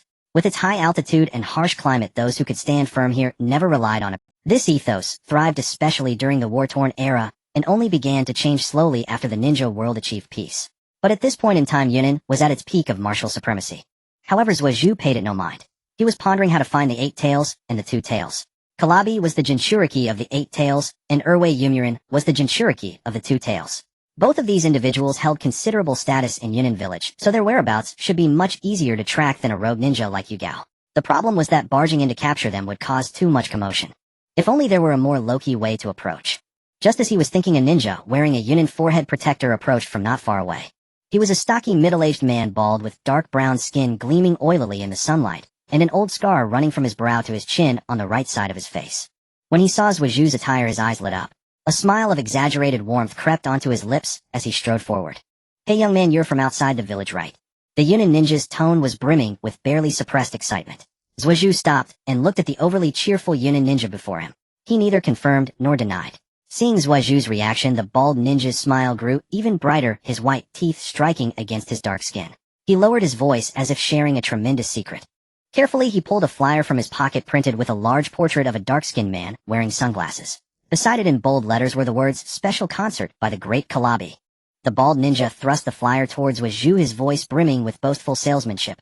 "Let me tell you, our Lord Bai is holding a concert at Yunlei Square right now. He's the most popular singer in Yunnan, and you won't find another better than him in the entire Lei country." He spoke with spittle flying, his finger jabbing at Kalabi's portrait on the flyer, his voice rising a few notches. "The queue is huge. If I didn't happen to know a friend at the ticket gate, I wouldn't even be able to get this ticket. If you're late, you'll miss it. This kind of opportunity only comes once or twice a year." Zhuozhu's gaze fell on Kalabi's sunglass-clad face on the flyer. Kalabi, the Jinchuriki of the 8 tails. He reached out and cut off the bald ninja's torrent of words. "Let me see it." The bald ninja cheerfully shoved the flyer into Zhuozhu's hand, then pulled a ticket from his pocket, moving as fast, as if afraid Zhuozhu would change his mind, and thrust the ticket at him as well. "Don't miss the chance. Hurry and go. Just tell them Leita let you in, and the ticket checker will know my name." Zhuozhu looked at the flyer and ticket in his hand, a faint, almost imperceptible smile curling at the corner of his mouth. It was as if a pillow had appeared just when he felt drowsy. He had been wondering how to find Kalabi, and now the target had delivered himself. He looked up at the bald ninja. "How much for the ticket?" Leita hadn't expected this outsider to actually offer to pay. He quickly waved both hands in front of his chest, shaking his head like a rattle drum. "How could I? It's free, no charge. Go, go, go. You'll lose your spot if you're late." Zhuozhu said no more and turned to walk toward Yunlei Square. Leita stood there watching the gray-white figure disappear around the street corner, then let out a heavy breath. He wiped the sweat from his bald head, finally tricked an outsider into going to Lord. After pocketing the money, he continued his exploration of the room. Pushing open the floor-to-ceiling windows, he saw the outdoor hot spring pool, steaming. He sighed, plastered a smile back on his face, and headed toward another passerby, who looked like an outsider. The Cloud Thunder Plaza was a sunken open-air venue at the heart of Yunnan village, encircled by stone bleachers of varying heights. When Sasuke reached the entrance, 2 Cloud Ninja tasked with ticket inspection stood at the gate. One was a lanky tall man, the other a short stout fellow. Both wore the forehead protectors of Cloud, their faces etched with an expression that suggested they had been forced to consume military rations pills for an entire month. Even through the curtain, the sounds emanating from within were enough to contort their features into a pained grimace. A look of numbness tinged with despair born from The lanky ticket inspector froze for a moment upon seeing Sasuke approach. Then his face instantly lit up with an eerily fervent glow. He rushed forward in 3 quick strides, greeting Sasuke with the excitement of a long-lost relative. "Customer, please come in quickly. The show is about to start. You'll be just in time for Lord B's finale." The short stout inspector followed close behind, snatching the ticket from Sasuke's hand with a speed that suggested he feared it might vanish into thin air. He glanced at the name of the recommender on the ticket, a flicker of complex emotion, a blend of shared misery and faint envy, crossing his eyes. He muttered under his breath, "That rat's luck snagging one at last.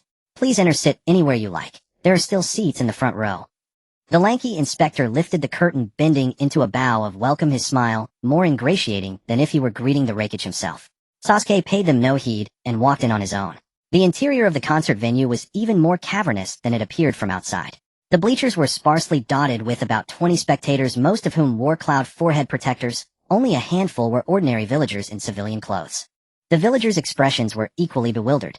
One elderly man was dozing off, head bowed, while the woman beside him stared at the stage with a perplexed look, as if struggling to comprehend what she was hearing. Sasuke swept his gaze across the audience. In the front row sat several familiar faces. The 4th Raikage AI sat in the center, his arms crossed over his burly chest, his chiseled face a mask of endurance. Beside him sat his secretary Mabuyi, upright and poised, wearing a forced smile. Next to her was Dali, his eyes open, but the light within them extinguished his posture, resembling that of someone who had already fallen asleep. In the back row sat 3 young ninjas, Karui, Omoi, and Samyi, all disciples of Kalabi. Karui had her hands clamped over her ears, muttering something under her breath. Omoi held a lollipop in his mouth, but he had long stopped licking it. He was slumped in his seat, gazing vacantly at the stage. Samyi stood with arms crossed, her face expressionless, but her fingers tapped rapidly on her arm, a small telltale sign of extreme agitation. Today was the 4th Reikage Ace birthday. Kalabi had volunteered to host a concert to celebrate. AI had instinctively refused. He knew his younger brother's rap style all too well.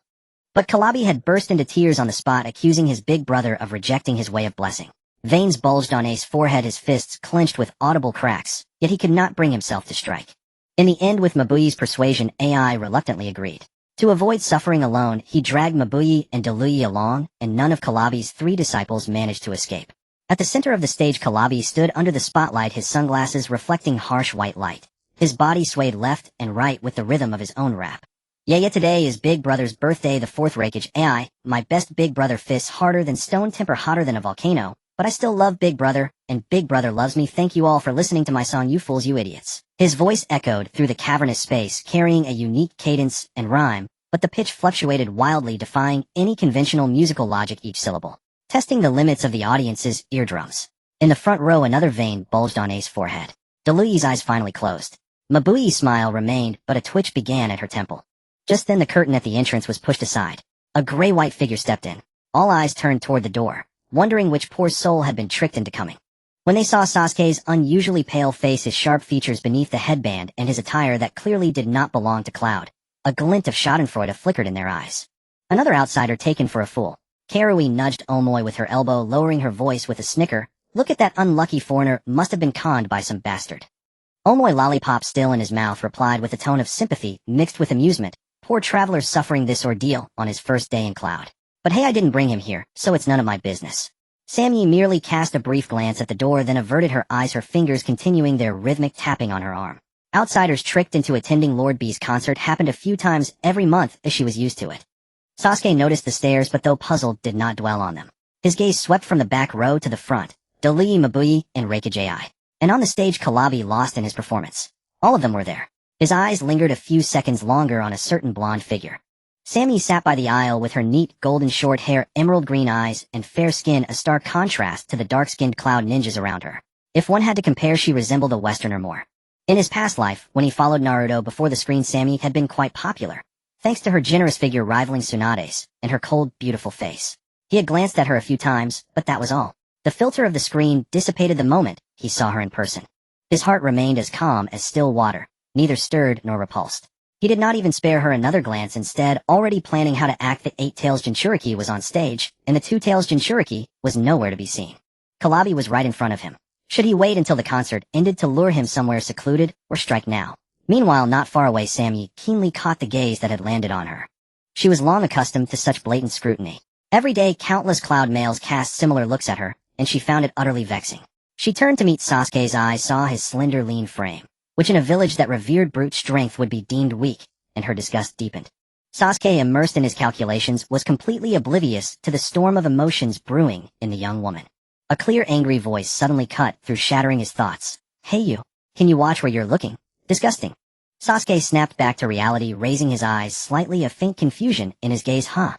True, his eyes had lingered on Samyi for a few extra seconds, but that was merely because the memory of her character from his past life was momentarily awakened by the real image before him.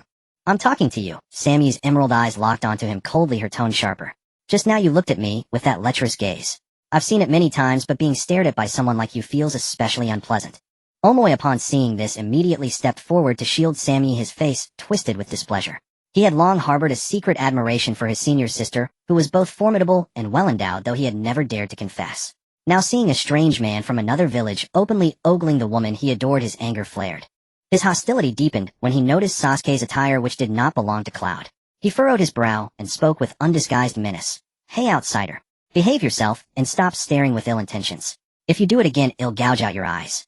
Sasuke cast a frigid glance at Omoi, his eyes devoid of any superfluous emotion. A mere cursory scan, as if regarding a common stone by the roadside. Omoi's body went rigid. An instinctive shudder, the kind that only arises when a creature confronts its natural predator, surged from the marrow of his bones and engulfed his entire frame. He wanted to speak, to curse back, to draw the blade at his waist, But his fingers trembled, his knees weakened, and his mind screamed a frantic warning of danger, yet his body could not even manage a single step backward. Thud! Omoy collapsed to the ground, as if all strength had been drained from him. He lay on his back, chest heaving violently, lips quivering, a trembling finger pointing toward Sasuke, as he forced out fragmented syllables. He. Samui, standing nearby, turned pale in an instant. She crouched down, supporting Omoy's shoulder, and only when her palm touched his back did she realize his clothes were drenched in cold sweat. What's wrong, Omoy? Omoy's eyes were fixed on Sasuke, his pupils contracted to pinpricks, his lips still trembling, as if to say more. Before the words could escape, a burly silhouette flashed before them. The fourth Raikage looked down at Omoy sprawled on the ground. Then he raised his head, his gaze landing on Sasuke. The gray-white cloak, the headband tied neatly over his forehead. Neither the attire of Kumogakure nor any other village in the Land of Lightning. When Sasuke entered, the Raikage had noticed the commotion, but Killer Bee's rap had been pounding in his head, making him too irked to bother. But now Omoy lay on the ground, trembling all over. To reduce a Kumogakure Chunin to such a state, this man was no ordinary traveler. Crossing his arms, the Raikage stared down at Sasuke, his voice low and commanding. You're a ninja from outside, aren't you? Why did you lay hands on Omoy? As soon as the words left his mouth, the surrounding Kumogakure ninjas turned their heads. Those in the front row wearing forehead protectors whispered among themselves, their tones filled with anticipation for a spectacle. That outsider actually dares to provoke Lord Raikage. He's asking for trouble. Judging by his attire, he's not from around here. Probably a wandering Ronin. Last time an outsider started a brawl in a tavern, Lord Raikage broke 2 of his ribs and threw him into the water prison for 3 months.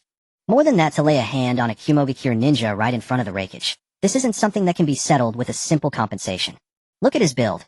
He probably can't even withstand 1 punch from Lord Raikage. Sasuke stared coldly at the Raikage, his expression no different from when he had looked at Omoy. Don't you know what happened just now? Stop playing the big bad wolf. The Raikage's eyes flew wide open. A visible surge of blue chakra erupted from his body, lightning coiling and crackling around him, a sharp piercing sound that filled the entire arena. His hair stood on end in the electric glow, his muscles bulging, reinforced by the lightning release chakra. The stone slabs beneath his feet cracked into 2 deep fissures. The surrounding Kumogakure ninjas all retreated a step. Several ordinary villagers, their faces blanched by the oppressive pressure, scrambled toward the exit. What did you say? The Raikage's fist was wrapped in blinding lightning, his voice grinding through clenched teeth. At the same moment, on the high platform, Killer Bee stopped his rap.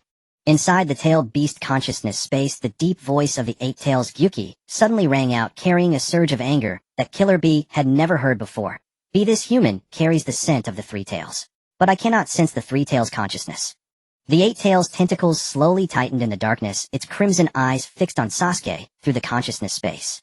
He is not the Jinchuriki of the 3 Tails, yet he bears its chakra. There is only one explanation. He has harmed the 3 Tails. Kill him for me, B. Killer Bee paused for a moment, then adjusted his sunglasses. The 8 Tails chakra began to seep out, crimson bubbles emerging from his skin. Yeah, since Little 8 says to strike, then B will take him down. The dignity of a tailed beast shall not be trampled, this bastard idiot brother. The Raikage and Killer Bee's eyes met for an instant. This pair of sworn brothers had fought side by side for decades. No words were needed, just a single glance sufficed for all communication. The Raikage and Killer Bee's eyes met for an instant. This pair of sworn brothers had fought side by side for decades. Double lariat. Both figures erupted simultaneously. The Raikage charged Hedon, while Killer Bee closed in from the flank. Lightning release chakra, entailed beast chakra carved 2 blinding arcs through the air. One from the front, one from behind, sealing off all of Sasuke's escape routes. Sasuke's Mangekyo Sharingan flared to life under the glow of lightning, entailed beast chakra. Ameno de Jikara. A faint, almost inaudible sound rang in the air. The Raikage's elbow strike, laden with immense force, crashed toward Sasuke's head, but it hit nothing. The air where he struck exploded with a sharp crack. Sasuke's figure had vanished. In his place stood Killer Bee, who had been closing in from the side. Danger B. The Raikage's pupils contracted sharply. Killer Bee now stood where Sasuke had been, while Sasuke appeared exactly where Killer Bee had been moments before. The Raikage frantically tried to pull back the force of his elbow strike, but it was too late. Killer Bee's mind went blank. Both of them were charging at full speed. The inertia made it impossible to stop midway. He could only desperately twist his body at the last instant. The brothers' elbows collided with a thunderous impact. Boom. Lightning entailed beast chakra exploded at the point of contact, sending sparks flying in all directions. Both arms quivered simultaneously, bones aching from the recoil. Killer Bee staggered back 2 steps, his left hand clutching his right arm. Both arms quivered simultaneously, bones aching from the recoil. Killer Bee staggered back 2 steps, his left hand clutching his right arm. Chibaku Tensei.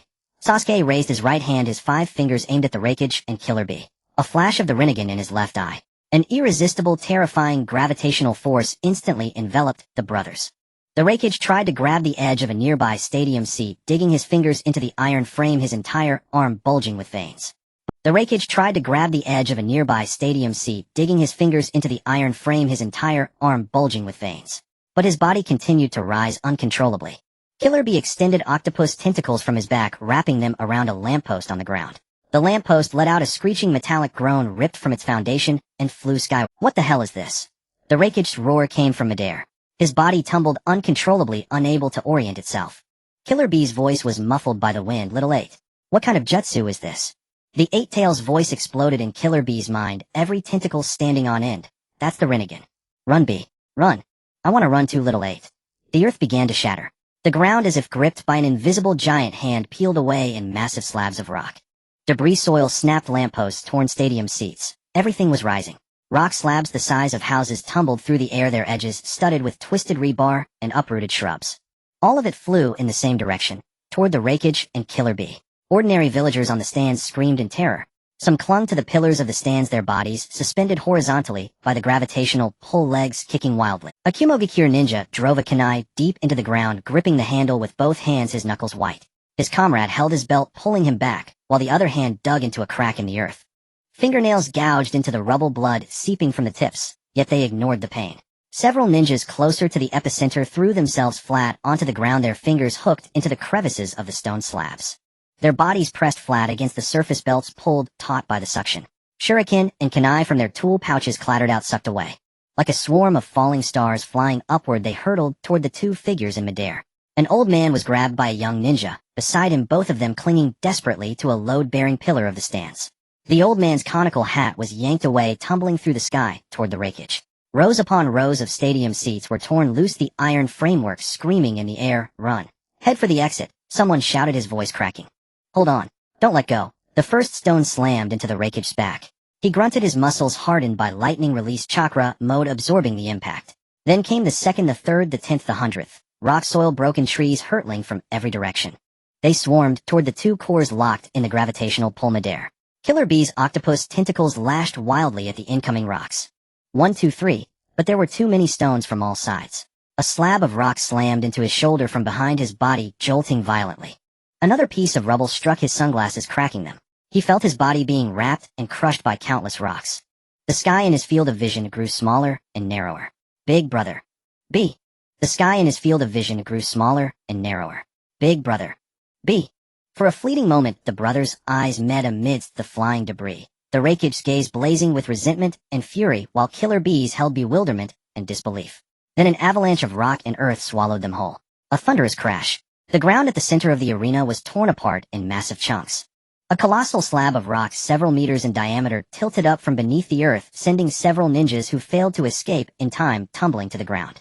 The rock slab flipped in midair and slammed violently into the expanding stone sphere above. The impact was deafening, and the entire plaza trembled.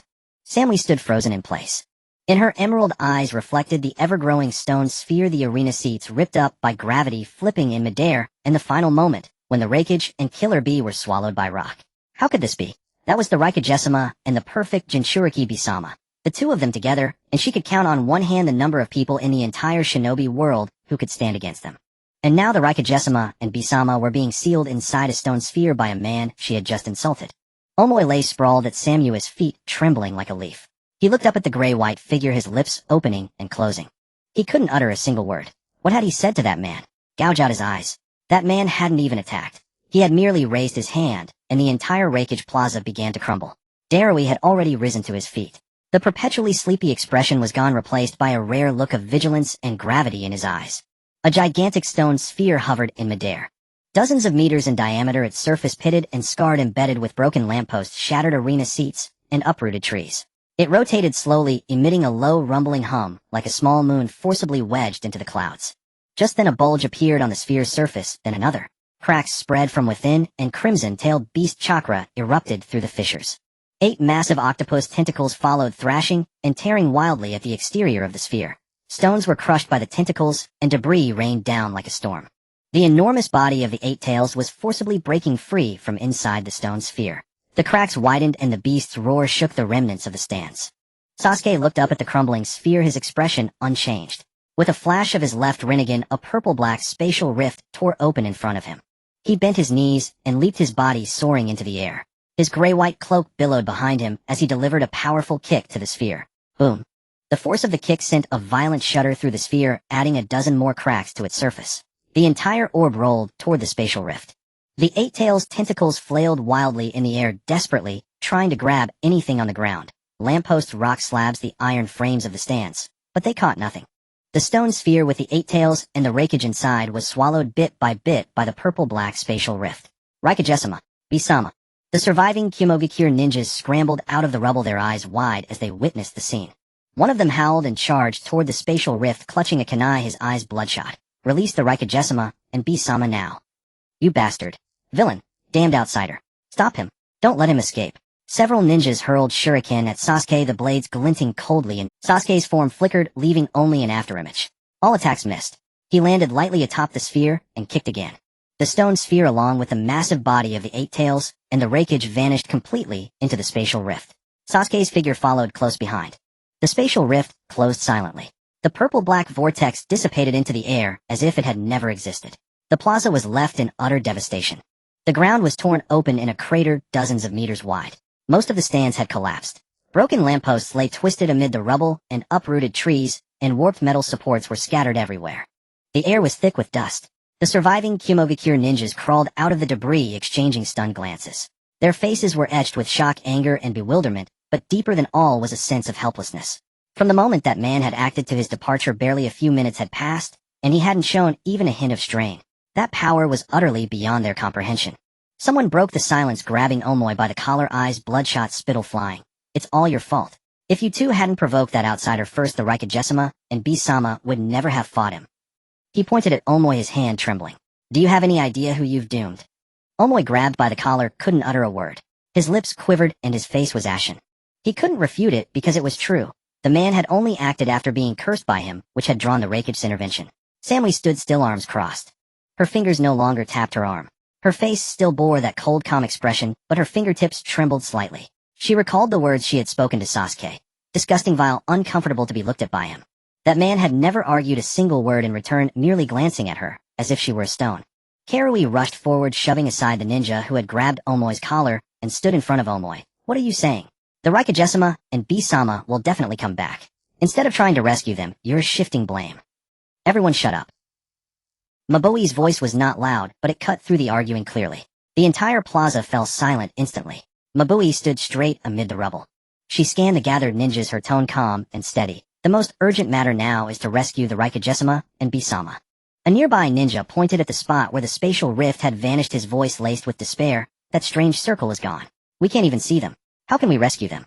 Mabui was silent for a moment, pressing a finger to her temple.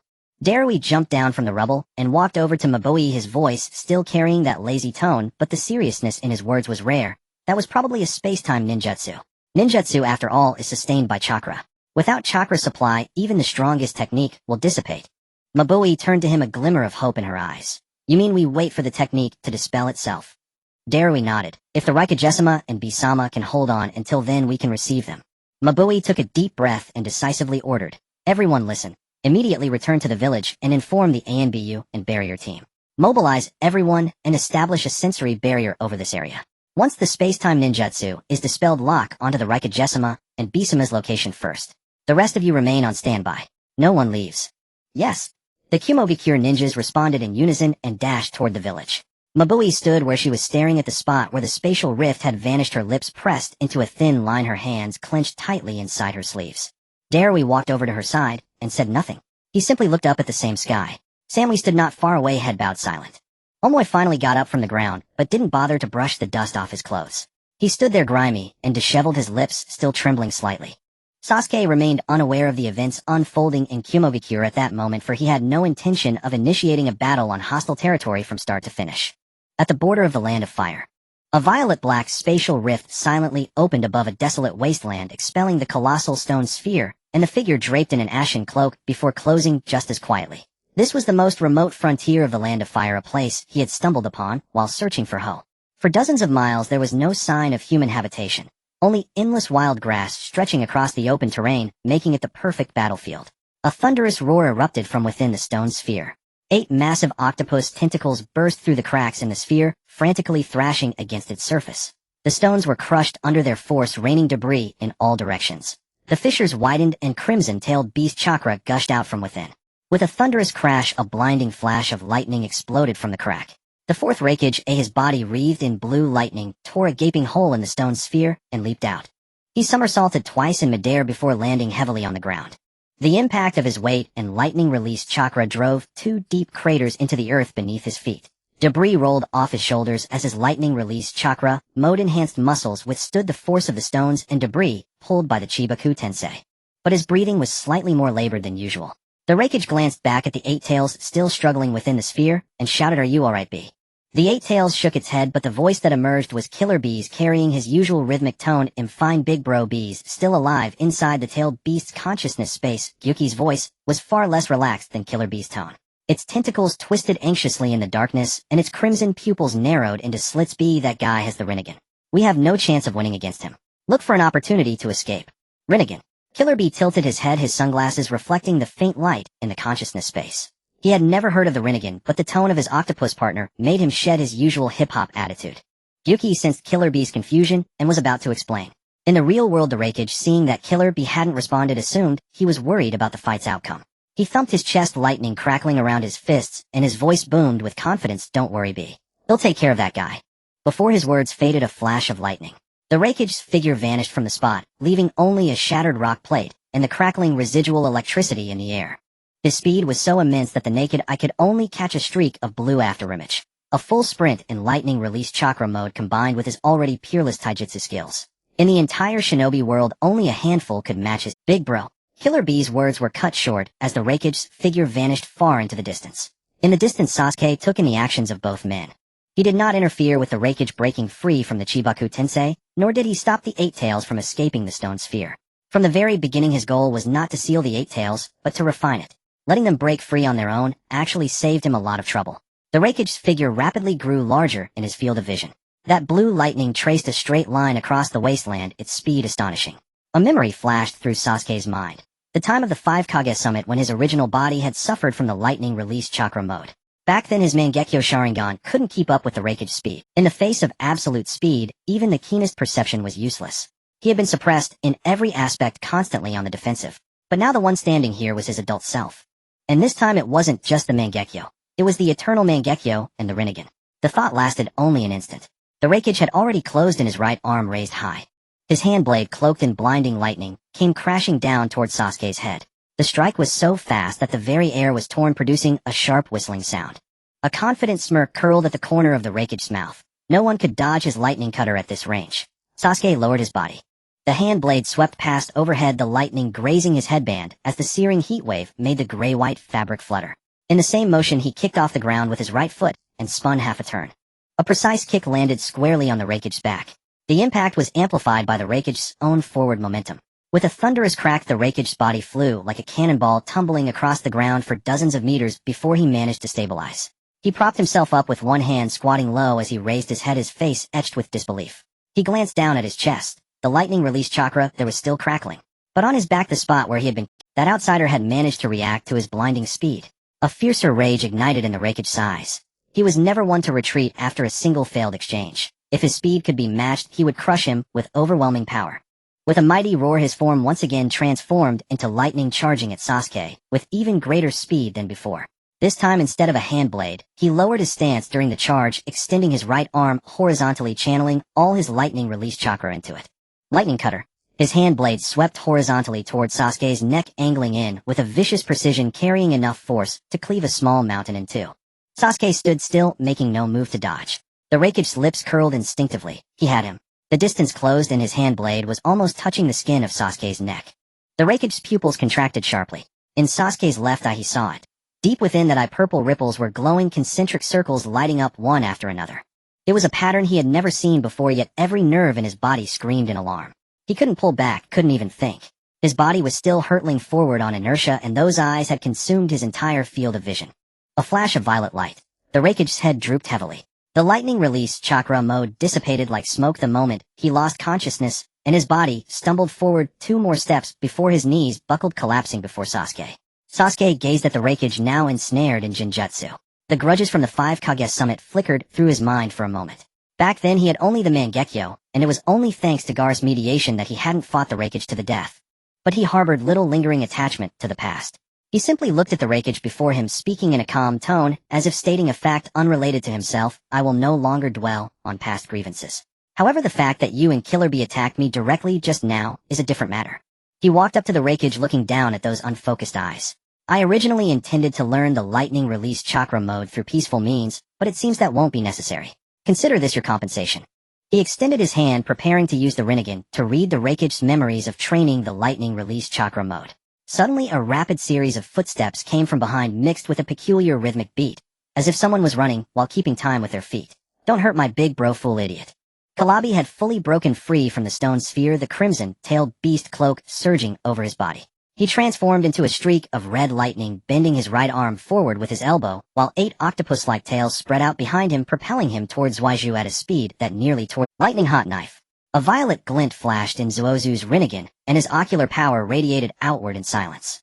During his charge, Kalabi's eyes were suddenly covered with the pattern of the Rinnegan. His body stiffened for a moment, then he stood frozen in place like a stone statue that had been paused. Boring, Zuoju uttered coldly. He raised his hand, ready to begin refining the pill. The corner of his mouth curled into a disdainful smirk. Susanoo. A giant skeletal hand of purple emerged from nowhere, seizing the seemingly dazed Kalabi. As the skeletal fingers closed, Kalabi's body was firmly gripped, and the tailed beast cloak emitted a sizzling sound between the fingers of Susanoo. But Kalabi remained in that dazed state, as if still trapped in the Jinjutsu. Zuoju looked at Kalabi in his palm, and said in a tone as indifferent as stating a known fact, still pretending. The next second, he closed in, pressing his left palm against Kalabi's arm. Danji reincarnation activated. A thick, dense red light surged out from Kalabi's body like blood being drawn, converging into Zuozu's palm. It was the 8 Tails' original chakra, crimson and scorching, churning in the air with a dense-tailed beast aura. Kalabi could no longer keep up the act. His pupils suddenly cleared, and a genuine shock appeared on his face beneath his sunglasses. How did you find out? Zuozu's Rinnegan and Eternal Mangekyo both lit up. The 2 eyes glimmered with different lights under the sun. Before these eyes of mine, nothing can remain. It turned out that the Jinjutsu cast by the Rinnegan on Kalabi had been disrupted by the 8 Tails inside him the moment it was applied. Kalabi had never been fully controlled. He was only pretending to be ensnared, waiting for Zuoju to approach and launch a sneak attack. In the eyes of the 8 Tails, this plan was flawless. Few in the ninja world knew that a perfect Jinchuriki could break Jinjutsu. But Zuozu's Rinnegan saw through everything clearly. He didn't even bother to expose it, merely playing along with the act. Before Kalabi could recover from his shock, he began to struggle violently. However, his body was firmly held by Susanoo, unable to move. More critically, the 8 Tails' original power within him was being steadily drained. The pain was not physical, but a deeper soul-level stripping, as if someone were slowly extracting his very marrow. He clenched his teeth and endured for less than 2 seconds. Then he let out a heart-wrenching scream. Inside the tailed beast consciousness space, the 8 Tails felt its source rapidly depleting. That greedy suction was plundering the power it had accumulated over a millennium. Its tentacles madly lashed against the barriers of the consciousness space, its crimson eyes churning with anxiety and rage. At this rate, it would be completely drained soon. It looked down at Kalabi, who was gritting his teeth through the pain, and said with suppressed urgency, let out all your power at once. Break out. Kalabi clenched his teeth, looking through his sweat-blurred vision at the lightning shadow lying not far away. If his brother was still trapped in the Jinjutsu, and he fell as well, then his brother would truly be finished. A glint of determination flashed in his eyes.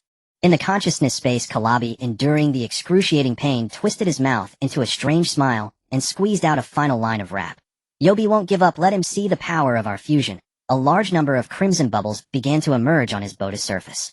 The tailed beast cloak instantly covered his entire body. A scorching heat burst forth from the cloak. Zuozu's palm was burned by the high temperature, and the skin emitted a sizzling sound. He frowned, withdrew his left hand, and opened his palm to reveal 2 small pills just extracted. The pills were only the size of a fingernail, fully crimson, with a faint fluorescence flowing on their surface. Zuoju could feel the burned area on his left hand slowly healing. A physical evolution brought by the 3 Tails pill, accelerating his recovery speed to a level incomprehensible to ordinary people. He didn't swallow the pills, but casually placed them into his ninja tool pouch, intending to use them later as senzu beans. All this happened in an instant. Kalabi, having activated the tailed beast cloak, quickly grew 8 tails which wildly lashed against the skeletal arm of Susanoo. Bang, bang, bang. Each impact added more cracks to the skeletal arm. The cracks spread rapidly, and purple bone fragments began to fall off. Zuiju sensed that the initial stage of Susanoo could no longer withstand it. He began to channel a massive amount of ocular power and chakra. The nearly shattered skeletal arm instantly solidified anew. Purple veins grew from the bone surface, then flesh, then skin. The arm of Susanoo became even more solid than before. The 5 fingers tightened, locking Kalabi firmly. Inside the tailed beast space, the 8 tails was extremely anxious. It already felt a considerable portion of its source being drained, and the consequences of dragging on would be disastrous.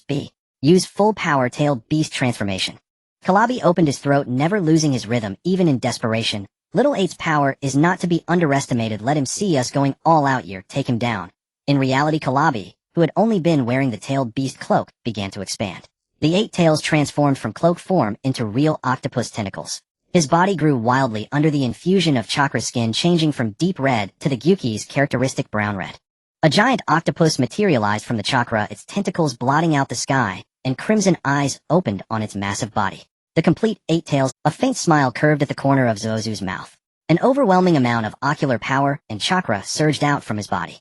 Purple chakra gathered, expanded, and took shape around him. Bones, meridians, flesh armor, layer upon layer constructed in an instant. A purple giant twice the height of the 8 tails rose from the ground. Behind it spread a pair of wings that covered the sky, and a giant chakra sword hung at its waist. The complete Susanoo descended. Kalabi looked up through the 8 tails' eyes at the purple giant nearly twice its size. His sunglasses nearly slipped off his nose, and his mouth hung open for a long time. Arawa. Giant. Inside the tailed beast consciousness space, Gyuki also realized that things had completely spiraled out of control. Its pupils contracted into 2 slits, and its voice carried 1,000 years of unprecedented shock. This is the Uchiha Sasuke. Sasuke gave his opponent no time to react. Vast dojutsu and chakra surged once more, and the Susanoo grew 4 extra arms from its shoulder blades. All 6 arms struck simultaneously. One pinned the 8 tails' mouth from above, stifling its roar in its throat. One steadied the beast's body from behind to prevent it from thrashing. The remaining 4 seized the tentacles and tail, locking the colossal form in a vice-like grip. The purple giant pressed down on the 8 tails like a mountain trapping a struggling fish. Sasuke, familiar with the terrain, strode casually from within the Susanoo to the position of the giant's foot. Having refined the 3 tails before, his movements were even smoother this time. He pressed his left Rinnegan against the 8 tails' body and activated Danji Samsara once more. An immense suction emanated from his palm. A torrent of thick crimson light surged from the 8 tails' body, more violent than before, like a breached dam, flooding endlessly into the red-blue Rinnegan in Sasuke's hand. The agony of having its chakra origin stripped away wrenched a piercing scream from the 8 tails. A roar. The beast's body convulsed violently. Held fast by the Susanoo, the creature tried to roll, but could not move an inch. Each tremor shook the ground, yet the purple giant's grip remained unyielding. Within the tailed beast's consciousness space, Nugui's face twisted in agony. The torment of having its origin slowly drained was 100 times more excruciating than having a tentacle severed in one blow. Its tentacles spasmed in the mindscape, its scarlet eyes rolling back, and a muffled scream escaped its lips. Ugh. Kalabi watched, burning with anxiety. Though the chakra was being drawn from his body, the source was the 8 tails within him. He only bore a fraction of the pain, while the brunt fell on the beast. Furious and anguished, he couldn't help but roar in a rap rhythm despite the pain. Little 8, are you okay? This bastard's bullying us both. He'll get revenge. He'll strike back. Let him know our might. The 8 tails, enduring immense agony, replied in a trembling but rapid voice. This is no time for rap. Then what do we do? I don't want to see you hurt. The 8 tails suppressed its pain and lowered its voice in the consciousness space. Use that technique. That technique. Kalabi's rhythm paused for a beat. The 8 tails nodded. They exchanged a glance. The silent understanding forged through countless battles together. No words were needed. Kalabi began to rap again. This time the rhythm was lighter, as if he had found a way out. That technique, use it. And well, escape. Let this fool play on. He doesn't know he's been tricked, idiot bastard. But I can't forget my bro, in the real world. Sasuke, who was extracting the 8 tails' chakra origin, suddenly noticed the beast had stopped struggling. No more thrashing. No more trembling.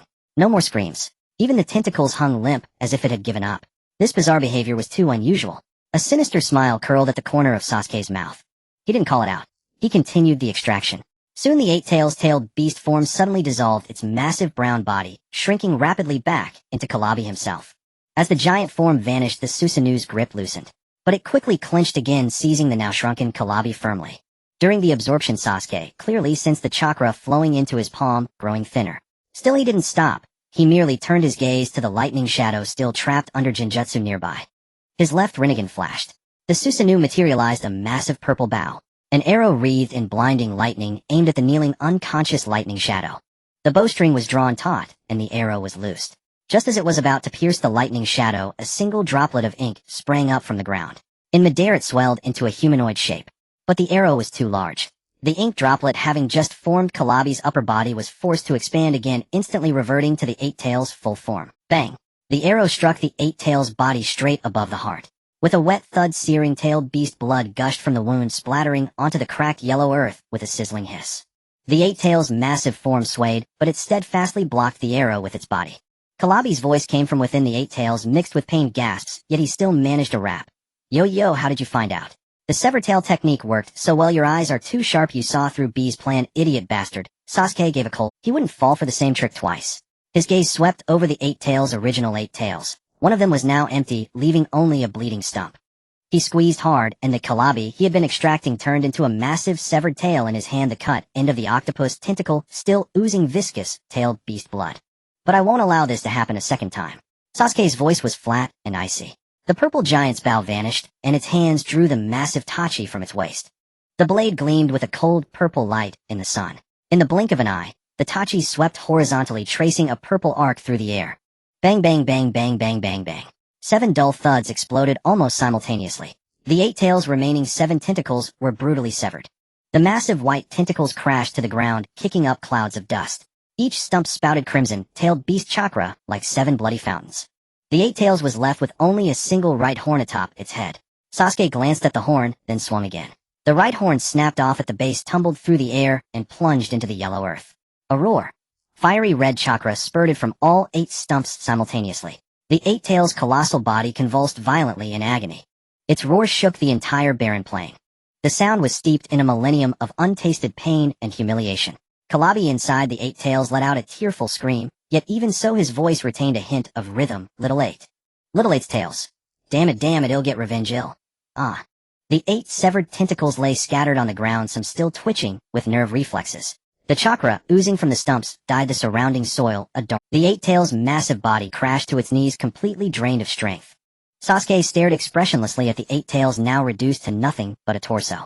The octopus-like body, a deep reddish brown, had all 8 of its tentacles severed. Crimson chakra oozed from the wounds, and even the horns on its head had been cleanly shorn off. The massive form knelt on the ground like a mountain of flesh that had all its edges smoothed away. He manipulated the complete Susanoo, stepping forward with heavy, deliberate strides. Thud thud thud. Each step made the ground tremble slightly. The purple giant's 6 arms hung loosely at its sides, and the wings on its back cast a shadow that covered most of the sky, enveloping the entire Eight Tails in darkness. The Eight Tails, which had been wailing moments before, suddenly fell silent. It lifted its head, and through the purple crystal of the Susanoo's cockpit saw those eyes. One Rinnegan, the other eternal Mangekyo. His expression was cold and indifferent, devoid of any superfluous emotion, like a hunter eyeing prey already trapped in a snare. Neither triumphant nor compassionate, he was merely calculating the final steps. The oppressive pressure of this supreme ocular power made it hard to breathe, even from a distance. The Eight Tails had lived for over 1,000 years, witnessed Madara Uchiha Sasuke, and seen Indra's complete form. Now being looked down upon by this purple giant, it sensed something utterly different from a millennium ago. The opponents of 1,000 years past at least held battle intent. This man before it had not even a trace of killing intent. He was simply doing what needed to be done, like a butcher slaughtering a pig, or a farmer reaping wheat. It finally understood why it could sense the 3 Tails chakra from this man. That Isabu had definitely fallen victim to this man's hands. Thinking of its own impending fate, the Eight Tails' eyes flickered with a trace of desolation. It was not fear of death. It had lived too long for death to be a stranger. It was the contrast. The contrast with that foolish partner who had rapped with it for decades. Within the consciousness space, the Eight Tails lowered its head and gently touched Killer B with a tentacle. Its voice for the first time lacked its usual calm and authority, leaving only a dry, guilty tone. B, it seems we're going to die this time. Killer B looked at the torso of Little Eight, the companion who had rapped with him since childhood, the friend who had stood by him in his loneliest moments.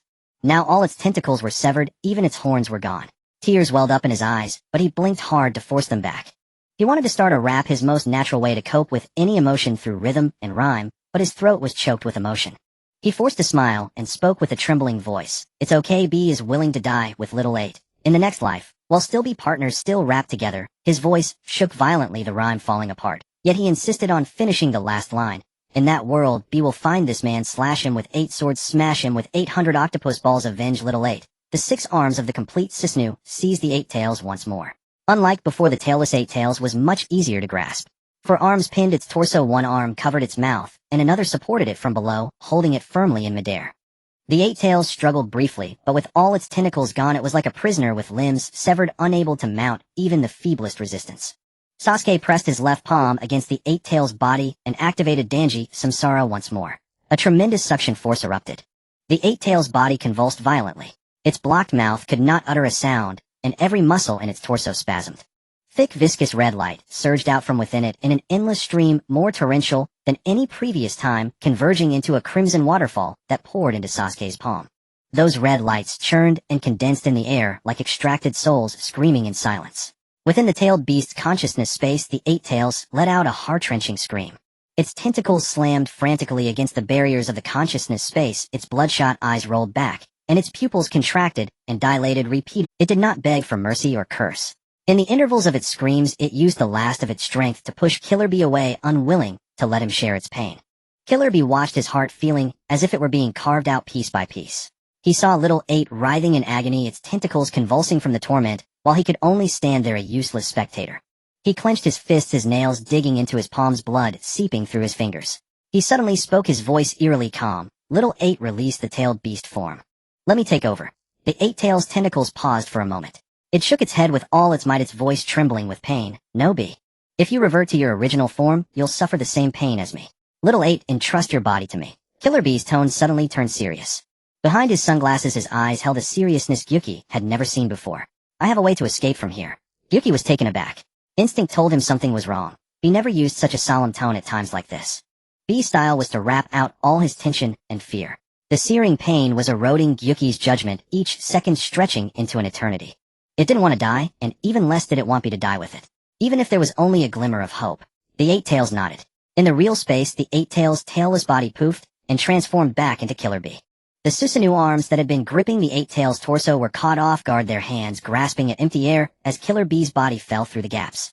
From the cockpit, Sasuke saw this, and a flicker of anger crossed his eyes. When he had refined the 3 tails earlier, it had no Jinchuriki, so it was easily subdued. Now the 8 tails had also been captured, but because of the Jinchuriki's interference, it repeatedly disrupted his pill refining. Pretending to be under Jinjutsu, using the severed tails technique to escape, forcibly entering tailed beast form to break free. And now it reverted to human form to exploit a loophole, changing back and forth endlessly. A thought suddenly struck him. Chakra black rods. He was familiar with that item, one of the Rinnegan's abilities. By condensing high-density chakra into black rods and inserting them into the opponent's body, they could disrupt chakra flow and immobilize the target. It was especially effective against tailed beasts. In the original story, Momoshiki used this technique to pin down the tailed beasts, leaving them no room to struggle. If he could refine chakra black rods, then whether it was the current 8 tails or future tailed beasts, they would only lie docilely while he drained them. The thoughts flashed through his mind in an instant. Watching Killer Bee about to hit the ground, Sasuke suppressed the impulse to study the chakra black rods. His only goal now was to hurry up and refine the 8 tails pill. The massive Susanoo grabbed Killer Bee just before he landed, clamping him tightly in its palm. Sasuke leaped onto the Susanoo's fingers, approached, once more pressed his left hand close, and activated Danji Samsara. Ay! Killer Bee let out a heart-wrenching scream. His body felt as if it had been thrown into molten lava, every inch of skin burning. Enduring the agony, he forced his eyes open and looked at the unharmed 8 tails in the mental space. A smile more bitter than tears twisted across his face as he used all his strength to sing. It's okay, Bee's got a plan. They'll get you out soon, little buddy. Oh yeah, this pain is nothing, Baka team. His face was a mask of agony. Snot and tears mingled, features grotesquely contorted, yet he continued to sing. Because he had promised Little 8 they would sing together until they grew old, and because if he stopped, Little 8 would realize he was lying. The 8 tails was stunned. It gazed at Bee's tear-blurred eyes, at the face, forcing a smile amidst the searing pain, and suddenly understood everything. That guy Bee had no escape plan at all. He had only concocted a lie and swapped their bodies because he didn't want to let it keep suffering. He wanted to share the pain. The 8 tails fell silent. Its tentacles slowly clenched in the mental space, and a newfound resolve surged within. It forcibly seized control of Killer Bee's body. Little 8. You. Killer Bee felt his consciousness being pushed aside. He tried to reclaim control, but the 8 tails' will was unprecedentedly firm. This was the first time Little 8 had defied his will since they became friends. In the real world, Killer Bee, who had been the target of extraction, once again transformed into the 8 tails, now only a torso. Sasuke frowned slightly. Changing back and forth was truly troublesome. In the end, he lacked the means to control the process. A gleam of determination flashed in his eyes. no matter what he had to develop the chakra black rods. Time passed amidst the screams of the Eight Tails and Killer Bee. A red light surged endlessly from the Eight Tails' body, its form shrinking visibly, from the size of a hill to that of a house, then to a carriage. Finally, it shrank to the size of a wash basin. Only then did Sasuke stop the extraction. Killer Bee had already fainted from the pain, lying pitifully on the ground. His sunglasses had fallen aside and his forehead was covered in cold sweat. Sasuke didn't spare him a glance. He turned and walked toward the distance where the Eight Tails' severed tentacles, broken horns, and sliced fragments lay scattered. He approached the largest tentacle and activated the Rinnegan's Danji Sasra again. A massive crimson light poured into his palm. One by one he drained the chakra essence from every severed limb until none remained. He opened his left palm. The vast chakra essence extracted from the Eight Tails' torso, and all severed limbs coalesced automatically, condensing into a pill the size of a peach. It was entirely crimson, its surface covered in a layer of purplish red tail flames that silently burned above his palm. Just a brief gaze revealed the immense energy within. The Eight Tails' millennium-old essence compressed to its limit like a miniature sun ready to erupt at any moment. Sasuke examined the pill closely. Its color was deeper than the Three Tails pill, a nearly blackened dark red, and its volume was larger than the previous one. He couldn't help but wonder, did every tailed beast produce a different pill upon refinement? After a moment's thought, it seemed so. Although all were tailed beasts, the amount of chakra each possessed varied greatly. The Three Tails Aisabu was not among the strongest of the nine-tailed beasts, while the Eight Tails Gyuki, second only to the Nine Tails, contained far more chakra than the Three Tails. A fierce craving surged from the depths of his body. It was the same feeling as with the Three Tails pill. Every fiber of his flesh desperately yearned to devour the pill before him, like parched earth instinctively craving rain. Without hesitation, Sasuke swallowed the Eight Tails pill in a few bites. A colossal energy exploded in his abdomen, merging into his limbs and bones. That energy was more violent than the Three Tails pill, rampaging through his body like a wild bull. His limbs and torso burned simultaneously. His body temperature soared and his skin reddened, shifting from light red to deep crimson, emitting wisps of white steam. He seemed shrouded in a layer of white mist. Steam rose from his shoulders, carrying a faint sulfurous odor, the distinctive scent of the Eight Tails chakra. To an outsider, it looked like excruciating pain from being consumed by flames, but it was not. Sasuke felt an extraordinary ease throughout his body, as if soaking in a hot spring or enjoying a steam bath. Every pore relaxed. He closed his eyes, letting the warm current wash over every sinew and bone. The familiar division occurred once again. The energy within him automatically split into three streams. One rising to his eyes, greedily absorbed by the Rinnegan and eternal Mangekyo, one sinking to his limbs, merging into flesh, bones, and meridians, transforming them micrometer by micrometer, and the last flowing into the Redan Blue Rinnegan on his left palm. That I had absorbed part of the energy during the Three Tails refinement, and now it feasted again on the Eight Tails essence. Time passed minute by minute. The warmth within gradually subsided, the steam slowly dissipated, and his skin returned from deep red to a normal color. But not his original color. Sasuke looked down at his hands. His skin was paler than before, not a sickly pallor, but a cool white like warm jade. The skin was smooth and firm, faintly glowing with a subtle luster like polished gemstone. The Redan Blue Rinnegan in his palm stirred again, with a craving insatiable, as if demanding more. Puzzled, Sasuke still channeled the vast chakra from his body toward it. But the Redan Blue Rinnegan did not absorb it, the chakra was directly repelled. Sasuke could sense it. This I scorned ordinary chakra, it wanted the essence of tailed beasts. The craving, upon realizing that the Eight Tails essence had been completely consumed, ceased its agitation on its own. Sasuke stretched his body, clenching and unclenching his fists. His joints cracked crisply, and he could clearly feel a formidable power within him. His chakra volume hadn't increased significantly, but his body itself had grown stronger.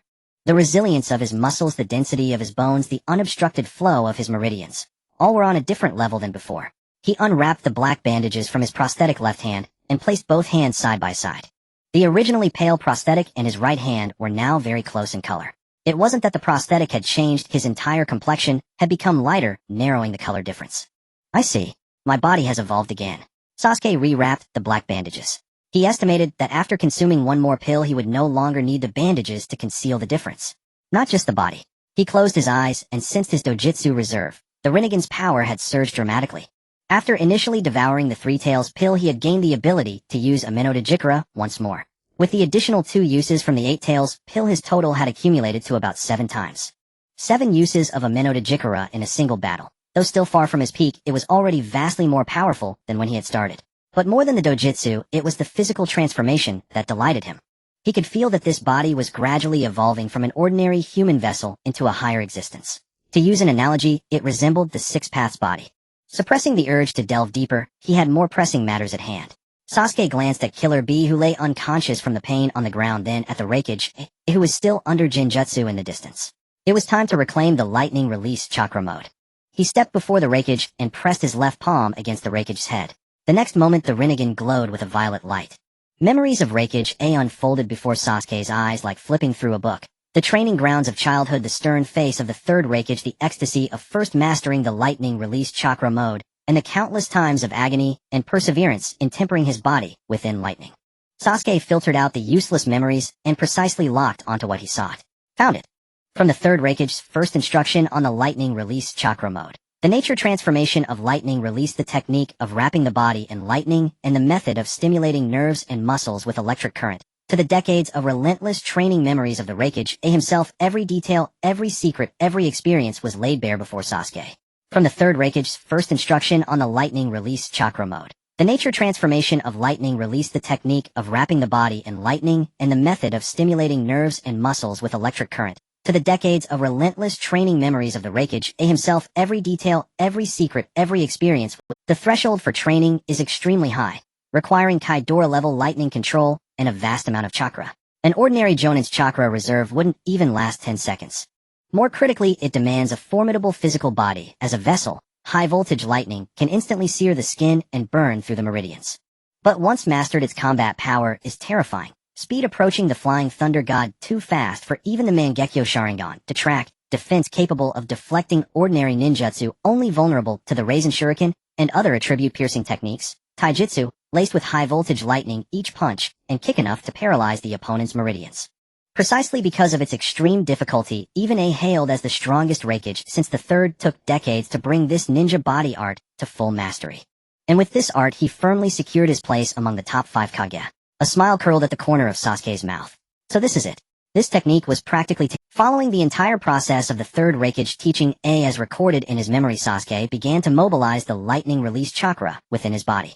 For him, Kaidora-level lightning control was already second nature. No preparation movements, no hand seals needed. High-density lightning release chakra obediently surged from his palm.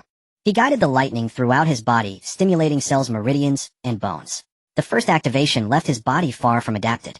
Every cell felt as if pierced by thousands of needles simultaneously. Meridians contracted violently under the high-voltage current, and bones ached with protest, numbness, pain, and burning. 3 sensations combined would be enough to knock an ordinary ninja unconscious. But soon a warm current surged from the depths of his limbs and bones. That was the body transformed by the tailed beast pill, its inherent regenerative ability at work. Meridians scorched by lightning were swiftly repaired by the warm current, becoming tougher and smoother than before. Damaged cells regenerated in the warm current. New cells no longer feared lightning, becoming more active under the stimulation of electricity. Feeling the changes within, the smile on Sasuke's lips deepened. He accelerated the process, lightning surging and coursing through all meridians, turning the initial stabbing pain into a tingling, comfortable sensation. Moments later, a film of blue electric arcs appeared on his skin, enveloping his entire body with crackling sounds. Unlike the localized lightning of Chidori that only covered one hand, this time, his entire body radiated a uniform blue electric glow. The arc film clung tightly to his skin, wrapping him from head to toe in a solid layer with tiny sparks bursting from every pore. He looked down at the blue electric light emanating from his body and clenched his fist.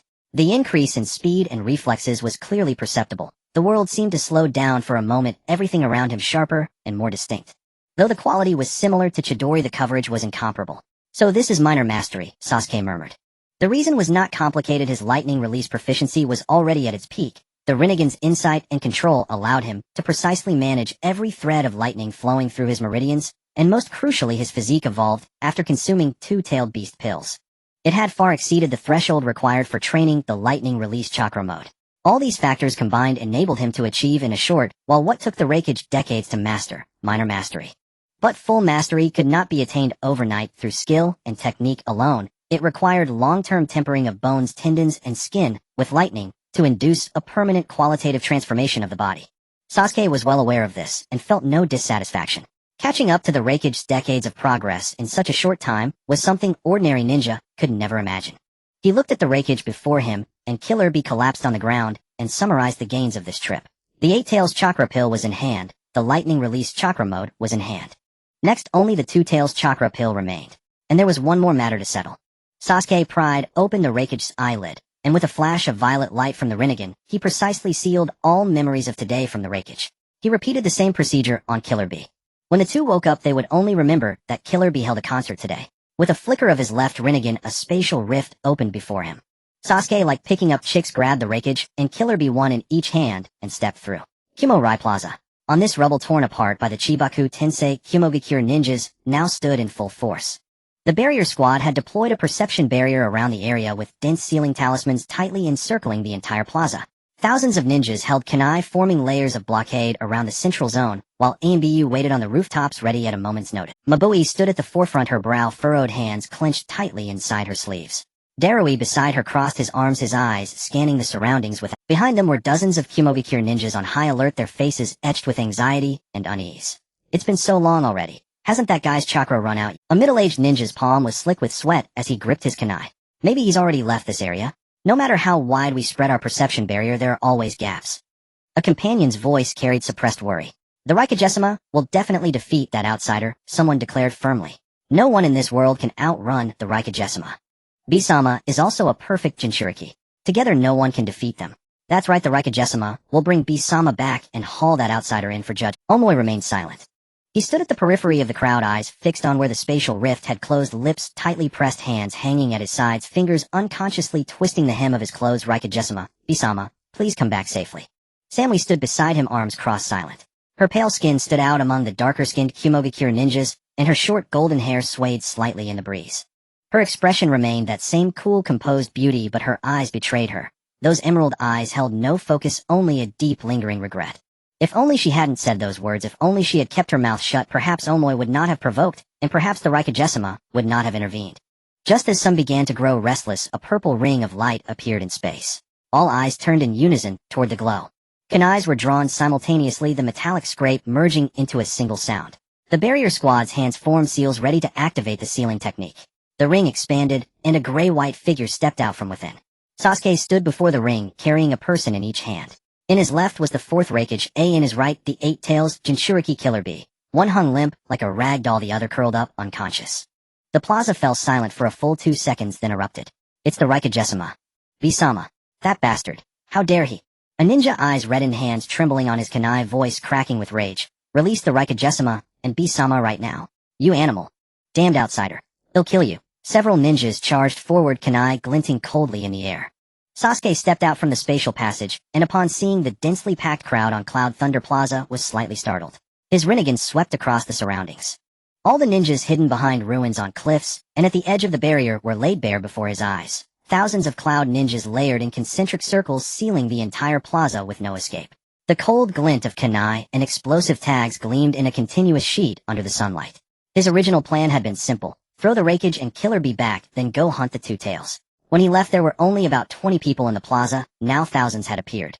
The thought of sealing the memories of everyone present shattered instantly. Sealing them one by one was too troublesome.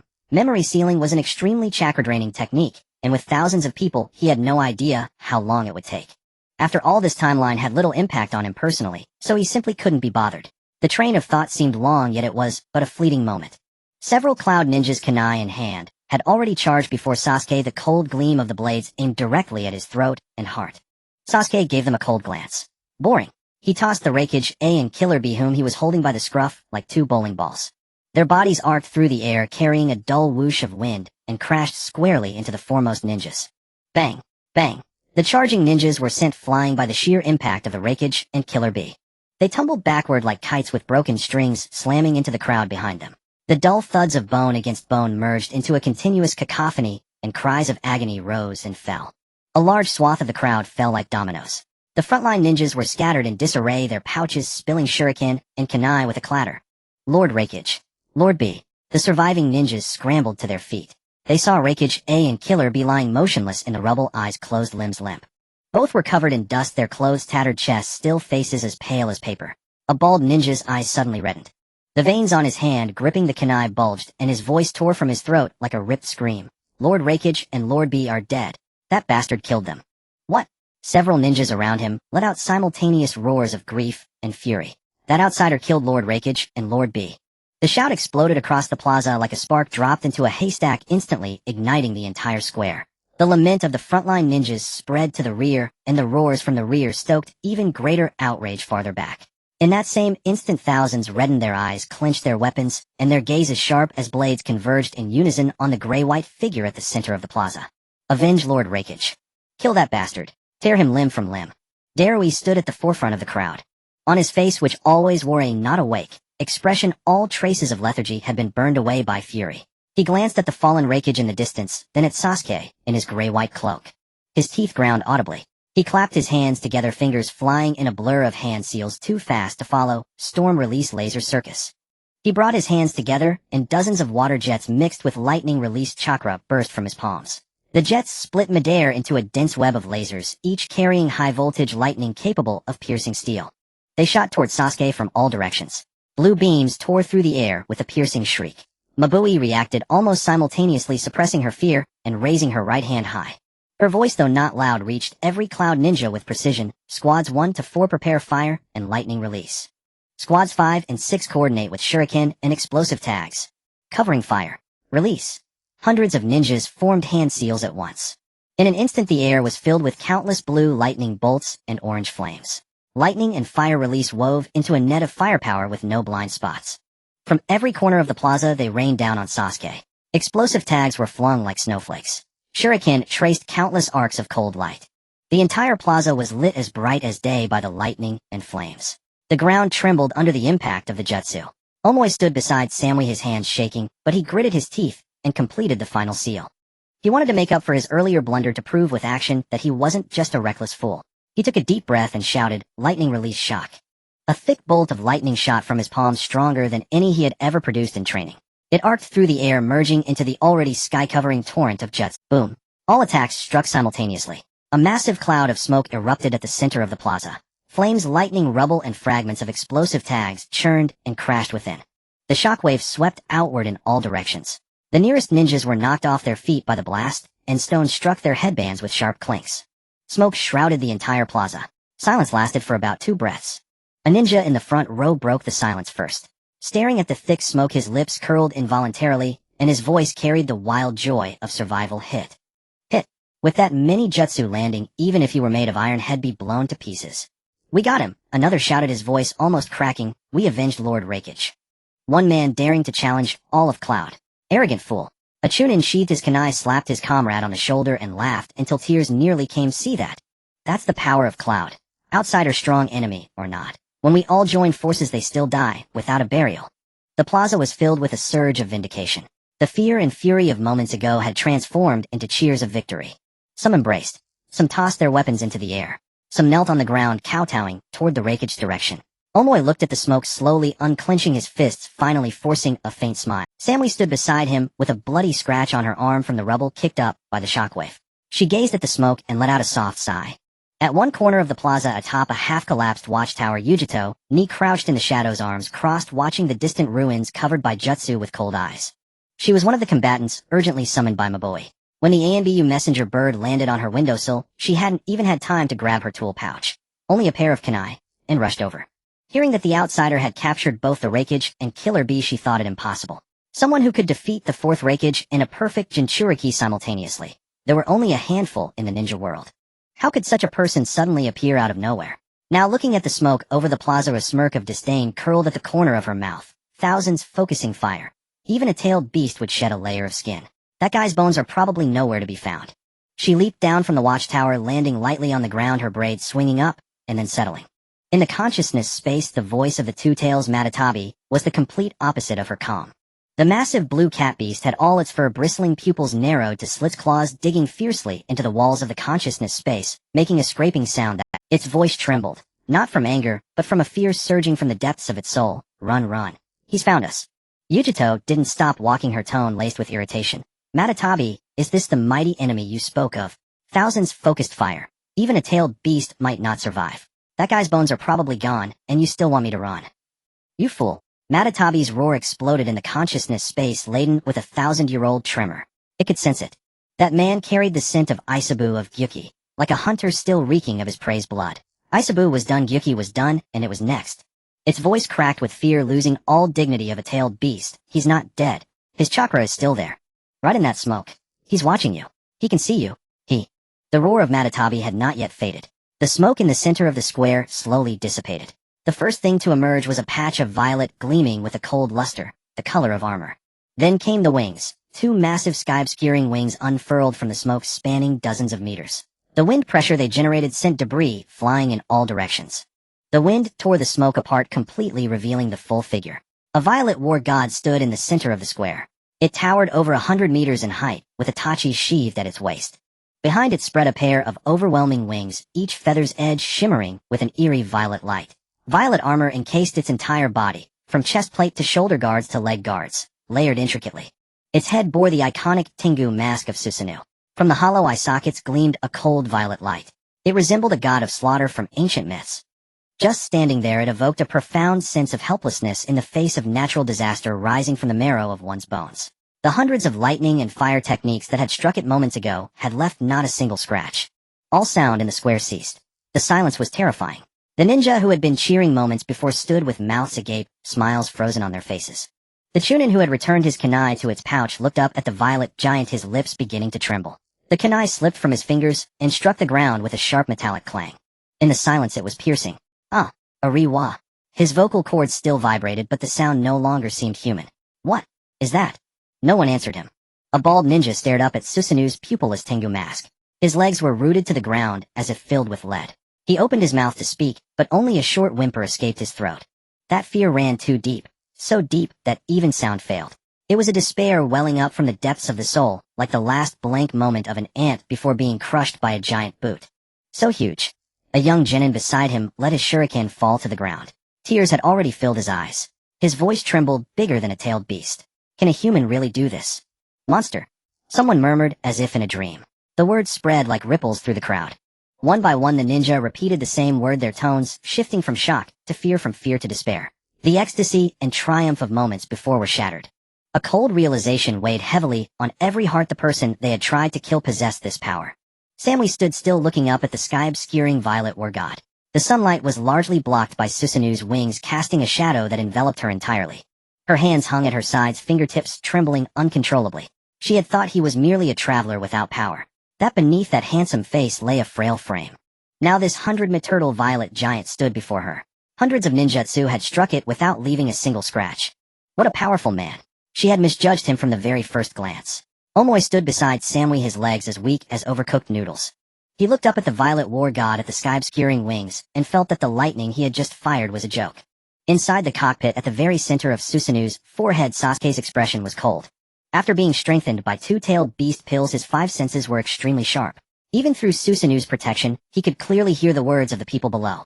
Those fearful screams, despairing murmurs, trembling curses, all fell into his ears. But he felt nothing special, not even bothering to acknowledge the cloud ninja below. His gaze pierced through the crowd, locking onto a spot at the edge of the square. A faint, almost imperceptible smile appeared at the corner of his mouth. Found you two tails. The colossal Susanoo flapped its wings and rose into the air. The immense wind pressure swept up debris and dust. The nearest ninja were knocked flat by the blast. The violet war god arced through the sky at a speed completely incongruous with its size. It dove downward. Where its shadow passed, cloud ninja instinctively dropped to the ground and covered their heads. Some even scrambled away. Yujito still stared up at the approaching violet giant, her mind a blank. Matatabi's scream exploded in her mindscape. Run. As soon as the words left Matatabi's mouth, Susanoo's massive hand had already reached down. Fingers spread, the violet palm blotted out half the sky. The moment the fingers closed, the ground was smashed into a huge handprint, debris and dust flying in all directions. Yujito, before she could even react, was seized by that giant hand. She struggled desperately, trying to pry open Susanoo's fingers, her braid coming mostly undone in the struggle. But the hand remained immovable. The more she struggled, the tighter the fingers gripped. The air in her lungs was squeezed out bit by bit, her ribs groaning under the strain. Her body could no longer move. In her mindscape, Matatabi's voice had turned tearful. It had known this would happen. It had sensed the chakra of the 3 tails and 8 tails on that man from the start. It had desperately told Yujito to run, but this stubborn woman wouldn't listen. Now they were caught like a mouse in a paw. She couldn't even struggle. Having lived for over 1,000 years, Matatabi had never felt so despairing. I told you to run. Why didn't you listen? Now we're both doomed. Yujito wanted to retort, but even breathing was difficult, let alone speaking. She just clenched her teeth stubbornly, her fingers still feebly trying to pry apart Susanoo's knuckles. Susanoo flapped its wings again and soared upward. The violet giant's figure became a black dot in the sky, then a shimmering violet speck before disappearing entirely above the clouds. From the dive to the capture to the disappearance it took only a few breaths. In the square a few sharp-eyed ninjas spotted a length of loose beige hair, hanging from Susanu's palm. That iconic long braid dangled lifelessly between the fingers, its ends fluttering in the wind. That's Lady Yujito's braid. Someone recognized the braid, their voice shrill with shock. How? Lady Yujito has been taken too. The cloud ninja who had been celebrating victory moments earlier felt as if they had been drenched in ice water, chilled from head to toe. Lord Raikage, lured by Lady Yujito. The three individuals at the very peak of Cloud's combat power had been defeated by the same person. That person had never once looked at them directly. The siege of thousands was meaningless to him. Darui looked up at the direction where Susanu had vanished, his hand still in a hand seal. He remembered the afternoon when the Raikage had patted him on the shoulder and said, "Darui, the village is in your hands from now on." He remembered Lord by winking at him before the concert saying, "Today's new song will definitely wake you up." Lord Raikage, lured by Lady Yujito. He had failed to protect even one. He lowered his head, his hands slipping weakly from his chest, the hand seal falling apart silently at his knees. "I can't do anything. Kyuso." His voice was hoarse, almost inaudible. Omoi collapsed to the ground, his back hitting the rubble hard, but he didn't even feel the pain. Samui stood still, looking up at the sky that was now empty. Her emerald eyes had lost their focus. The square was dead silent. In the ruins, ninjas knocked unconscious lay scattered in all directions. Broken kunai and scattered fragments of explosive tags covered the ground. Some knelt in the rubble, their hands propping up the ground, nails digging into cracks between stones, blood seeping from fingertips unnoticed. Others sat slumped against the remains of collapsed stands, staring vacantly at the sky. More people simply stood in place, heads bowed, arms hanging limp at their sides, lacking even the strength to clench their fists. The bald-headed ninja knelt before the Raikage, and Kila by his lips moving, but producing no sound, tears streaming down his rough cheeks, and dripping onto the rubble. "It's over. It's all over. Lord Raikage is dead, Lord Bai is dead, and Lord Yumirin has been captured." Thousands of people surrounded this place, yet couldn't stop even a single. That outsider never once looked at them squarely. He didn't even bother to attack them. Like ants blocking his path, he simply stepped over them. A sense of powerlessness penetrated to the bone, in the face of absolute power, even hatred seemed pale. Wind whistled through the gaps in the ruins, making a mournful sound, as if the entire square were weeping softly. In the midst of this desperate silence, a voice suddenly exploded. "Lord Raikage and Lord Bai are not dead." Ma Bai crouched before the Raikage, and Kila by her fingers, just having moved away from the Raikage's wrist. Her eyes were red, and her voice trembled slightly with excitement.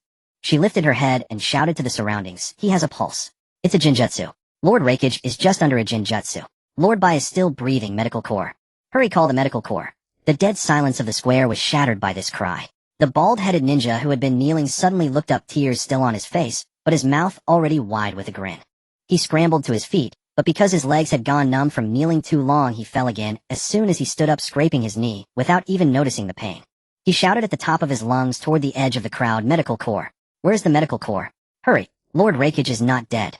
A nearby Chunin threw his kunai to the ground, grabbed his companion's shoulders with both hands, and shook them vigorously, laughing with tears and snot all over his face. "Did you hear that? Lord Raikage is not dead. Lord Bai is not dead either. Medical corps, make way. Let the medical corps through." The crowd automatically parted to form a path.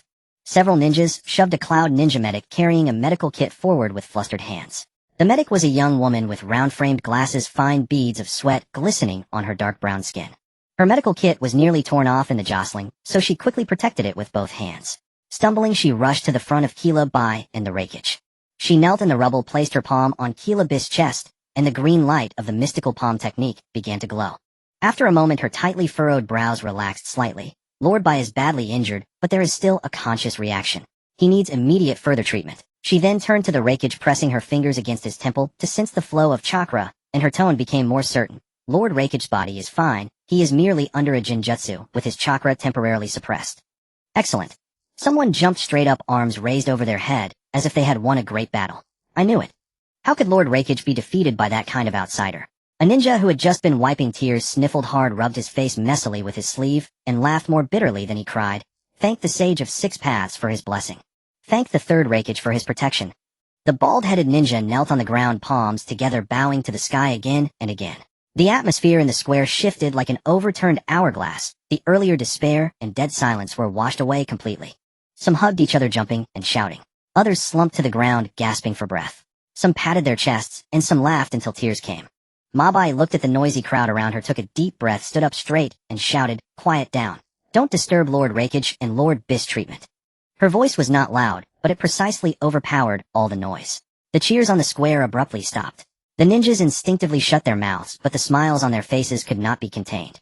The bald-headed ninja still covered his mouth with both hands, his shoulders shaking as he snickered. The chunin beside him bit his lip, smiling wrinkles forming at the corners of his eyes. Others silently gave their companions a thumbs-up, mouthing great. They were quiet, yes, but the joy of surviving against all odds was unmistakable on every face.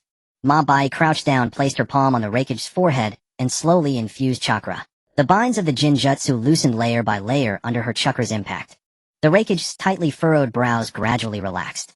Meanwhile, the green light of the mystical palm technique from the medical ninja enveloped Kila Bis' entire body. The hidden injuries left by Zhuozhu when he extracted his source were slowly healing, and his chest began to rise and fall slightly. Before long, the Raikage's eyelids twitched. He slowly opened his eyes to see Ma Bai's anxious face and the wreckage behind him. His mind was groggy as if filled with lead. His last memory was still at the concert. Kila by rapping on stage, giving him a headache from the noise. Did I fall asleep? The Raikage's voice was hoarse and confused. He looked at Ma Bai before him, then around at the collapsed stands, overturned rock slabs, rubble everywhere, and scattered ninja tools. It was completely different from how it looked after the concert. Lord Raikage is awake. The nearest ninja shouted first, his voice cracking with excitement. Lord Raikage is really awake. The bald-headed ninja clenched his fists and raised them above his head, as if shouting all his relief, thank the Sage of Six Paths. Lord Raikage is fine. Great. Great. The Raikage listened to the deafening cheers around him, his brows furrowing even tighter. He turned to look at Ma Bai, his gaze sweeping over the sweat on her face and the still damp tear tracks on her eyes. His heart sank heavily. He propped himself up on the ground and sat up, his gaze passing over Ma Bai's shoulder to see Kila Bai lying in the rubble being treated by the medical ninja. His sworn brother's eyes were tightly shut, his body covered in wounds, his clothes tattered beyond recognition. The faint rise and fall of his chest was barely sustained under the green light of the medical ninjutsu. The sense of confusion shattered completely in that instant. The Raikage grabbed Ma Bai's wrist, his grip so strong that her wrist bone emitted a faint creak. Ma Bai. What happened to Bai? How did he get so badly injured? Ma Bai froze at the Raikage's question, looking at him in surprise. She asked back, Lord Raikage, you were just with Lord Bai a moment ago. Don't you know? The Raikage's brow furrowed into a knot as he tried to recall, but his mind was a blank. He only remembered the concert by singing on stage and himself sitting in the audience. Then nothing. His mind was a void, like a book with an entire chapter torn out. Wasn't it just the concert? Did I fall asleep? Did something happen afterwards? Ma Bai's heart sank. Lord Raikage had actually forgotten. She suppressed her shock, slowing down her speech and telling him what had happened word by word, from the outsider appearing in the middle of the concert to Ao Moya's provocation to the Raikage and Kila Bis' joint attack.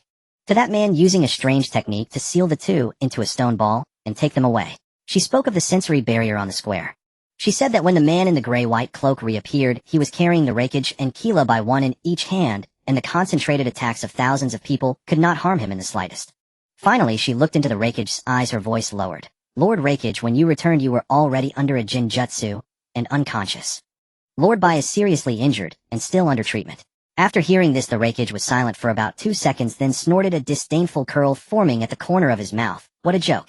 Defeated by an outsider. Such a thing could never happen. Darui stepped forward.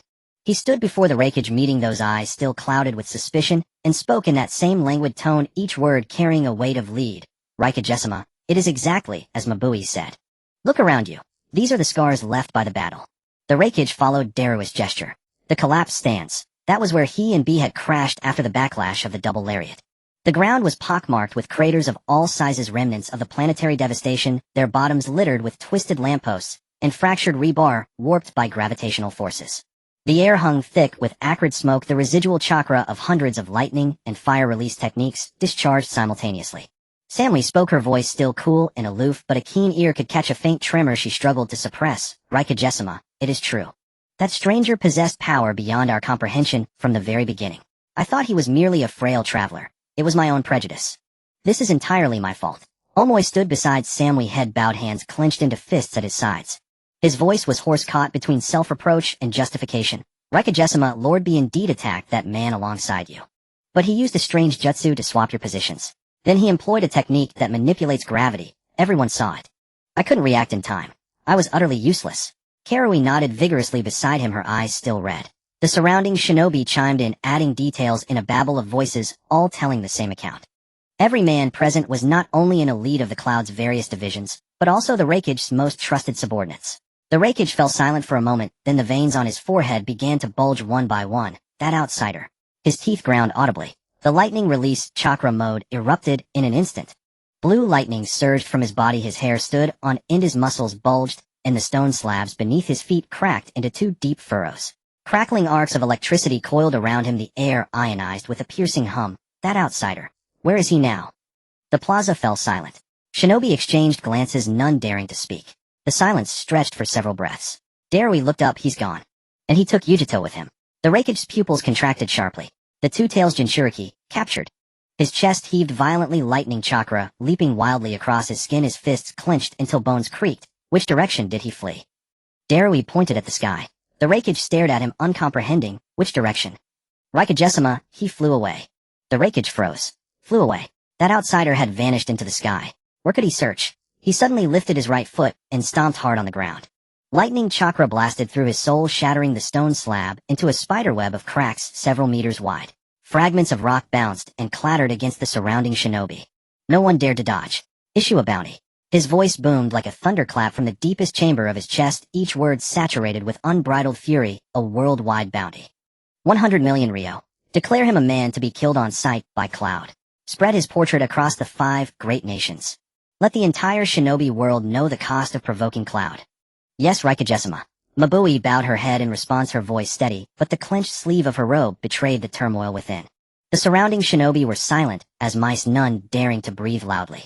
Just then the sky darkened. A colossal purple figure once again appeared above the Cloud Thunder Plaza. Wings that blotted out the sun slowly flapped, casting a shadow that engulfed the entire ruin. The purple war god, over 100 meters tall, its armor flowing with a cold violet light. The eyeless sockets of its Tengu mask gazed down upon the thousands of shinobi below, like a god looking upon ants. Arwa. A cry of shock erupted from the crowd. The voices were a mix of astonishment, anger, and barely suppressed fear. It's him again. He's back. Raikage-sama, that's him. That's the one who captured Yujito-sama. The bald-headed shinobi pointed at the purple giant, his voice cracking with rage and terror. The fleeting joy of recovery was swallowed in an instant by rekindled hatred. Thousands had attacked together and failed to even singe a single hair of his. Now he was back. What could they do? The Raikage looked up at the purple war god, his lightning chakra flaring even more violently. He clenched his fists, veins bulging from forehead to neck, and roared at the sky. Release Yujito, or I'll hunt you to the ends of the earth and tear you apart limb from limb. Inside the cockpit at the center of Susanu's forehead, Sasuke observed the reactions of the thousands of Cloud shinobi below. The Raikage's fury. The eyes of the shinobi, fear mingled with hatred. The hands gripping kunai, but unable to step forward. Every sound was clear, every expression visible. Boring. He spat the 2 words coldly. He opened his left palm. A pill the size of a peach lay quietly in his hand, entirely crimson, its surface covered in a purplured corona that burned silently above his palm. It was the condensed essence of the 2 tails Matatabi's chakra, compressed to its limit and solidified into a pill. Gazing at it for even a moment revealed the immense energy within. Compared to the pill from Isabu, this one was darker in hue, but its size was smaller by a circle. Each tailed beast held a different amount of chakra, and the pills refined from them were likewise distinct. A fierce craving surged from deep within his body. That craving rose from his dantian, spreading through his meridians to every limb and bone. Every inch of his flesh screamed to devour this pill. Cells clamored, bones hummed, meridians urged. He could feel the instinctive hunger of his body, already transformed by the 8 tails and 3 tails pills for this new one. Like a starving beast catching the scent of blood. Sasuke suppressed the desire. Now was not the time. He manipulated Susanoo to toss the captured Yujito into the crowd. The woman with the beige long hair plummeted from the sky, her braid unraveling in the wind. She fell toward the Raikage. Susanoo beat its wings once, and the enormous purple form turned into a flickering speck of light in the air, then vanished entirely. He needed to find a quiet place to digest this new pill. The shinobi below, witnessing this, gnashed their teeth. Some clenched their kunai, wanting to charge, but couldn't even take a single step. The bald-headed shinobi looked up, his lips trembling, a tremor born of utter helplessness. Just moments ago they had shouted a bounty of 100 million. Now that man flew away before their eyes, and they couldn't even jump high enough to reach the soles of his feet. Something's falling. A sudden cry erupted from the crowd. All eyes turned skyward. A figure fell straight down from where Susanoo had vanished. Beige long hair spread in the air like a kite with a broken string. That iconic long braid was scattered by the wind, its tail fluttering wildly along the trajectory. It's Yujito-sama. Without hesitation the Raikage bent his knees and leaped. Lightning chakra exploded beneath his feet, his body turning into a blue bolt that shot skyward, catching Yujito steadily in midair. When he landed, the impact sent fragments of stone flying in all directions. The surrounding shinobi hurriedly stepped back to form a circle. Yujito lay limp in his arms, her breath faint. Her face was smeared with dust, her lips cracked, and her disheveled braids stuck to her sweat-dampened cheeks. In the consciousness space, Matatabi curled up. The once enormous blue cat beast had shrunk to the size of a house cat. Its fur was dull and lusterless, its essence had been drained completely, barely enough to maintain consciousness, and it could only emit weak whimpers. Yujito struggled to open her eyes. Seeing the Raikage's furious and anxious face, her lips moved as if to speak, but no words came out. The Raikage held Yujito, looking down at her extreme weakness. His entire face twisted with overwhelming rage. Lightning chakra crackled wildly around him. Arcs shattered the stones at his feet, kicking up dust a man's height. His teeth ground audibly and bloodshot veins filled his eyes. The veins on his clenched fists bulged like writhing dragons, a fury with no outlet. The humiliation of watching his subordinate be taken while he was powerless. The surrounding shinobi gathered around. Seeing that Yujito was still alive, some collapsed to the ground with a long sigh of relief. Some clasped their hands in gratitude to the Sage of Six Paths. Some clenched their fists, their eyes red. Investigate. The Raikage's voice was low, so low it seemed to hold back a volcano about to erupt. Every word seemed to be ground out of his throat, wrapped in scalding anger and icy killing intent. No matter how long it takes, no matter how many men we use, find out who this man is. If 100 million is not enough, make it 1 billion. If 1 billion is not enough, make it 10 billion. Yes, Raikage-sama. The crowd trembled as they replied in unison. No one dared utter another word. Mabui stepped forward, lowering her voice with characteristic calm and restraint. Raikage-sama, an excessively high bounty might cause unnecessary unrest in our finances. I said. The Raikage cut her off. He turned to look at her, his eyes bloodshot, a look born of a deeper, more desperate resolve pushed to the edge by helplessness. 10 billion. If it's not enough, add more. Mabui paused for a moment, then bowed her head yes. The Raikage holding Yujito looked up at the empty sky. The sky was blue, the clouds white, the sunlight bright. No purple giant, no gray-white figure, nothing. It was as if that man had never been there. Only a heap of ruins and utter chaos remained. Darui looked up at the direction where Susanoo had vanished, his hands hanging at his sides. He said nothing, but his fists clenched. Samui stood still, looking down at her still trembling fingertips. After a moment, she gave a self-deprecating twitch of her lips and slowly unclenched her hand. Omoi stared at his own hands, buried his face in his palms, and his shoulders shook slightly. On the other side, Sasuke, who had just flown out of Yunin village, felt the craving deep within him growing ever stronger. A fire seemed to burn in his dantian, spreading through his meridians to his limbs and bones, every inch of his flesh crying out. The most intense heat was in his left palm. The crimson blue Rinnegan was burning, its temperature rising steadily, as if a branding iron were pressed against his skin. It wasn't painful, but a deeper urging. He could clearly feel the eye's hunger for the Two Tails chakra pill. Like a man starving for 3 days, catching the scent of food, instinct overwhelmed all reason. He could not wait any longer.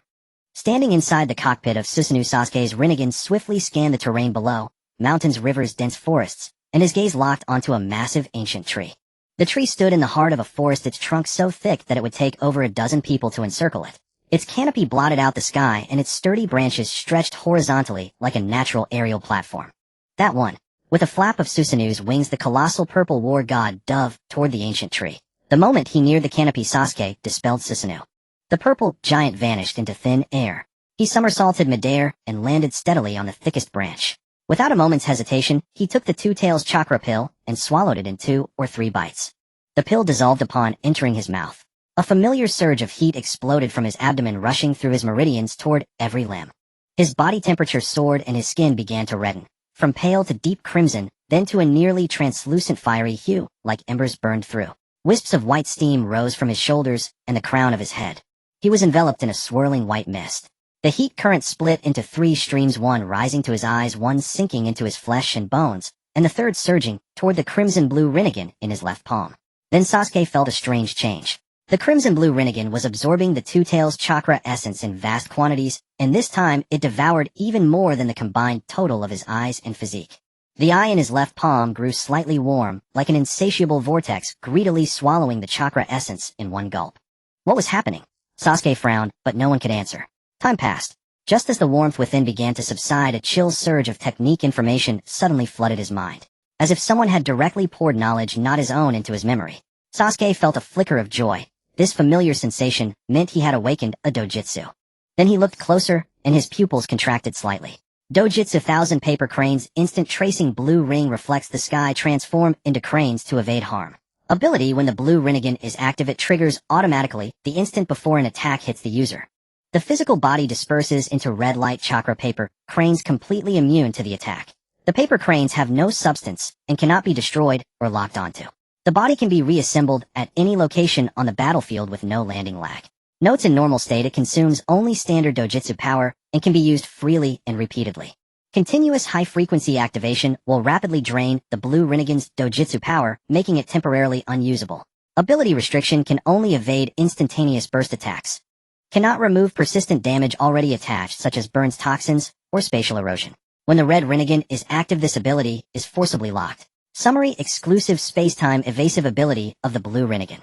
Transform into cranes to avoid damage without injury. Teleport anywhere on the battlefield, but high-frequency use easily depletes dojutsu power. This was Urashiki's paper crane clone. Sasuke's mind flashed to the battle between his original self and Urashiki. That man was always impossible to hit. Every time an attack was about to land, his body would scatter into paper cranes and then reform elsewhere. This crimson blue Rinnegan was originally a degraded form of Urashiki's golden Rinnegan. Awakening this dojutsu was only natural. No, it wasn't awakening. It was recovery, because Urashiki's Rinnegan already possessed these abilities. This meant that as long as he had enough dojutsu power, he could have an ability nearly like a Logia-type devil fruits elementalization. No instantaneous attack could hit him. What a disgusting ability. A smile curled at the corner of Sasuke's mouth. If Urashiki hadn't transformed into his crane form with his unsolvable dojutsu, he could have remained invincible. But his base combat power was insufficient, so he had to rely on the crane form to compensate. Perhaps he wasn't a combatant at all. But Sasuke was different. His original self was already one of the strongest in the ninja world, and now he was walking the path of ultimate power. He had none of Urashiki's concerns. Combined with this unsolvable paper crane clone, he was truly invincible. In high spirits, the smile on Sasuke's lips deepened. The temperature of the crimson blue Rinnegan in his palm gradually subsided. The greedy devouring stopped.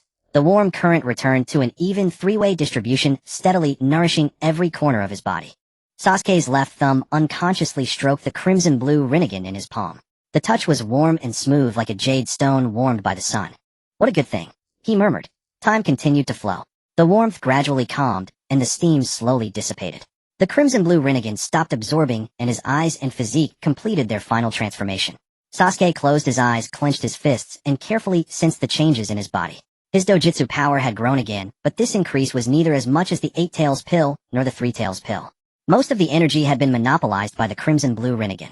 However, combined with the residual effects in full dojutsu state, the number of times he could use a Mino Dojikara increased from 7 to 8. His chakra reserves also grew by a notch. He had also unexpectedly awakened a new dojutsu. Overall, it was decent. After all, at the beginning of his transmigration, he could only use a Mino Dojikara twice in a full battle. Now he had reached 8 times, a terrifying magnitude of change.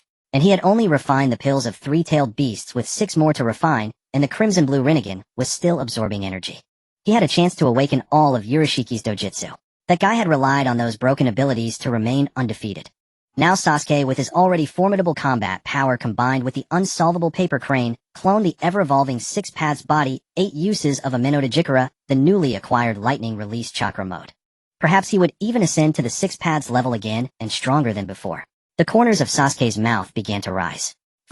Perhaps he would even ascend to the 6 paths level again, and stronger than before. The corners of Sasuke's mouth began to rise. First a faint curve, then the smile deepened, becoming richer and more intense. A scorching current surged in his chest, impossible to suppress. He threw his head back and laughed. Ha! The laughter exploded from the ancient tree like a thunderclap tearing through the forest. The flock of birds in the canopy scattered in panic, the flapping of wings merging into a wave as they flew toward the distant sky. He laughed for a long time. He laughed wildly, freely, and thoroughly. Like a gambler who had bet everything and won. Even a trace of physiological moisture gathered at the corners of his eyes. He raised his left hand, facing the direction where Urashiki had vanished in his memory, his voice still carrying the lingering warmth. He raised his left hand, facing the direction where Urashiki had vanished in his memory, his voice still carrying the lingering warmth of laughter. This eye is really useful. I'm truly getting more and more accustomed to it, Urashiki. After a surge of emotion, it took a long time to calm down. Sasuke regained his usual composure, lowering his gaze to the blue and red Rinnegan in his left palm. Although the paper crane clone was invincible, it inevitably consumed his dojutsu power. With his current reserve of ocular power, he wondered how many times he could activate it consecutively. He decided to test it later. Sasuke unwound the black bandage wrapped around his left arm, revealing the limb beneath. The skin was pale, glowing with a warm jade. He placed his right hand beside it, and the two hands were almost identical in color. The boundary between the formerly pale prosthetic and his natural skin tone had completely... Indeed, the colors were now nearly identical. He wanted to check the changes in his face, so he searched through his storage scroll, but found no mirror. Thus he formed a single hand seal, and a water mirror materialized before him. The surface rippled slightly under the pull of chakra, then steadied. The water reflected a face, far paler than before, the same color as his arms. His entire complexion had lightened by several shades.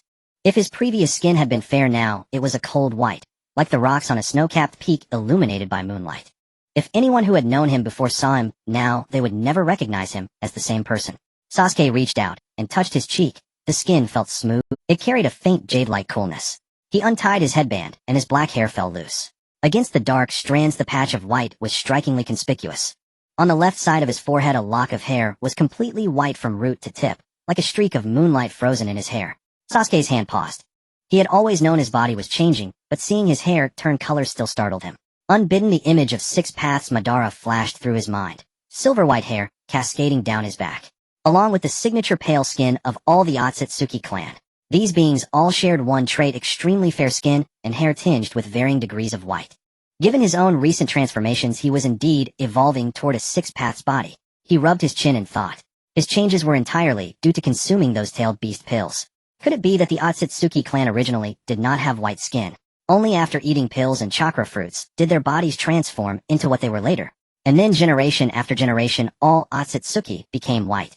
No one could answer this question. Sasuke stopped pondering. Digging deeper would be pointless. He retied his headband, tucking the white lock inside.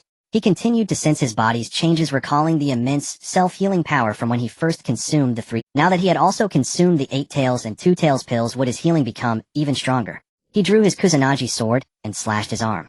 The expected sensation of the blade cutting skin did not occur.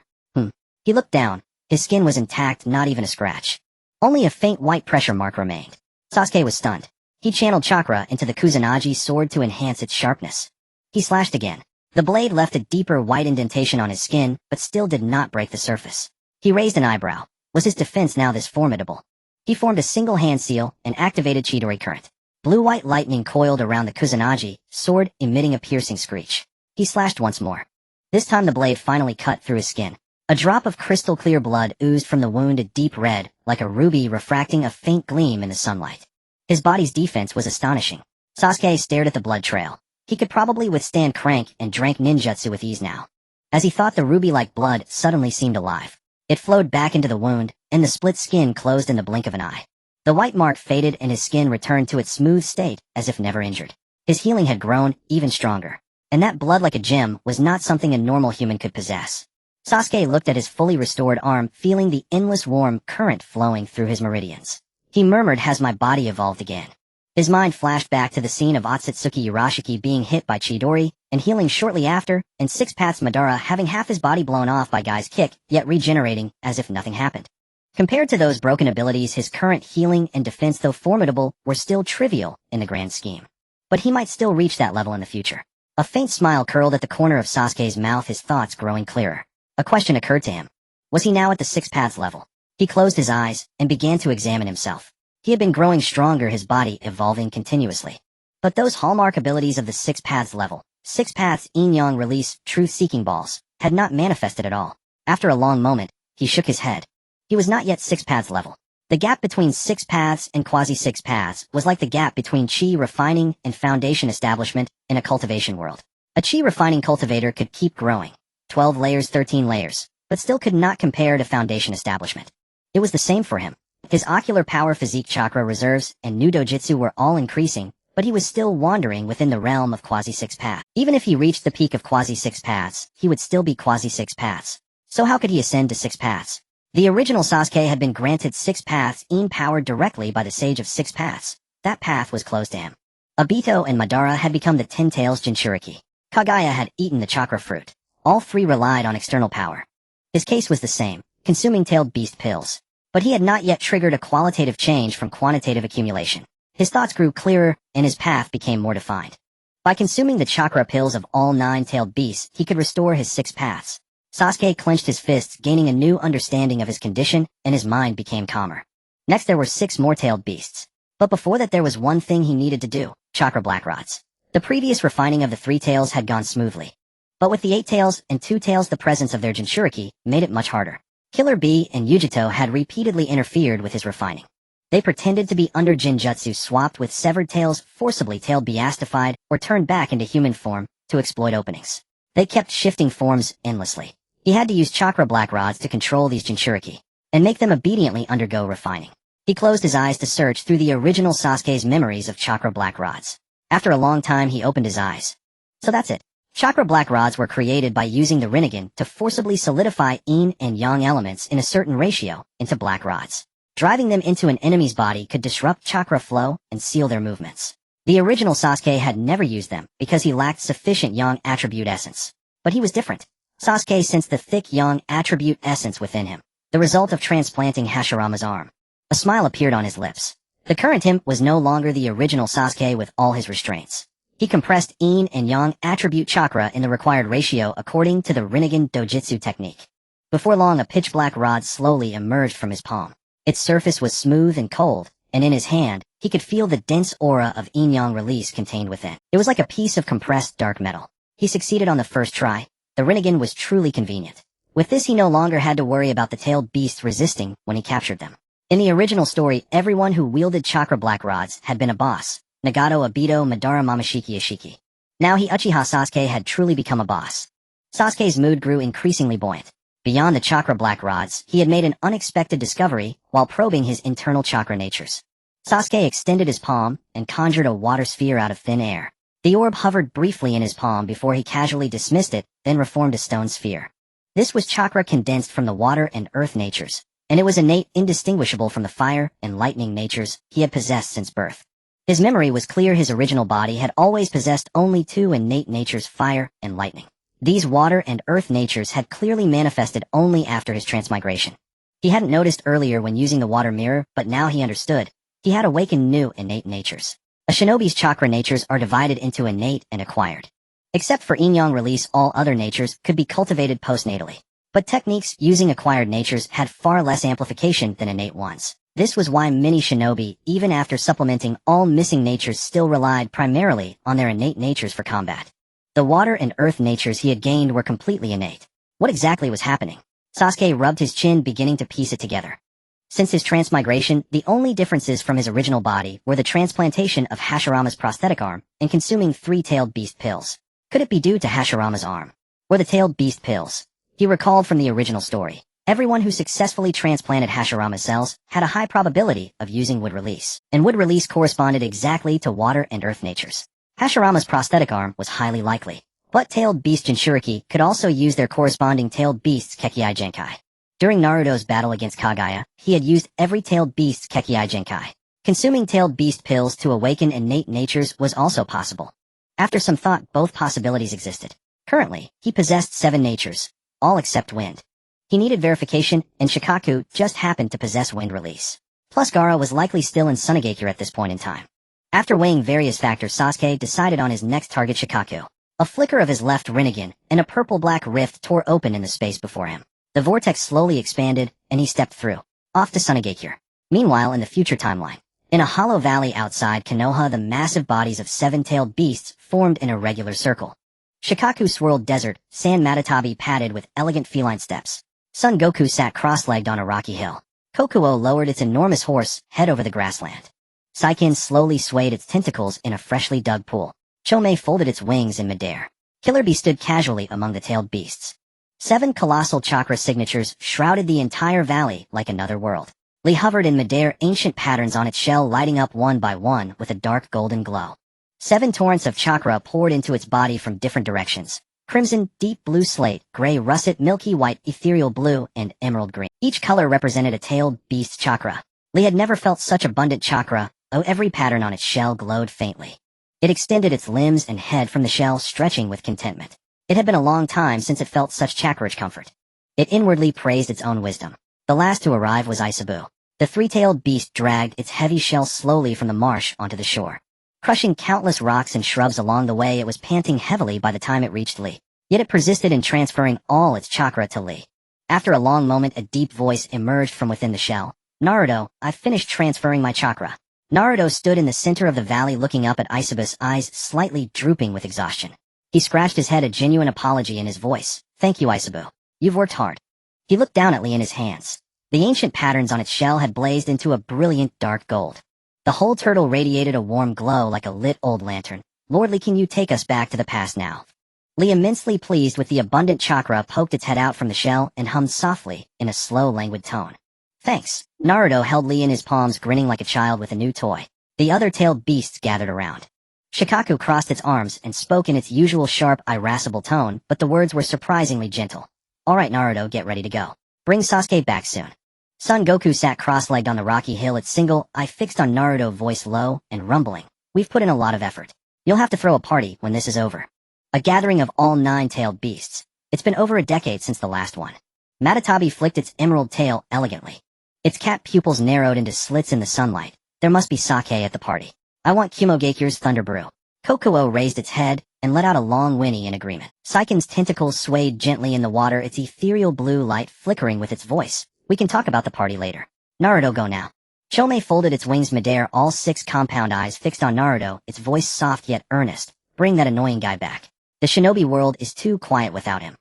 Naruto looked at the faces, some irritable, some impatient, yet all saying the same thing.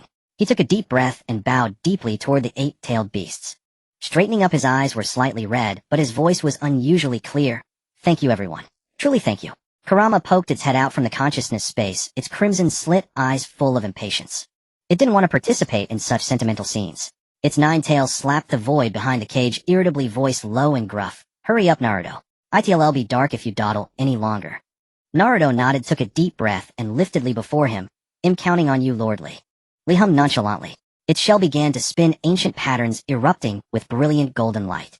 A ring of light detached from the shell and expanded slowly before Naruto and Sakura. Ripples of space-time flowed along the edges. Inside was a bottomless golden vortex. Lee drawled, it's ready. Sakura stood before the ring of light, gazing at the golden vortex. Thinking of seeing her husband soon, she stepped in without hesitation. Naruto remained in place, looking down at his right hand wrapped in bandages, the arm transplanted with Hashirama's cells. It was the same arm that had been severed at the Valley of the End along with Sasuke's left arm. He clenched his fist, his knuckles whitening with the force. Wait for me, Sasuke. I will bring you back. Then he stepped in without hesitation. The golden ring behind him slowly contracted, finally, dissolving into a thread of golden light that vanished into the air. The valley returned to silence. Shikaku snorted, watching the spot where Naruto had disappeared. That kid still as stubborn as ever. Son Goku crossed its arms, a faint smile curling at the corner of its mouth. That's exactly why we came. In the dense forest outside Konoha village, a shimmer of light silently bloomed, and then contracted in midair. 2 figures descended from it, landing steadily on the leaf-strewn ground. The 7th Hokage. Naruto looked around. The trees were lush, the birdsong sparse, not much different from the outskirts of Konoha in the future. He glanced down at the turtle in his hand. Lee, who was lazily stretching its neck, the patterns on its shell still carrying the residual warmth from the time travel. Master Lee, is this the world where Sasuke is? Lee turned its head listlessly. Yes, Sasuke is in this world. Naruto and Sakura both breathed a sigh of relief. Sakura crouched down, her tone more composed than Naruto's. What time period are we in? It's the time when the 5th Hokage Tsunade is in office. Tsunade Grandma's tenure is quite long, Naruto said, rubbing his chin. Can you be more specific? Like what year is it? Lee, annoyed by his persistent questioning, retracted its head halfway into its shell. Go see for yourselves. Don't call me again until you're ready to go back. With that, it tucked all 4 legs and its head into the shell. Hey Lee, Master Lee. Naruto knocked on the shell, then held it up to his ear and shook it. No response. He put Lee into his ninja tool pouch and turned to Sakura with a sigh. What an unreliable... Sakura couldn't help but smile. Even after all his years as Hokage, Naruto still had that childish temper when things didn't go his way. She composed herself. All right, Naruto, stop arguing with the turtle. The most important thing now is to find Sasuke-kun. At the mention of Sasuke, Naruto's expression instantly turned serious, a resolute light flashing in his blue eyes. You're right. The next moment his shoulders slumped. But where do we look? Sakura took a deep breath, suppressing the urge to punch the 7th Hokage. First go to Konoha. Maybe Sasuke-kun is in Konoha. Naruto's eyes lit up and he slammed his fist into his palm. Right. Maybe Sasuke is in the past Konoha. He clenched his fist. This time he was going to make Sasuke give him an answer. The 2 of them quickly found the road leading to Konoha from memory. Hurrying along, the gates of Konoha village came into view. The wooden gates and pillars gleamed with an aged luster in the afternoon sun, the characters on the signboard eroded by wind and rain into faint outlines. Two chunin in green vests were leaning against the gateposts chatting idly. The 7th Hokage Naruto looked up at the familiar signboard. A faint smile tugged at the corner of his mouth, so nostalgic the old Konoha. Sakura stood beside him. The future Konoha had been rebuilt many times, these old wooden structures replaced by high-tech alloy frameworks, even the shape of the gates changed. She raised a hand to tuck a strand of wind-tousled hair behind her ear. It's really changed so much. You're right. Let's go first bring Sasuke back. Sakura didn't reply. She crossed her arms and looked him up and down. An orange collared jacket with black ninja pants, and the white cloak embroidered with the words, 7th Hokage, fluttering gently in the wind. She reached out and tapped his outfit. I'm telling you, Naruto, aren't you going to cover up this look? It's way too conspicuous. Naruto looked down at himself. He took off the Hokage cloak, carefully folded it, and placed it into a storage scroll. Let's go, Sakura. Sakura pulled 2 cloth badges from her ninja tool pouch and covered the Uzumaki and Uchiha crests on their clothes. She patted the covered crest on her back. We'll split up the search. More efficient. You take the eastern half, I'll take the western half. Meet back here before dark. She patted the covered crest on her back. We'll split up the search. More efficient. You take the eastern half, I'll take the western half. Meet back here before dark. Naruto took a deep breath and turned toward the eastern street. Konoha still retained its old appearance. The curtain of Ichiraku ramen swayed gently in its usual spot. The auntie at the dumpling shop was wiping the table outside. A few children were chasing each other at the alley entrance, brandishing wooden kunai toys. He walked along, looking left and right, searching for the figure he had been chasing for half of his youth. Turning a corner, a hurried figure crashed into him. The person was running fast, slamming headfirst into Naruto's chest.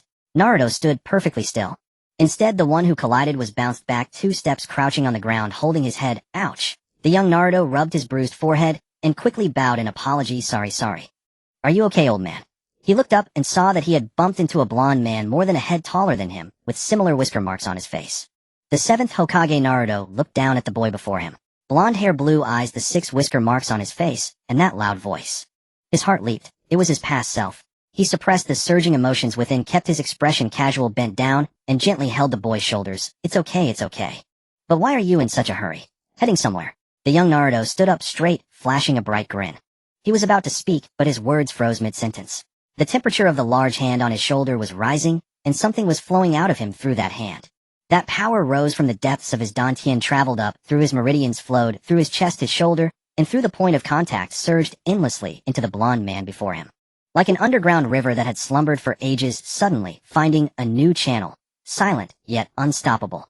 His smile froze. He took a step back to create distance, but found the large hand glued to his shoulder, impossible to shake off. The boy looked up anxiously. Old man, why are you absorbing my chakra? Huh? The 7th Hokage Naruto was startled. He looked down at his hand on the boy's shoulder. The warm current had turned from a small trickle into a raging torrent. He quickly tried to pull his hand away, but found it firmly stuck by an invisible force, unable to withdraw. Kurama, he shouted in his mindscape, stop messing around. Inside the mindscape, the nine tails were all tense, straight, a flicker of disbelief in its crimson slit pupils. The chakra flowing into Naruto carried a presence he knew all too well, warm, bright, with a certain power that made one want to follow. His pupils contracted sharply. His voice was low and shocked. Korewa, the power of Ashura. Naruto, this is Ashura's chakra. Huh? Naruto was completely stunned. Ashura, the son of the 6 Paths sage. He looked down at his hand resting on the boy's shoulder. That chakra was still pouring in relentlessly, as if it had found its home entirely beyond control. In reality, the chakra transfer was complete. The suction force vanished abruptly the moment it finished. The young Naruto jerked backward, stumbling several steps. Holding the shoulder that had been touched, he stared warily at the blonde-haired man before him. A noticeable portion of his chakra was missing, and a warm presence that had always accompanied him had suddenly disappeared. He pouted, glaring at the man with displeasure. I thought you were a good person, but I never expected you, blonde uncle, to drain my chakra. The 7th Hokage Naruto hastily waved his hands. No, I didn't. I never intended to drain your chakra. You're still lying. The young Naruto pointed at his nose. You were clearly extracting my chakra just now. Inside the consciousness space, Naruto paced frantically. What is going on, Kurama? I didn't absorb his chakra, so why did Ashura's chakra get drawn into me? Kurama raised a paw and placed it on Naruto's shoulder. The force was enough to stop him from circling. Calm down, Naruto. Just now I didn't act, you didn't act, and your past self didn't act either. It seems it chose you of its own accord.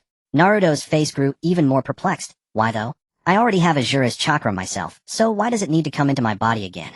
The Nine Tails looked at the bewildered Naruto, his tone tinged with helplessness. Naruto, haven't you realized yet? In the past, when you and Sasuke reconciled, Ashura's chakra had already departed. Huh? Naruto blinked, trying to recall. The Valley of the End, the severed arm, the seal of reconciliation. He remembered that his chakra had indeed undergone some change, but he had always thought it was due to damaged chakra pathways from the lost arm. Didn't you notice that your chakra and physical prowess both declined afterward? Kurama's tone grew more serious. Naruto opened his mouth, suddenly recalling after the Valley of the End his stamina had indeed diminished. Sage mode's duration shortened. The upper limit of Kurama chakra mode was also lower than during the ninja war. He had even complained to Kakashi Sensei about it. Kakashi had smiled wryly and replied, "It's just part of getting older." So that was it. Asura's chakra had left at the moment of reconciliation. But a new question struck his mind, and he spoke urgently. Then what about the past me? Asura's chakra is now inside me. How will the past me bring Sasuke back? And what about the later ninja war and Kaguya Ōtsutsuki? If the past me can't defeat Kaguya, will the future? His voice grew more despairing, gradually fading. He slowly crouched down, clutching his head. Kurama extended a paw and tapped Naruto's head. "Pull yourself together, Naruto. What we need to do now is not wallow in self-pity, but find a way to return this chakra. You can also try communicating with Asura. This chakra has its own will. Since it chose you, there must be a reason." Naruto abruptly stood up. "That's right." The conversation in the consciousness space, though seemingly long, had only taken a few seconds in the outside world. The 7th Hokage Naruto came back to his senses. Looking at the young Naruto, who was still glaring at him angrily, he stepped forward, crouched down, and placed his hand back on the same spot as before. His movements were gentle and slow. "They'll give you back your chakra." Closing his eyes, he silently chanted in his heart, "Senior Asura, please return. The past me needs your power. 1 second. 10 seconds. 1 minute." The chakra remained utterly still, resting quietly in the depths of his dantian, like a warm seed. But no matter how he called or guided it, it refused to budge an inch. The 7th Hokage Naruto opened his eyes. A fine layer of sweat beaded on his forehead. Awkwardly, he slowly withdrew his hand. Seeing this, the young Naruto's pout gradually relaxed. He tilted his head, studying the large man before him. The man's flustered demeanor didn't seem feigned. And strangely enough, even though this blonde uncle had just drained his chakra, the more he looked at that face, the more familiar it seemed. There was also an inexplicable sense of warmth. He casually waved his hand. "Forget it, the chakra will recover on its own in a while. Let's just leave it at that. I'm going." With that, he turned and started running toward Ichiraku Ramen. Naruto instinctively reached out to grab him, but stopped halfway. He turned to Kurama in the consciousness space, anxious. "What do I do, Kurama? The chakra won't go back." Kurama was silent for a moment. "This is very strange. I don't understand why either. But you can find Sasuke first. He has the Rinnegan. He can see what we can't. He might know what's going on." Naruto took a deep breath and nodded. Suppressing the anxiety in his heart, he looked back at the young Naruto. He clasped his hands together, his tone full of apology. "I'm so sorry. I can't fix this, but I have a friend who might be able to help." The young Naruto waved his hand dismissively. "It's fine, uncle. Let's just leave it. I'm off to eat Ichiraku Ramen. See." Before he could finish, an urgent voice came from the other end of the street. The voice was breathless, but full of energy, clearly audible from half a block away. "Naruto, why are you running so fast? Didn't I tell you that training requires steady progress, step by step?" The moment the 7th Hokage Naruto heard that voice, he froze as if struck by lightning. The 7th Hokage Naruto stood still, his gaze burning intensely at the figure striding forward. White hair shimmered silver under the sunlight, tied into a high ponytail that cascaded down his back. Upon his forehead was a headband bearing the character oil. Beneath it lay a rugged, yet warm face. The wooden clogs on his feet clicked crisply against the dirt. Each step was carefree and reckless, just as he remembered. Naruto's heart slammed against his chest. It was him. Jiraiya, his master. The one who had taught him hand in hand how to form the Rasengan, when he still only knew how to cause trouble with shadow clones, the white-haired old man, who had traveled the shinobi world with him, and told tales by the campfire, the one who had smiled, and said, "Naruto, you are the most persistent disciple I have ever known." Later he died. In the Rain Village he had faced the 6 paths of pain alone. To obtain information, to verify the identity of the prophesied child, he had spent half his life seeking. He had left his last breath in the deep sea. He had sunk into the bottom of the Rain Village, never to return. By the time Naruto learned of it, even his body could not be retrieved. He had knelt in the night, and wept for an entire night, his eyes swollen shut the next morning. Yet he gritted his teeth, and went to Mount Myaboku to train in sage mode. Later he married Hinata, who stood before him in a white kimono. He laughed and laughed, but then thought of the pervy sage. That guy, if he saw Hinata, would surely clap him on the shoulder, and say, "Not bad, kid, you've got good taste." When Boruto was born, he held the tiny wrinkled baby, and suddenly wanted to tell the pervy sage that he had a son. The day he became Hokage, he stood on the Hokage rock. When the wind blew, he thought he heard the click of wooden clogs. He turned sharply, but there was nothing behind him. He had so much he wanted to tell him. He wanted to tell him about everything that had happened over the years, to tell him how strong he had become, to tell him he had not let him down, to tell him how much he missed him. And now the person he thought he would never see again was walking toward him alive and real, grumbling and scolding the little brat who had run too fast. As if the 20-odd years of separation by life and death had never happened. Jiraiya had already reached them. A large hand landed on young Naruto's head with a firm but gentle slap. You little brat, why did you run off so fast? I told you training requires steady progress step by step. I couldn't stop you even when I called. Do you know how many streets I chased you down? Young Naruto held his head, pouting indignantly. But pervy sage, you said you were leaving the Leaf Village today. I wanted to have a bowl of Ichiraka ramen before you left, but you added 3 more training sets this morning. If I didn't run, the ramen shop would close. The 7th Hokage stood there deaf to their conversation. He heard nothing. His gaze was locked onto Jiraiya. Before his reason could stop him, his lips moved of their own accord, his voice soft as a feather landing on water. Pervy sage. Jiraiya turned to look at the tall, golden-haired man before him. Pervy sage was Naruto's exclusive nickname for him. In the Leaf Village, no one else had ever called him that except the little brat. Now where did this one come from? He looked the man up and down. Golden hair, blue eyes, and the whisker-like marks on his cheeks exactly like Naruto's. His features were more mature and chiseled than Naruto's, but from certain angles, there was an inexplicable familiarity. He raised an eyebrow and asked tentatively, "And you are? Do I know you?" The voice jolted Naruto out of his reverie like a bucket of cold water. He snapped back to reality, realizing what he had blurted out, and quickly waved his hands. "No, we don't know each other." Jiraiya stroked his chin, his gaze flicking between Naruto and young Naruto, his suspicion growing. Too suspicious. This golden-haired man had just called him pervy sage. The tone was too natural, as if he had been saying it for decades. He squinted and probed, "How come you look so much like Naruto?" Before the 7th Hokage could answer, young Naruto protested. He jumped up and pointed at the 7th Hokage, shouting at Jiraiya, "Pervy sage, what are you talking about? How can you say I look like this blonde-haired old man? He's so..." He jumped up and pointed at the 7th Hokage, shouting at Jiraiya, "Pervy sage, what are you talking about?" He jumped up and pointed at the 7th Hokage, shouting at Jiraiya, "Pervy sage, what are you talking about? How can you say I look like this? Why does this old man look so much like me?" "No way," he murmured. Then he looked up, a spark of light flashing in his blue eyes. He pointed at the 7th Hokage and asked loudly, "Are you my relative?" Jiraiya stood by, arms crossed, a mischievous smirk on his face. He eagerly fanned the flames. That's right, that's right. Both have golden hair, the whisker marks, and that face. Very similar. I say, are you Naruto's relative? Sweat began to bead on Naruto's forehead. Faced with the questioning of his past self and the probing of his master, his mind raced, but his mouth was glued shut, unable to utter a single word. He glanced left at young Naruto's curious face, then right at Jiraiya's suspicious eyes, and large drops of sweat trickled down his temples. Suddenly an idea struck him. He blurted out, "Pervy sage, I'm your biggest fan." "Fan?" Jiraiya blinked. "I mean your book, Make Out Paradise. It's my favorite. You've always been my idol, that's how I know you." Naruto poured it out in one breath, his speed like a student reciting a lesson. "Is that so?" Jiraiya stroked his chin, the suspicion in his eyes fading slightly, but a hint of scrutiny remained. Within the consciousness space, Kurama, watching the flustered Naruto who was about to burrow into the ground, slapped its 9 tails against the ground in irritation. "Let's go, you idiot. If we stay any longer, we'll really be found out." Naruto jolted. Hurriedly, he waved his hand at the pair before him. Speaking so fast his tongue seemed to trip over itself. "Master Jiraiya, you go ahead, I have things to do, I'll take my leave." No sooner had he spoken than he turned and dashed off as if his feet were oiled. A flash of golden hair vanished around the street corner. Young Naruto, watching the retreating figure, scratched his head, utterly puzzled. What a strange uncle. Jiraiya did not reply. He gazed at the direction where the 7th Hokage Naruto had disappeared, a meaningful smile curling at the corner of his lips.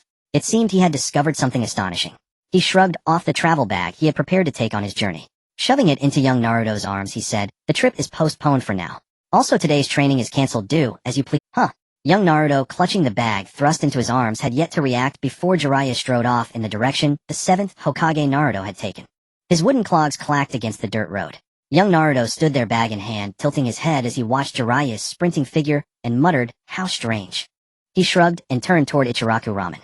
Meanwhile, the Naruto who had successfully escaped leaned against the wall of a small alley. One hand on his chest, he let out a long breath. That was close, almost got caught. Within the consciousness space, Kurama snorted, its tone dripping with undisguised mockery. "I say, Naruto, aren't you being too careless? You can't even fool your own master." "But Master Jiraiya is too sharp. I didn't even realize he was setting me up." He glanced around, his gaze landing on a small stall in the distance. "But Master Jiraiya is too sharp. I didn't even realize he was setting me up." He glanced around, his gaze landing on a small stall in the distance. The stall was festooned with all kinds of masks. Fox, cat, tengu, a colorful array hanging in a row. Naruto thought for a moment. He had almost been recognized at the village entrance earlier. He couldn't afford any more slip-ups. He walked up to the mask stall and pointed at an owl mask. He asked the vendor, "Boss, how much is this mask?" The vendor was a lean, middle-aged man.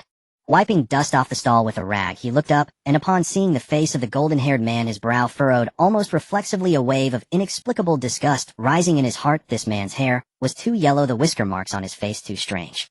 Standing in front of his stall made him thoroughly uncomfortable. But he was a businessman, and there was no reason to turn away money. He suppressed the disgust and quoted an exorbitant price, 1,000 ryo. What? 1,000? The 7th Hokage Naruto's eyes widened. Were things really that expensive in the past? He distinctly remembered a deluxe Ichiraku ramen bowl, costing only 60 ryo. A mask for 1,000. The vendor, seeing the man hesitate to pay, could no longer contain the disgust. This ingrate was dawdling in front of his stall, blocking his business. His tone turned sharp and harsh. Buy it, or get lost. Don't block my business. No sooner had he spoken than he felt the disgust in his heart dissipate, somewhat a strange lightness coming over him, as if he had done something long overdue. The 7th Hokage Naruto sensed something off, but for now he only wanted to put on the mask and continue searching for Sasuke. He didn't argue with the vendor. He pulled 1,000 ryo from his pocket and handed it over. Under the vendor's incredulous gaze, he picked up the owl mask and fastened it over his face. Then he turned and walked away. The vendor stared at the banknote in his hand, slapping his thigh in regret. If he'd known the fool was so rich, he should have asked for 10,000. In the distance, Jiraiya, hidden in the shadows around a corner, had witnessed everything. He leaned against the wall, arms crossed, watching the owl-masked, golden-haired man gradually disappear into the distance. He murmured to himself, "How strange. I feel like that's Naruto." He straightened up and stealthily followed once more. Time slipped by quietly. The sky darkened, the sunset tinting the roofs of Konoha orange. Pedestrians thinned, and the curtain of Ichiraku ramen swayed gently in the evening breeze. Naruto had searched nearly half of Konoha, every street, every shop, every training ground. Not a single one missed. Nothing. Not a trace of that familiar figure. He stood in the middle of the main street, his face behind the mask etched with dejection. The orange sunset stretched his shadow long and long. He stood there alone, shoulders slumped, voice low. Where the hell did that Sasuke go? A hand suddenly clapped him on the shoulder from behind. "Hey young man, what are you looking for? Need some help?" Naruto, startled by the touch, spun around sharply. Jiraiya stood right behind him, wearing that alto familiar grin, his white hair glimmering in the twilight. Naruto blurted out instinctively, "Pervy Sage. What are you doing here?" Hearing the masked man call him Pervy Sage again, Jiraiya's vague suspicion turned into certainty. He deliberately wiped off his smile, put on a serious expression, and fixed his gaze on Naruto's eyes, saying in a low voice, "You're Naruto, aren't you?" Naruto, startled, felt his pupils sharply contract. He stared at Jiraiya in disbelief. "Why? Pervy Sage, can you recognize me?" Jiraiya, who had only intended to bluff him, froze at the moment he heard those words. What did he just hear? The middle-aged, tall, golden-haired man in an owl mask before him had actually admitted he was Naruto. Jiraiya's expression shifted from solemnity to incredulity, his mouth agape and eyes wide. For a moment he forgot what to say. The 7th Hokage Naruto also realized he had let it slip. His face flushed beneath the mask, his hands frozen midair. His lips moved soundlessly, unable to utter a single word. They stood facing each other. One was too shocked to speak. The other was too embarrassed to speak. An awkward silence fell. Jiraiya was the first to react. He took a deep breath, then suddenly threw his head back and laughed heartily, the sound bright and unrestrained. He clapped Naruto on the shoulder. "Just kidding, how could it be possible?" Ha ha ha. Inside the consciousness space, Kurama had witnessed the entire exchange from start to finish. But now, watching Jiraiya deliberately pretend to be rambling, yet unable to keep from scrutinizing Naruto with those sharp eyes again and again. But now watching Jiraiya deliberately pretend to be rambling, yet unable to keep from scrutinizing Naruto with those sharp eyes again and again. Kurama knew it could no longer be hidden. He spoke in a deep voice, "Confess, Naruto. Jiraiya has already recognized you." Huh. Naruto tilted his head to look at Kurama, his face filled with reluctance. "Kurama, didn't Boruto say before that we can't interfere with the past timeline? Do you remember what Boruto said about Sasuke sealing Jiraiya's memories?" Kurama's voice was steady and firm. Naruto nodded. Boruto had recounted the entire time travel incident in the office, including the part where Sasuke used the Rinnegan to seal Jiraiya's memories. "I have sensed the entire Konoha." Kurama's voice echoed slowly in the consciousness. His crimson-slit pupils glowed in the darkness. "There is no Sasuke's chakra. He may not be here. He could be anywhere in the ninja world, Sunagakure, Kumogakure, Kirigakure, or even in some unknown underground cave. Relying on just you and Sakura Haruno to search the entire ninja world for traces of Sasuke is far too difficult." He paused, giving Naruto a few seconds to digest his words. Then continued, "My suggestion is to reveal your identity to Jiraiya and seek his help. Use Konoha's power to find Sasuke. After that, let Sasuke seal Jiraiya's memories again." After hearing Kurama's analysis, Naruto's blue eyes suddenly lit up. He slapped his forehead. "Right, why didn't I think of that?" He took a deep breath. He looked at Jiraiya, who was still trying to laugh it off, and this time his gaze did not waver. He took off the owl mask, held it in his hand, stood up straight, and spoke in a calm, almost solemn tone. Pervy sage. I am Naruto. The smile on Jiraiya's face slowly faded. From more than 10 years in the future.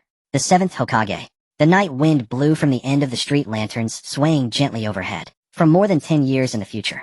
The 7th Hokage. The night wind blew from the end of the street lanterns, swaying gently overhead. Jiraiya was silent for a long moment. He dropped his feigned nonchalance, his expression turning serious and grave. So it is indeed that way. Then Naruto from the future, what are you doing back here? It's not just to see me, is it? Naruto told him everything about Sasuke. He started from when Boruto and Sasuke traveled to the past to pursue Urashiki. He spoke of how Sasuke chose to stay alone in the past after defeating Urashiki, sending only Boruto back to the future. How Sakura and Sarada were still waiting for Sasuke to come home. How the future world faced a potential crisis that required Sasuke's strength. And how if Sasuke continued to remain in this era interfering with the course of the past, it would trigger unpredictable chain reactions for the future. So whether to protect the future or to preserve the past from being altered, he had to bring Sasuke back. Jiraiya listened without immediately responding. He stood there looking at Naruto's face, which had long shed its childishness and become chiseled and angular. From that face, he saw all the marks left by time, and also the stubbornness that had never changed since the 12-year-old boy who once told him, I'm going to become Hokage. He suddenly reached out his rough, large hand, pressing down on Naruto's head with a firm but gentle force. What do you need from me? Naruto looked up, his eyes still a little red, his voice hoarse, but resolute. I want to use Konoha's power to search for information on Sasuke. Naruto looked up, his eyes still a little red, his voice hoarse, but resolute. I want to use Konoha's power to search for... Jiraiya was silent for a moment, then he reached out and patted Naruto's shoulder. The corners of his mouth lifted into that familiar hearty smile. I understand. Come with me. Naruto nodded, put the owl mask back on, and followed behind Jiraiya.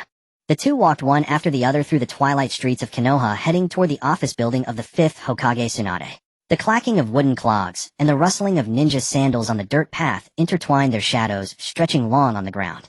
Jiraiya walked ahead without looking back, but his voice came from the front, carried by the evening breeze tinged with a casual warmth. Naruto. Moi. Once you find that kid Sasuke, make sure you tell me all about the future. I'm quite curious about your world. Naruto stared at the tall, familiar figure ahead. The clacking of wooden clogs on the dirt road sounded exactly as he remembered. He had dreamed of this sound countless nights, dreamed of him turning around, and then the dream would end. But not this time. He nodded firmly, his voice carrying a barely perceptible sob.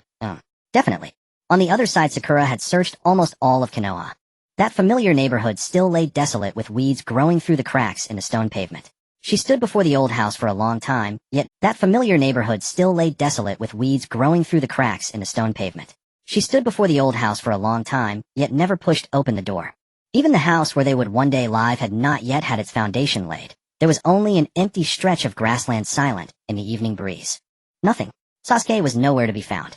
Sakura stood on the street, shrouded in twilight, her hands crossed over her chest. Her short pink hair fluttered slightly in the evening wind, and her lips moved as she murmured to herself, Sasuke-kun, where are you? Naruto and Jiraiya, who were on their way to the Hokage's office building, happened to walk down this street. Naruto spotted that familiar flash of pink hair from afar. He had just revealed his identity to Jiraiya and received his help, giving an outlet to the burning anxiety in his heart. He couldn't wait to share the good news with Sakura. Waving from a distance, his voice brimmed with barely contained excitement. Over here. Sakura heard Naruto's voice and looked up. Just as she was about to respond, her gaze fell on the tall, white-haired man beside him. Lord Jiraiya. Why was Naruto with him, and acting so familiar? Several questions flashed through her mind, but she still quickened her pace and walked toward them. As soon as she reached them, Naruto couldn't help blurting out, his tone full of unrestrained joy, Sakura, I found a way to locate Sasuke. Sakura's face instantly went pale. A small voice inside her screamed frantically, Idiot Naruto. Why are you calling me by my name in front of Lord Jiraiya? Is Sakura a name you can just casually say in front of others? Don't you fear exposing your identity? A smile remained fixed on her face, but the corners of her mouth were as stiff as if carved from stone. She desperately shot meaningful glances at Naruto, her eyes nearly rolling out of their sockets. Stop talking, shut up. But Naruto completely missed her signals and kept going. Although I didn't find Sasuke in Konoha, before he could finish his sentence, a fist had already slammed into his head. A dull thud echoed. Naruto was knocked over, bent double, clutching his head and howling in pain. Sakura grabbed him by the collar and dragged him aside, lowering her voice to a whisper squeezed through clenched teeth. Naruto, you idiot. Why would you say such things in front of Lord Jiraiya? Don't you fear exposing your identity? Naruto rubbed the rapidly swelling lump on his head, an awkward smile tugging at his lips. Sorry, Sakura. I forgot to tell you. He briefly explained how he had revealed his identity to Jiraiya, how Jiraiya had agreed to help in the plan to find Sasuke, and then have him seal his memories. Sakura listened, and her grip on his collar gradually loosened. She let out a long sigh. So that was it. She patted her chest, and a hint of apology crept into her eyes as she looked at Naruto. Are you okay, Naruto? Naruto rubbed his head, flashing an embarrassed grin. I'm fine. It's just Sakura, your fist still hurts like crazy. Meanwhile, Jiraiya stroked his chin. He had clearly heard Naruto refer to the pink-haired girl as Sakura. Why did that name sound so familiar? He searched his memory for a moment, then suddenly his eyes lit up. Sakura wasn't that the pink-haired girl Naruto had been constantly talking about, chasing after relentlessly. He studied Uchiha Sakura before him. His gaze swept over her short pink hair and delicate features several times, and he couldn't help but remark Naruto's got good taste. He stepped forward, speaking in a kindly tone befitting an elder confirming a junior's relationship, and asked with a smile, young lady, are you Naruto's wife? The air froze. Sakura's face turned from white to black, and then even darker. Her fists clenched with an audible crack, her knuckles tightening one by one, the veins on the back of her hands pulsing visibly. She suppressed the surging fury within her, forcing a smile that didn't reach her eyes. Her voice was sweet, but carried a chilling edge. Lord Jiraiya is joking. My husband is Sasuke. With that, she spun around, abruptly grabbed Naruto by the collar, and yanked him over. This time her anger was beyond control, her voice rising a full octave. Naruto, what on earth are you doing? Why didn't you explain the situation to Lord Jiraiya? Naruto was shaken so hard his head flopped back and forth. The owl mask on his face was completely skewed, and his hands flailed in the air. Sorry, Sakura. I messed up. I really forgot. He finally managed to break free from her iron grip, panting as he turned to Jiraiya. Pervert sage, I forgot to tell you. My wife is Hinata. Hinata? Jiraiya frowned, searching his memory for the name. Sakura released Naruto's collar, dusted off her hands, and added, helping the careless Hokage, Hyuga Hinata. So Jiraiya suddenly understood, realizing the huge mistake he had made. He clasped his hands together, bowed deeply, and apologized profusely to Sakura. His white ponytail swung back and forth with emotion. I'm sorry. I misspoke. My deepest apologies. Sakura folded her arms, the remnants of her anger still simmering. After all, being called someone else's wife to your face would upset any woman, especially when her heart belonged only to Sasuke. But seeing Jiraiya, a man of his age, bowing and scraping so earnestly, she found it hard to stay angry. Her tone softened. It's fine, Lord Jiraiya. If anything, we're the ones troubling you. Jiraiya waved a hand, indicating that she shouldn't worry. A thought occurred to him, and he looked at Naruto with a hint of approving smile. Impressive, Naruto, even managing to win over those stubborn Hyuga elders. Hayashi isn't an easy man to deal with. Naruto scratched the back of his head, grinning sheepishly, his laughter tinged with both pride and embarrassment. The three of them composed themselves and continued toward the Hokage's office building. They hadn't gone far before another familiar figure approached from the opposite direction. A girl with short pink hair and a red top. Young Sakura. She had come to say goodbye to Naruto. Having heard that he was leaving for training with Jiraiya today, she wanted to exchange a few words before he set off. When she saw Jiraiya walking ahead, her eyes lit up, and she quickened her pace, her voice carrying a hint of excitement. Lord Jiraiya. Have you seen Naruto? Jiraiya instinctively glanced sideways at the owl-masked 7th Hokage beside him. He let out a laugh, tilting his head back. Nope, haven't seen him. What's the matter? Something you need him for? Young Sakura's face broke into a bright smile. I heard he's leaving for training with you today. I wanted to say goodbye before he goes. Understanding dawned in Jiraiya's eyes. He waved his hand with a smile. The training plans are postponed for now. Naruto should be at Ichiraku Ramen. You can find him there. Young Sakura's whole face lit up, her voice bubbling with joy. Thank you, Lord Jiraiya. She was about to turn and dash toward Ichiraku Ramen, but her gaze was involuntarily drawn to the two people behind Jiraiya. A strange man wearing an owl mask, and a pink-haired woman. Her eyes landed on Uchiha Sakura, and she suddenly stopped. Pink hair, a style similar to her own. And that face. Though she had never seen it before, there was an indescribable familiarity, like a meeting in a deep dream. She tilted her head, looking at Uchiha Sakura with curiosity and a closeness she herself didn't recognize. Hello, beautiful sister. Do I know you? When Uchiha Sakura was asked this by her past self, her heart skipped a beat. She subconsciously waved her hand, and was about to make up some excuse to brush it off. Jiraiya had already taken the lead in speaking, his tone casual and natural. These two are friends of mine from outside. You'd better hurry, Sakura, or Naruto will finish all the ramen. Young Sakura's attention was instantly diverted at the mention of Naruto. She nodded, glanced at Uchiha Sakura again, and that inexplicable sense of familiarity still lingered. Scratching her head, she muttered softly, how strange. I don't know this lady, yet she feels so familiar. Seeing her hesitation, Jiraiya urged again, go now or you'll miss Naruto. Alright. At the thought that Naruto might leave, young Sakura snapped back to reality. They'll be going now, Lord Jiraiya. She bowed to Jiraiya and trotted off toward Ichiraku Ramen. Once she was out of sight, Naruto holding his head sighed with nostalgia. Brings back memories. Young Sakura. Uchiha Sakura's face flushed as she recalled almost being recognized by her past self. She glanced at the owl mask on Naruto's face. Without hesitation, she turned and walked to the street-side mask stall, bought one, and put it on. The three of them finally arrived at the Hokage's office building. Without hesitation, she turned and walked to the street-side mask stall, bought one, and put it on. The three of them finally arrived. Who knows when he'll finish this? The seventh Hokage, Naruto, hearing that familiar voice, instantly recalled the mountain of documents piled to the ceiling in his own office. A wave of strong resonance surged within him.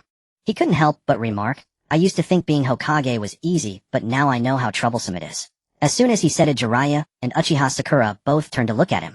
Realizing he had slipped up again, Naruto scratched his head awkwardly, his face reddening under the owl mask. Jiraiya withdrew his gaze, raised his hand, and knocked. "Come in." A crisp female voice came from inside. Jiraiya pushed the door open first, followed by the seventh Hokage, Naruto, and Uchiha Sakura. Tsunade was sitting behind her desk with a mountain of scrolls and documents spread out before her, a brush in her hand. Seeing Jiraiya walk in with two masked strangers, the veins on her forehead twitched reflexively. The thought that she was suffocating under this pile of official work, all because of this man standing before her, made her blood boil.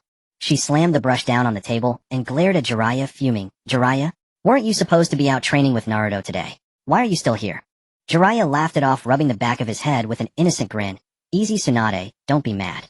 Plans changed a little, the training is postponed. Today I came to ask for your help."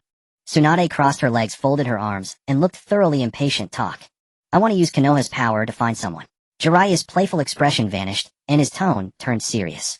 Tsunade frowned. She raised her hand, pointing a slender finger at the two masked figures behind Jiraiya. "You bring two strangers into my office, then say you want to use Konoha's power to find someone. Jiraiya, what are you up to?" Jiraiya quickly clasped his hands together and bowed in apology. Sorry, I forgot to tell you first."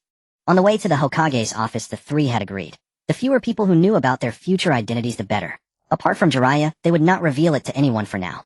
Jiraiya stepped aside, pointing to the seventh Hokage, Naruto, and Uchiha Sakura, and introduced them to Tsunade. "These are two friends I made during my travels. The person we're looking for is very important." Tsunade waved her hand, dismissively picked up the brush again, and continued signing documents. "Handle personal matters yourself. Konoha's intelligence network is not for personal use." Hearing Tsunade refuse, Naruto grew anxious. He was about to step forward when Sakura beside him reached out to stop him. She shook her head slightly. Jiraiya took a deep breath, his smile completely gone. He stepped forward, placed his hands on Tsunade's desk, leaned over to look down at her, and spoke in a low, serious voice. "This is not just a personal matter, it's about the safety of Konoha." Tsunade's brush paused on the scroll. She looked up at Jiraiya's expression. In the decades she had known this carefree man, such a serious face was rare. The last time she saw it was during the war. She put down the brush, leaned back in her chair, and lifted her chin slightly. "Go on. The person we're looking for is an Uchiha." Tsunade's pupils contracted slightly. Uchiha. That surname had almost vanished from Konoha. She frowned and asked, "Is it Uchiha Itachi or Uchiha?" Jiraiya slowly shook his head. He folded his hands on the desk, leaned forward slightly, and lowered his voice. "Neither. It's a third Uchiha. This person's whereabouts are unknown. If we fail to find him, the consequences could be unpredictable, even the destruction of the entire Konoha." The air in the office seemed to vanish, leaving an eerie silence. Tsunade's eyes swept over Jiraiya's face several times, searching for any trace of a joke. The Uchiha clan had been wiped out years ago. Apart from the rogue Uchiha Itachi and the orphan Sasuke, where could a third Uchiha come from? After a long silence, she spoke in a low voice. "Isn't the Uchiha clan extinct? Besides Itachi and Sasuke, is there really a third Uchiha in the entire ninja world?" Jiraiya didn't answer.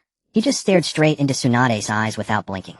Those eyes held no frivolity or laughter, only a stubborn seriousness. Looking at those eyes, Tsunade's defenses began to waver. She had known Jiraiya for decades. She understood his nature. He could talk nonsense about trivial matters, but when it came to truly important things, he never fooled around. It was like that during the war when he made her stay away from Orochimaru, and it was the same now. She leaned back in her chair, closed her eyes in silence for a few seconds, then opened them abruptly, let out a heavy sigh, and waved a hand dismissively. "Fine, you win. Ever since we were kids, nothing good ever came from that look in your eyes." She raised her hands and clapped twice. An Umbu appeared silently before the desk, kneeling on one knee. "Tsunadesima." Tsunade's voice regained the authority befitting the Hokage. "Activate Konoha's intelligence network and search the entire ninja world. Target suspected third Uchiha clan member besides Uchiha Itachi and Uchiha Sasuke. Report immediately upon discovery. Do not alert the enemy." "Yes, Tsunadesima." The Umbu took the order and with a flicker vanished from the office. After the Umbu left, Jiraiya let out a long breath, his shoulders relaxing. The seventh Hokage, Naruto's tense body, also loosened. Sakura's clenched fists slowly unclenched. With Konoha's power, they should soon find clues about Sasuke. Tsunade stood up from behind the desk, walked slowly to Jiraiya's side, and her gaze passed over him to the two masked figures. A tall man with blonde hair wearing an owl mask. A woman with pink hair wearing a cat mask. For some reason looking at them, she felt an inexplicable sense of familiarity. She frowned slightly, turned to Jiraiya and lowered her voice. Your two friends. Why do they look familiar to me? Jiraiya grinned and laughed it off. They're friends I met during my travels. You're probably overthinking Tsunade. Tsunade glanced at the masked figures again, but ultimately looked away. She had a mountain of official work to handle. She had no time to pry into Jiraiya's social circle. She walked back behind her desk, sat down, and picked up the brush again, but her sharp eyes swept over Jiraiya once more. I'm helping you find someone. Remember, you owe me one. Jiraiya patted his chest, his face returning to his usual cheerful smile. Relax, I'll treat you to a drink next time. Tsunade snorted and continued to sign documents with her head down. In Sunagakure, the night had grown deep. Sasuke stood inside a modest inn room. Outside the window, the dry evening breeze unique to the village swept fine sand against the wooden frame, producing a soft rustling sound. He had scoured nearly the entire village today, but found no trace of Gaara. Later, from the memories of a Sunagakure official, he learned that the three siblings had gone on a mission and would likely return the following day. Having come up empty, he was in no rush. Instead, he turned his attention to another target, the Taijutsu's secret technique, the Seven Heavens breathing method. Locating Shiro was not particularly difficult.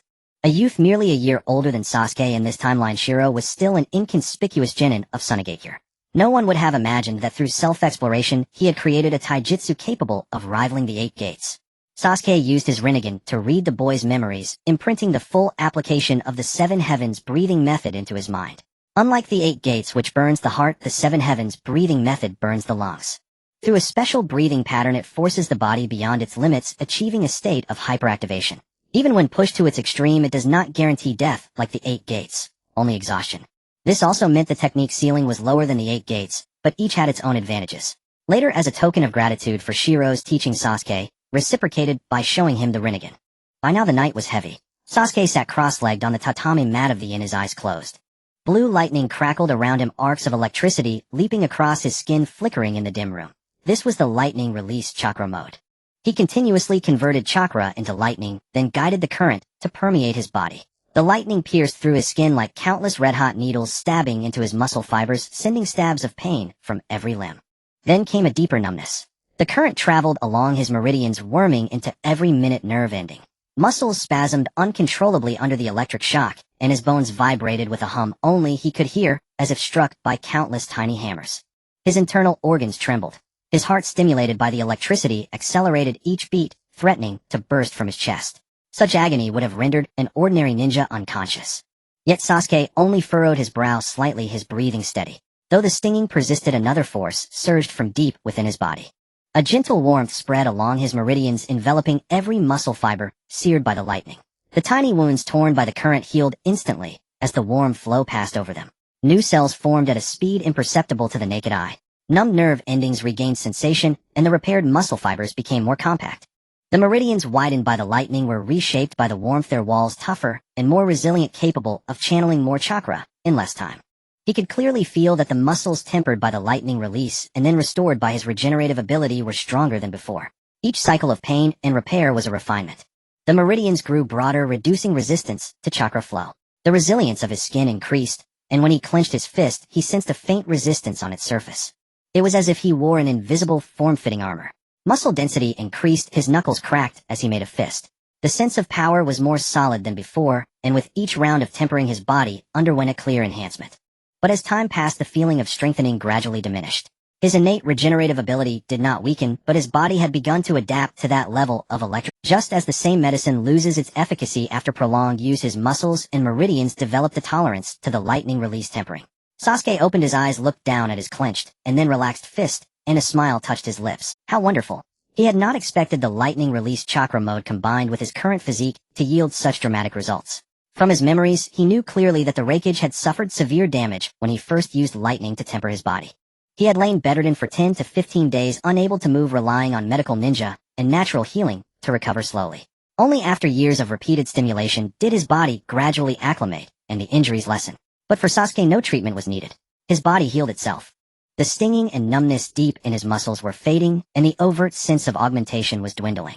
His body had nearly fully adapted to the current intensity of electricity. The curve of Sasuke's smile deepened. It seemed the lightning release chakra mode would reach completion before long. The fourth Raikage had spent decades to attain this level, while Sasuke at his current pace would need only a few days. He reflected briefly, choosing the right path truly made all the difference. If he had not taken the alchemy route, but instead followed the conventional method of learning secret techniques, even with his talent, he might still have learned them, but the time required would be the same. Now the physical evolution granted by three-tailed beast pills allowed him to skip the most difficult adaptation period. He used his regenerative power to endure the backlash of the lightning release, compressing decades of tempering into mere days. Coupled with the newly acquired Seven Heavens breathing method, he would not lack new techniques to study once the lightning release chakra mode was mastered. He recalled his experiences since arriving in this world. Except for the initial battle with Urashiki Ōtsutsuki, where he walked the edge of life and death, everything afterward, whether alchemy or learning secret techniques, had gone smoothly. In this timeline, no threat existed that could challenge him. He could plan each step at his leisure. He thought of the promise he had made to his younger self and murmured, "The next time we encounter those people, well, execute them outright." With that, he closed his eyes again. Lightning burst across his body once more as he continued to temper his physique with electricity. The next morning at the Hokage's office, the 7th Hokage Naruto and Sakura Haruno rushed into the building. The sky had not yet fully brightened, and they were already striding down the corridor. Konoha's intelligence network operated faster than they had anticipated. Early that morning, the Umbu reported that Kumogakure had been attacked by an unidentified individual.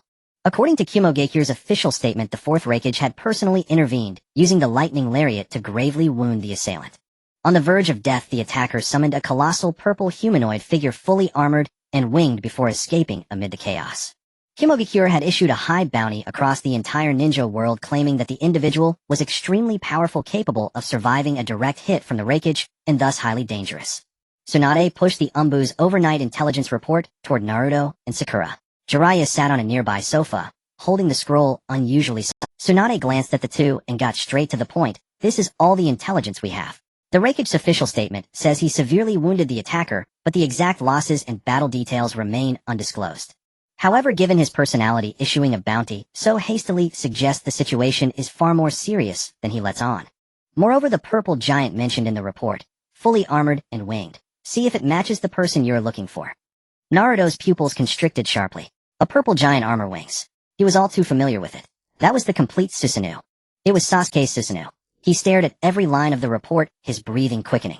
Finally a clue. The 7th Hokage Mingren quickly turned to look at Xiao Ying, only to find the same irrepressible excitement in her eyes. A purple giant armor wings, the complete body Susanoo. In the entire ninja world, no one other than Zhuozhu could summon it. This piece of intelligence directly revealed the exact identity of their target. Mingren, in his excitement, blurted out, "Grandma Gangsho." Before he could finish, a large hand reached over from the side and firmly covered his mouth. Mingren was nearly suffocated by the grip. Turning his head, he saw Zillai covering his mouth tightly, while flashing a bright smile at Gangsho. Behind the desk, Gangsho's eyes emitted a tangible red glow. Veins bulged on her forehead, a red hash mark pulsed on her temple, her fists crackled as she clenched them, and the temperature in the entire office seemed to drop by over. Mingren shuddered, realizing he had spoken out of turn. Zillai, still covering Mingren's mouth, put on a straight face as if nothing had happened. As if reporting a serious matter, he asked, "Gangsho, where is this person now?" Hearing Zillai's serious tone, Gangsho took a deep breath and slowly suppressed the still pulsing vein on her forehead. She was indeed no longer young, but she was not old enough to be called grandma by a middle-aged man. She snorted coldly, her tone still tinged with displeasure. "I don't know. It is precisely because this person has disappeared that Yunin village offered such a high bounty.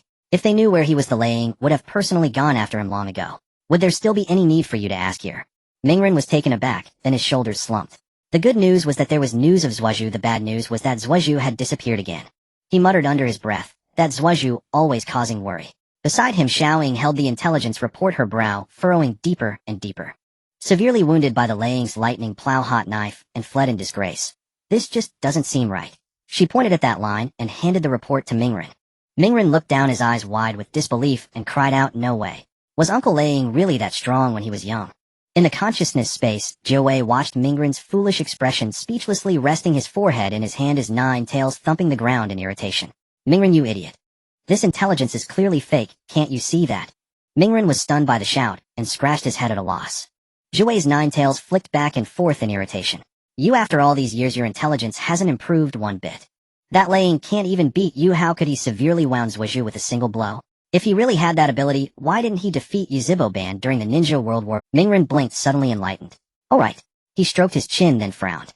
"But if the intelligence is fake, how do we get the real one?" Joey thought for a moment and slapped the ground with his claw. "Got it. Since the commotion wasn't small, that Nyogue fellow should know. Let's ask him. Mingren tilted his head. Jiulama, do we need to go to Yunin now? Without a lightning car it'll take a lot of time. Idiot Mingren, watch me. Jiuwei closed his eyes, and following the method taught to him by the Sage of Six Paths, extended his consciousness into the unique network among the tailed beasts. Mingren watched Jiuwei's actions, and suddenly realized. Jiulama was contacting the other tailed beasts. He leaned in, and asked in a low voice, Jiulama, can this method be used in the past too? Jiuwei shook his head. I don't know either. But we'll find out by trying. In the consciousness space, massive silhouettes slowly emerged. Shisan Yulu's blue flames, Jiphus dark water sun, Ryukong's lava Zekin's fluorescent light, Chongming's scale wings, and Nugui's mutilated body. Except for the five tails Mu Wang, all seven other tailed beasts had arrived. And there was one more. The nine-tailed demon fox, the Jiuwei of this time and space. The tailed beasts were clearly bewildered by this sudden summoning. Shoha was the first to speak, his sharp voice laced with confusion. This feeling. Is it the old man of six paths?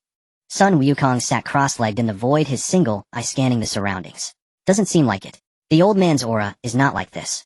Zekin's tentacles gently swayed in the water, its faint blue light flickering with its voice. Summoning all of us at once. Who else but the old man could do that? Just then Jiulama spoke.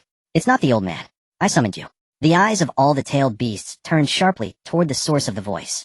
The Jiuwei of this time and space stared at Jiulama for a long moment, a flicker of confusion in his crimson vertical pupils. Are you my other half? Jiulama shook his head. He hadn't expected that even this time Self would be summoned. Jiulama shook his head. He hadn't expected that even this time Self would be summoned. Facing those scrutinizing eyes, he calmly said no. But I am also you. The Jiuwei of this time let out a disdainful snort, his nine tails slowly swishing behind him. Pretentious. Mingren stood between the two Jiuweis, looking left and right, his mouth wide enough to fit a fist. One was the Jiulama he had known since childhood, exuding a calm and powerful aura. The other was a younger version, visibly more irritable, with chakra surging like flames over his body. The two Jiuweis glared at each other across the boundary of the consciousness space. He stammered, Jiulama, this. At that moment, a sharp mocking laugh cut through the silence of the consciousness space. Shoha pointed its short front paw at Nyogue Yulu, and Jifu laughing so hard that the sand on its body trembled. I say, you three. How did you end up in such a mess? Nyogue, were your 8 tails chewed off by a dog? And Yolu, you were once the proud 2 tails, now shriveled up like this. Jifu, aren't you usually the most patient? How did you end up like this too? Ha ha ha. You three are absolutely hilarious. Gyuki stood silent, his 8 tails hanging limply behind him. He had once been the tailed beast second only to Kurama, his 8 tails possessing enough power to shake mountains, but now the source of chakra within him had been drained completely, leaving him barely able to maintain even his basic form. Matatabi lay sprawled on the ground, her elegant blue cat tail drooping, her emerald eyes devoid of their former pride. Only deep exhaustion and a faint, barely perceptible resentment remained. She did not retort at Shikaka's mockery, merely burying her head silently between her crossed forepaws. Aisabu sank in the shadows, his 3 tails lying limply on the ground. He was the most taciturn of the 3-tailed beasts, and now even more so. The patterns on his shell were dull and lusterless, the weakness of his drained source enveloping him like a tide. Naruto looked at the 3-tailed beasts in this state, his heart clenching as if something had seized it painfully. He crouched down, gazing at Gyuki's shrunken body, then at the faded fur of Matatabi. His voice trembled slightly. Hachibi Matatabi Aisabu. How did you become like this? What happened? The 3-tailed beasts did not answer. They had never held much goodwill toward humans, and after having their source drained by Sasuke, they had accumulated a belly full of resentment and humiliation. Now a human came asking them, what's wrong? And they could not even be bothered to give him a proper glance. Kurama looked at the silence of the 3-tailed beasts, then turned his gaze to Gyuki, breaking the deadlock. Speak. What happened? Gyuki lifted his head, glanced at the 9-tailed fox beside him, then at this other 9-tailed fox that looked identical, but whose power was far more formidable, and a flicker of confusion crossed his eyes. Kurama noticed their gaze, his voice low as he added, don't look at me. I don't know what's going on either. This guy feels like my other half, but the power within him is far stronger than that half. All the tailed beasts' eyes turned sharply toward Kurama. Kurama knew that unless this matter was clarified, he would get no information today. He was silent for a moment, then his voice dropped. I came from the future. This time I came to find Uchiha Sasuke, who also traveled from the future to this time. If you have any clues about him, I hope you can tell me. Especially from Kumogekyu's side. Before he could finish, Gyuki, Aisabu, and Matatabi exploded simultaneously. Gyuki's severed tentacle twitched violently, and flames of rage blazed in his enormous bull eyes. His voice was low and filled with hatred, every word ground out through clenched teeth. This state of ours. It's all because of that Uchiha. Isabu suddenly thrust his head out from his shell, his single eye wide open, and all three tails lashed the ground simultaneously, sending dark water splash. The roar from deep within his shell made the entire consciousness space tremble faintly. He drained all the source from within us, refined it into pills, and then devoured them. Matatabi's blue flames leaped violently, her cat eyes filled with naked hatred, her back arched, her voice sharp and trembling. He treated us as materials for alchemy, as stepping stones for his own power. Naruto's mind went completely blank in that instant. He opened his mouth wanting to say something, but could not utter a single word. Before him were three-tailed beasts, comrades who had fought alongside him in the Fourth Shinobi World War, now struggling even to maintain their forms. He crouched down, his gaze moving from Isabu's head retreating into his shell to Matatabi's drooping ears to Gyuki's limp tentacles. In those blue eyes swirled disbelief, guilt, and a shattered emotion that had no place to settle. His lips moved several times before he forced out a few dry words. Hachibi. Matatabi. Isabu. The one you're talking about. Is it Sasuke? Gyuki abruptly turned his head to stare at Naruto, the fury in his bull eyes almost spitting out. His remaining body trembled violently, with rage, his voice deep and fierce. I don't know if it's the Uchiha Sasuke you're talking about, but he can summon the Uchihas, Susanoo. He paused, his gaze fixed firmly on Naruto's face. It should be the Uchiha Sasuke you mentioned. Naruto's pupils dilated sharply. It really was Sasuke. He could not believe what he was hearing. Draining tailed beast chakra source, refining pills, eating them. How could Sasuke do such a thing? Why would he do it? He shook his head instinctively, his lips moving a few times before he stammered out a sentence. Why? Why did Sasuke drain your source? Isabu sneered. This most taciturn of the tailed beasts now spoke with a voice sharper than ever, his single eye churning with a millennium of accumulated resentment. Why? What else could it be but coveting our power? He stared hard at Naruto, his voice cold as the deep ocean currents. And you? Are you thinking the same thing? Naruto waved his hands in panic, his face filled with helplessness. No. I'm not. Kurama stepped forward, standing between Naruto and the three-tailed beast, his voice overpowering all the noise. Enough. Don't take your anger out on Naruto. Tell us from beginning to end exactly what happened. Feeling the overwhelming crushing power within Kurama, the tailed beasts gradually calmed. Kurama had always been the strongest among them from the earliest days, from the time of the Sage of Six Paths to the present. That had never changed. If it came to a fight, all 8 of them together would not be a match for Kurama. Gyuki snorted coldly, retracting his tentacles slowly, but the suppressed anger was still palpable. He recounted from start to finish how Sasuke had appeared in Kumobi-Cure, used a strange technique to drain the chakra source from him, and the two tails Jinchuriki Yujito, and then refined the source into pills and swallowed them before their eyes. Kurama was silent for a long time. Naruto was also silent. In the consciousness space, only the faint hum of flowing chakra remained. Naruto crouched on the ground, holding his head in his hands, his voice muffled from between his arms. Why? Why would Sasuke do something that hurts his comrades? His voice was trembling. Isabu, Matatabi, Gyuki. These were the comrades who had fought alongside him in the Fourth Shinobi World War, his allies against Madara and Kagaya.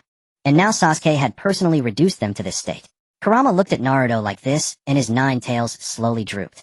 He could understand Naruto's feelings. This idiot had chased after Sasuke for most of his life, finally pulled him back from the darkness, and now to see Sasuke doing such a thing, anyone would be lost.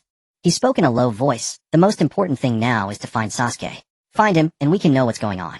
Naruto murmured, but we have no idea where Sasuke is. Kurama could not bear to see him in such a dispirited state, closed his eyes, and said in a deep voice, Naruto, based on the current information, Sasuke is hunting tailed beasts to refine pills. Then the most likely place he will go next is the location of the other tailed beasts. Naruto snapped out of it, the light in his blue eyes rekindling. That's right. Sasuke might be at the next tailed beast location. He looked at Kurama. Kurama, where do you think Sasuke will go next? Kurama shook his head. He did not know, but any tailed beast was a possibility. Naruto fell silent again, clenching his fists so hard his nails almost dug into his palms. Iwagakure, Kirigakure, Sunagakure. So many tailed beasts scattered across the shinobi world. Which one would Sasuke go for? He suddenly realized that he did not actually know that man he had chased for half his life that well.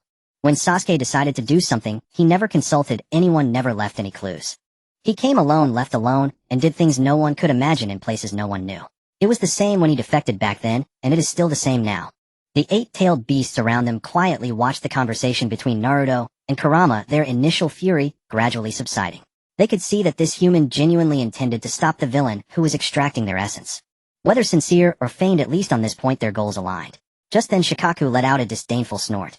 Hugging his short forelimbs, he spoke in his sharp, grating voice dripping with contempt and arrogance. You guys are really useless. 9-tailed beasts having lived for thousands of years, yet you've been beaten into this state by a single Uchiha. You've disgraced all tailed beasts. He patted his own chest with his claws, lifted his head, and his round eyes gleamed with pride. Isn't it just an Uchiha? What's the big deal? I tell you, if I get my hands on him, I'll teach him a lesson. A mere Uchiha daring to covet the power of tailed beasts. If I meet him, I'll bury him alive in sand, not even leaving a trace of bone. Kurama snorted disdainfully, his crimson vertical pupils filled with mockery. Gyuki was beaten like that, and you with the least chakra think you can fight. Shikaka, stung by the truth, exploded with sand all over his body like a cat with its tail stepped on. He whirled around at Kurama, pointing a claw at his nose, his voice rising higher. It's because they're useless. I'm different. I'm telling you, you stinky fox, don't think you're so great just because you have the most chakra. My ninjutsu is incredibly powerful. His sand coiled behind him into a towering pillar, menacing. Let alone one Uchiha, even if you stood before me, you'd be no match for me. Kurama leaped to his feet, his massive form blotting out half the sky of the consciousness space, all nine tails raised, crimson pupils burning with true battle intent. What did you say? Then Kurama, the future one, raised a paw, placing it between the two about to clash. He ignored the glare of the nine tails of this time, his gaze calmly sweeping over all the tailed beasts present. Everyone, if later Uchiha Sasuke appears in your territory, please contact me and Naruto. We will come to stop him.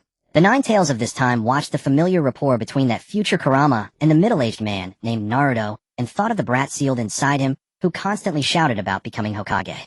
His crimson vertical pupils flickered slightly. He was about to ask something when a rough voice interrupted. Shikaka flicked his tail disdainfully, hugging his forelimbs without even glancing at Kurama. No need. If that guy dares step into my desert, I'll make sure not even a bone fragment remains. If I don't bury him 30 zhang deep in quicksand, my name isn't Shikaku.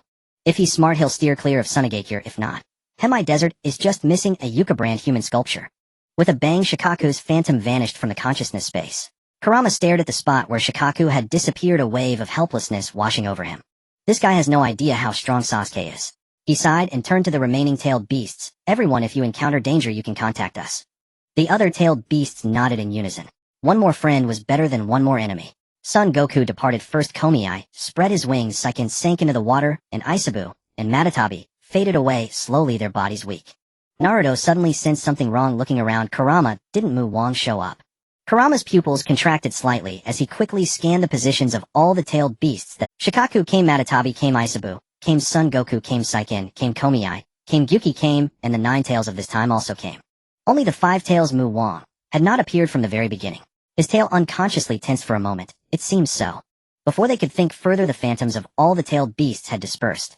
Only the nine tails of this time remained standing, his scrutinizing crimson vertical pupils looking Naruto and Kurama up and down. He finally spoke, his voice low. Hey, future me. His gaze swept between Kurama and Naruto, pupils filled with confusion and awkwardness. What's going on between you and this little brat, Naruto? How did you get so close to a human? Kurama shook his head. I can't tell you that. We cannot interfere with the future. The nine tails of this time snorted contemptuously, his tail twitching irritably behind him. Tsh. Putting on airs. Then his figure also vanished from the consciousness. The consciousness space fell completely silent. Naruto crouched in a corner near the cage that held the nine tails, his head buried in his hands, fingers threading through his golden hair. Sasuke was hunting the tailed beasts. 3 had already had their essence extracted. Who would be next? He bit his lip, his voice low and anxious. Kurama. Mu Wang didn't come. Did Sasuke already get to Mu Wang? Kurama extended a paw and placed it on Naruto's shoulder, the touch steady and firm. Don't panic, Naruto. Before drawing conclusions, let's confirm the facts. Have Tsunade contact Ōtsutsuki and find out what happened with the five tails. Naruto took a deep breath and nodded. The conversation in the consciousness space, though seemingly long, had only taken a few minutes in reality. Tsunade, Jiraiya, and Sakura were discussing the next steps to locate Sasuke, when Naruto suddenly looked up. He instinctively wanted to say, Uchiha Sasuke, but forced himself to change it. He might be in Iwagakure. Please Tsunadesima contact Ōtsutsuki and confirm the location of the five tails Jinchuriki Han, and check if anything unusual is happening there. Tsunade looked up, her sharp gaze piercing straight at Naruto, her brow furrowed. Where did you get this intelligence? Jiraiya didn't wait for Naruto to answer. He stepped forward, standing beside Naruto, wearing a rare expression of seriousness that he seldom showed to outsiders, and looked at Tsunade, his voice calm and earnest. I'm counting on you, Tsunade. Tsunade met Jiraiya's gaze and was silent for a few seconds. She had known this man for decades, as she could tell at a glance when he was joking and when he was serious. At this moment his eyes were among the few times she had seen Jiraiya truly grave. After a brief silence, she didn't ask why, simply nodded and reached for the communication scroll on the table. On the other side, Sunagakure. Sasuke was woken by the sunlight. The sun in Sunagakure rises early, and the dry rays pierced through the thin curtains of the inn, casting a bright patch of light directly onto the tatami and across his face. He opened his eyes and instinctively tried to prop himself up. The moment he moved his arm, a lingering numbness shot from his shoulder to his fingertips like countless fine needles pricking beneath his skin. Last night's lightning release body tempering had forged his meridians and muscles through the entire night. His regenerative ability had healed all damage, but the soreness from being repeatedly pierced by electric currents had not yet fully faded. He rolled his shoulder, and a few soft cracks sounded from his bones. After repeatedly clenching and unclenching his fingers several times, the numbness slowly. He glanced at the clock on the wall. Fortunately, he hadn't overslept this time. The hour hand hadn't yet crawled to noon. After a quick wash, he pushed open the inn's door and stepped outside. The dry wind swept fine sand against his face, and the streets of Sunagakure glowed with a yellowish hue under the sunlight. He had located the residence of Gaara and his siblings the day before, so he headed straight there. As he passed through a marketplace, a commotion arose from ahead. Several passers-by hurried past him, muttering that monster is out again. Sasuke paused briefly, turning his gaze toward the source of the noise. Temari was holding a bamboo basket. Kankuro stood guard at her side, and between them, they shielded a simply disguised Gaara. The thin bandages barely concealed his iconic dark circles, and his tousled hair covered most of his face. Yet the innate aura of death around him was instantly recognized by the villagers of Sunagakure, who had lived in fear for years. In an instant, the crowd surged around them like a tide. Disgust, fear, and malice were written plainly on every face. The ingrained exclusion and brutality of Sunagakure erupted without restraint. It's that jinx. How dare the monster come to the market? The bringer of calamity brings destruction wherever he goes. Why doesn't he just get out of the village? If it weren't for him back, then the village wouldn't have suffered so many disasters. He's nothing but a sinner. The barrage of insults rose and fell. Without hesitation, people grabbed wilted vegetables and rotten fruit from the stalls and hurled them viciously at Gaara. The rotten leaves clung to his thin clothes and juice dripped down his hair, leaving him utterly disheveled. Even though Sunagakure was already impoverished, and every household struggled to make ends meet, the villagers still wasted their meager produce just to vent the malice accumulated in their hearts. Extreme ostracism bound the boy like invisible chains. Gaara's hands hung at his sides, his nails already digging into the flesh of his palms. The sand in his gourd emitted a faint buzzing, but he did not move. Kankuro clenched his teeth, forcing the words out through gritted teeth. Shut up. All of you shut up. Go get out of here. Temari shielded her brother behind her, gripping the fan on her back tightly, but not unfurling it. She couldn't attack the villagers. She was the daughter of the Kazekage. All she could do was stand there and shout helplessly, "Stop it. He hasn't done anything." Shut up. Inside the tailed beast's mental space, Shikaku's sharp laughter echoed in the cage. Hear that, kid? They call you a monster. A jinx. They tell you to get out. What are you still enduring here? Before I lose my temper, crush them all. Break their bones into hourglasses, churn their flesh into the sand. If you can't bear it, let me help you. Just hand over your body, and in the blink of an eye, I'll clean this place up spotlessly. Gaara's murderous intent surged then subsided. He thought of Naruto. The person who was also a Jinchuriki, yet lived so differently. Naruto had said they were friends. Naruto was going to become Hokage, and he couldn't fall behind. He would become Kazekage. He would make everyone acknowledge him in his own way. The murderous intent slowly withdrew, retreating back into the deepest part of his heart. In the mental space, he looked at the still raging Shikaku, and said calmly, "Don't even think about tempting me. I am the man who will become Kazekage." Shikaku's roar cut off abruptly. After a moment's pause, it clicked its tongue dismissively. "Kazekage. You can't even sleep properly. What kind of Kazekage will you be? One day you'll come begging me." Gaara ignored him. He returned to his senses, took a deep breath, and looked up at Temari and Kankuro standing in front of him. The corner of his mouth twitched slightly, pulling into a stiff smile. "I will become Kazekage, and it'll make everyone in the village acknowledge me. Don't worry about me." Temari looked at her brother's face, still bearing bloodstains, yet forcing a smile, and her nose stung. Kankuro bit his lip and let out a muffled from his throat. Just then a figure strode in. A gray-white cloak fluttered slightly in the wind, his headband tied neatly, skin pale, in stark contrast to the sun-scorched villagers of Sunagakure. Standing at the edge of the crowd, Sasuke's gaze cut through all the noise and chaos, locking precisely onto Gaara. A faint, imperceptible curve appeared at the corner of his mouth. So it was him. The people around also noticed this sudden stranger. Several villagers who had been throwing rotten vegetables at Gaara instinctively stopped, their eyes shifting from the red-haired monster to the young man in the gray-white cloak. His skin was far too pale. In the wind country where the sun could kill, no one who lived here long-term would have such fair skin. Yet his face was strikingly handsome. Sharp, angular features, cold and aloof, with a hint of unruly youthfulness, and an aura that defied simple description. He merely stood at the edge of the crowd, yet he seemed like a crane that had strayed into a flock of chickens. So handsome. Some women stared blankly at Sasuke, the vegetable leaves they clutched dropping to the ground. Who is that? He doesn't look like he's from Sunagakure, does he? How can he be so good-looking? And his skin is so pale.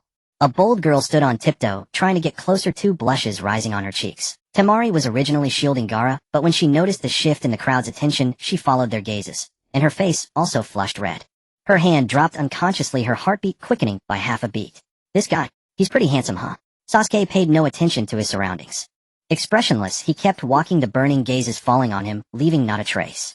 His eyes locked straight onto Gaara, a faint subtle smile, curling at the corner of his mouth, found you Shikaku.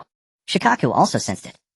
The chakra aura mingled with the essences of three-tailed beasts drifted from afar into the sealed cage. The chakras of Isabu Matatabi and Gyuki, three unfortunate souls, stirred together. The entire Tanuki grew excited, clawing at the seal cage, its shrill voice erupting within Gaara's consciousness. Hey brat, kill that man in the turban. If you kill him, it'll never disturb your sleep again. Not just sleep. Every enemy you slay, it'll help you suppress it. Your sand will be yours to use as you wish, and he'll never meddle again. Kill him now. Gaara's heart stirred. Shikaku's interference with his sleep had tormented him for countless nights. The deep dark circles under his eyes were proof enough. But he thought of Naruto, who had vowed to become Hokage, and he himself aspired to be Kazekage. The man in the turban before him seemed like a villager from Suna. He could not harm a fellow comrade of the village. In his consciousness, he directly refused, "Shut up, Shikaku. No harming comrades of the village." Shikaku refused to give up, desperately yearning to personally slay Sasuke and prove to all other tailed beasts that it was by no means the weakest among the nine. A millennium's worth of pent-up negative emotions surged like a bursting dam, madly invading Gaara's mind through the spiritual bond, constantly eroding his sanity. In reality, Gaara suddenly clutched his head, fingers digging deep into his red hair, his face twisted in pain, words squeezed through clenched teeth. "Get away, Temari, Kankuro, leave this place at once." Temari and Kankuro turned simultaneously, and when they saw the agony on their younger brother's face, both their hearts sank to the depths. Temari immediately spun around to face the crowd, arms outstretched, her voice sharp with urgency. "Move. All of you move aside. We need to go back." Kankuro also shouted, "Don't block the way. Clear the path." Yet the crowd, being driven away upon hearing Gaara's agonized roar, showed no fear on their faces. Instead, an excited, fanatical gleam appeared. The vegetable vendor clasped her hands and shouted to the sky, "It's working, it's working." The stone-throwing man grinned, baring his molars. "Karma's a bitch, serves you right." The fishmonger bellowed, "Heaven has opened its eyes. The monster is finally being taken away." Temari clenched her fists, nails digging deep into her palms. Kankuro gritted his teeth, the paint on his face, smeared by sweat and rage, into a blur. Gaara's mental defenses crumbled inch by inch under these voices. Shikaku's negative emotions still surged wildly, while the villagers' curses stabbed like needles from another direction. He desperately clung to Naruto's words in his consciousness, to the goal of becoming Kazekage, but the voices were too loud, too dense. Shikaku seized the momentary crack. It's well, like a sandstorm torrent rushed through the gap in the seal cage and directly took over Gaara's consciousness. Gaara lifted his head, a flash of crimson light in his pupils. Shikaku, controlling this body, slowly turned its gaze and locked it firmly onto Sasuke. It bared its teeth, voice low and cruel. "Die, you damned Uchiha." Desert sand flood. Gaara's hands clapped together sharply. The once-calm market stone pavement was torn apart in an instant. A massive amount of sand surged from beneath the earth like a yellow python opening its bloody maw, cascading toward Sasuke in a sky-covering wave. Wooden stalls and racks were overturned by the sand flow, vegetables and fruits scattered everywhere. Some were tripped by the sand, falling flat on their backs. Screams and cries erupted in chaos. Sasuke's lips curled slightly. He had planned to wait until fewer people were around, but the opponent had made the first move. Convenient. He lightly tapped the ground, his figure launching upward, landing nimbly on the roof of a low building behind him. The sand missed its target, smashing a half-meter-deep crater where he had stood. The nearby villagers were not so fortunate. The sand, as if alive, surged from all sides. Some were buried up to their waists, some were swept over by the sand, and ate dirt. Some were so terrified their legs gave way, and they collapsed, their trousers soaked. Those who had been cursing Gaara moments ago had completely changed their tune. Screams and wails erupted in waves. "Help! Save me! I don't want to die! Stop! You monster! On my leg! Let me go! Let me go! Please! Don't kill us! We were wrong! We shouldn't have cursed you! Please! Lord Kankuro, save me!" "Lady Temari." Kankuro stared at Gaara's crimson glowing eyes, his heart sinking. He shouted at Gaara, voice trembling with panic and urgency, "Stop it! Gaara, don't harm the village's comrades." He took a step forward, ready to shout more, but was stopped by a hand. Temari grabbed his arm, fingers clenched tight. She shook her head, voice low and exhausted. "It's useless. What's controlling Gaara now is the monster inside him." "Monster?" Kankuro saw the crimson flash in Gaara's eyes, a pang of grief crossing his face. The brother who had smiled in the market, saying, "It's fine, don't worry, I will become Kazekage," had now been devoured by the thing inside him. His fists clenched, an unclenched voice hoarse. "Temari, what do we do now?" Temari shook her head, forcing herself to calm down, her gaze sweeping over the villagers trapped in the sand. Before things get out of hand, let's get the villagers out. Kankuro nodded. The two split up, pulling people out of the sand. Fortunately at this moment, it was Shikaku controlling Gaara, and its sole target was Sasuke. It completely ignored the two siblings rescuing others. Shikaku manipulated Gaara's hands, continuously forming seals. Sand spears, sand bullets, sand-binding coffins shot out in succession, but the figure in the gray-white cloak always drifted lightly through every gap of the attacks. The more it fought, the more frustrated it became, finally roaring out, "Stop running if you dare, Uchiha brat." Sasuke landed precisely, standing firmly atop a tilt. In his left palm, several pitch-black chakra rods had already condensed the corner of his mouth, curling up further, as you wish. His left Rinnegan spun rapidly, a faint purple spatial ripple flickering, and a Minotaur Jikara activated instantly. The next second, Shukakyu controlled Gaara's form, twisted abruptly, uncontrollably teleported directly before Sasuke. Puff! The sharp chakra rod pierced through Gaara's abdomen. The dull thud was barely audible in the noisy market, but to Shikaku it was louder than thunder. Inside Gaara's body it thrashed wildly, instinctively, trying to command the sand to attack Sasuke, who was right in front. But the sand did not move. The chakra that had once obeyed its every command was now completely blocked, like a rushing river cut off by a dam.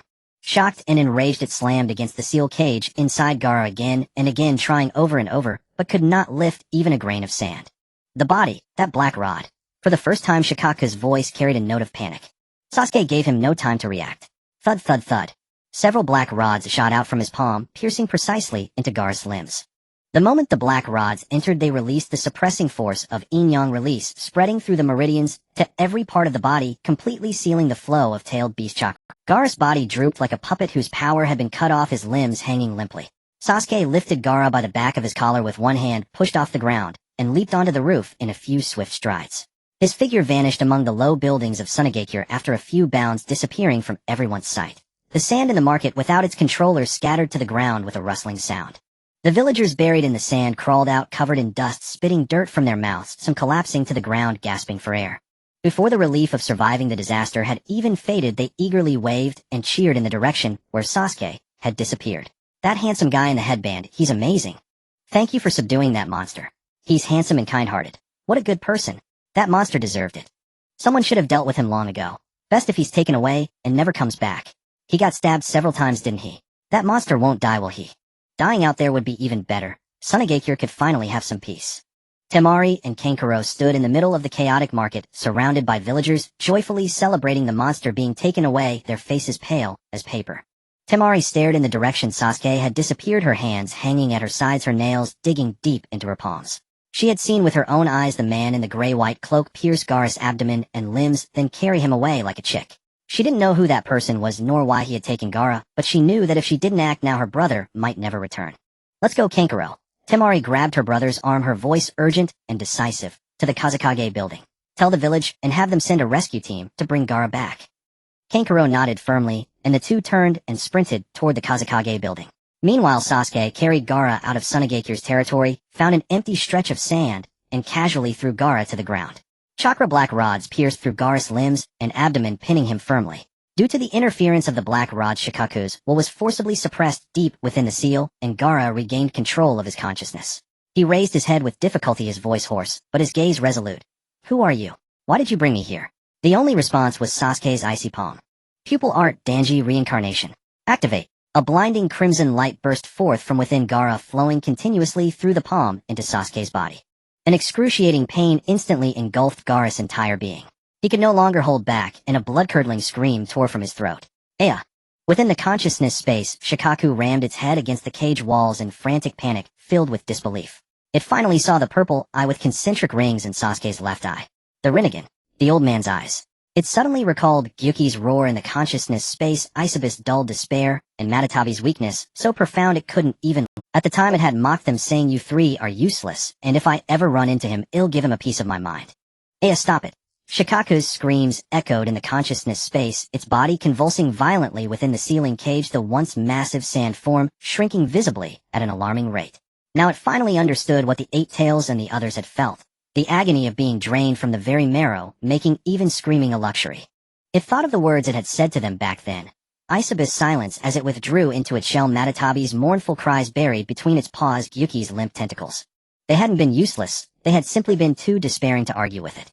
It was filled with regret, its voice hoarse and desperate. At this rate he'll die? Someone save me, Kurama. Naruto, please someone save me. Following the contact method Kurama had left for them, it poured all its remaining strength into sending a distress signal through the consciousness network. Konoha, the Hokage building. Naruto was leaning by the office window, anxiously waiting for Tsunade to contact the Ōtsutsuki when his body suddenly trembled slightly, and his consciousness was forcefully pulled into the tailed beast consciousness space. Around him, phantom silhouettes lit up one by one, as the other tailed beasts were also pulled in. Son Goku spoke first, his tone laced with obvious displeasure. Kurama, why did you pull us in again? The 9 tails of this timeline also snorted, pulled in twice in one day. What exactly are you trying to do? Kurama shook his head, his gaze shifting to the violently convulsing phantom in the center of the consciousness space. It wasn't me this time. It's Shikaku. All the tailed beasts' eyes turned simultaneously to Shikaku. Shikaku's phantom was shrinking at a visible rate, and its face, usually filled with arrogance and contempt, was now twisted in agony. Its sand-formed front claws dug into the ground, its body spasming uncontrollably from the pain, unable even to speak. Matatabi's cat-like eyes stared at Shikaku for 3 seconds, then elegantly licked a front paw. She turned and exchanged a knowing glance with Isabu and Gyuki. The 3 of them understood each other without words. Swishing her green tail, she took over the conversation, her cat eyes narrowing into 2 curved arcs, her tone laced with lazy amusement. Could it be a stomachache? No, a stomachache wouldn't cause shrinking. I think Lord Shikaku is giving birth. Ha ha ha, giving birth to a sandball. Isabu slapped all 3 tails against the ground, its shell shaking with laughter. Lord Shikaku's own offspring. ITLL definitely be the most powerful sandball in the ninja world. Yuki stood calmly at the back, his tranquil eyes watching Shikaku's agonized struggle, and spoke slowly. What did you say back then about what you'd do if you ran into an Uchiha? Desert, great funeral. Buried alive, 30 zhang under the quicksand. Not even bone fragments left. He paused. Shikaku, where is your sand? Shikaku trembled all over, sand falling from its shrinking body in a constant stream. It opened its mouth, wanting to retort, to curse back, to shout as it always did in its loudest, sharpest voice, you useless pieces of trash, what right do you have to mock me? But the pain made its teeth chatter, and it couldn't utter a single word. Naruto's heart clenched painfully as he watched Shikaku in this state. Ignoring his own unresolved confusion, he looked at Shikaku's shrinking body and asked with deep concern, Shikaku, what's wrong with you? Shikaku could no longer hold back. All its pride, its face, I'm the strongest tailed beast in the ninja world. In that moment, all of it was crushed by pain and fear into dust. It lunged toward Kurama and Naruto, its voice trembling, choked with tears, every word torn from the deepest part of its throat. That Uchiha, he's in Tsunade. It lunged toward Kurama and Naruto, its voice trembling, choked with tears, every word torn from the deepest part. Its body was shrinking faster and faster, the sand phantom, growing smaller and smaller in the consciousness space, its voice growing hoarser and more frantic. Please, save me. Please, Kurama, Naruto, anyone, come save me. I don't want to be drained dry. I don't want to end up like Isabu. Come to Tsunade. I beg you. The entire consciousness space fell into dead silence. Isabu's mocking smile froze on its face. Matatabi's tail stopped mid-swing, and even the 9 tails of this timeline instinctively tensed, all 9 tails. Shikaku, the one who had never bowed to anyone, who always had eye on its lips, was now crying out in despair to its archrival for help. Naruto froze for a second. Then he snapped to his senses, his voice exploding in the consciousness space. What did you say? Sasuke is in Tsunade. Shikaku let out its final agonized howl, save me. As its voice faded, its spectral form could no longer hold, and with a bang it burst into a cloud of sand in the consciousness space, vanishing without a trace. Before Naruto could bid farewell to the other tailed beasts, his consciousness snapped back to reality.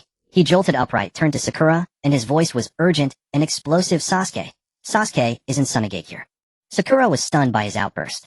She hadn't yet understood how Naruto suddenly knew Sasuke's location, but her body reacted faster than her mind. She grabbed Naruto's arm and spoke in a rush. Naruto, let's go to Tsunade now.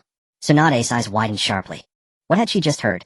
A yellow-haired masked man called Naruto, and the person they were looking for was named Sasuke. She stared intently at the tall golden-haired man before her, and the more she studied his facial contours, the more suspicious she became. Jiraiya stood nearby, one hand covering his face. For the first time, he sincerely felt that taking Naruto as his disciple was the greatest mistake of his life. Even in middle age, the guy still couldn't curb his impatience. Naruto and Sakura were about to charge out the door. Tsunade flickered and appeared directly in front of them, arms crossed, her gaze sweeping between the two. Who exactly are you two? What is your purpose in finding Sasuke? Naruto's forehead was beaded with sweat from anxiety. He realized he had let it slip, but he could no longer care about that. Shikaku was in danger and Gaara was in danger too. Sasuke was harming his former comrades, and he had to stop him. In his desperation, he shouted directly, "Don't stop me, Granny Tsunade." The familiar address made Tsunade momentarily dazed. The tall man in front of her wearing an owl mask shouted, "Granny Tsunade," in the exact same tone as a certain little brat. She looked at Naruto again, feeling that the silhouette beneath the mask was strikingly familiar. Her voice deepened, carrying an unyielding scrutiny. "Who are you really?" Jiraiya realized the secret could no longer be kept. He strode quickly between Naruto and Tsunade, shielding them, and looked into her eyes with unprecedented seriousness. "They'll tell you everything later. For now, let them leave." A flash of anger crossed Tsunade's eyes. "Jiraiya, even you're hiding things from me." Her gaze lingered on Jiraiya's face for several seconds. She knew this man well. She understood that he never faltered on important matters. She stepped aside, clearing the path to the door. Naruto's face lit up, and he called to Sakura. "Let's go, Sakura." Sakura nodded, and they both hurried out of the office. Tsunade heard the name, Sakura, and spun around to look at the retreating figure of the pink-haired masked woman. The more she saw, the more familiar it seemed. She then turned back to Jiraiya, her fists cracking. "Jiraiya, what in the world is going on?" Jiraiya scratched his head, awkwardly muttering, "Yes, yes, yes," over and over while mentally cursing his unreliable disciple Naruto 800 times. The two hurried into the corridor. Sakura suddenly stopped and called out to Naruto ahead. "Naruto, are we just going to Sunagakure like this? Without the lightning train, it'll take at least 3 days from Konoha to Sunagakure. By the time we get there, Sasuke might already be gone." Naruto froze as if doused with cold water. 3 days. What do we do then? 3 days is definitely too late. He grabbed his hair, his voice filled with anxiety. "What should we do? Sasuke moves so fast. If he extracts Shikaka's chakra and runs immediately, where will we ever find him then?" Sakura didn't pace around like Naruto. She rapidly searched her mind for every possible solution, and her eyes suddenly lit up. "I've got it. Naruto, do you remember the Flying Thunder God Squad that escorted the 5th Mizukage during the 4th Great Ninja War? If they can help with teleportation, we could reach Sunagakure instantly. But that's it." Naruto slammed his fist into his palm, and without waiting for Sakura to finish, he turned and rushed back into the Hokage building. "I'll go ask Granny Tsunade right now." Sakura watched his hurried back, her hand still outstretched in midair, her words left unfinished. But the thought of seeing Sasuke soon made her hold back her complaints. Suppressing the faint anticipation and nervousness in her heart, she quickened her pace to catch up. Inside the Hokage's office, Jiraiya had just finished briefing Tsunade on the whole story. Her expression shifted from anger to shock to complexity, and before she could fully process all the information, the office door slammed open. Naruto burst in, his hands on the desk, his voice urgent and expectant. "Granny Tsunade, please summon the Flying Thunder God Squad to send us to Sunagakure." Tsunade looked at the golden-haired man before her and paused for a second. Jiraiya had already told her everything. This man was Naruto from the future, and the one he was chasing was Uchiha Sasuke, whom he had been pursuing for over 20 years. She suppressed the thought, "You've grown so much," and simply nodded decisively. "All right." She clapped her hands and called for the Umbu. "Go summon the former 4th Hokage's guard squad." The Umbu acknowledged and departed. Jiraiya stroked his chin, musing. The Flying Thunder God teleportation requires pre-placed marks, right? Setting them now in Sunagakure would be too late. Naruto clutched his head as if struck by lightning. He remembered. His father Minato Namikaze always needed to leave marks beforehand for the Flying Thunder God. There were no marks in Sunagakure now, so even if the Flying Thunder God squad arrived, they couldn't teleport. Just then Sakura ran in and heard Jiraiya's words, worry spreading across her face. That was exactly what she had been about to say. Tsunade crossed her arms, watching the worried expressions of the group. A slight smile curved at the corner of her mouth as she spoke slowly. "Don't worry. There are Flying Thunder God marks in Sunagakure. Prepare for teleportation." Naruto's head shot up, his eyes wide as saucers, and the next moment his cheer nearly lifted the roof. "Awesome."